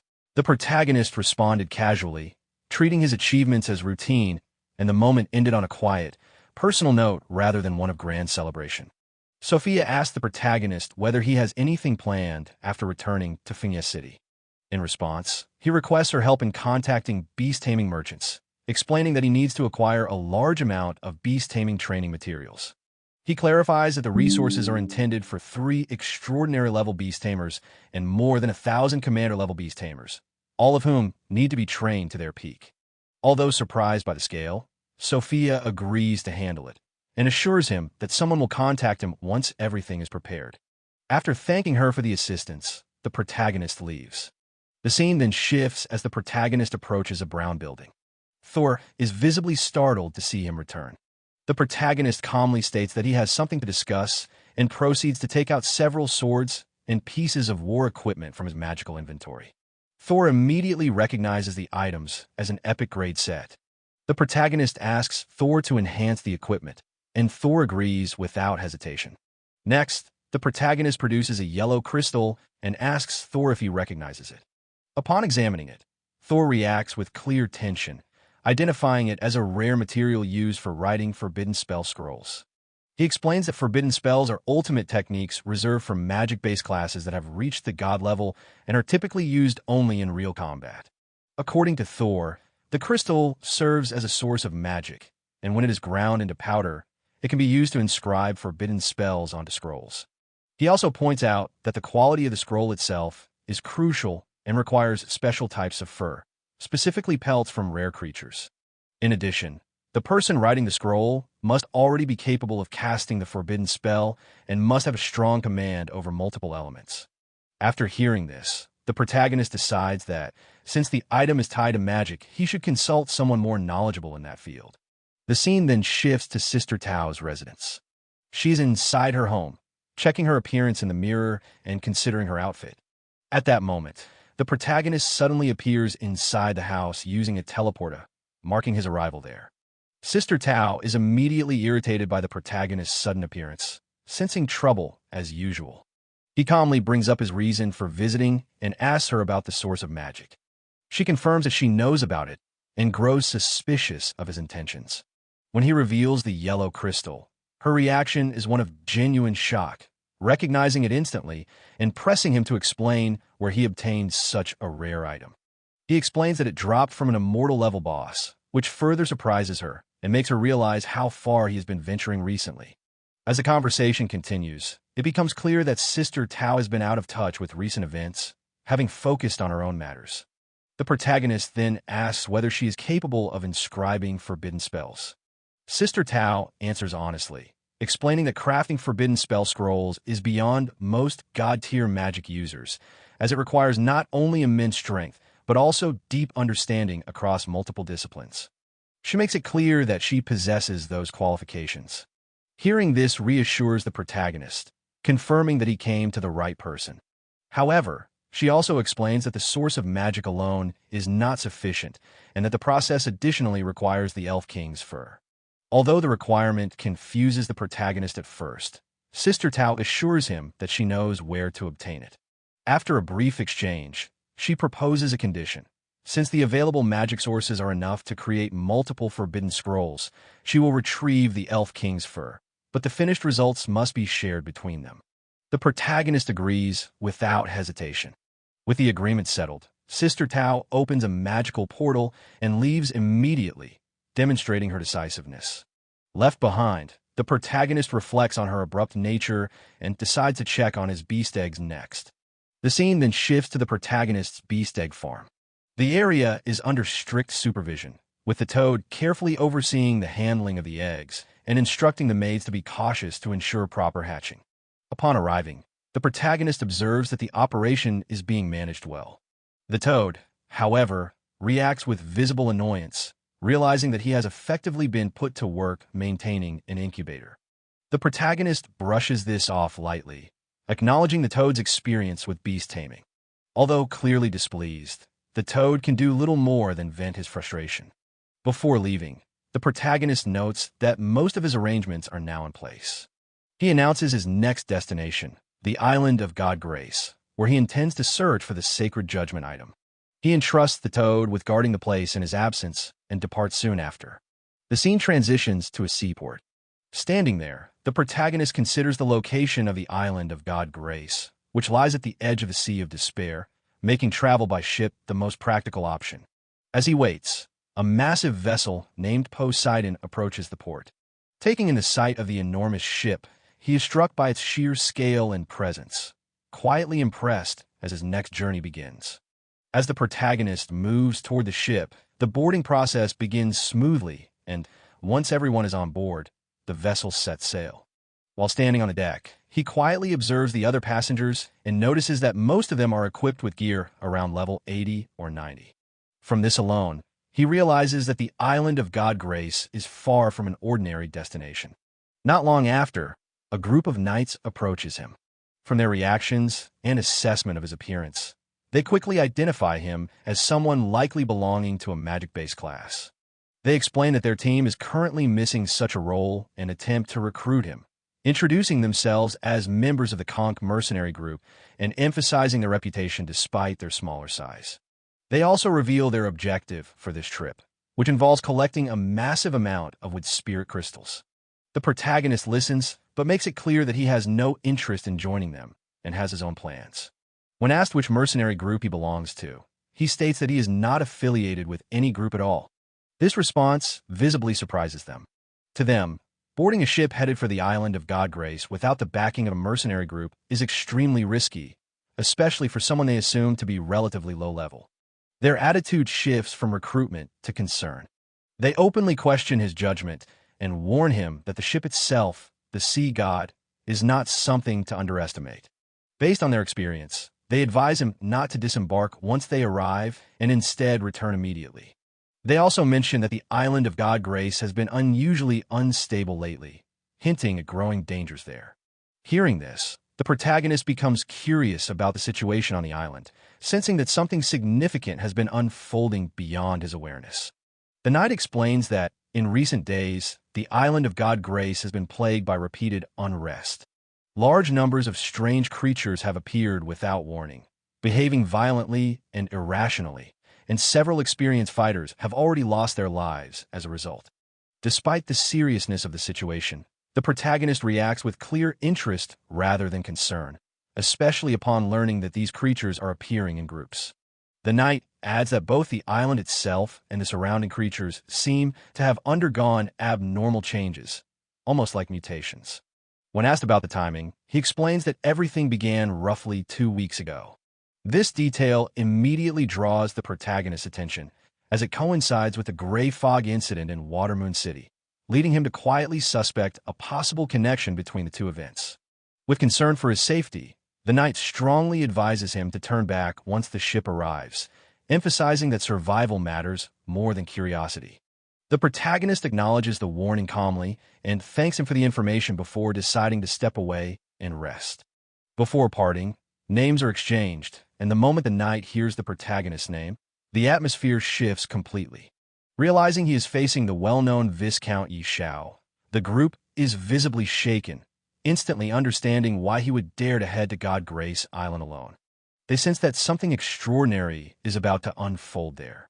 Later, the protagonist settles down to rest, while the group chooses to stay nearby, believing his presence alone makes the situation feel safer.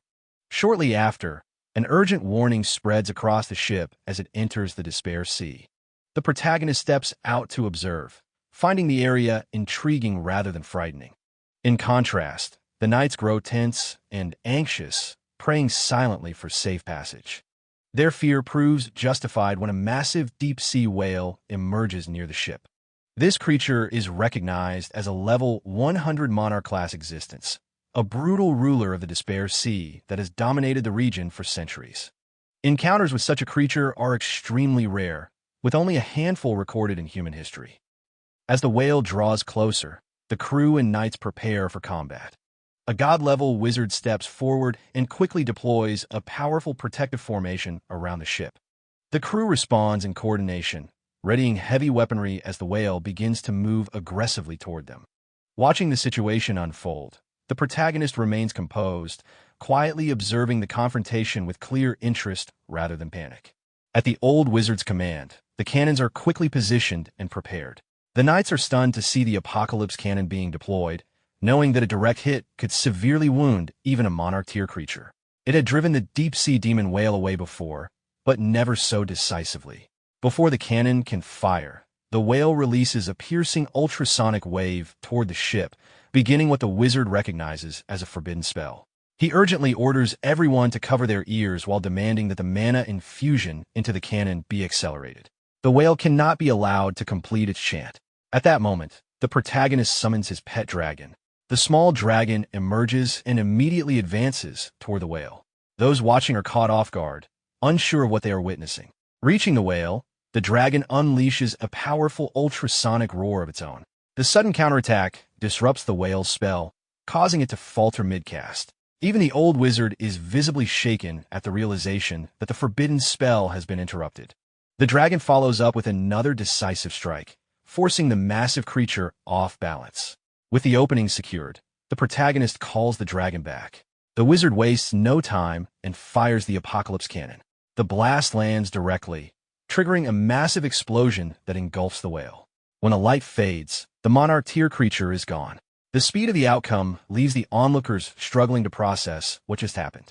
As the ship continues forward, the crew struggles to believe the crisis ended so quickly. What should have been a disaster was resolved in moments.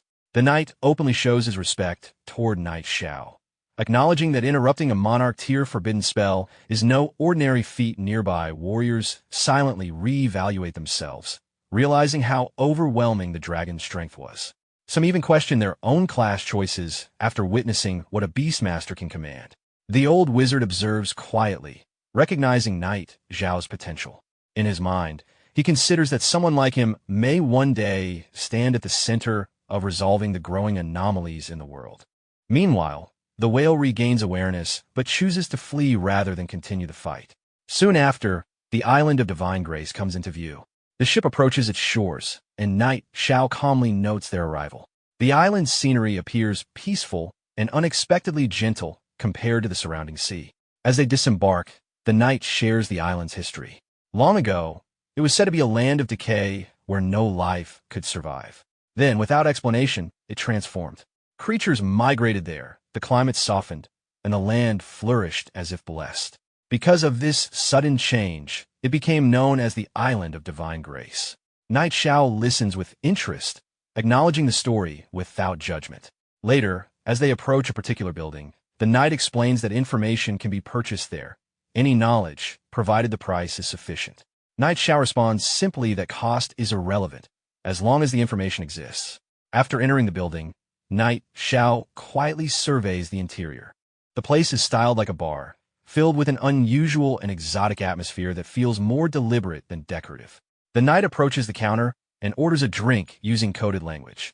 The exchange is brief, but clearly symbolic. Knight Xiao questions whether such theatrics are necessary just to purchase information, noting inwardly that to an outsider, it would sound more like arranging an assassination than gathering intelligence. Taking a seat, the knight explains that although the Island of Divine Grace is rich in resources, respawns are limited and competition is intense. Powerful local forces are also involved, so discretion is essential. The more sensitive the information, the more carefully it must be handled. Knight Xiao accepts the explanation without further argument. Soon, a heavy-set man appears, identifying himself as the one who handles such requests. He begins outlining the rules and the cost of acquiring information, but before he can finish, Knight Xiao places a substantial pile of gold in front of him. The display immediately shifts the man's attitude. With business settled, the man asks what kind of information is required, offering anything from resource locations to rare knowledge. Knight Xiao states clearly that he wants the location of the gloomiest forest on the island, along with a map. The request causes brief confusion. The man explains that the description is vague, as several large forests could qualify. However, given the island's layout, only a few truly match such conditions. After thinking for a moment, he guesses that Knight Xiao is searching for a high-grade item rather than scenery. When Knight Xiao confirms this, the man admits that someone else recently asked for similar information. The implication lingers as the conversation continues. Knight Xiao briefly considers whether others, like him, may have received guidance from the Divine Tree. The information broker returns with an old chest, explaining that the map inside was drawn by his grandfather based on a previous explorer's description. As it is opened, he adds that the location is said to be guarded by a powerful creature, which caused that earlier attempt to fail. The place in question is identified as the Forest of Absolute Chill. According to past investigations, the source of the recent anomalies may originate there. Even so, the broker advises waiting until the current unrest settles before attempting anything. Knight Xiao acknowledges the warning, thanks him for the information, and leaves, stating he may return. Privately, he concludes that the Holy Severance item is likely connected to that forest and decides to investigate personally. After he departs, the broker questions whether he truly intends to go there. The knight confirms that he likely does, admitting he himself would not dare follow due to the obvious danger. Later, within the forest, Knight Xiao studies the map. The marked area matches his surroundings, yet the absence of creatures feels unnatural. The air grows noticeably colder, confirming he is nearing the correct location. A level 60 anomaly suddenly appears before him. He assesses it calmly and orders an attack. His dragon releases fireballs that detonate on impact, destroying the creature instantly. He levels up along with his dragon, noting the improvement without overreaction. Continuing deeper into the forest, he remarks that the number of anomalies is still low, limiting efficiency. As he advances, a distant sound reaches him, something resembling bagpipes, drawing his attention further into the forest. After moving deeper into the forest, Knight Xiao questions why music would be playing in such a dangerous place. Following the sound, he arrives at an old well. The melody clearly comes from within. After a brief consideration, he jumps down without hesitation. Instead of darkness, he lands inside a hidden space resembling a pocket world. The environment is stable and unexpectedly calm, and the faint sound of bagpipes continues to echo. In the distance, he spots a figure, an elf girl using a musical instrument to control two monsters. Though her method is unusual, it is clear she is struggling to maintain control and will not last much longer. Knight Xiao immediately orders his dragon to assist. The dragon advances and eliminates the monsters with a single decisive attack. With the danger gone, the elf girl approaches and thanks him for saving her. He asks if she belongs to the elf clan. Realizing he is human, she becomes alarmed, repeating what she has been taught about humans. In response, he deliberately teases her, claiming humans eat elves. Frightened, she asks to be spared. He agrees on the condition that she leads him to her village. After a brief exchange, she accepts. As he follows her through the hidden world, he notes how trusting she seems. Before long, they arrive at the elf village. As the girl steps inside, a woman calls out to her, asking where she has been. Mia runs to her grandmother and explains that she encountered anomalies. Her grandmother dismisses it, doubting Mia's strength. Mia insists that humans saved her and even claimed he would eat her. Hearing this, her grandmother notices Knight Xiao and immediately panics, calling the villagers together. Within moments, the elves surround him. An elf elder steps forward, green energy flowing around him, and warns Knight Xiao to leave. Knight Xiao calmly observes the elder's strength, noting it rivals a high-level mage. He explains that he only came in search of an item and has no malicious intent. The elder rejects his words, stating that elves do not trust humans.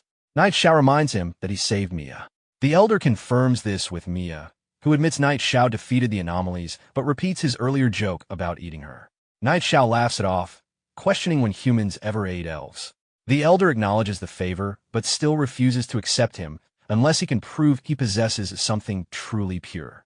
Knight Xiao searches through his inventory and produces Aisha's glass bead. The moment the elder holds it, he is stunned by its purity and asks where it came from. Knight Xiao explains that he removed the gray mist from a city, destroyed the evil god statue, and received the bead from a girl named Aisha. Hearing that he can remove the gray mist, the elder is visibly shaken. He introduces himself as Alicia, the current leader of the elf clan, and formally invites Knight Xiao into the village, asking his name. Knight Xiao introduces himself. Alicia welcomes him respectfully. Knight Xiao reflects that having a reputation can sometimes be useful. While passing through the center of the village, Knight Xiao notices a clear stream flowing from a fountain and wonders where the spring water comes from. Alicia explains that it is the elf spring, something unique to the elf clan that has the ability to remove all negative statuses. Hearing this, Knight Xiao realizes the spring must be extremely useful and asks if he can take a small amount, promising to exchange it for something of equal value. Alicia agrees, but asks him for help in return. He explains that he must have come to the island searching for clues about the holy severance item, which Knight Xiao confirms. Alicia then reveals that the deepest space of the island of divine grace has already been occupied by the gray mist. Showing him a map, he explains that the island consists of 3 layers of space, and the gray mist has controlled the 3rd layer for hundreds of years. Knight Xiao understands that he wants him to enter the 3rd layer and solve the problem. However, he points out that the situation will not be simple, since the concentration of gray mist there is likely very high. Alicia acknowledges this, and says he will gather the strongest elf warriors in the village and personally accompany him to protect his safety, believing that his ability to remove the gray mist may be their only chance. Knight Xiao agrees to help on the condition that the holy severance item truly exists there. Alicia confirms that it does, explaining that the reason the island of divine grace is so full of life is because of that object. With no time to waste, they decide to depart as soon as possible while Alicia goes to gather the warriors. Before leaving, Knight Xiao scans the spring and confirms that the elf spring possesses the ability to purify unholy power and remove negative attributes after being consumed. He fills a mug with the water and drinks it, noticing that it tastes slightly sweet. Soon after, he feels a surge of energy as the effect of his experience penalty decreases, raising his experience gain speed to 105%. A short while later, Alicia returns with several elite elf warriors and informs him that the preparations are complete. Knight Xiao acknowledges it, and the group immediately sets out together toward their destination. The group soon arrives at the foothills of the Rootless Mountains. Alicia warns Knight Xiao to stay cautious, explaining that many strange anomalies lurk in the area. Before they can move further, a loud roar echoes across the foothills. A giant three-headed hound suddenly appears and blocks their path. Seeing the opportunity, Knight Xiao calls out to his companion. His pet dragon, Little Gray, appears at his command and immediately unleashes multiple streams of flame toward the hound. The powerful attack strikes directly, and the beast collapses after a brief struggle. The elf warriors are shocked by the display of power, realizing they have never seen a tamed beast from the human race that strong. After clearing the threat, the group advances toward a ruined structure nearby. Alicia explains that the entrance to the deeper area lies there. Knight Xiao decides to go in first and signals the others to follow.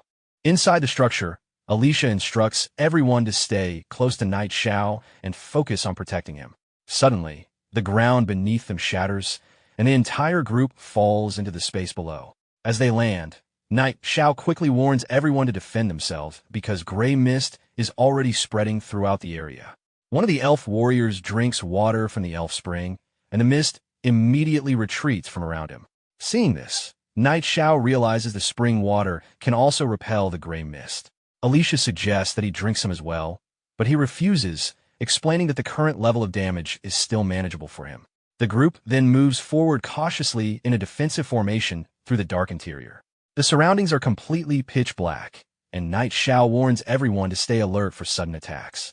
Moments later, flying eye-like demonic creatures emerge from the darkness. The elf warriors react quickly and eliminate them without much difficulty. Observing their performance, Knight Xiao notes that the strength of these warriors is quite impressive. As they proceed deeper, the gray mist grows thicker. Alicia suddenly notices something unusual ahead and points it out. A heavily armored warrior with dragon-like wings appears in front of them.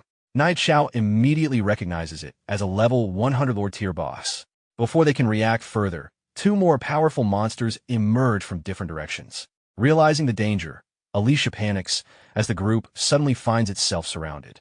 Knight Xiao immediately warns everyone that the enemies ahead will not be easy to handle. Alicia quickly orders the elf warriors to form a defensive formation. The warriors raise their hands together and create a powerful magical shield that surrounds the group. One of the armored monsters launches a heavy strike against the barrier, but the attack fails to break through. Watching this, Knight Xiao notes that the elf clan truly lives up to its reputation as a high race, with combat strength that even surpasses the dwarves. At the same time, he quietly considers how valuable their support would be if they were ever brought to Windleaf City. During the battle, one of the warriors throws a restricting energy rope that successfully binds a bull-like monster. Alicia instructs everyone to trap the enemies first and exhaust their stamina. However, another red-colored anomaly suddenly escapes from the battlefield and disappears into the mist. Realizing this, Alicia becomes alarmed and orders the warriors not to let it escape, but Knight Xiao calmly explains that it is already too late. The gray mist is too dense, and visibility is extremely low. He points out that when a boss suddenly flees, it is often to report information. Alicia is confused by this explanation, but Knight Xiao reveals his concern that something even more dangerous may be deeper inside, possibly a level 100 monarch tier existence. The elf warriors are immediately shocked by the possibility. At that moment, the bull-like monster breaks free from the restraining rope, leaving Alicia stunned. Knight Xiao senses that something about the situation is unusual and that the anomalies are behaving strangely. To uncover what is happening, Alicia raises his staff and decides to use an advanced detection technique. A magical mirror forms in front of the group, and from it emerges a mystical creature known as the Serpent of Clairvoyance. Alicia commands the serpent to track the escaped enemy. As the creature moves, everything it sees is reflected directly onto the mirror, allowing the group to observe the path through the serpent's perspective while searching for the source of the disturbance. As the serpent of clairvoyance moves forward and its vision appears in the mirror, the group watches carefully. Suddenly, Night Xiao notices something strange. The boss they were tracking is killed almost instantly, disappearing in the blink of an eye. Before they can understand what happened, the magical mirror suddenly shatters.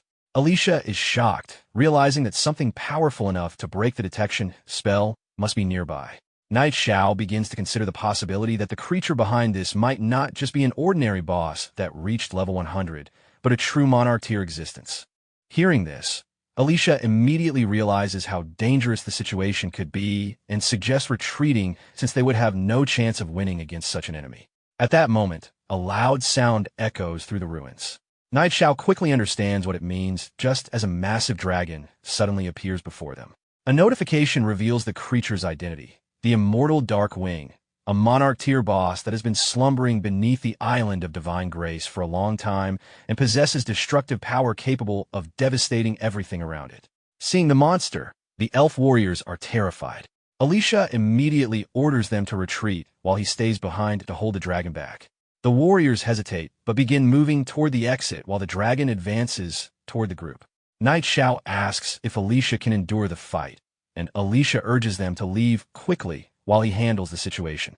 As the others retreat, Alicia launches attacks to slow the dragon down. In response, the dragon releases violent violet flames. Alicia forms a protective barrier to block the attack, but the flames shatter the defense and send him crashing onto the ground. Struggling to stand, he realizes the boss is far stronger than expected. The dragon leaps into the air and strikes downward with its claws. At the last moment, Alicia activates an instant teleportation spell, disappearing just before the attack shatters the ground where he stood. Reappearing a short distance away, he recognizes just how terrifying the monster truly is. Meanwhile, the warriors shout that they're almost at the exit and urge him to hold on a little longer. To buy more time, Alicia takes out a green crystal and throws it toward the dragon. The moment it strikes, the crystal triggers a massive explosion that momentarily halts the monster. Seeing this, Night Xiao realizes Alicia had a forbidden spell crystal hidden with him and asks what material it is made from. Alicia simply brushes off the question, implying that such preparations are exactly how he managed to become the leader of the elf clan. The warriors soon reach the exit and urge everyone to leave quickly. Alicia notices that Night Xiao is not moving and asks why he is still standing there. Night Xiao explains that since the others have already reached the exit, they should be safe now. However, he believes a confrontation with the boss is unavoidable and decides to handle the rest himself. The warriors are shocked, realizing he intends to face the boss alone. At that moment, the dragon breaks free from the forbidden spell and releases thick violet flames toward them. Alicia is stunned that the spell was broken so quickly and urges Night Xiao to retreat with them. Instead, Night Xiao summons his dragon, Little Gray, and sends it forward. The dragon releases powerful flames that collide midair with the enemy dragon's violet fire, canceling each other out. Immediately after, Little Gray unleashes a powerful roar that creates a massive shockwave. The attack strikes the dark-winged dragon and forces it down to the ground. The impact shakes the ruins, causing rocks and debris to fall from above.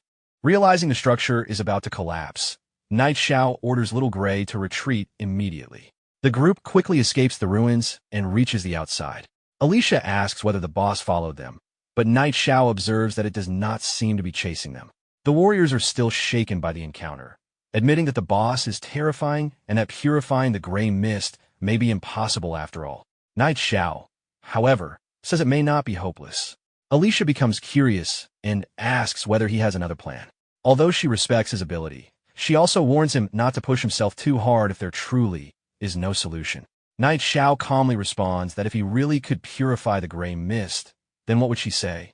Alicia answers that if such a thing were possible, he would become the savior of the elf clan and the one who delivers their entire race. Night Xiao admits he is not completely confident yet and will need time to plan a solution. Alicia accepts this and decides that it is safer for everyone to return to the village for now rather than remain near the dangerous area. Night Xiao agrees that the group should return to the village. When they arrive, the villagers are surprised to see them back so quickly. Some immediately ask whether the gray mist has been purified. Alicia instead orders everyone to begin preparing to leave, explaining that a terrifying existence lies deep within the gray mist. Many of the elves become distressed. Some say they have only just begun to adapt to life there, while Alicia's granddaughter sadly admits she does not want to move again. Alicia then reveals the truth to everyone, that a monarch-level boss exceeding level 100 exists within the gray mist, something the elf clan has no chance of confronting. The villagers are shocked, struggling to believe such a powerful being could exist. Others fear that even if the mist does not spread further, the monster might still come out and destroy them. Seeing their despair, Knight Xiao summons both of his companions, Little Gray and Little Luo. Looking at the elves, he remarks how pitiful their situation is and wonders if the two of them should help. Some villagers still believe it would be safer to relocate peacefully, but Knight Xiao quietly signals to his companions that he already has an idea. Taking out a glowing feather, he hands the task to Little Luo. The feather rises into the air, ignites with flames, and shoots toward the distance like a guiding signal. Alicia notices the strange scene, but Knight Xiao simply tells her to wait for the result. The flaming feather travels far away until it reaches a volcanic mountain. It descends beneath the volcano and arrives at a hidden cavern where another enormous phoenix resides. When the creature sees the feather, it immediately understands the message and rises into the sky, its body radiating immense flames. With excitement, it decides to respond to the call and heads toward the island. Back in the elf village, Knight Xiao sits calmly while looking toward the sky, wondering why the immortal divine phoenix still has not arrived yet. At the same time, the temperature in the village suddenly rises. The villagers begin to panic, feeling as if the sun itself has fallen to the earth. Others argue that such a thing should be impossible since the island of divine grace has never had a sun. In the middle of the confusion, one elf woman suddenly points toward the sky in shock and tells everyone to look. Far out over the ocean, a blazing phoenix flies across the sky. Sailors on a nearby ship notice the enormous flaming figure and immediately panic, thinking a powerful boss has appeared. Some even suspect it might be a tyrannical existence beyond the monarch level. The crew quickly goes on high alert as the phoenix passes overhead, its intense light blinding everyone on the ship and wiping out their visibility. Before the crew can recover, a massive deep-sea demon whale suddenly surfaces beside the ship. Believing its territory is threatened, the creature launches a powerful attack toward the phoenix. An old man on the ship observes that the demon whale must have sensed a dangerous presence and decided to attack first. However, the phoenix blocks the incoming strike effortlessly with its flames. Seeing this, the old man is shocked by how easily the attack was stopped. Annoyed by the provocation, the phoenix releases a small fireball toward the whale. The attack strikes the massive beast directly, forcing it to collapse back into the water and retreat into the depths.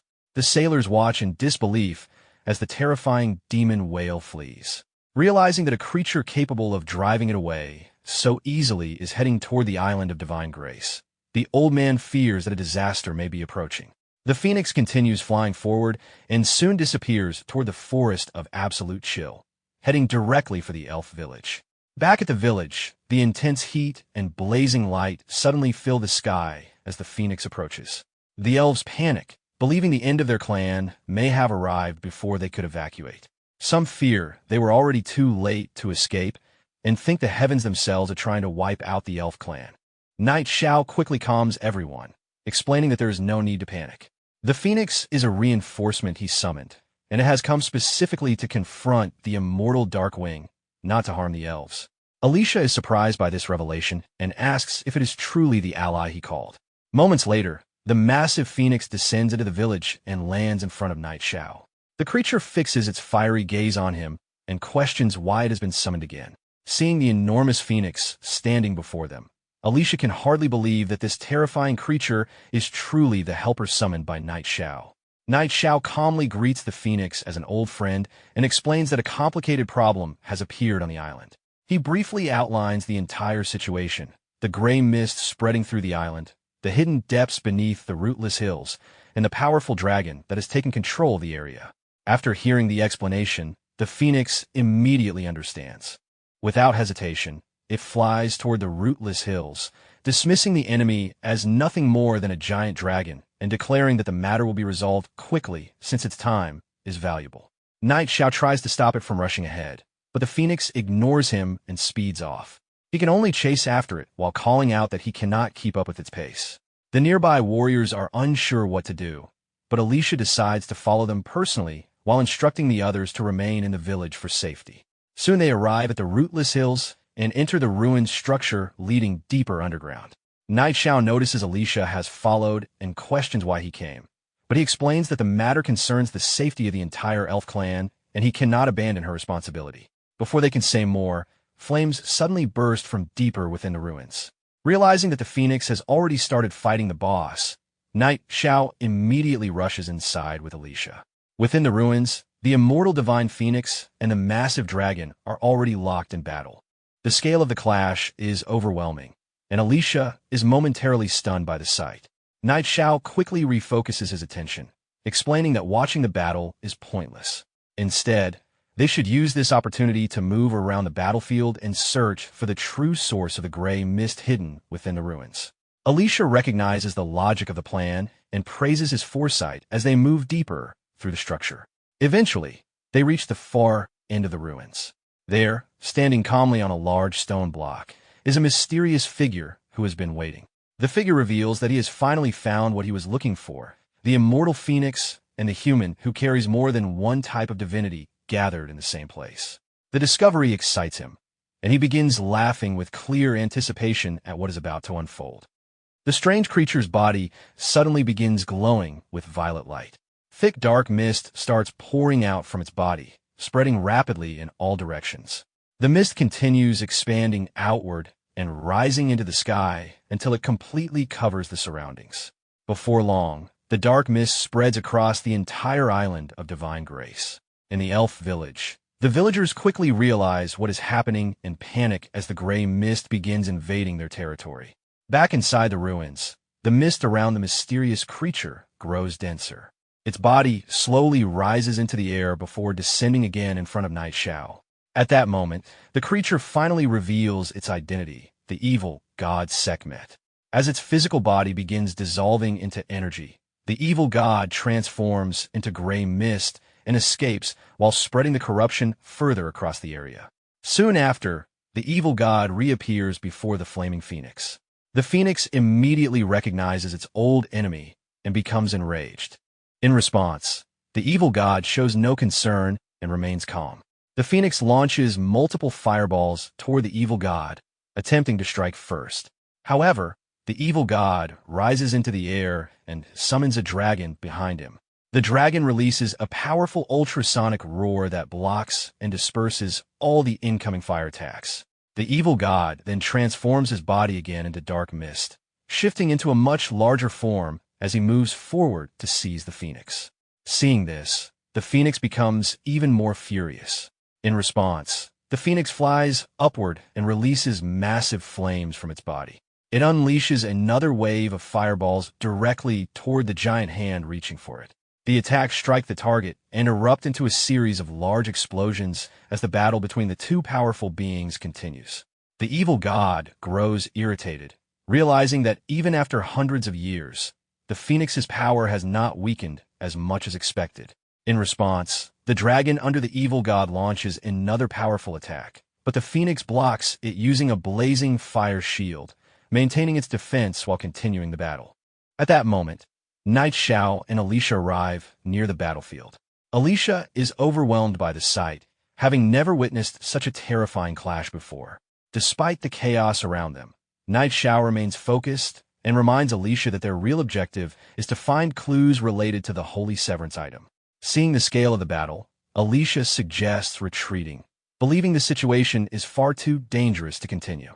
However, Night Xiao refuses to leave without locating the Holy Severance item and immediately moves deeper into the ruins in another direction.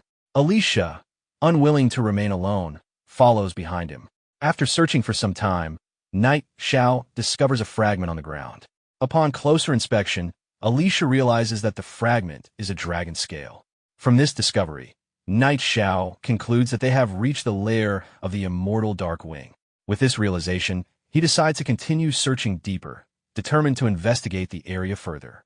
They proceed into the cave and soon reach another section of ancient ruins. Night Xiao notes that dragons are known to hoard treasures, yet strangely, there is no sign of gold or valuables in the area. While observing the surroundings, Alicia notices something unusual and points toward a stone surface. Upon closer inspection, they find strange markings carved into the rock. Knight Xiao recalls seeing similar inscriptions before, particularly in the Holy Spirit arena, and begins to suspect that the markings may be part of a magical formation rather than ordinary writing. To investigate further, he takes out the emerald glazed glass from his inventory. Comparing it with the stone, he realizes that the inscriptions on the plate match those on the stone tablet. Soon after, he notices a gap in the stone that perfectly matches the shape of the emerald glass. Recognizing the connection, Knight Xiao places the emerald glazed glass into the gap. As soon as it fits into place, the stone begins to glow, signaling that the mechanism has been successfully activated. As the emerald glass settles into place, the stone releases an increasingly bright green light. The glow intensifies and spreads across the surroundings, quickly drawing the attention of the evil god.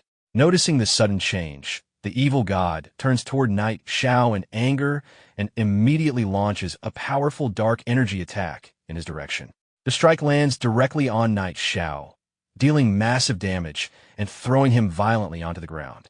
Struggling to recover, Knight Xiao realizes just how overwhelming the evil god's power truly is. However, before anything else can happen, the stone begins glowing once again.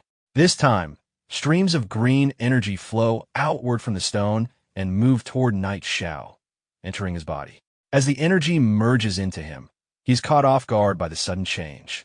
The evil god also notices this unexpected development and becomes shocked, realizing that a human of Knight Xiao's level has somehow uncovered the hidden secret of the Island of Divine Grace. In the next moment, Knight Xiao suddenly disappears from the area. Alicia is left stunned by his disappearance and looks around in confusion, unable to find any trace of him. Seeing this, the evil god becomes furious.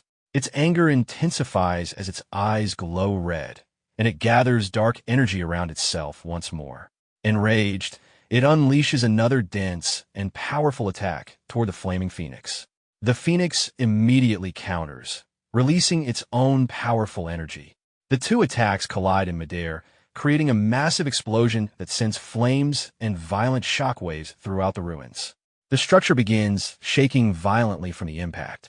Alicia realizes that remaining there has become extremely dangerous as the environment continues to destabilize. At the same time, back in the elf village, the ground begins to shake intensely.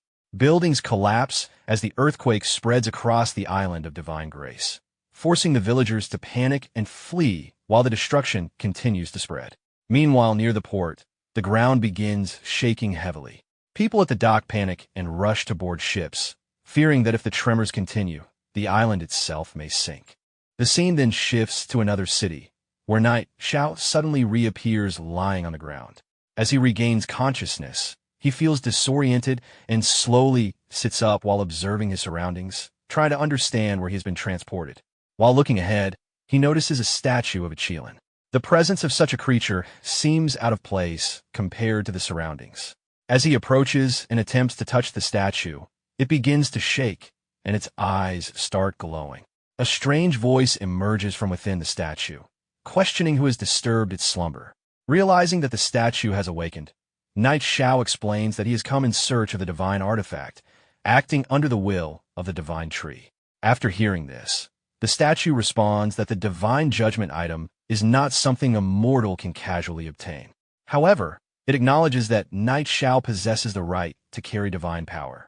At that moment, a portal appears beside the statue. The statue allows him to proceed, warning that success will grant him the divine judgment item, but failure will result in eternal destruction.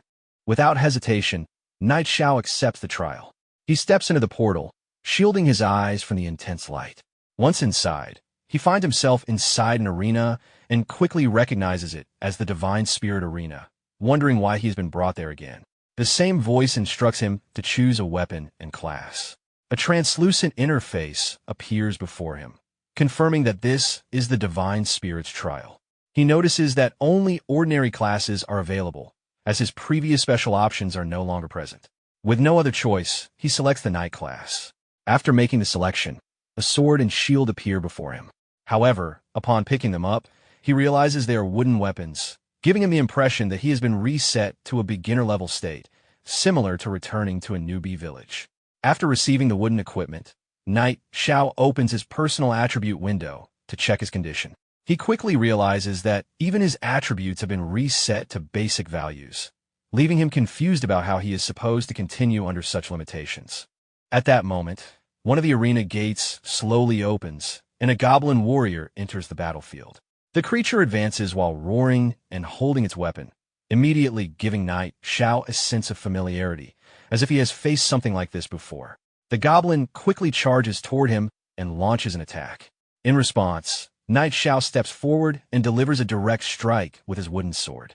The attack lands successfully and deals noticeable damage, which surprises him because the amount of damage feels unusually high for such basic equipment. Taking advantage of the moment, the goblin leaps into the air and attempts another strike. Knight Xiao reacts instantly, jumping up to intercept the attack and following up with multiple consecutive strikes. Each blow lands effectively, steadily weakening the goblin. The goblin attempts to retaliate with repeated attacks, but Knight Xiao blocks them smoothly with his shield. Maintaining control of the fight, he presses forward and eventually drives his sword straight into the goblin's chest. The goblin roars in pain before collapsing onto the ground, ending the duel. After defeating the goblin warrior, he receives a reward for completing the first duel. He is granted 100 attribute points that can be freely distributed. A selection panel appears, allowing him to allocate points among strength, agility, intelligence, physique, and luck. After considering his options, he prioritizes agility over strength and distributes 70 points into agility and 30 into strength. Before he can rest, a large white wolf suddenly appears inside the arena and begins howling. The creature immediately catches his attention, and once again, it feels strangely familiar to him. The wolf wastes no time and charges forward to attack. Knight Xiao reacts quickly, striking at the wolf while dodging its movement. However, despite landing his attack, he realizes that this time his strike fails to deal any damage, signaling that the next battle will not be as straightforward as the previous one. After the previous exchange, the wolf turns back toward Knight Xiao and roars in anger. He moves backward, realizing how durable the creature is as it prepares another assault. The wolf leaps forward once again, but this time Knight Xiao dodges swiftly and counters by striking directly at one of its legs. The sudden hit throws the wolf off balance, leaving it briefly confused. Taking advantage of the opening, he follows up with a quick series of attacks. The repeated strikes land cleanly, and under the pressure of continuous blows, the wolf eventually collapses onto the ground. With the second duel completed, he receives another reward of 200 attribute points. This time, he decides to strengthen his survivability by adding points to his constitution, raising his health to a safer level and reducing the risk of being instantly defeated. Before he can recover, a new monster appears inside the arena. It is a demonized dark abyss tiger, noticeably more dangerous than the previous opponents. The presence of the demonized status immediately signals that this battle will be far more difficult. The tiger attacks without hesitation. Knight Xiao attempts to counter, but the force of the strike sends him into the air, dealing heavy damage. The impact leaves him in a dangerous position with little chance to evade further attacks. At that critical moment, a protective energy shield suddenly forms around him. He quickly realizes that one of his previously obtained abilities, the God of Wealth Shield, is still active despite the reset conditions of the trial. The tiger continues advancing slowly, maintaining pressure. Recognizing that his innate skill has been preserved, Knight Xiao understands that the trial may not be as restrictive as it first appeared, giving him a possible advantage. Elsewhere, the statue observes the battle through a translucent display, surprised by his actions and uncertain whether his approach is reckless or calculated. Despite the danger, Knight Xiao steadies himself, raises his shield and sword, and prepares to face the tiger head-on as it launches forward to continue the fight. In the next moment, the tiger launches another powerful claw strike, landing a heavy blow on Knight Xiao. As the damage hits, the protective shield activates again around him, absorbing the impact and preventing further harm. Seeing the shield appear once more, he realizes how effective the ability truly is. Soon after, the tiger's body begins emitting red energy, and a pair of wings forms on its back, increasing the threat level of the battle. Without hesitating, Knight Xiao steps forward, preparing to take control of the fight. As the tiger charges again, he moves first and unleashes a series of fast, powerful strikes. Each hit lands consecutively, steadily weakening the beast. Maintaining pressure, he continues attacking without giving the tiger time to recover. Outside the trial space, the statue observes the battle through a displayed projection and becomes increasingly surprised by Knight Xiao's performance. Recognizing the unusual level of skill and persistence he is showing despite the harsh conditions of the trial. Continuing the assault, Knight Xiao delivers a decisive stab that pierces the tiger, forcing it into visible pain. Moments later, the beast collapses onto the ground, marking the end of the third match. Immediately after the victory, he receives another reward, 200 attribute points that can be freely assigned. He acknowledges the reward, but before he can take a break, a new opponent suddenly appears inside the arena. This time, the enemy is far more imposing, a massive ironclad Rhino King at level 51. The sheer size and level difference make the challenge appear overwhelming, making it clear why the Sacred Judgment artifact have remained unclaimed for so long. Despite recognizing the extreme difficulty ahead, Knight Xiao steadies himself and prepares for the next confrontation, raising his sword and getting ready to face the enormous Rhino King as the trial continues. Knight Xiao immediately begins attacking the ironclad Rhino King, delivering several powerful strikes with his sword. However, none of the attacks leave any visible damage on the creature's thick armor-like skin. Realizing the toughness of its defense, he understands that defeating it will require far greater force. Before he can adjust his approach, the Rhino King charges forward aggressively. Using the full weight of its body, it slams into him with its head, launching him into the air and dragging him across the ground. Despite the heavy impact, he quickly regains his footing and prepares to continue the fight. Without backing down, Knight Xiao advances again and keeps striking the Rhino King repeatedly. Instead of trying to break through instantly, he continues applying pressure, gradually wearing the monster down through continuous attacks. Outside the arena, the statue watches through the display and becomes increasingly surprised. It realizes that the shield ability Knight Xiao is using is interfering with the arena's expected difficulty. Seeing his performance, the statue concludes that there is no longer a need to continue observing from afar and disappears from its position. Back inside the arena, after a prolonged struggle, Knight Xiao finally defeats the Rhino King.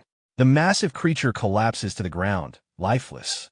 Just as the battle ends, the enormous statue suddenly appears behind him inside the arena. Knight Xiao turns around in shock and immediately recognizes the presence of the Holy Kirin, a mythical ranked being known for its immense power. Realizing the significance of the encounter, he suspects that this creature represents the final test of the trial. The Holy Kirin confirms that defeating it is not necessary and explains that passing the trial only requires gaining its approval. Knight Xiao asks how he can earn that approval, but before receiving a clear answer, golden energy suddenly surrounds his body. The force lifts him into the air without warning. A portal appears high above, and the energy propels him toward it before he has time to prepare. The Holy Kirin explains that even those who possess divinity cannot alter the rules of the arena. It reveals that the vessel of sacred judgment exists within the spiritual realm, and that retrieving it is the only requirement to complete the trial. As Knight Xiao passes through the portal, he is engulfed by bright golden light and transported into another realm. When the light fades, he finds himself standing inside a forest. After arriving, he quickly notices that the restrictions placed on him during the trial have been lifted, and both his profession and attributes have returned to normal. While observing his surroundings, he suddenly hears movement nearby.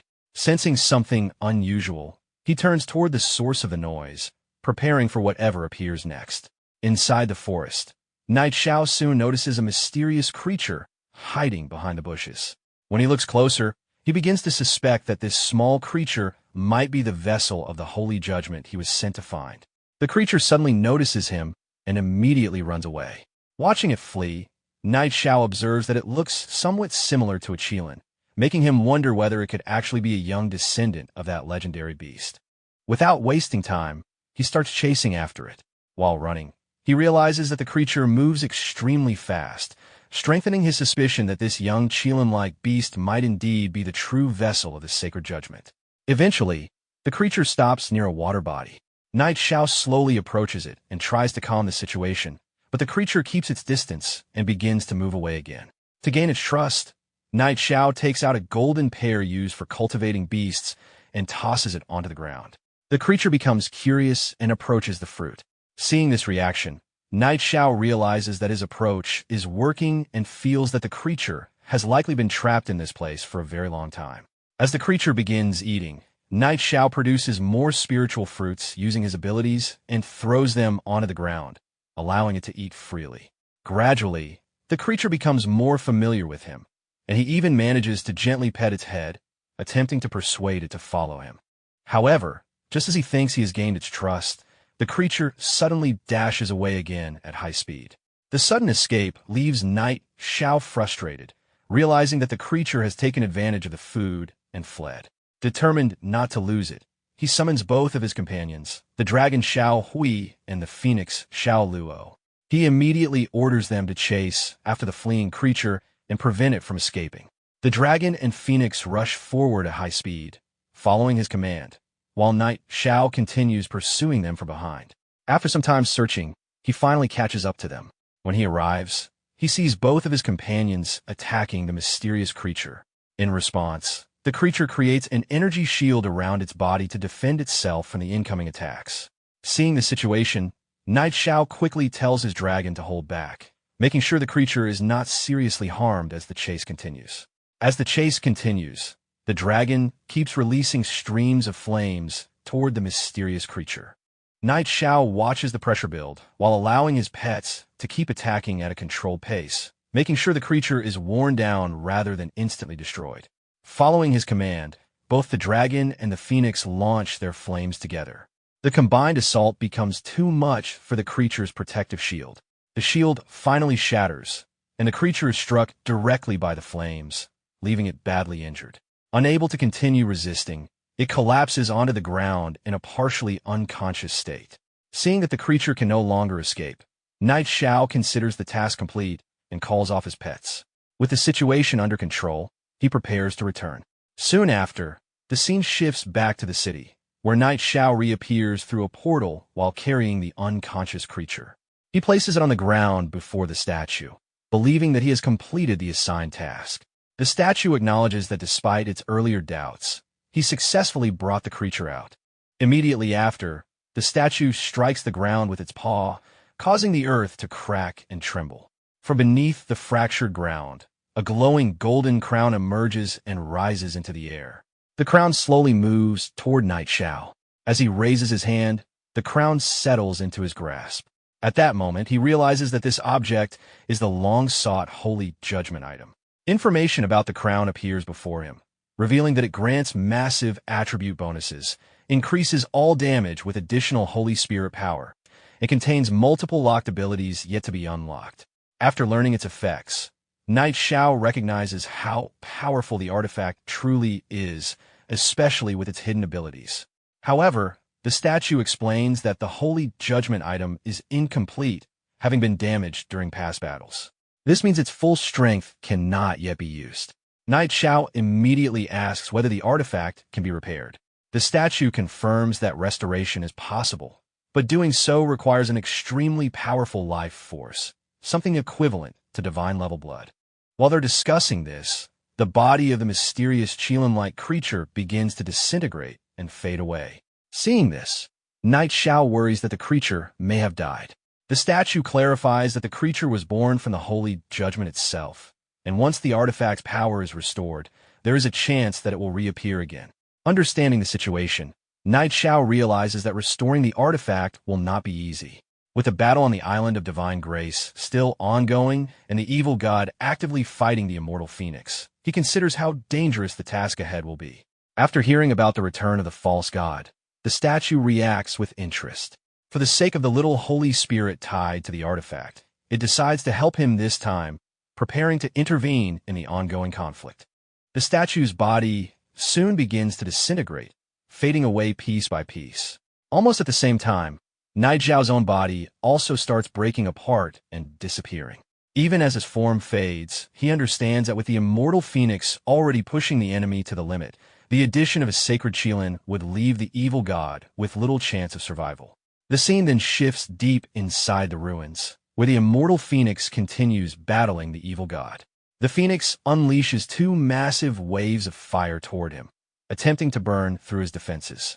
However, the evil god calmly blocks the attack with an energy shield, showing little concern as he advances forward despite the ongoing flames.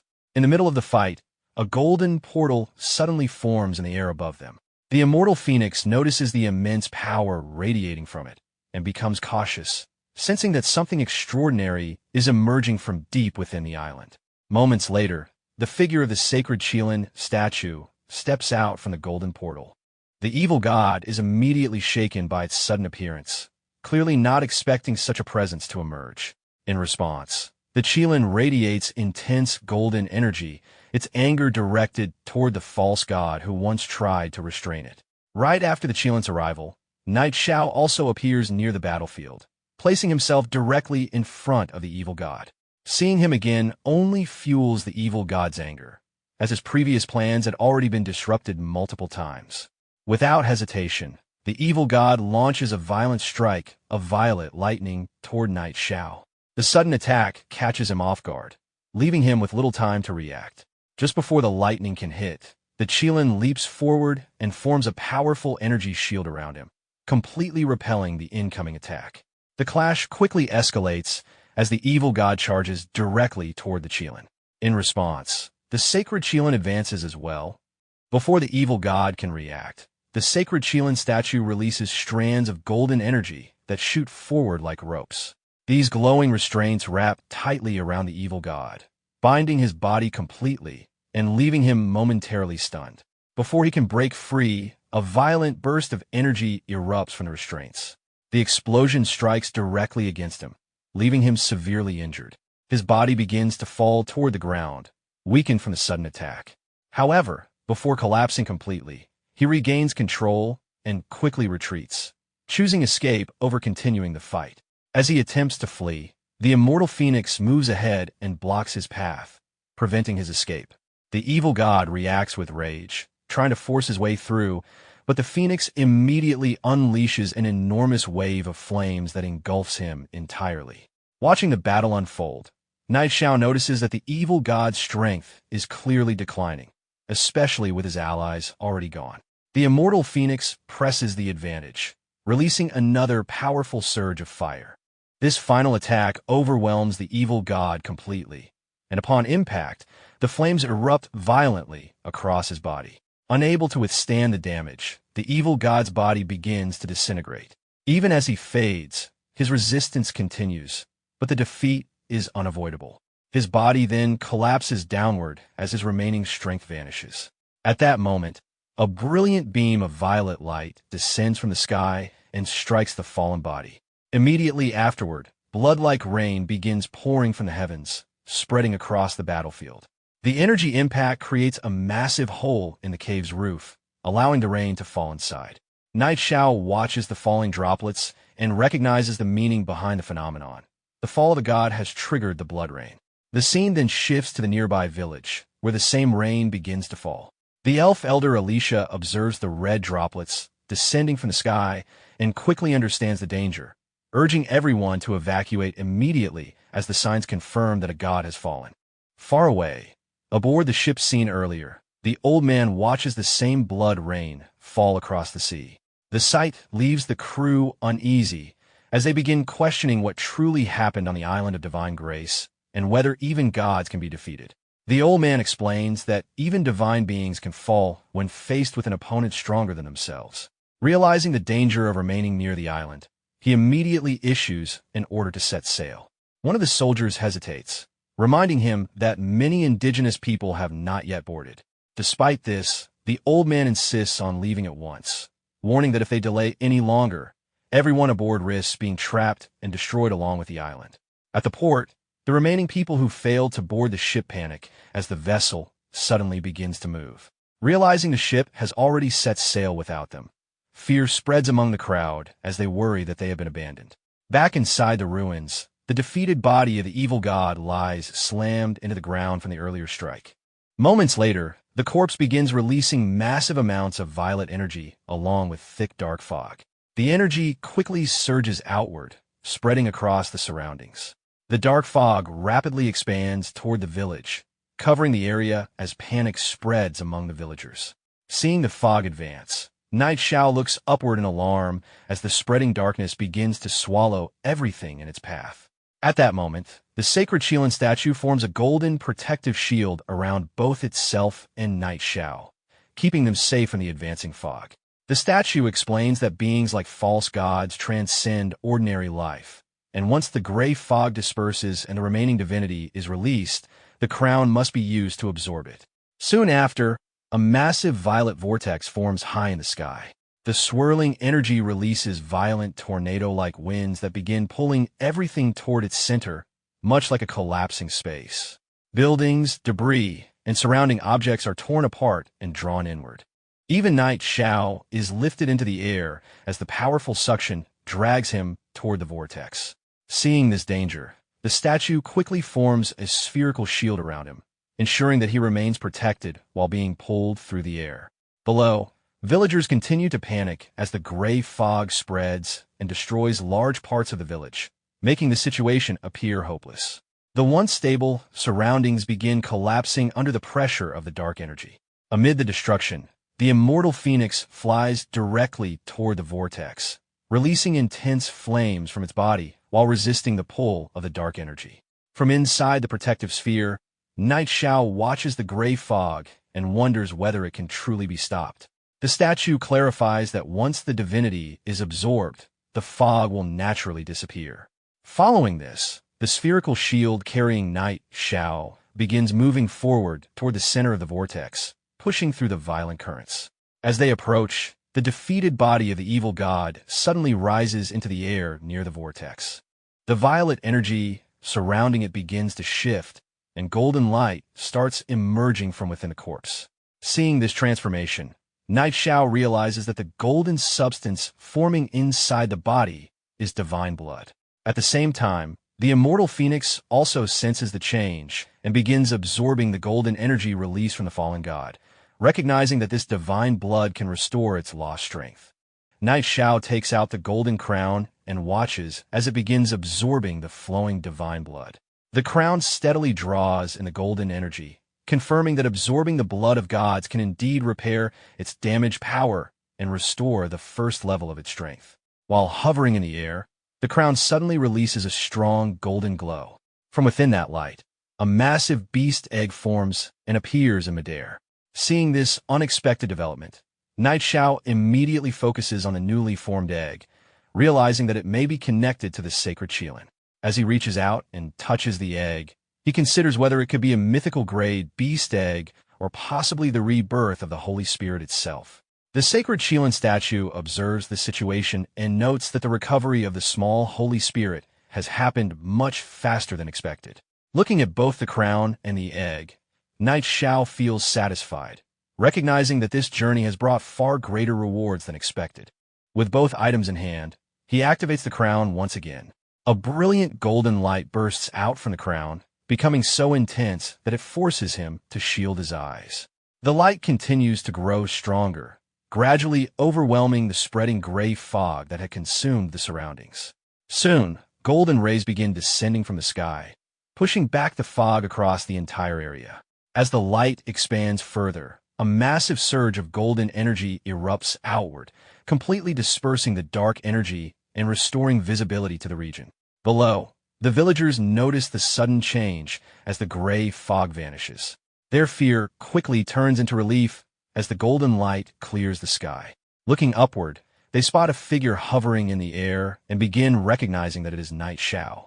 Seeing him holding the glowing egg, they realize that he is responsible for driving away the fog and saving their lives, filling them with gratitude and excitement. Elsewhere, near the ship that had already begun departing, the old man watches the immortal phoenix flying high above the island. Observing these events, he concludes that the appearance of such powerful forces on the island of divine grace must be connected to Night Xiao, realizing that his strength now rivals that of divine beings.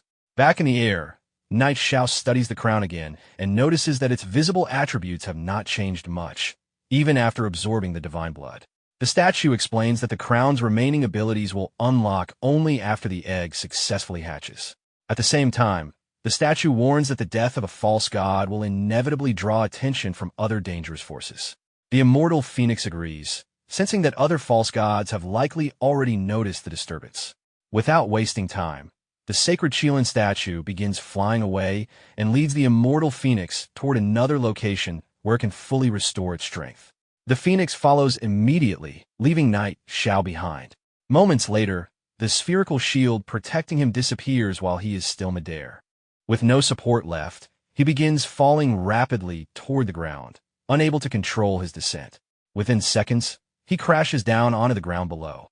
Nearby, Elder Alicia witnesses the sudden fall and stares at him in shock as the dust settles around the impact. After crashing down from the sky, Xiao sat on the ground, coughing heavily, while the surrounding villagers and Elder Alicia rushed toward him in panic. Everyone was shocked to see him fall from such a height, but Xiao casually brushed it off, claiming that he had simply flown down a little too fast. Once he recovered, he immediately turned the conversation toward the reward he had requested for resolving the gray fog crisis. With an awkward and worried expression, Alicia explained that the second space had already collapsed during the disaster, and the Spring of Spirits had completely disappeared along with it. Hearing that, Xiao was instantly stunned and complained that the elves should have at least taken a few jugs of the spring water before escaping. Unwilling to accept that all his effort would go unrewarded, he immediately began asking what other rare treasures the elf clan possessed. Alicia tried to calm him down and promised that the elf clan would definitely find a way to make amends, although it would take some time. However, Xiao quickly proposed another idea instead. He explained that he held a fairly high position among the human race and could easily arrange territory for the elves inside his main city. Although surprised, Alicia listened carefully as Xiao admitted that he could not bear seeing the elves continue living such a difficult life. In exchange, however, they would have to work under him to repay their debts. The proposal immediately caused discussion among the elf villagers. While they spoke among themselves, Xiao secretly felt satisfied, realizing that after recruiting dwarves previously, he was now about to add an entire clan of elves to his growing forces. Eventually, after discussing the matter thoroughly, Alicia returned and formally announced that the elf clan had agreed to serve Xiao. Although the agreement had been settled, another problem remained. The villagers worried because the Poseidon had already sailed away from the island, leaving them stranded. However, Xiao calmly pointed toward the distance where the ship was slowly returning.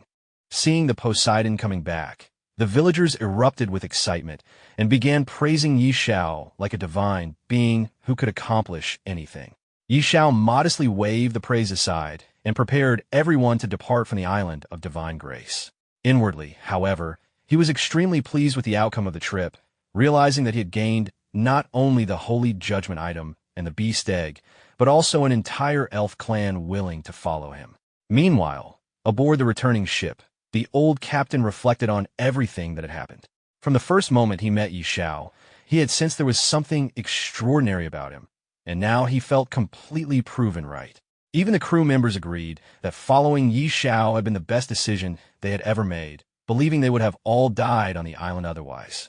To them, Xiao had fully lived up to his reputation as someone capable of standing alongside gods. At that moment, one of the workers approached the old captain of the ship and informed him that a large group on the shore wanted to board. As the crew looked toward the island, they quickly recognized Xiao among the crowd, along with a strange group accompanying him. Some of the sailors were surprised to see him return safely, while others were confused by the appearance of the elves traveling beside him. The worker nervously asked whether the boarding passage should be opened and how they would collect tickets from so many passengers.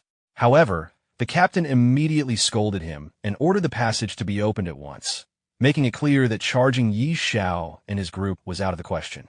Deciding to personally welcome them himself, the captain approached the shore and was stunned when he realized the strange companions were actually elves. With great respect, the captain personally invited Xiao and the elves aboard the ship. As the elf villagers boarded, the sailors could not hide their amazement. Many of them had only heard stories about elves in books and legends, so seeing the race with their pointed ears and elegant appearance in person completely shocked them. Once everyone had boarded, the ship finally departed from the island of divine grace. During the voyage, Yi Xiao began asking Alicia about unlocking a third profession. Alicia explained that such knowledge was connected to ancient secrets involving elemental balance. According to records from the elf clan's ancient books, individuals who possessed 3 professions once existed on the continent of the Remnant Abyss.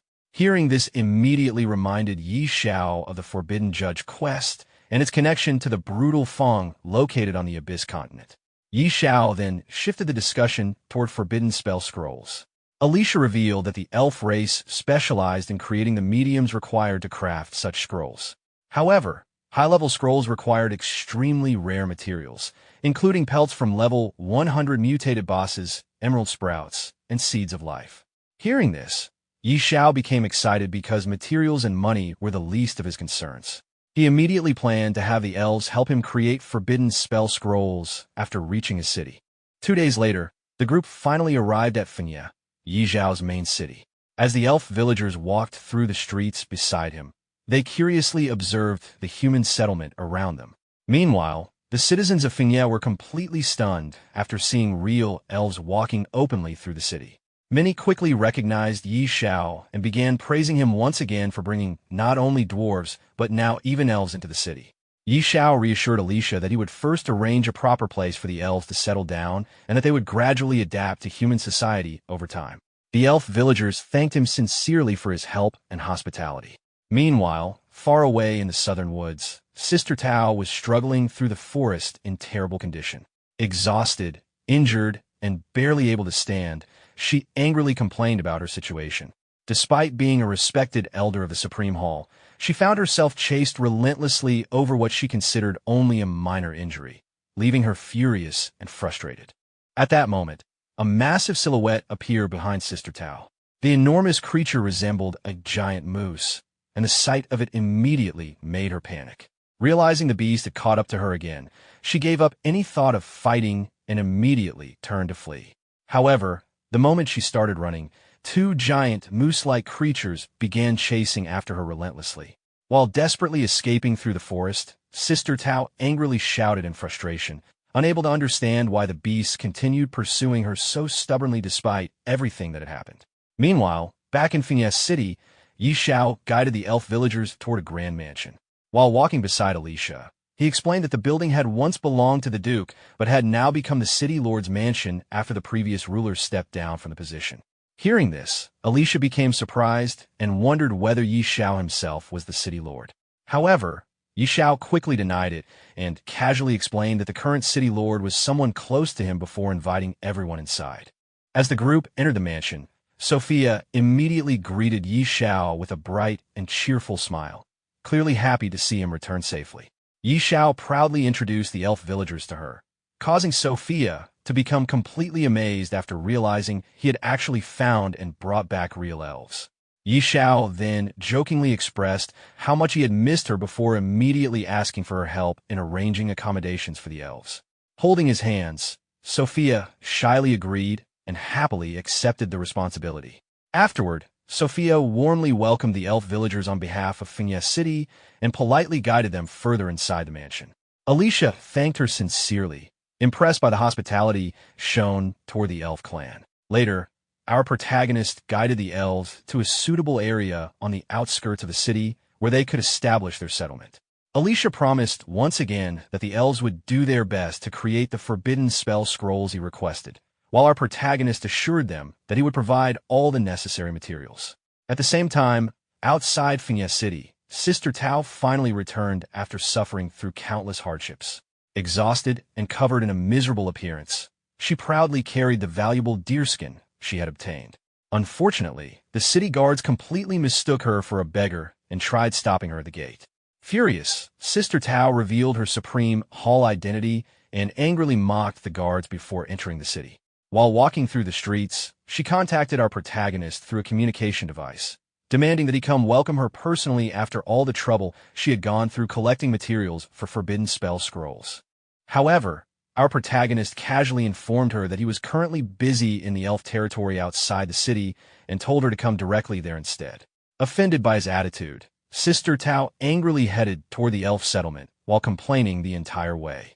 Upon arriving, She became confused because the settlement looked nothing like a dwarf district and instead resembled ordinary human architecture. When she finally entered one of the buildings, she found our protagonist together with Alicia refining materials for forbidden spell scrolls. At first, she thought he had simply hired some strange helper, but the moment the scroll neared completion and released an incredibly pure, magical aura, she immediately realized the truth. To her complete shock, the person assisting him was actually a member of the ancient elf race. Sister Tao could hardly believe that within only a few days, Xiao had somehow managed to discover and recruit such a legendary race once again. After several hours of refining, Alicia finally completed the forbidden spell scroll and handed it over to our protagonist, successfully fulfilling the expectations placed upon him. After completing the forbidden spell scroll, Alicia carefully informed our protagonist that the scroll still contained flaws because it was his very first attempt at crafting one. Due to insufficient control during the refining process, the final effect had weakened by around 20%, which was a significant loss for such a high-level item. However, our protagonist did not seem overly concerned. After examining the scroll himself and confirming the reduced effect, he casually brushed it off and joked that they could simply use others as test subjects for now.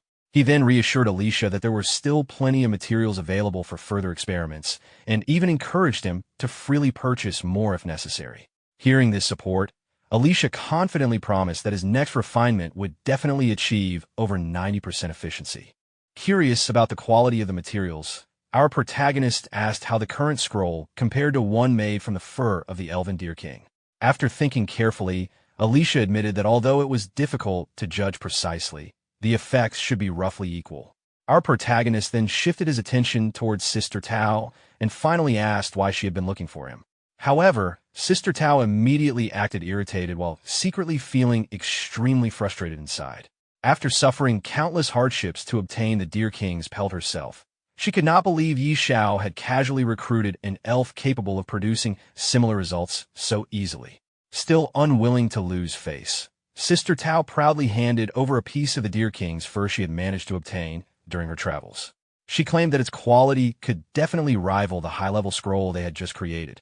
When our protagonist noticed how disheveled and exhausted she looked, he innocently questioned whether her so-called vacation had actually been enjoyable at all. Embarrassed and annoyed, Sister Tao immediately shut him down and told him to stop asking questions about a beautiful woman before focusing on the fur instead. After receiving the deerskin, our protagonist passed it to Alicia for inspection. Alicia quickly confirmed that it was indeed an extremely valuable material since it originated from the elven Deer King. Hearing the praise, Sister Tao proudly declared that they clearly understood quality when they saw it. Meanwhile, our protagonist silently realized that Sister Tao must have gone through tremendous suffering to obtain such a rare item, so he decided not to pry any further into what had happened during her journey. A short while later, Sister Tao called him outside privately because she wanted to ask something important. Once outside, she questioned why even the elves had suddenly moved into Windleaf City. Our protagonist explained that it was a very long story connected to the fall of the evil god. Hearing that, Sister Tao became completely stunned and instinctively assumed Xiao had personally killed the evil god himself. Our protagonist immediately denied being the one who dealt the final blow, but Sister Tao still concluded that the entire incident must have been heavily connected to him regardless. After hearing the full explanation, she admitted that she had underestimated just how capable he truly was. Because of that, she suddenly offered him the opportunity to learn forbidden spells. Our protagonist was instantly shocked by the suggestion, but quickly became excited as well. However, he also understood that forbidden spells likely came with extremely strict requirements. At that moment, Alicia arrived and explained the conditions in more detail. According to him, learning forbidden spells normally required someone to possess a magic-based class, along with sufficiently high attributes and level requirements. Our protagonist immediately asked Sister Tao whether she knew any forbidden spells suitable for beast tamers. Sister Tao admitted that she personally did not possess such spells, but since she had already brought up the topic, she assured him there was definitely a method to obtain one. However, she warned him that the conditions were extremely harsh and would require a major sacrifice. Confused by her words, our protagonist asked what exactly she meant. Sister Tao then revealed that she had already noticed he possessed two professions. Our protagonist admitted that her observation was correct and wondered whether forbidden spells were somehow connected to one's profession. Sister Tao explained that in order to learn forbidden spells, a person normally had to abandon one of their professions entirely. Hearing this, our protagonist immediately fell into deep thought. Both the controller of the god of wealth and the god of beasts were god-level professions, and giving up either of them was completely unacceptable to him. Although he admitted the condition was difficult, Sister Tao continued persuading him by claiming that the resulting magic-based class will become unimaginably powerful. Still unwilling to sacrifice any of his current professions, our protagonist instead brought up the possibility of learning it as a third profession instead. The moment Sister Tao heard that, she reacted with disbelief and mocked how ambitious his dream sounded. However, Alicia unexpectedly stepped in and revealed that the elf clan actually possessed methods related to unlocking a third profession. This completely shocked Sister Tao, who immediately realized the elves might truly know the secret method to achieve something almost impossible. Our protagonist proudly teased her for not expecting that development, while Sister Tao admitted that if a third profession could really be unlocked, then everything would become perfect. At the same time, she could not help complaining that it felt like all the best opportunities in the world somehow always ended up in Yi Xiao's hands. After calming down, our protagonist curiously asked what this powerful profession actually was.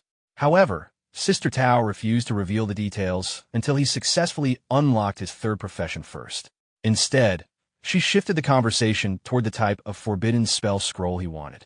She listed several categories, including defensive, offensive, and healing forbidden spells. Without hesitation, our protagonist chose a single-target offensive type. Hearing that, Sister Tao jokingly accused him of probably planning to steal another boss again. Our protagonist immediately acted innocent and denied being that kind of person.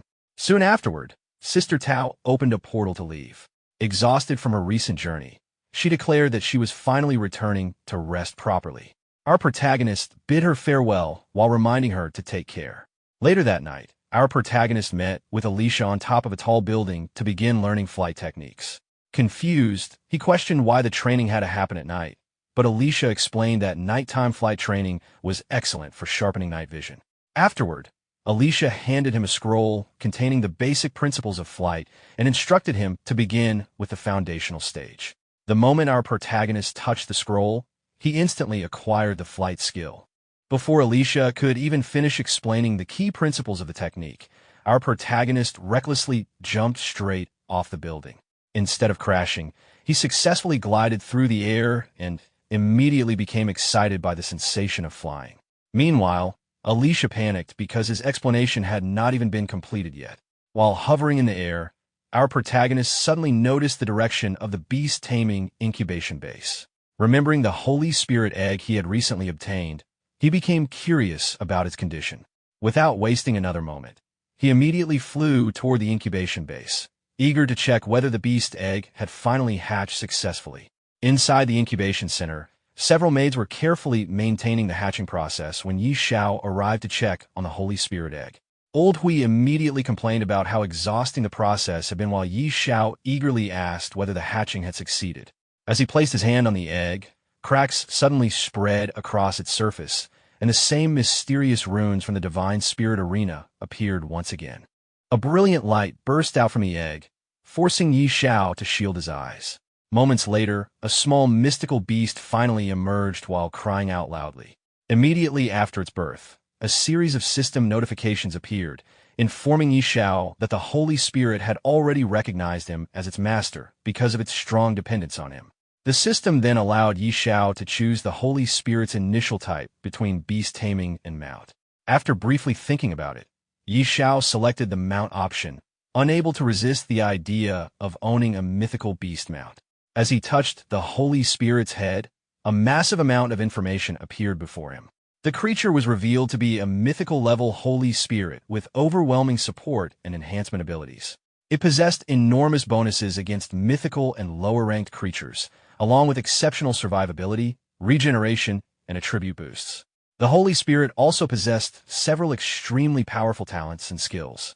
Its abilities included creating powerful shields, removing negative combat effects, restoring health and mana, greatly strengthening allies, and unleashing divine radiance that massively boosted the attributes and final damage of everyone affected. Its body itself was described as a special life form with overwhelming physical power and resistance against control abilities. After reading through the Holy Spirit's overwhelming abilities, Xiao was completely stunned. He realized that the creature was far beyond an ordinary mount and was practically a god-tier support beast. Its abilities combined crowd control immunity, shields, healing, buffs, and massive combat enhancements all at once, instantly multiplying overall battle strength several times over.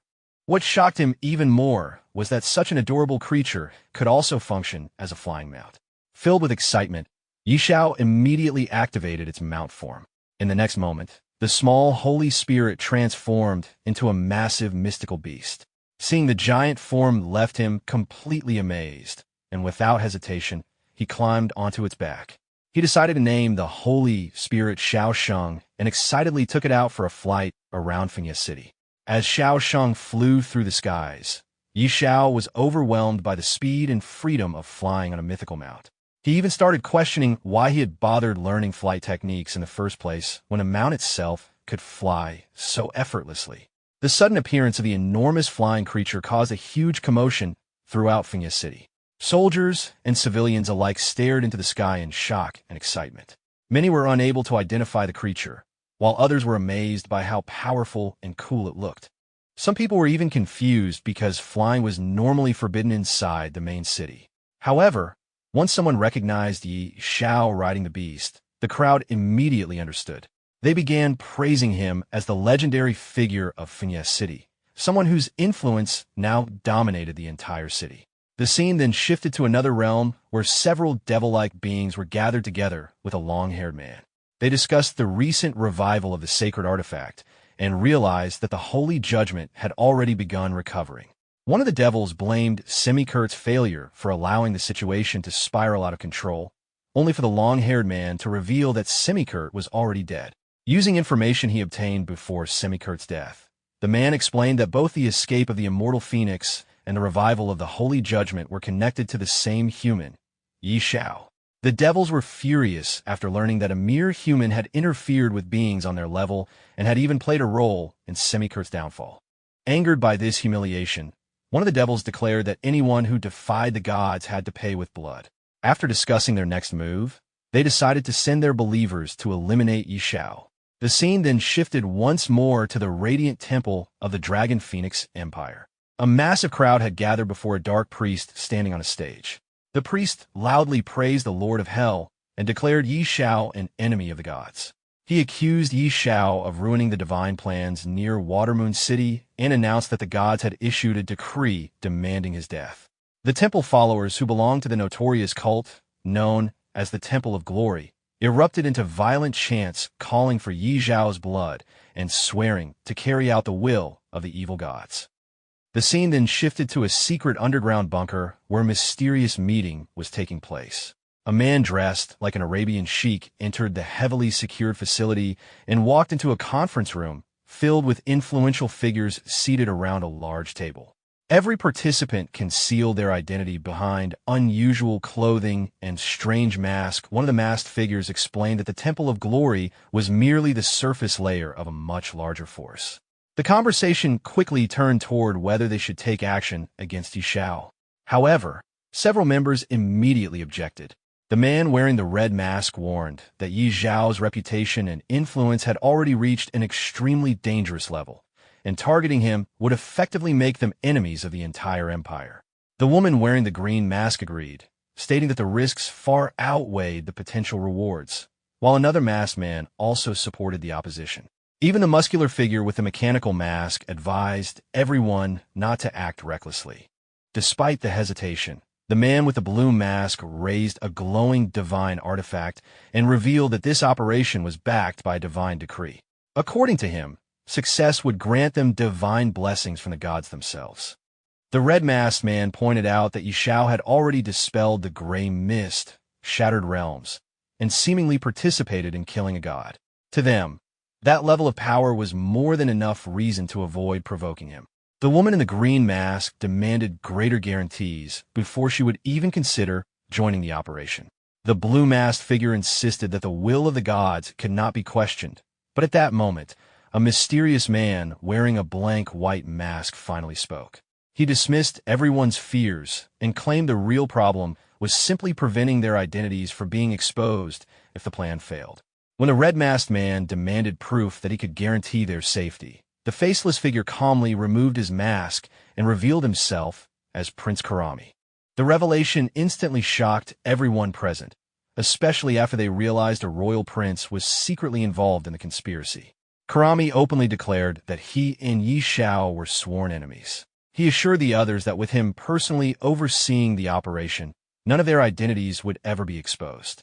After hearing the prince's promise, the hesitant members finally began changing their stance. The woman in the green mask agreed to cooperate, while the man with the mechanical mask also pledged full support. The blue-masked man then reminded everyone that Xiao was backed by overwhelming forces, including world temples, elves, dwarves, supreme halls, and even gods themselves. Understanding how dangerous Xiao had become, Prince Karami emphasized that they could not afford any mistakes. He insisted that a perfect and meticulous strategy was necessary and declared that they would aim for a single decisive strike that would leave Xiao with absolutely no chance to retaliate. Meanwhile, the deadly conspiracy against Xiao quietly began taking shape in the shadows. The scene shifted to the leveling area outside Finya City, where Xiao's dragon was relentlessly slaughtering monsters with overwhelming fireball attacks. While the dragon rapidly farmed enemies below, Xiao calmly sat on a nearby stone drinking coffee in complete relaxation. Despite his casual appearance, he was focused on raising levels as quickly as possible because reaching level 80 was necessary before entering the Abyss continent. During this moment, Xiao suddenly received a video call from Elder Alicia. The elf elder excitedly informed him that the first forbidden spell scroll had finally been completed. Hearing this, Xiao immediately mounted Xiao Sheng and flew toward the elf settlement at incredible speed, once again amazed by how absurdly fast his mythical mount was.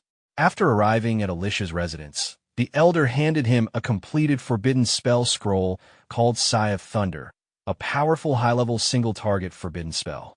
However, when Xiao examined the scroll, he noticed there were no magical fluctuations coming from it all.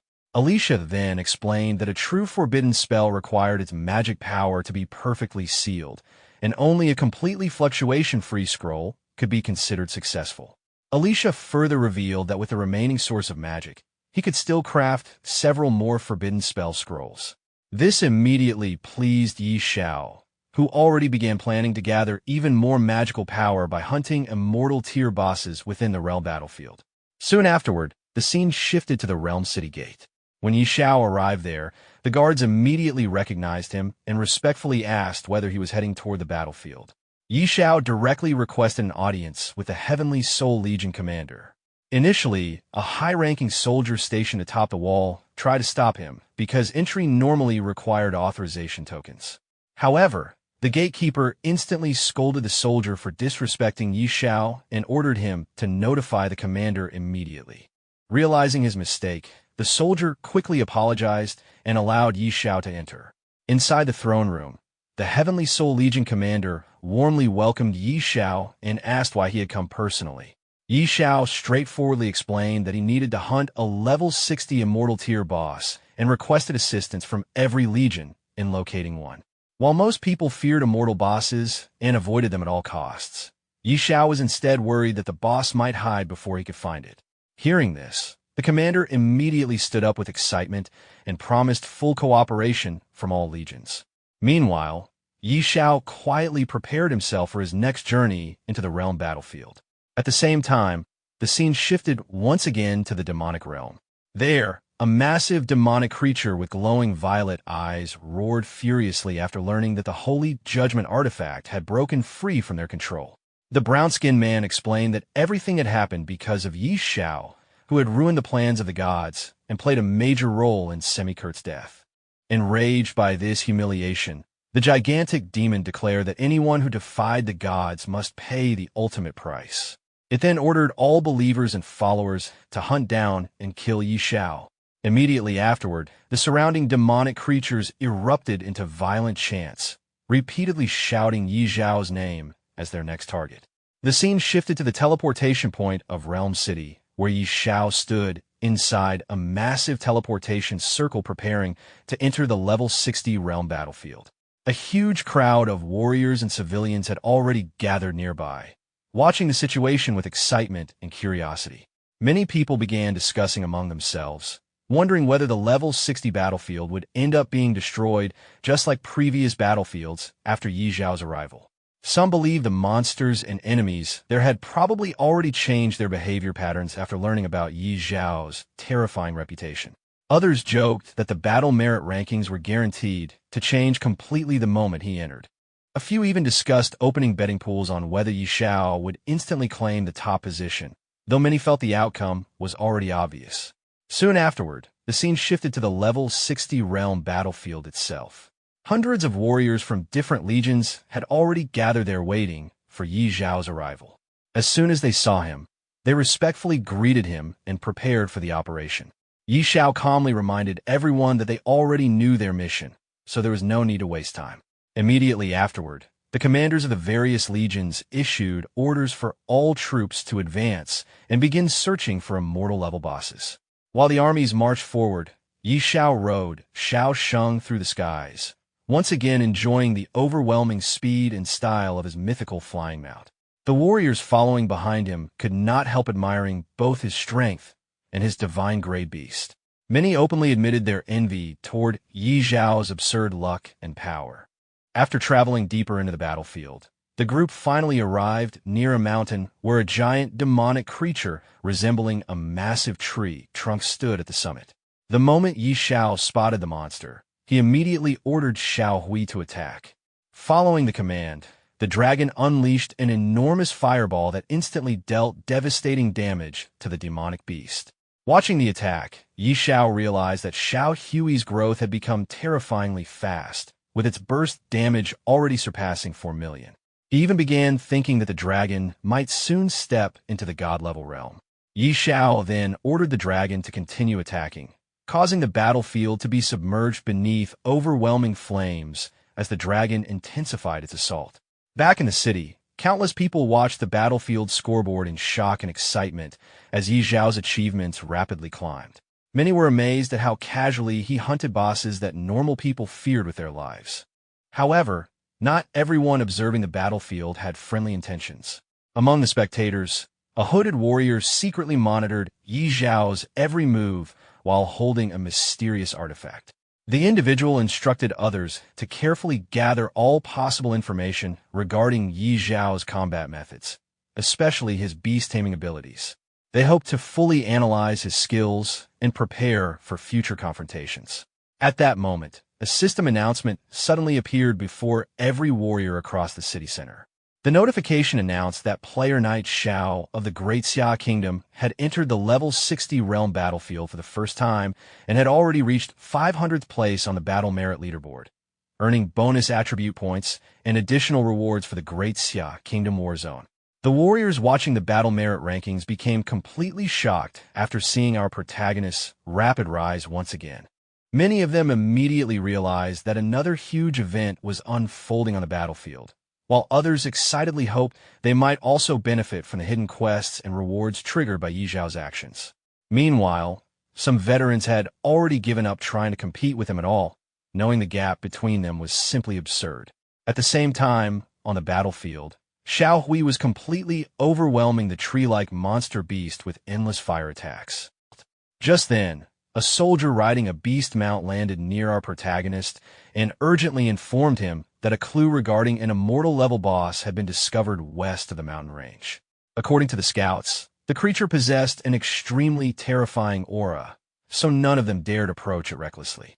Hearing this, our protagonist immediately became interested and mounted Xiao Sheng without hesitation. With astonishing speed, the mythical beast launched into the sky and rushed toward the target location. After traveling for some time, our protagonist finally spotted the target hovering in the air ahead of him.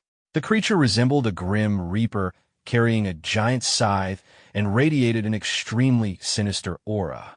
The moment he saw it, our protagonist immediately ordered Xiao Sheng to charge. However, before Xiao Sheng could even close the distance, the immortal-level boss suddenly turned around and fled at terrifying speed.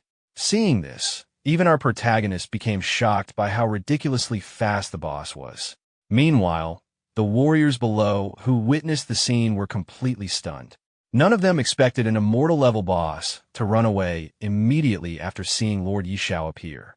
Without wasting time, our protagonist immediately ordered Xiao Sheng to continue the pursuit. Back on the ground, one of the soldiers asked his commander what they should do next. After observing the situation carefully, the commander concluded that the boss clearly did not dare confront Yixiao directly. Because of that, he immediately ordered all troops to spread out and search every direction for traces of the boss's movements. He also instructed everyone to immediately report the appearance of any other high-level bosses. The soldiers quickly accepted the order and scattered throughout the battlefield. Watching Yixiao chase through the skies, the commander inwardly felt that any powerful boss discovered on the battlefield would definitely attract Yixiao's interest. Meanwhile, our protagonist continued searching through the air while riding Xiao Sheng. Even he admitted that the immortal-level boss was incredibly skilled at escaping. Then, just as he was searching, the infernal messenger suddenly appeared again directly ahead of him.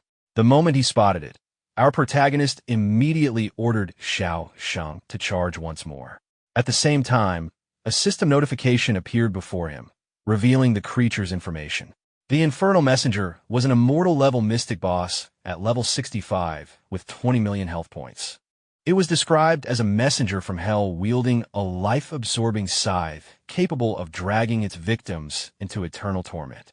After seeing the information, our protagonist calmly analyzed the enemy and concluded that although the boss was powerful, it was still nothing more than a slightly stronger toy compared to Xiao Hui and Xiao Luo.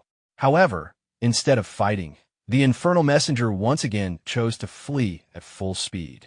While chasing after it, our protagonist could not help but complain that running away might actually be the strongest survival ability in existence.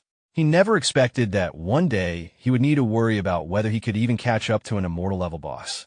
Still, he remained completely confident. Since the realm battlefield had fixed boundaries, he knew the infernal messenger would eventually run out of places to escape. The infernal messenger continued fleeing desperately across the battlefield, while our protagonist chased closely behind on Xiao Sheng. Before long, they finally reached the outer boundary of the battlefield itself. Seeing the edge appear before them, our protagonist confidently declared that the boss had nowhere left to run now. At that moment, the infernal messenger suddenly turned around and violently swung its giant scythe. Rather than panicking, our protagonist laughed excitedly, thinking the creature had finally decided to fight to the death. Without hesitation, he immediately ordered Xiao Hui and Xiao Luo to attack.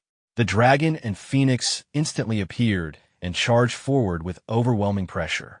However, before either beast could reach their target, the infernal messenger slashed its weapon through the air once again. The attack tore directly through reality itself.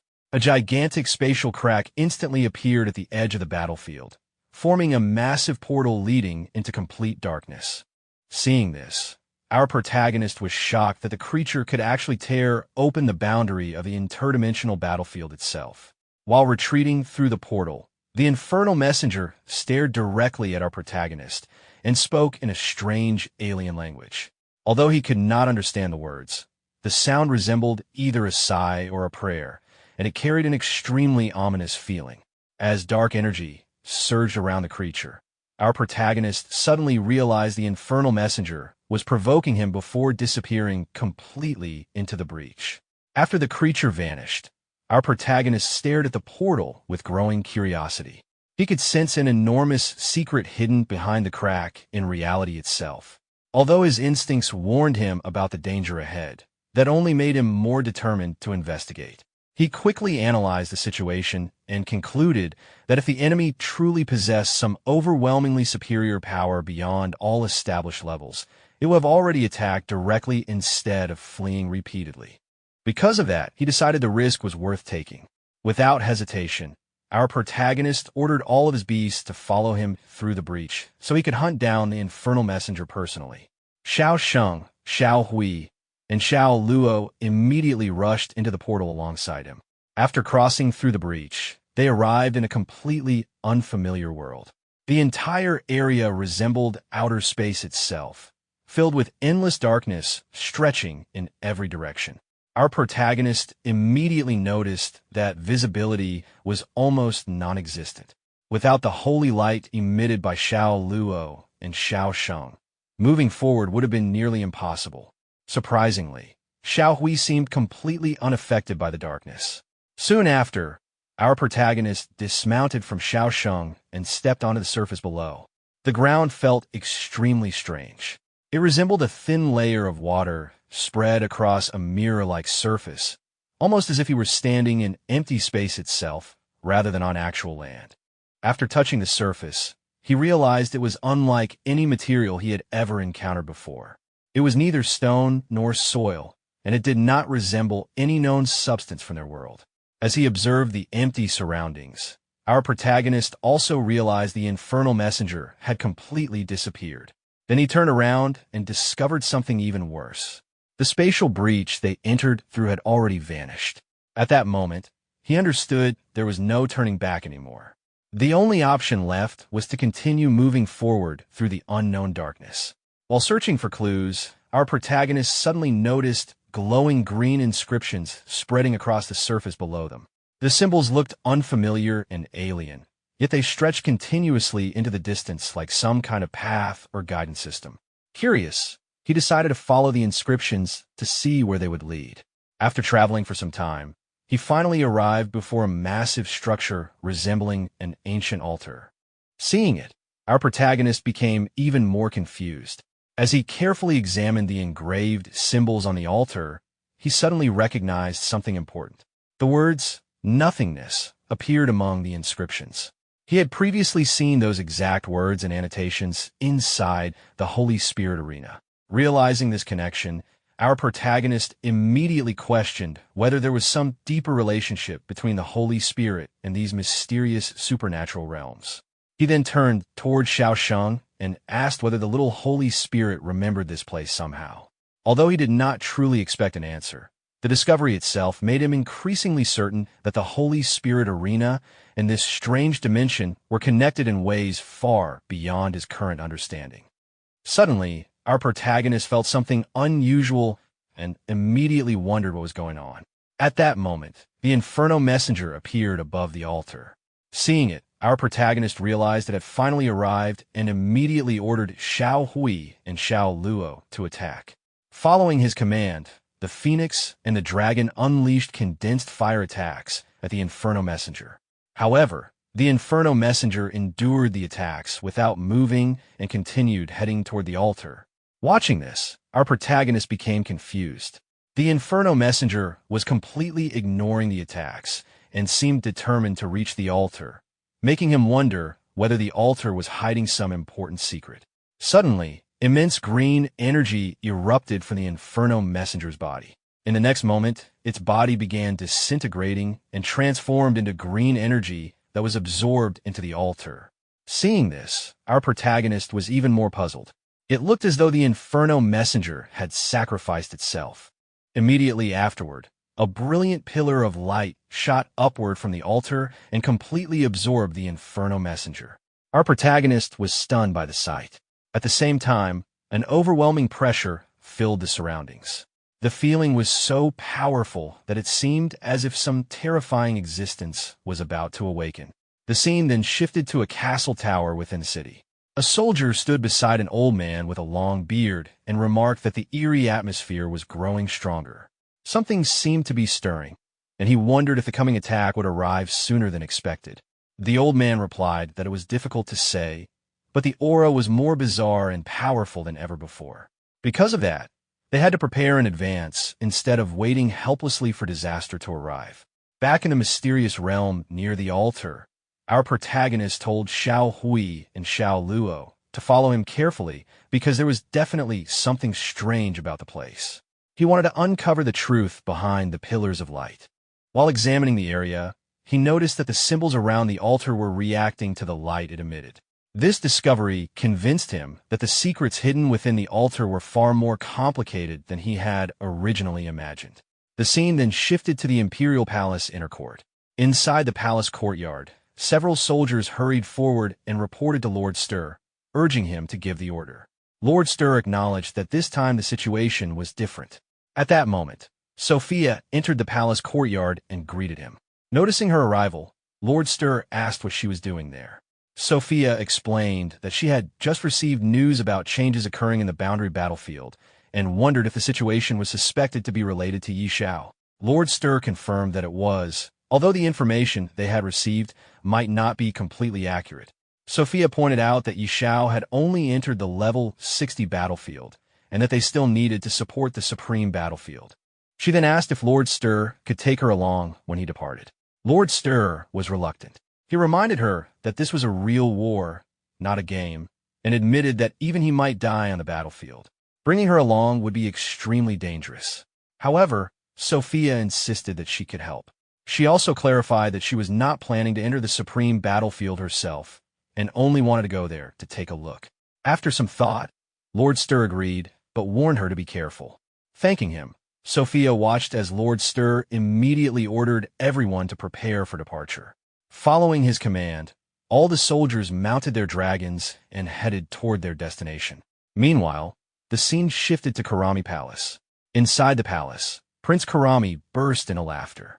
Seeing the current situation, he believed that Yi Zhao's growing fame had finally attracted disaster. Convinced that even the strange creatures targeting him would not allow him to survive, Karami happily declared that Yi Zhao was as good as dead and that no one would be left to stand in his way. The scene then shifted to the Supreme Hall. Inside the hall, Sister Tao reacted in surprise after hearing the latest reports. For what she understood, Yi Zhao had somehow wandered into a strange territory and was now facing great danger. While speaking, she noticed an old man laughing nearby and immediately demanded to know why he was laughing. Despite her concern, Sister Tao remained confident in Yi Zhao. She believed he was tough enough to survive whatever situation he had encountered, though she was not as certain about everyone else involved. At that moment, a yellow-haired man raised his hand and gave the order to activate the teleportation array. With that, everyone activated the teleportation gate and departed for their destination. Meanwhile, the scene shifted to the real world. Inside a facility, an officer monitored several displays showing strange monsters. Based on in-game feedback, he noted that if the eerie lair were to erupt at full strength, the real world would likely be affected. The biggest concern was that they currently had no effective way to deal with such a situation. Sometime later, a meeting was being held in the same facility. Upon hearing reports that the eerie nest might become active, the officer acknowledged that the situation would be extremely troublesome. At that moment, a hooded man appeared and reported that the investigation had been completed.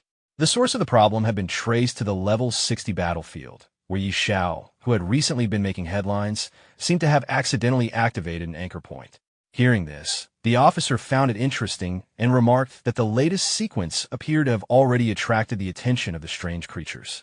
The hooded man was puzzled. He questioned how a level 60 individual could possibly discover the location of an anchor point, believing there had to be something unusual behind it. However, the officer was not surprised. In his view, Yi Xiao was a special sequence recognized by the divine treat meal, and someone like that could not be judged by ordinary standards. What interested him even more was how Yi Xiao would manage to return after the anchor point had been activated. The hooded man raised another concern. According to the rumors surrounding anchor points, special rules were said to intervene there, causing any intruders to perish. He wondered whether Yi Xiao could return at all. After hearing the report, the officer immediately issued an order for full alert status. He instructed everyone to be prepared to take action at any moment. The personnel in the room immediately acknowledged the command and began making preparations. Inside the void-like realm of the Inferno Messenger, multiple red, glowing eye-like figures suddenly appeared before our protagonist. Realizing that something had finally emerged, he watched as numerous Inferno Messengers stepped out from the altar with weapons in hand. The sudden appearance of 10 of them caught his attention, and he quickly concluded that the original Inferno Messenger's sacrifice had likely left power within the altar, allowing it to create these clones. Without hesitation, he ordered Xiao Hui and Xiao Luo to attack. The dragon and phoenix immediately unleashed continuous waves of blazing fire, engulfing the messengers in flames. However, one of the Inferno messengers suddenly launched a green energy attack toward Xiao Hui. Our protagonist immediately warned the dragon, but the attack struck before it could evade, severely injuring it. The situation worsened as several Inferno messengers surrounded Xiao Hui and attempted to restrain it with their green energy while declaring that it should accept judgment in purgatory. At that critical moment, Xiao Luo retaliated with a barrage of fireballs, overwhelming the surrounding messengers and relieving the pressure on the dragon. Seeing Xiao Hui's condition, our protagonist immediately called for Xiao Sheng's assistance. The Holy Spirit responded by casting Holy Healing, sending a beam of golden energy toward the injured dragon. The healing magic rapidly restored Xiao Hui's condition. Witnessing the result, our protagonist was delighted. With Holy Spirit healing available every 30 seconds and the protection of Shield of the Source, Xiao Hui's survivability had increased dramatically.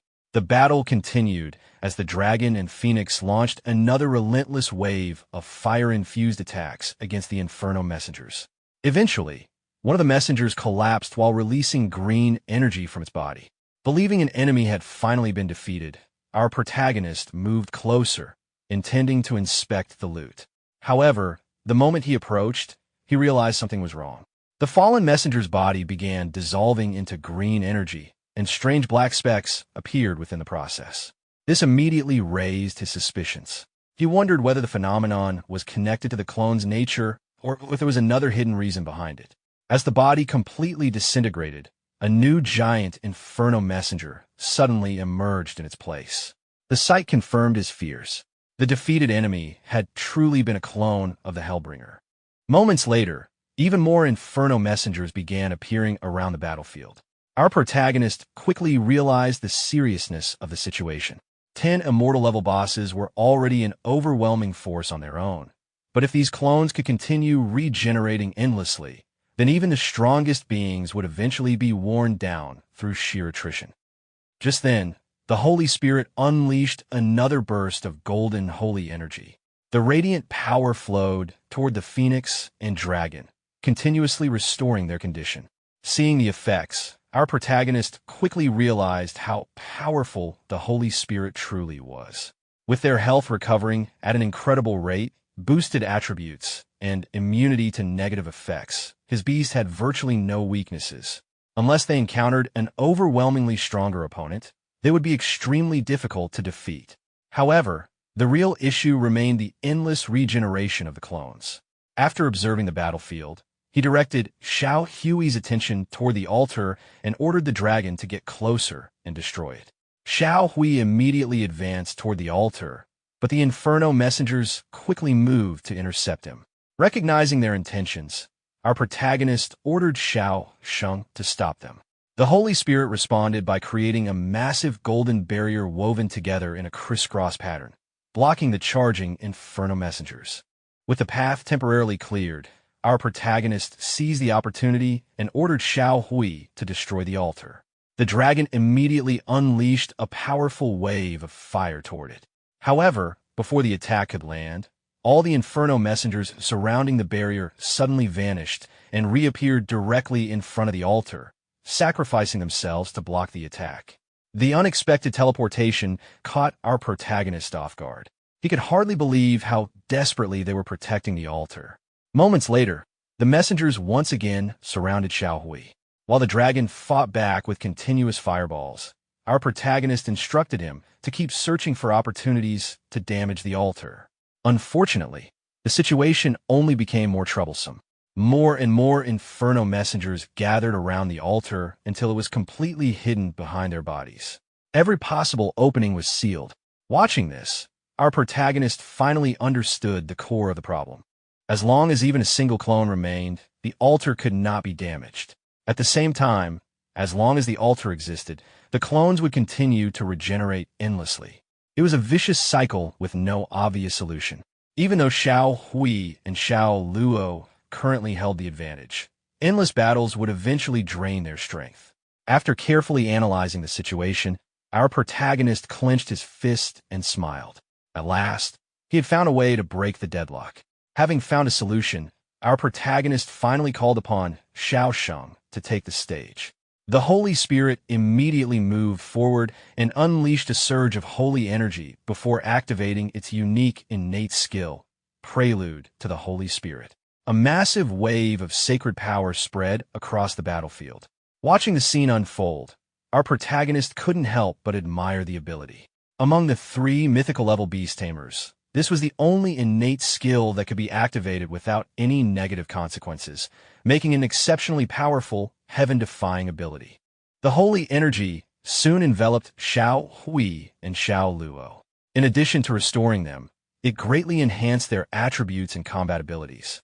At the same time, a notification appeared before our protagonist, informing him that the Holy Spirit's buffs had been doubled and that his entire faction had received a 100% bonus.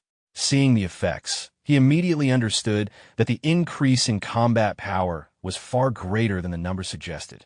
Empowered by the buffs, Xiao Hui unleashed a devastating barrage of flames that completely overwhelmed the Inferno messengers.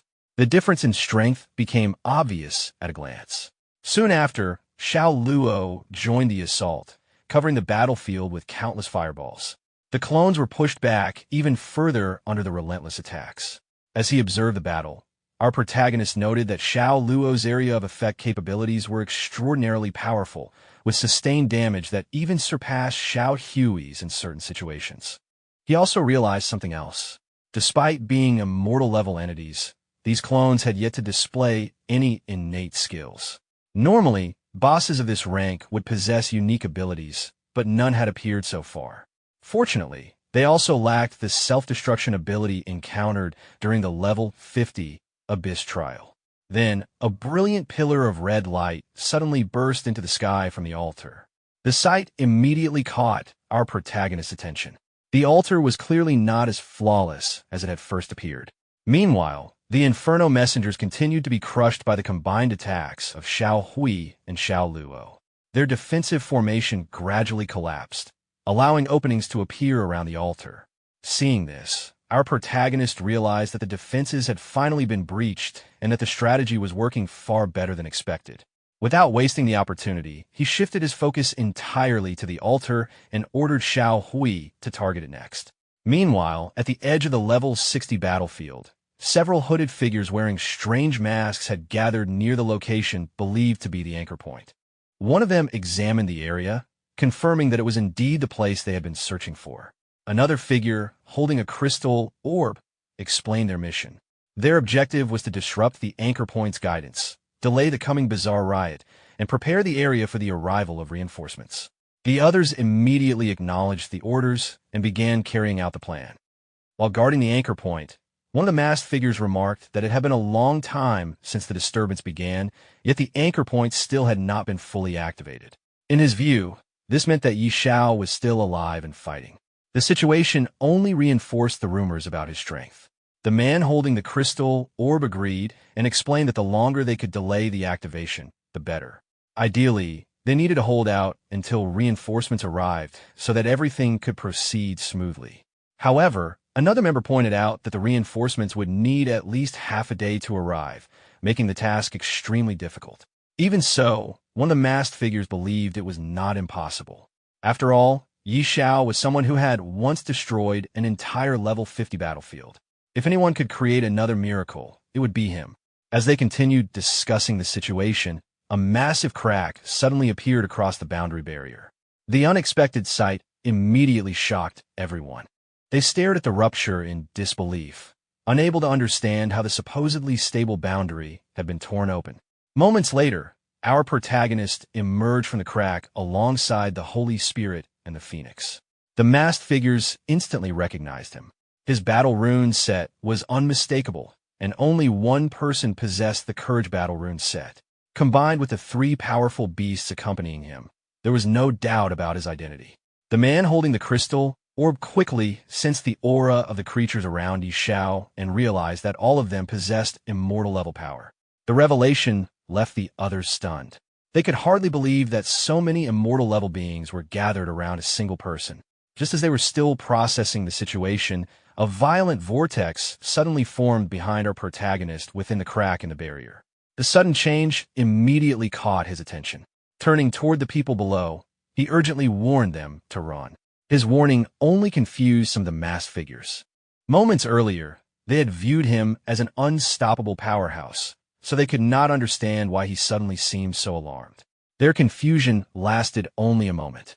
The vortex rapidly expanded and began pulling everything toward it with terrifying force.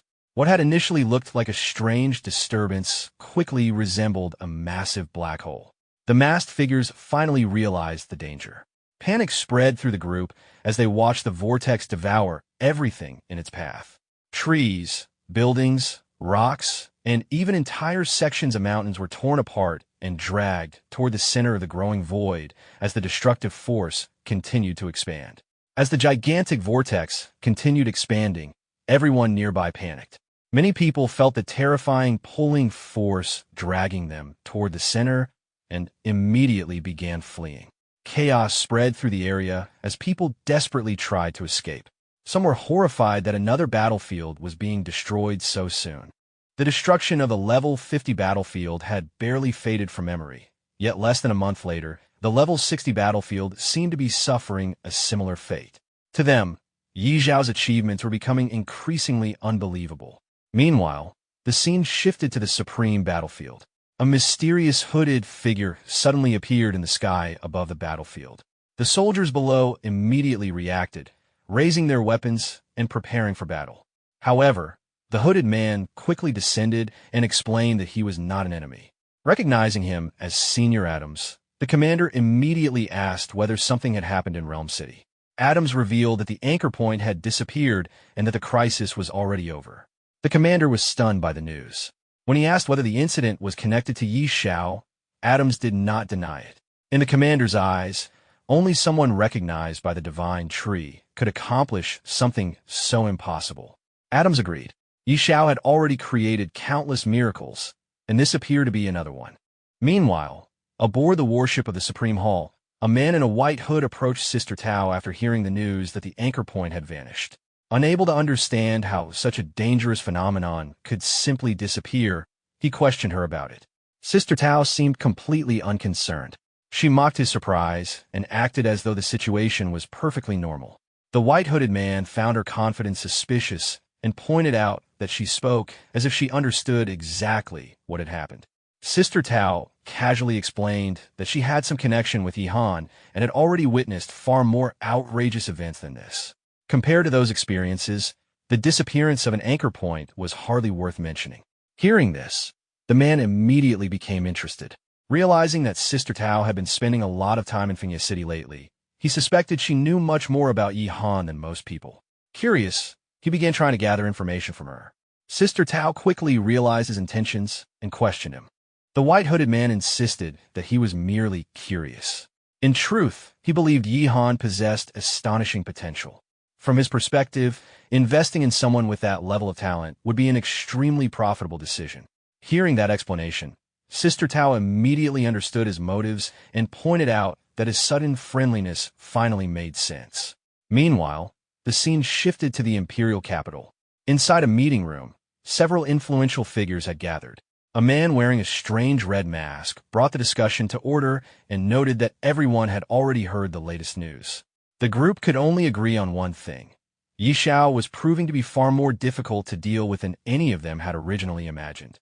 The red-masked man then admitted that the situation had become far more exaggerated than anyone had expected. Even after preparing the highest-level countermeasures, they still couldn't account for Yi Zhao's actions. In his view, destroying an anchor point didn't necessarily prove overwhelming strength, but it made Yi Zhao a unique existence that would inevitably attract the attention of the veterans on the supreme battlefield. If they had continued with their original assassination plan, they might not have even realized how they died. The woman wearing the green mask agreed, pointing out that Yi Zhao had become far too valuable and dangerous to target. Even with Prince Karami's protection, the risks now greatly outweighed the potential rewards. Hearing this, the red-masked man proposed shelving the entire operation for the time being. and one after another, the brown-masked man, the violet-masked member, the others present, and finally the king himself all agreed to abandon the plan. Meanwhile, after the catastrophe had ended, the scene shifted to a quiet valley where our protagonist stood holding a miniature altar that radiated a sinister red glow. Looking at the strange object, he realized it had become his trophy from the mysterious battlefield. A notification immediately appeared before him. Blood altar, a mysterious object that fell from a mysterious area on the edge of the level 60 battlefield. Its purpose is unknown, but it is filled with an evil aura. It should never fall into the hands of those with evil intentions. After examining it carefully, our protagonist realized it wasn't equipment at all, but another mysterious item. Although he had expected something different and hadn't even triggered the hidden quest, he decided there was no point dwelling on it. Opening his status window instead, he checked his progress and was pleasantly surprised to discover that defeating 10 immortal-level boss clones and destroying the altar had raised him all the way to level 70. Thinking about it, he couldn't help but imagine that clearing the level 70 battlefield next might allow him to reach level 80 as well. With a satisfied smile, he reflected on how unbelievable his growth speed had become. In his previous life, reaching this point had taken several years, but now it could be accomplished within just a few months. Even cheating couldn't compare to such ridiculous efficiency. Still, he reminded himself that before thinking about anything else, clearing the level 70 trial remained his highest priority. Without wasting another second, he hurried toward his next destination, the World Temple. Meanwhile, the scene shifted to the Temple of the Gods in the depths of the stars. The demon god suddenly sensed the destruction of the blood altar. Furious, he roared as thunder shook the entire temple, demanding to know who had destroyed it. Two demons immediately appeared before him, and the enraged god questioned why every one of their plans had been ruined in such a short period. He wondered whether the divine tree was interfering once again, or if everything truly revolved around that troublesome human. Realizing the situation was becoming increasingly dangerous, he declared that they could no longer remain passive. If they didn't destroy everything first, they themselves would eventually be destroyed. The two demons immediately acknowledged the order, agreeing that it was finally time to take action. Meanwhile, the scene returned to Realm City. Our protagonist rode his mythical beast high above the city as he headed toward the capital. Citizens below watched him soar across the sky and began discussing the sight among themselves. Judging from the direction he was flying, they guessed he was heading toward the capital's passage,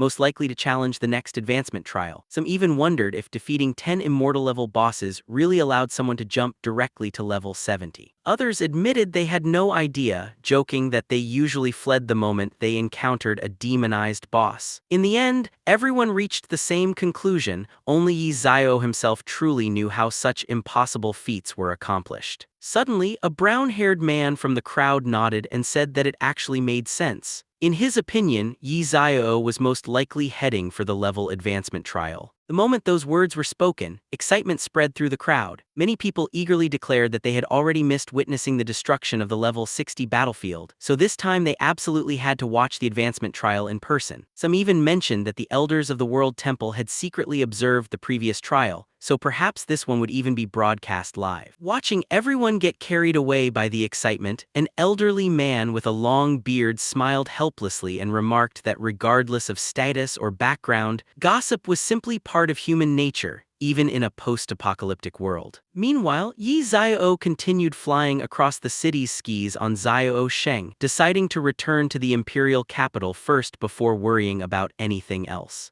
Not long afterward, he arrived at the imperial capital's city gate. Walking up to the gatekeeper, he casually announced that Xiao had arrived and told him to open the gate. The gatekeeper froze for a second before recognizing him. Completely stunned, he hurriedly stepped aside and respectfully welcomed Xiao inside, repeatedly inviting him to enter. As Xiao walked through the city gate, the people waiting outside were left speechless. They couldn't believe he had returned. Weren't the rumors saying he was trapped inside the realm battlefield? Even the royal army had only recently departed, so how had he already come back? The crowd immediately rushed toward the entrance, desperate to confirm with their own eyes that Xiao was really alive, but the guards quickly stopped everyone from entering. After some time, Xiao finally arrived at the World Temple. Stepping inside the massive temple, he noticed that the hall seemed strangely empty at first. However, after walking a little farther, he realized everyone had simply formed a long queue, patiently waiting for their advancement trials.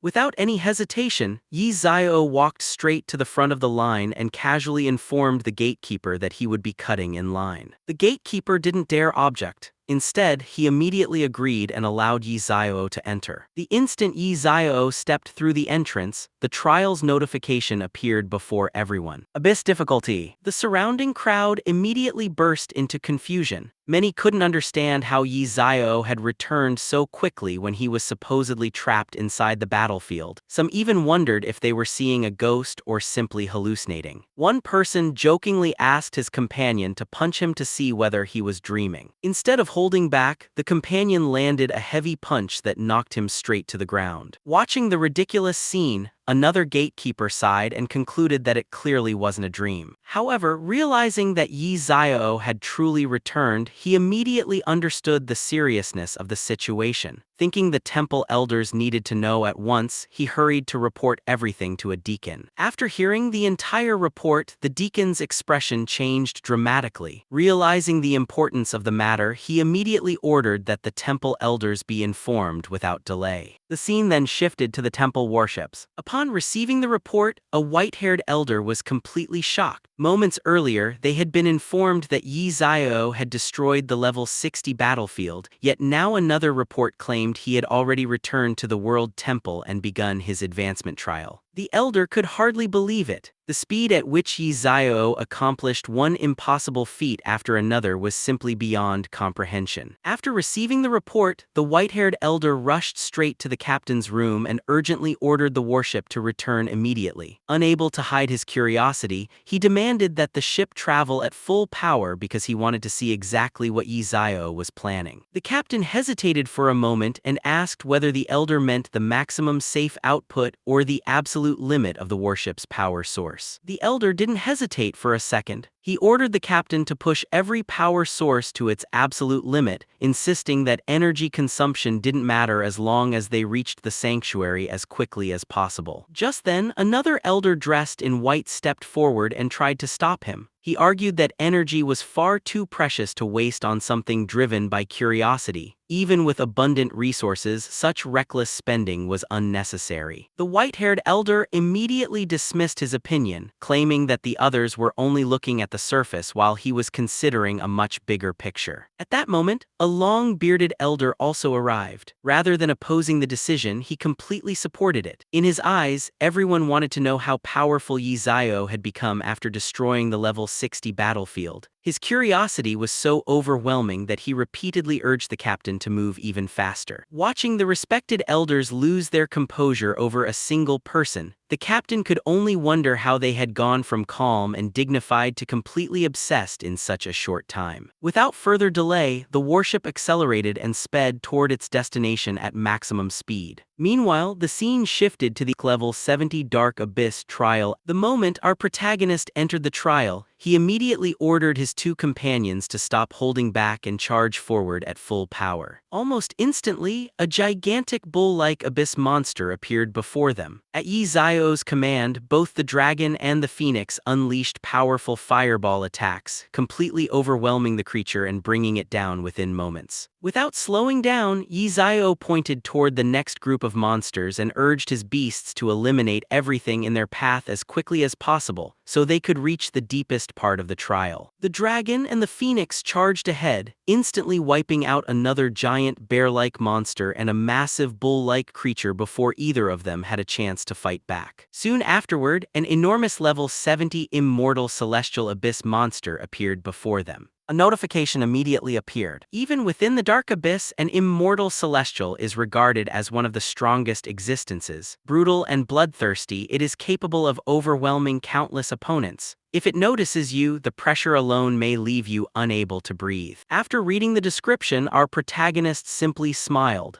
Instead of feeling intimidated, he was pleased that such a massive opponent had finally appeared. Without wasting another second, he ordered the dragon and the phoenix to attack. The two mythical beasts unleashed a relentless barrage of fire-infused attacks, completely suppressing the immortal celestial monster. Under their overwhelming assault, the enormous boss collapsed before it could put up any meaningful resistance. Watching the battle end so effortlessly, our protagonist couldn't help but think that the supposedly terrifying boss was far weaker than expected. The dominance displayed by his dragon and phoenix had already become almost excessive. After defeating the immortal celestial monster, our protagonist collected the crystal fragment it dropped. Holding it in his hand with a satisfied smile, he realized he had obtained yet another fragment, meaning the level 70 Dark Abyss trial had been cleared successfully. Meanwhile, the scene shifted back to the temple warship. As soon as the vessel arrived at the sanctuary, the white-haired elder hurriedly ordered it to dock. The moment he stepped off the ship, he anxiously urged everyone to bring out the spying eye, determined to witness Xiao's trial before it was too late. His unusual behavior quickly attracted everyone's attention. The surrounding crowd guessed that the crisis on the supreme battlefield had already ended, but they couldn't understand how Xiao had somehow returned ahead of the elders. Others quickly realized the elders were rushing to watch Xiao's advancement trial, and they eagerly gathered as well, hoping to witness his current strength. Soon, the elders assembled around a magical crystal ball. The white-haired elder impatiently ordered the spying eye to be activated without delay. As the image appeared, the spectators became excited. Unlike the previous broadcast, which had shown nothing but tiny black dots, this time the picture was perfectly clear. Many assumed Xiao had already defeated the first boss, and judging from his previous speed, was probably already halfway through the trial. Everyone eagerly waited to see how far he had progressed. However, after searching the projection for a while, the white-haired elder became confused because Xiao was nowhere to be seen. At that very moment, our protagonist quietly appeared behind the crowd. Glancing at the crystal ball, he immediately realized they had started broadcasting his trial once again, although it seemed the broadcast had only just begun. Walking up behind the white-haired elder, he casually mentioned that he had come to collect the brave divine glow stone. Without even turning around, the elder impatiently brushed him off, saying they were busy and that collecting rewards could wait. But as he turned around in irritation, intending to scold the person who had interrupted him, he froze on the spot, seeing Xiao standing right behind him. His expression instantly changed to one of complete disbelief. He couldn't understand how Xiao had appeared there. As far as everyone knew, he was supposed to still be inside the Dark Abyss trial. Our protagonist calmly explained that he had already finished clearing it. The elder was left utterly speechless. The sanctuary vessel had exhausted its power, rushing back as fast as possible, yet before they had even finished activating the spying eye, Xiao had already completed the entire trial. Unable to process what had just happened, the elder could only shake his head in disbelief, realizing that Xiao had once again exceeded every expectation. Meanwhile, our protagonist simply remarked that finishing too quickly wasn't his fault. If the elders intended to observe his trials in the future, they should at least inform him beforehand. The elder could only smile helplessly before changing the subject. He then asked Xiao to follow him, explaining that the divine tree wished to meet him. Hearing that, our protagonist was genuinely surprised. Confused, he couldn't help but wonder why such a legendary existence would suddenly want to see him. The white-haired elder admitted that even he didn't know why the divine tree had summoned Xiao. However, he assured him that it was unlikely to be anything bad and guessed that it was probably connected to the recent anomaly anchor points. Hearing that, our protagonist nodded. He had questions of his own for the divine tree, especially regarding the anomalies. After everything that had happened, he realized the threat wasn't directed at humanity alone. Since 2 world battlefields had already been destroyed, it would have been far stranger if the divine tree hadn't taken notice. After some time, they arrived deep inside the world temple. Stopping outside the divine tree's chamber, the white-haired elder politely asked Xiao to enter alone while he went to retrieve his reward. Our protagonist thanked the elder for his efforts before stepping into the chamber by himself. As he approached the divine tree, he suddenly stopped in surprise. Staring at it carefully, he wondered whether his eyes were deceiving him because the divine tree seemed noticeably greener than before. The divine tree calmly explained that a small portion of its origin had been restored. Realizing there was a connection, our protagonist immediately asked whether the restoration had something to do with the anomaly anchor points. The divine tree confirmed that it did. Without wasting time, our protagonist asked why he had been summoned. The divine tree then revealed something completely unexpected. It informed Yi Xiao that he had already become a target of the false gods that existed beyond their world. The revelation left our protagonist stunned. He couldn't understand why beings of that level would take notice of someone who had only reached level 70. He immediately wondered whether this was also connected to the anomaly anchor points. The divine tree explained that there was no need to panic just yet. The false gods were currently occupied elsewhere and couldn't descend in their true forms,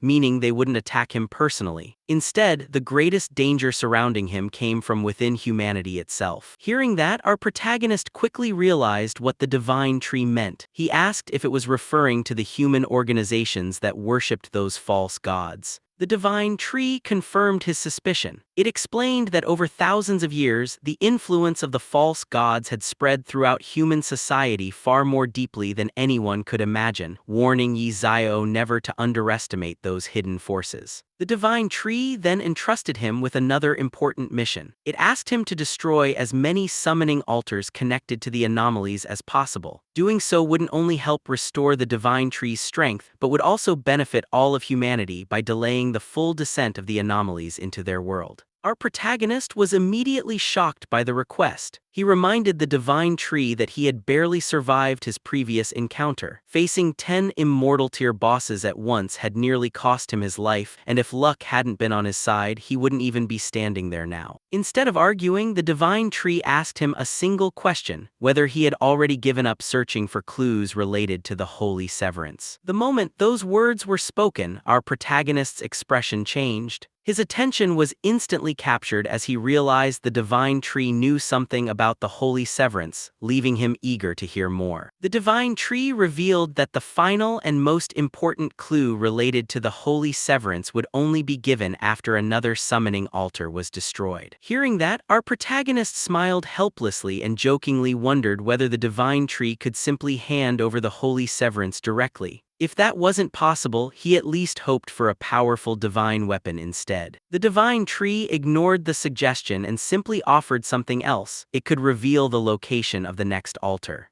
As it spoke, a tiny green sphere appeared before Yi Xiao and floated into his palm. Looking at it carefully, he realized it contained the coordinates of another world battlefield. Thinking back on his previous adventure, our protagonist knew that discovering the first altar had been pure luck. It had never been part of his plan. Most of the credit belonged to the Inferno messenger, whose actions had unintentionally led him straight to it. After a brief moment of thought, Yi Xiao accepted the mission, deciding to investigate the second altar himself and find out what made it so special. The divine tree simply wished him good luck. As our protagonist walked out of the chamber, all the elders waiting outside immediately turned their attention toward him. The white-haired elder stepped forward and presented the reward for clearing the level 70 Dark Abyss trial. He also pointed toward a blacksmith standing nearby, explaining that he had specially brought him there so Yi Xiao could strengthen his emblem of valor immediately. Our protagonist thanked the elder for making all the arrangements. The blacksmith respectfully bowed, saying it was an honor to upgrade the equipment of such a renowned hero. Without wasting any time, he began reinforcing the emblem, confidently assuring Yi Xiao that he would strengthen it to the best of his ability. After completing the process, the blacksmith handed the emblem back for inspection. Emblem of Valor.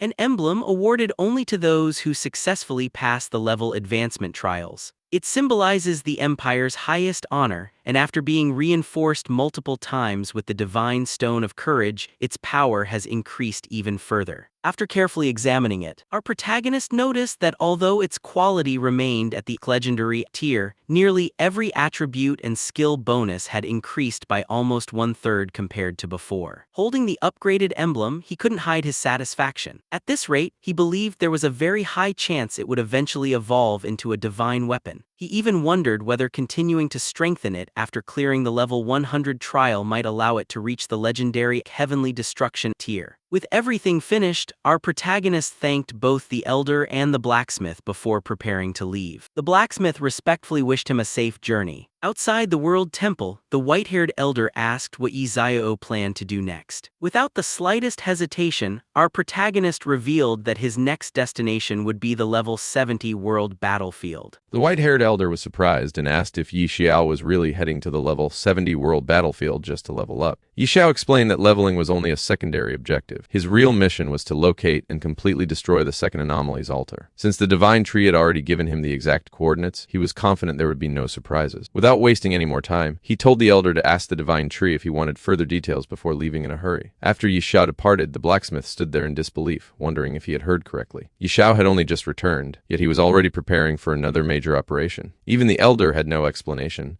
and could only sigh that if Xiao was heading out again, there was a good chance another world battlefield would be destroyed. Unable to ignore such an event, both of them decided to follow and witness it themselves. Meanwhile, outside the World Temple, Xiao sensed that someone had been following him for quite some time. However, he paid it little attention, deciding that if they wanted to catch up, they were free to do so. He then opened the Doomsday Forum, where countless players were discussing the destruction of the level 60 world battlefield and the anomaly's altar. Xiao quickly realized that the incident had shaken the entire world. Even the divine tree was paying close attention to it, making the topic spread across the network like wildfire. As he read through the discussions, he concluded that this unexpected fame had created the perfect opportunity to push forward his long-term bank plan years ahead of schedule. Until now, players had always believed that level 100 NPCs were untouchable, but the repeated destruction of world battlefields had begun to shatter that belief. If he could destroy the level 70 world battlefield as well, the influence gained from the NPCs' reactions would make his future plans almost guaranteed. Elsewhere, inside the CIA official's office, the officials were left speechless. They couldn't believe a single person was capable of causing such unbelievable events, and every new revelation continued to shatter their understanding of reality. At the same time, the entire imperial capital buzzed with excitement after news spread that Xiao had returned safely. The citizens were astonished that after destroying the level 60 world battlefield, he was already preparing to challenge the level 71 without taking any rest. Knowing another dangerous battle awaited him, Xiao decided to make a few final preparations. He opened a portal and arrived at the battle contribution hall, where he exchanged his rewards for the complete level 60 Epic Valor War Tattoo set. After equipping the full set, he checked his status and found that the combination of the epic equipment and divinity amplification had boosted his basic attributes tremendously. His health had now surpassed 4 million, making him sturdier than even traditional defense classes. He then reviewed the strength of his companion. Little Gray remained his greatest trump card, possessing enough power to crush even level 100 bosses. Little Luo was only slightly weaker, while Little Sheng, despite having lower offensive strength, possessed incredible survivability with over 10 million health, making him the perfect support beast. Altogether, their formation was more than capable of defeating immortal tier bosses of the same level. However, since the second altar was undoubtedly heavily protected, Xiao decided it would be wiser to wait until his strongest skill recovered before beginning the mission. Checking Little Sheng's status, he confirmed that Holy Spirit's Prelude Emergence still had 3 days of cooldown remaining. He decided to use that time to gather information about the Abyss continent and prepare for unlocking his third profession. Once everything was settled, Xiao opened another portal. Confident that all his preparations were complete, he headed straight toward the level 70 world battlefield, officially beginning the operation to destroy the second anomaly's altar. Deep within the level 70 world battlefield, at the sky-touching peak where the altar was hidden, every anomaly had already awakened from its slumber and gathered to defend the area. An enormous battle was about to begin. As Xiao arrived, he found a massive army already assembled. The commanders of the Holy Heaven Legion, the Rosen Legion, and the 5th Legion all reported that their forces were fully prepared and awaited his orders. However, Xiao immediately refused their assistance. He thanked everyone for coming, but explained that this operation required no support. Instead, he ordered every soldier on the battlefield to withdraw immediately, because there was a very high chance the entire level 70 world battlefield would collapse before the battle was over. Hearing those words, many soldiers instantly realized what Xiao intended. They couldn't help but think that he had come to destroy yet another world battlefield. The white-haired commander accepted the order without hesitation, and immediately began organizing a full retreat, promising that if Xiao ever required reinforcements, they would respond at once. As Little Sheng appeared beside him, Xiao gave one final command for everyone to withdraw. The sudden evacuation confused many of the newly arrived warriors, who couldn't understand why they were retreating the moment they had entered the battlefield. One soldier even questioned Lord Kaiser about why no support forces were being deployed. Lord Kaiser simply smiled before explaining that Xiao's objective was obvious. This time, he had come to destroy the entire level 70 world battlefield with his own hand. Lord Kaiser's companions were left speechless when they heard that Xiao intended to destroy the entire level 70 world battlefield. To them, such a feat sounded completely impossible. However, Lord Kaiser explained that they had been away from the battlefield for too long, and had no idea how terrifying Xiao had become. If they truly wanted to witness a miracle, they needed to head to Jishan immediately. Hearing that, everyone rushed off at full speed, eager to see Xiao's strength with their own eyes. Meanwhile, Xiao rode his mythical beast toward the coordinates provided by the divine tree. After traveling for some time, he finally spotted an ancient monument, and immediately realized he had reached the location of the second anomaly's altar. The moment he arrived, countless monsters emerged and surrounded the altar to protect it. Without hesitation, Xiao ordered little Luo to attack. The phoenix instantly unleashed a barrage of fireballs before activating holy fire of evil annihilation, greatly increasing the power of its flames. Wave after wave of condensed fireballs rained down, covering the entire region in massive explosions, and turning the battlefield into a sea of fire. Far away, two warriors witnessed the destruction from a cliff and were completely stunned. The battlefield had been engulfed in flames, convincing them that staying there was suicide, so they fled without looking back. Xiao then ordered little Luo to unleash its full power. The phoenix intensified its assault even further, burying the entire area beneath endless explosions. Just then, a brilliant pillar of light suddenly shot into the sky. Xiao watched in confusion as the light grew brighter and brighter until it became impossible to look at. Forced to shut his eyes, he waited for the blinding light to fade. When he opened them again, everything around him had changed. The mountains and sky had vanished, replaced by a mysterious golden space, with the altar standing before him. Before he could fully process what had happened, hundreds of identical altar entrances appeared, floating in the air. Xiao quickly realized this was another cloning trick. Instead of cloning monsters, the enemy had duplicated the entrances themselves to hide the real one. Fortunately, the divine tree had already given him the correct coordinates, allowing him to identify the genuine entrance instantly. Without hesitation, he stepped through it. The next moment, Xiao arrived inside another mysterious space. The entire area was covered in a blood-red sky that blocked out the sun,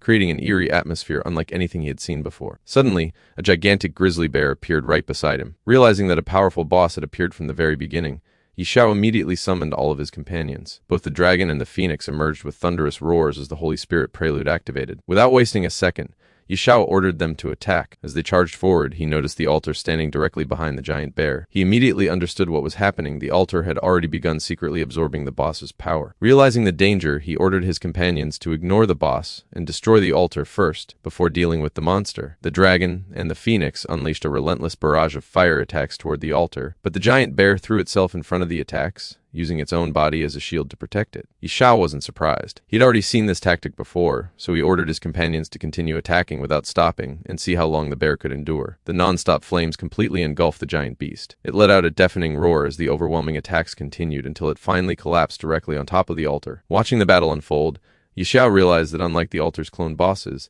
the original Immortal Tier boss still possessed its innate abilities, making it much stronger. Even so, a mere level 70% Immortal Tier boss was nowhere near enough to threaten him. However, just as the bear struggled back to its feet, the altar immediately began absorbing its energy once again. Seeing that familiar scene, Xiao instantly realized what was happening and understood that the altar was once again feeding on the boss's power. Xiao immediately realized the altar was continuing to absorb the boss's energy, so he ordered Little Gray to stop it, while commanding Little Luo to destroy the altar at once. The phoenix responded instantly, firing a massive fireball that struck the altar head-on. A violent explosion followed, reducing the altar to countless fragments. The moment it was destroyed, a strange giant eye suddenly opened in the blood-red sky. Without paying it any attention, Xiao simply ordered his companions to keep fighting. Meanwhile, a group of warriors watched everything from a nearby cliff. They reported that a disturbance had erupted at the level 70 world battlefield's anchor point, signaling the beginning of a large-scale anomalies outbreak. Since news of Xiao entering the battlefield had already spread, everyone had been mentally prepared for a major battle. Even so, they were stunned that Xiao had actually located the second anchor point. Powerful experts had searched for it for years without success, yet he had already destroyed 2 of them within only a few days. Although some remained worried that this might trigger a worldwide anomalies eruption, others believed Xiao would never act without careful preparation. To everyone's surprise, the disturbance suddenly disappeared almost as soon as it began. In less than a minute, the violent eruption had completely calmed down. The warriors could hardly believe it. They had spent half a day preparing for battle, only to arrive in time to watch Xiao wipe everything out before the anomalies even had a chance to fight back. Moments later,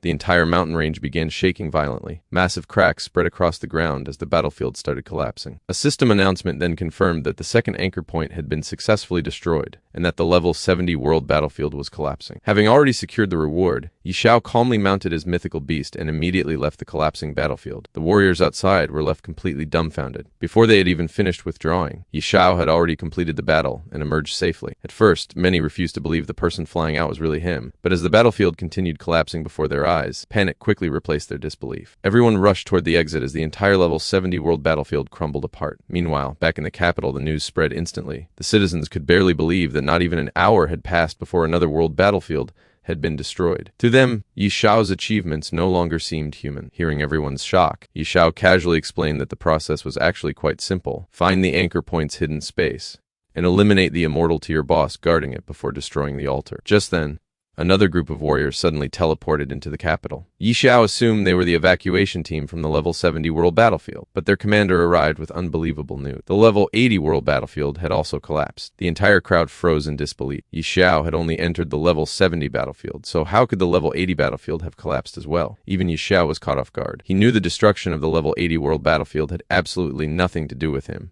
making him wonder if the divine tree had somehow been involved. The surrounding warriors, however, immediately pointed the blame at Xiao. After everything he had done, they simply couldn't believe it was a coincidence. Xiao could only smile helplessly and tell them that, if he claimed it had nothing to do with him, they probably wouldn't believe him anyway. As expected, the crowd responded with complete disbelief, leaving Xiao with no choice but to shrug it off since there was nothing more he could say. Xiao calmly pointed out that the accusations simply didn't make sense. Every time a world battlefield was destroyed, he gained 10 levels instantly. There was no better place for leveling than these battlefields. Right now, he hadn't even completed the advancement trial beyond level 70, yet his experience had already reached its limit. Even if he had the ability to destroy the level 80 world battlefield, there would be no reason to rush. Doing so would only waste the experience he could no longer earn. After hearing that explanation, many warriors nodded in agreement. His reasoning was impossible to argue against. Just then, a muscular man suddenly stepped forward with a bold theory. He admitted it was only speculation with no evidence, but suggested that perhaps the battlefield had actually collapsed on its own. The surrounding warriors immediately dismissed the idea. Why would the anomalies destroy one of their own battlefields for no reason? The man explained his reasoning. Under normal circumstances, such an idea would indeed be ridiculous. However, considering Xiao's unbelievable leveling speed, the situation suddenly seemed much more reasonable. He believed the anomalies themselves had intentionally destroyed the battlefield to slow Xiao's growth. If they allowed him to continue destroying battlefields one after another,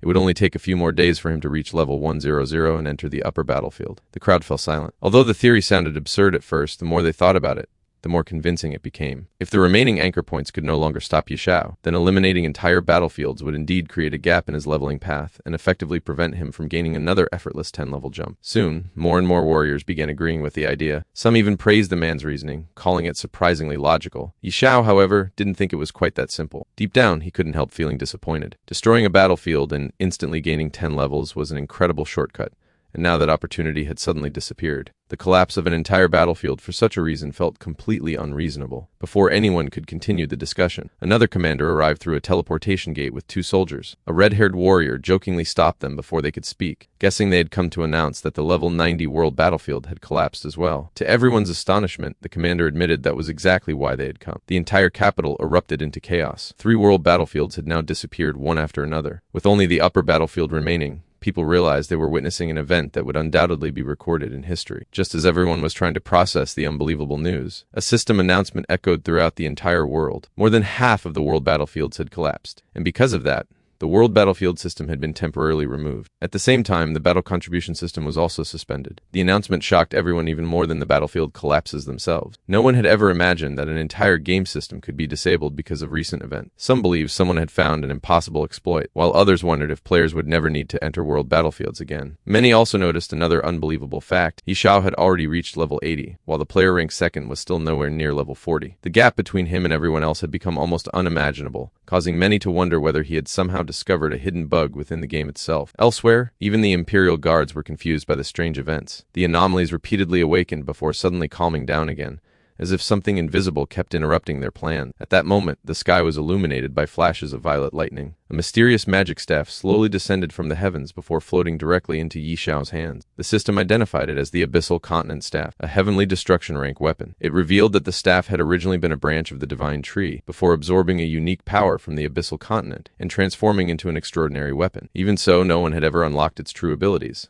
leaving its real power completely unknown. Xiao was pleasantly surprised. He had encountered sealed divine weapons before, but this was the first time he had ever seen a weapon whose attributes were entirely hidden. Realizing there was no point standing there any longer, he decided to ask Thor about the mysterious staff later. His immediate priority was clearing the level 80 Dark Abyss trial as quickly as possible before continuing his journey toward the Abyssal Continent. Soon afterward, Xiao returned to the sanctuary. The guards could only shake their heads in disbelief as they watched him arrive once again. At this point, it almost seemed as though he treated the sanctuary like his own backyard. Inside, the white-haired elder had already been waiting for him. Seeing Xiao's arrival, he welcomed him and asked whether he was ready to begin the level 80 Dark Abyss trial. Another elder standing nearby became curious and asked how long the young genius would need to clear the trial this time. Without the slightest hesitation, the white-haired elder estimated that Xiao probably wouldn't even need half an hour. In his opinion, not even an immortal tier boss would be capable of standing in Xiao's way anymore.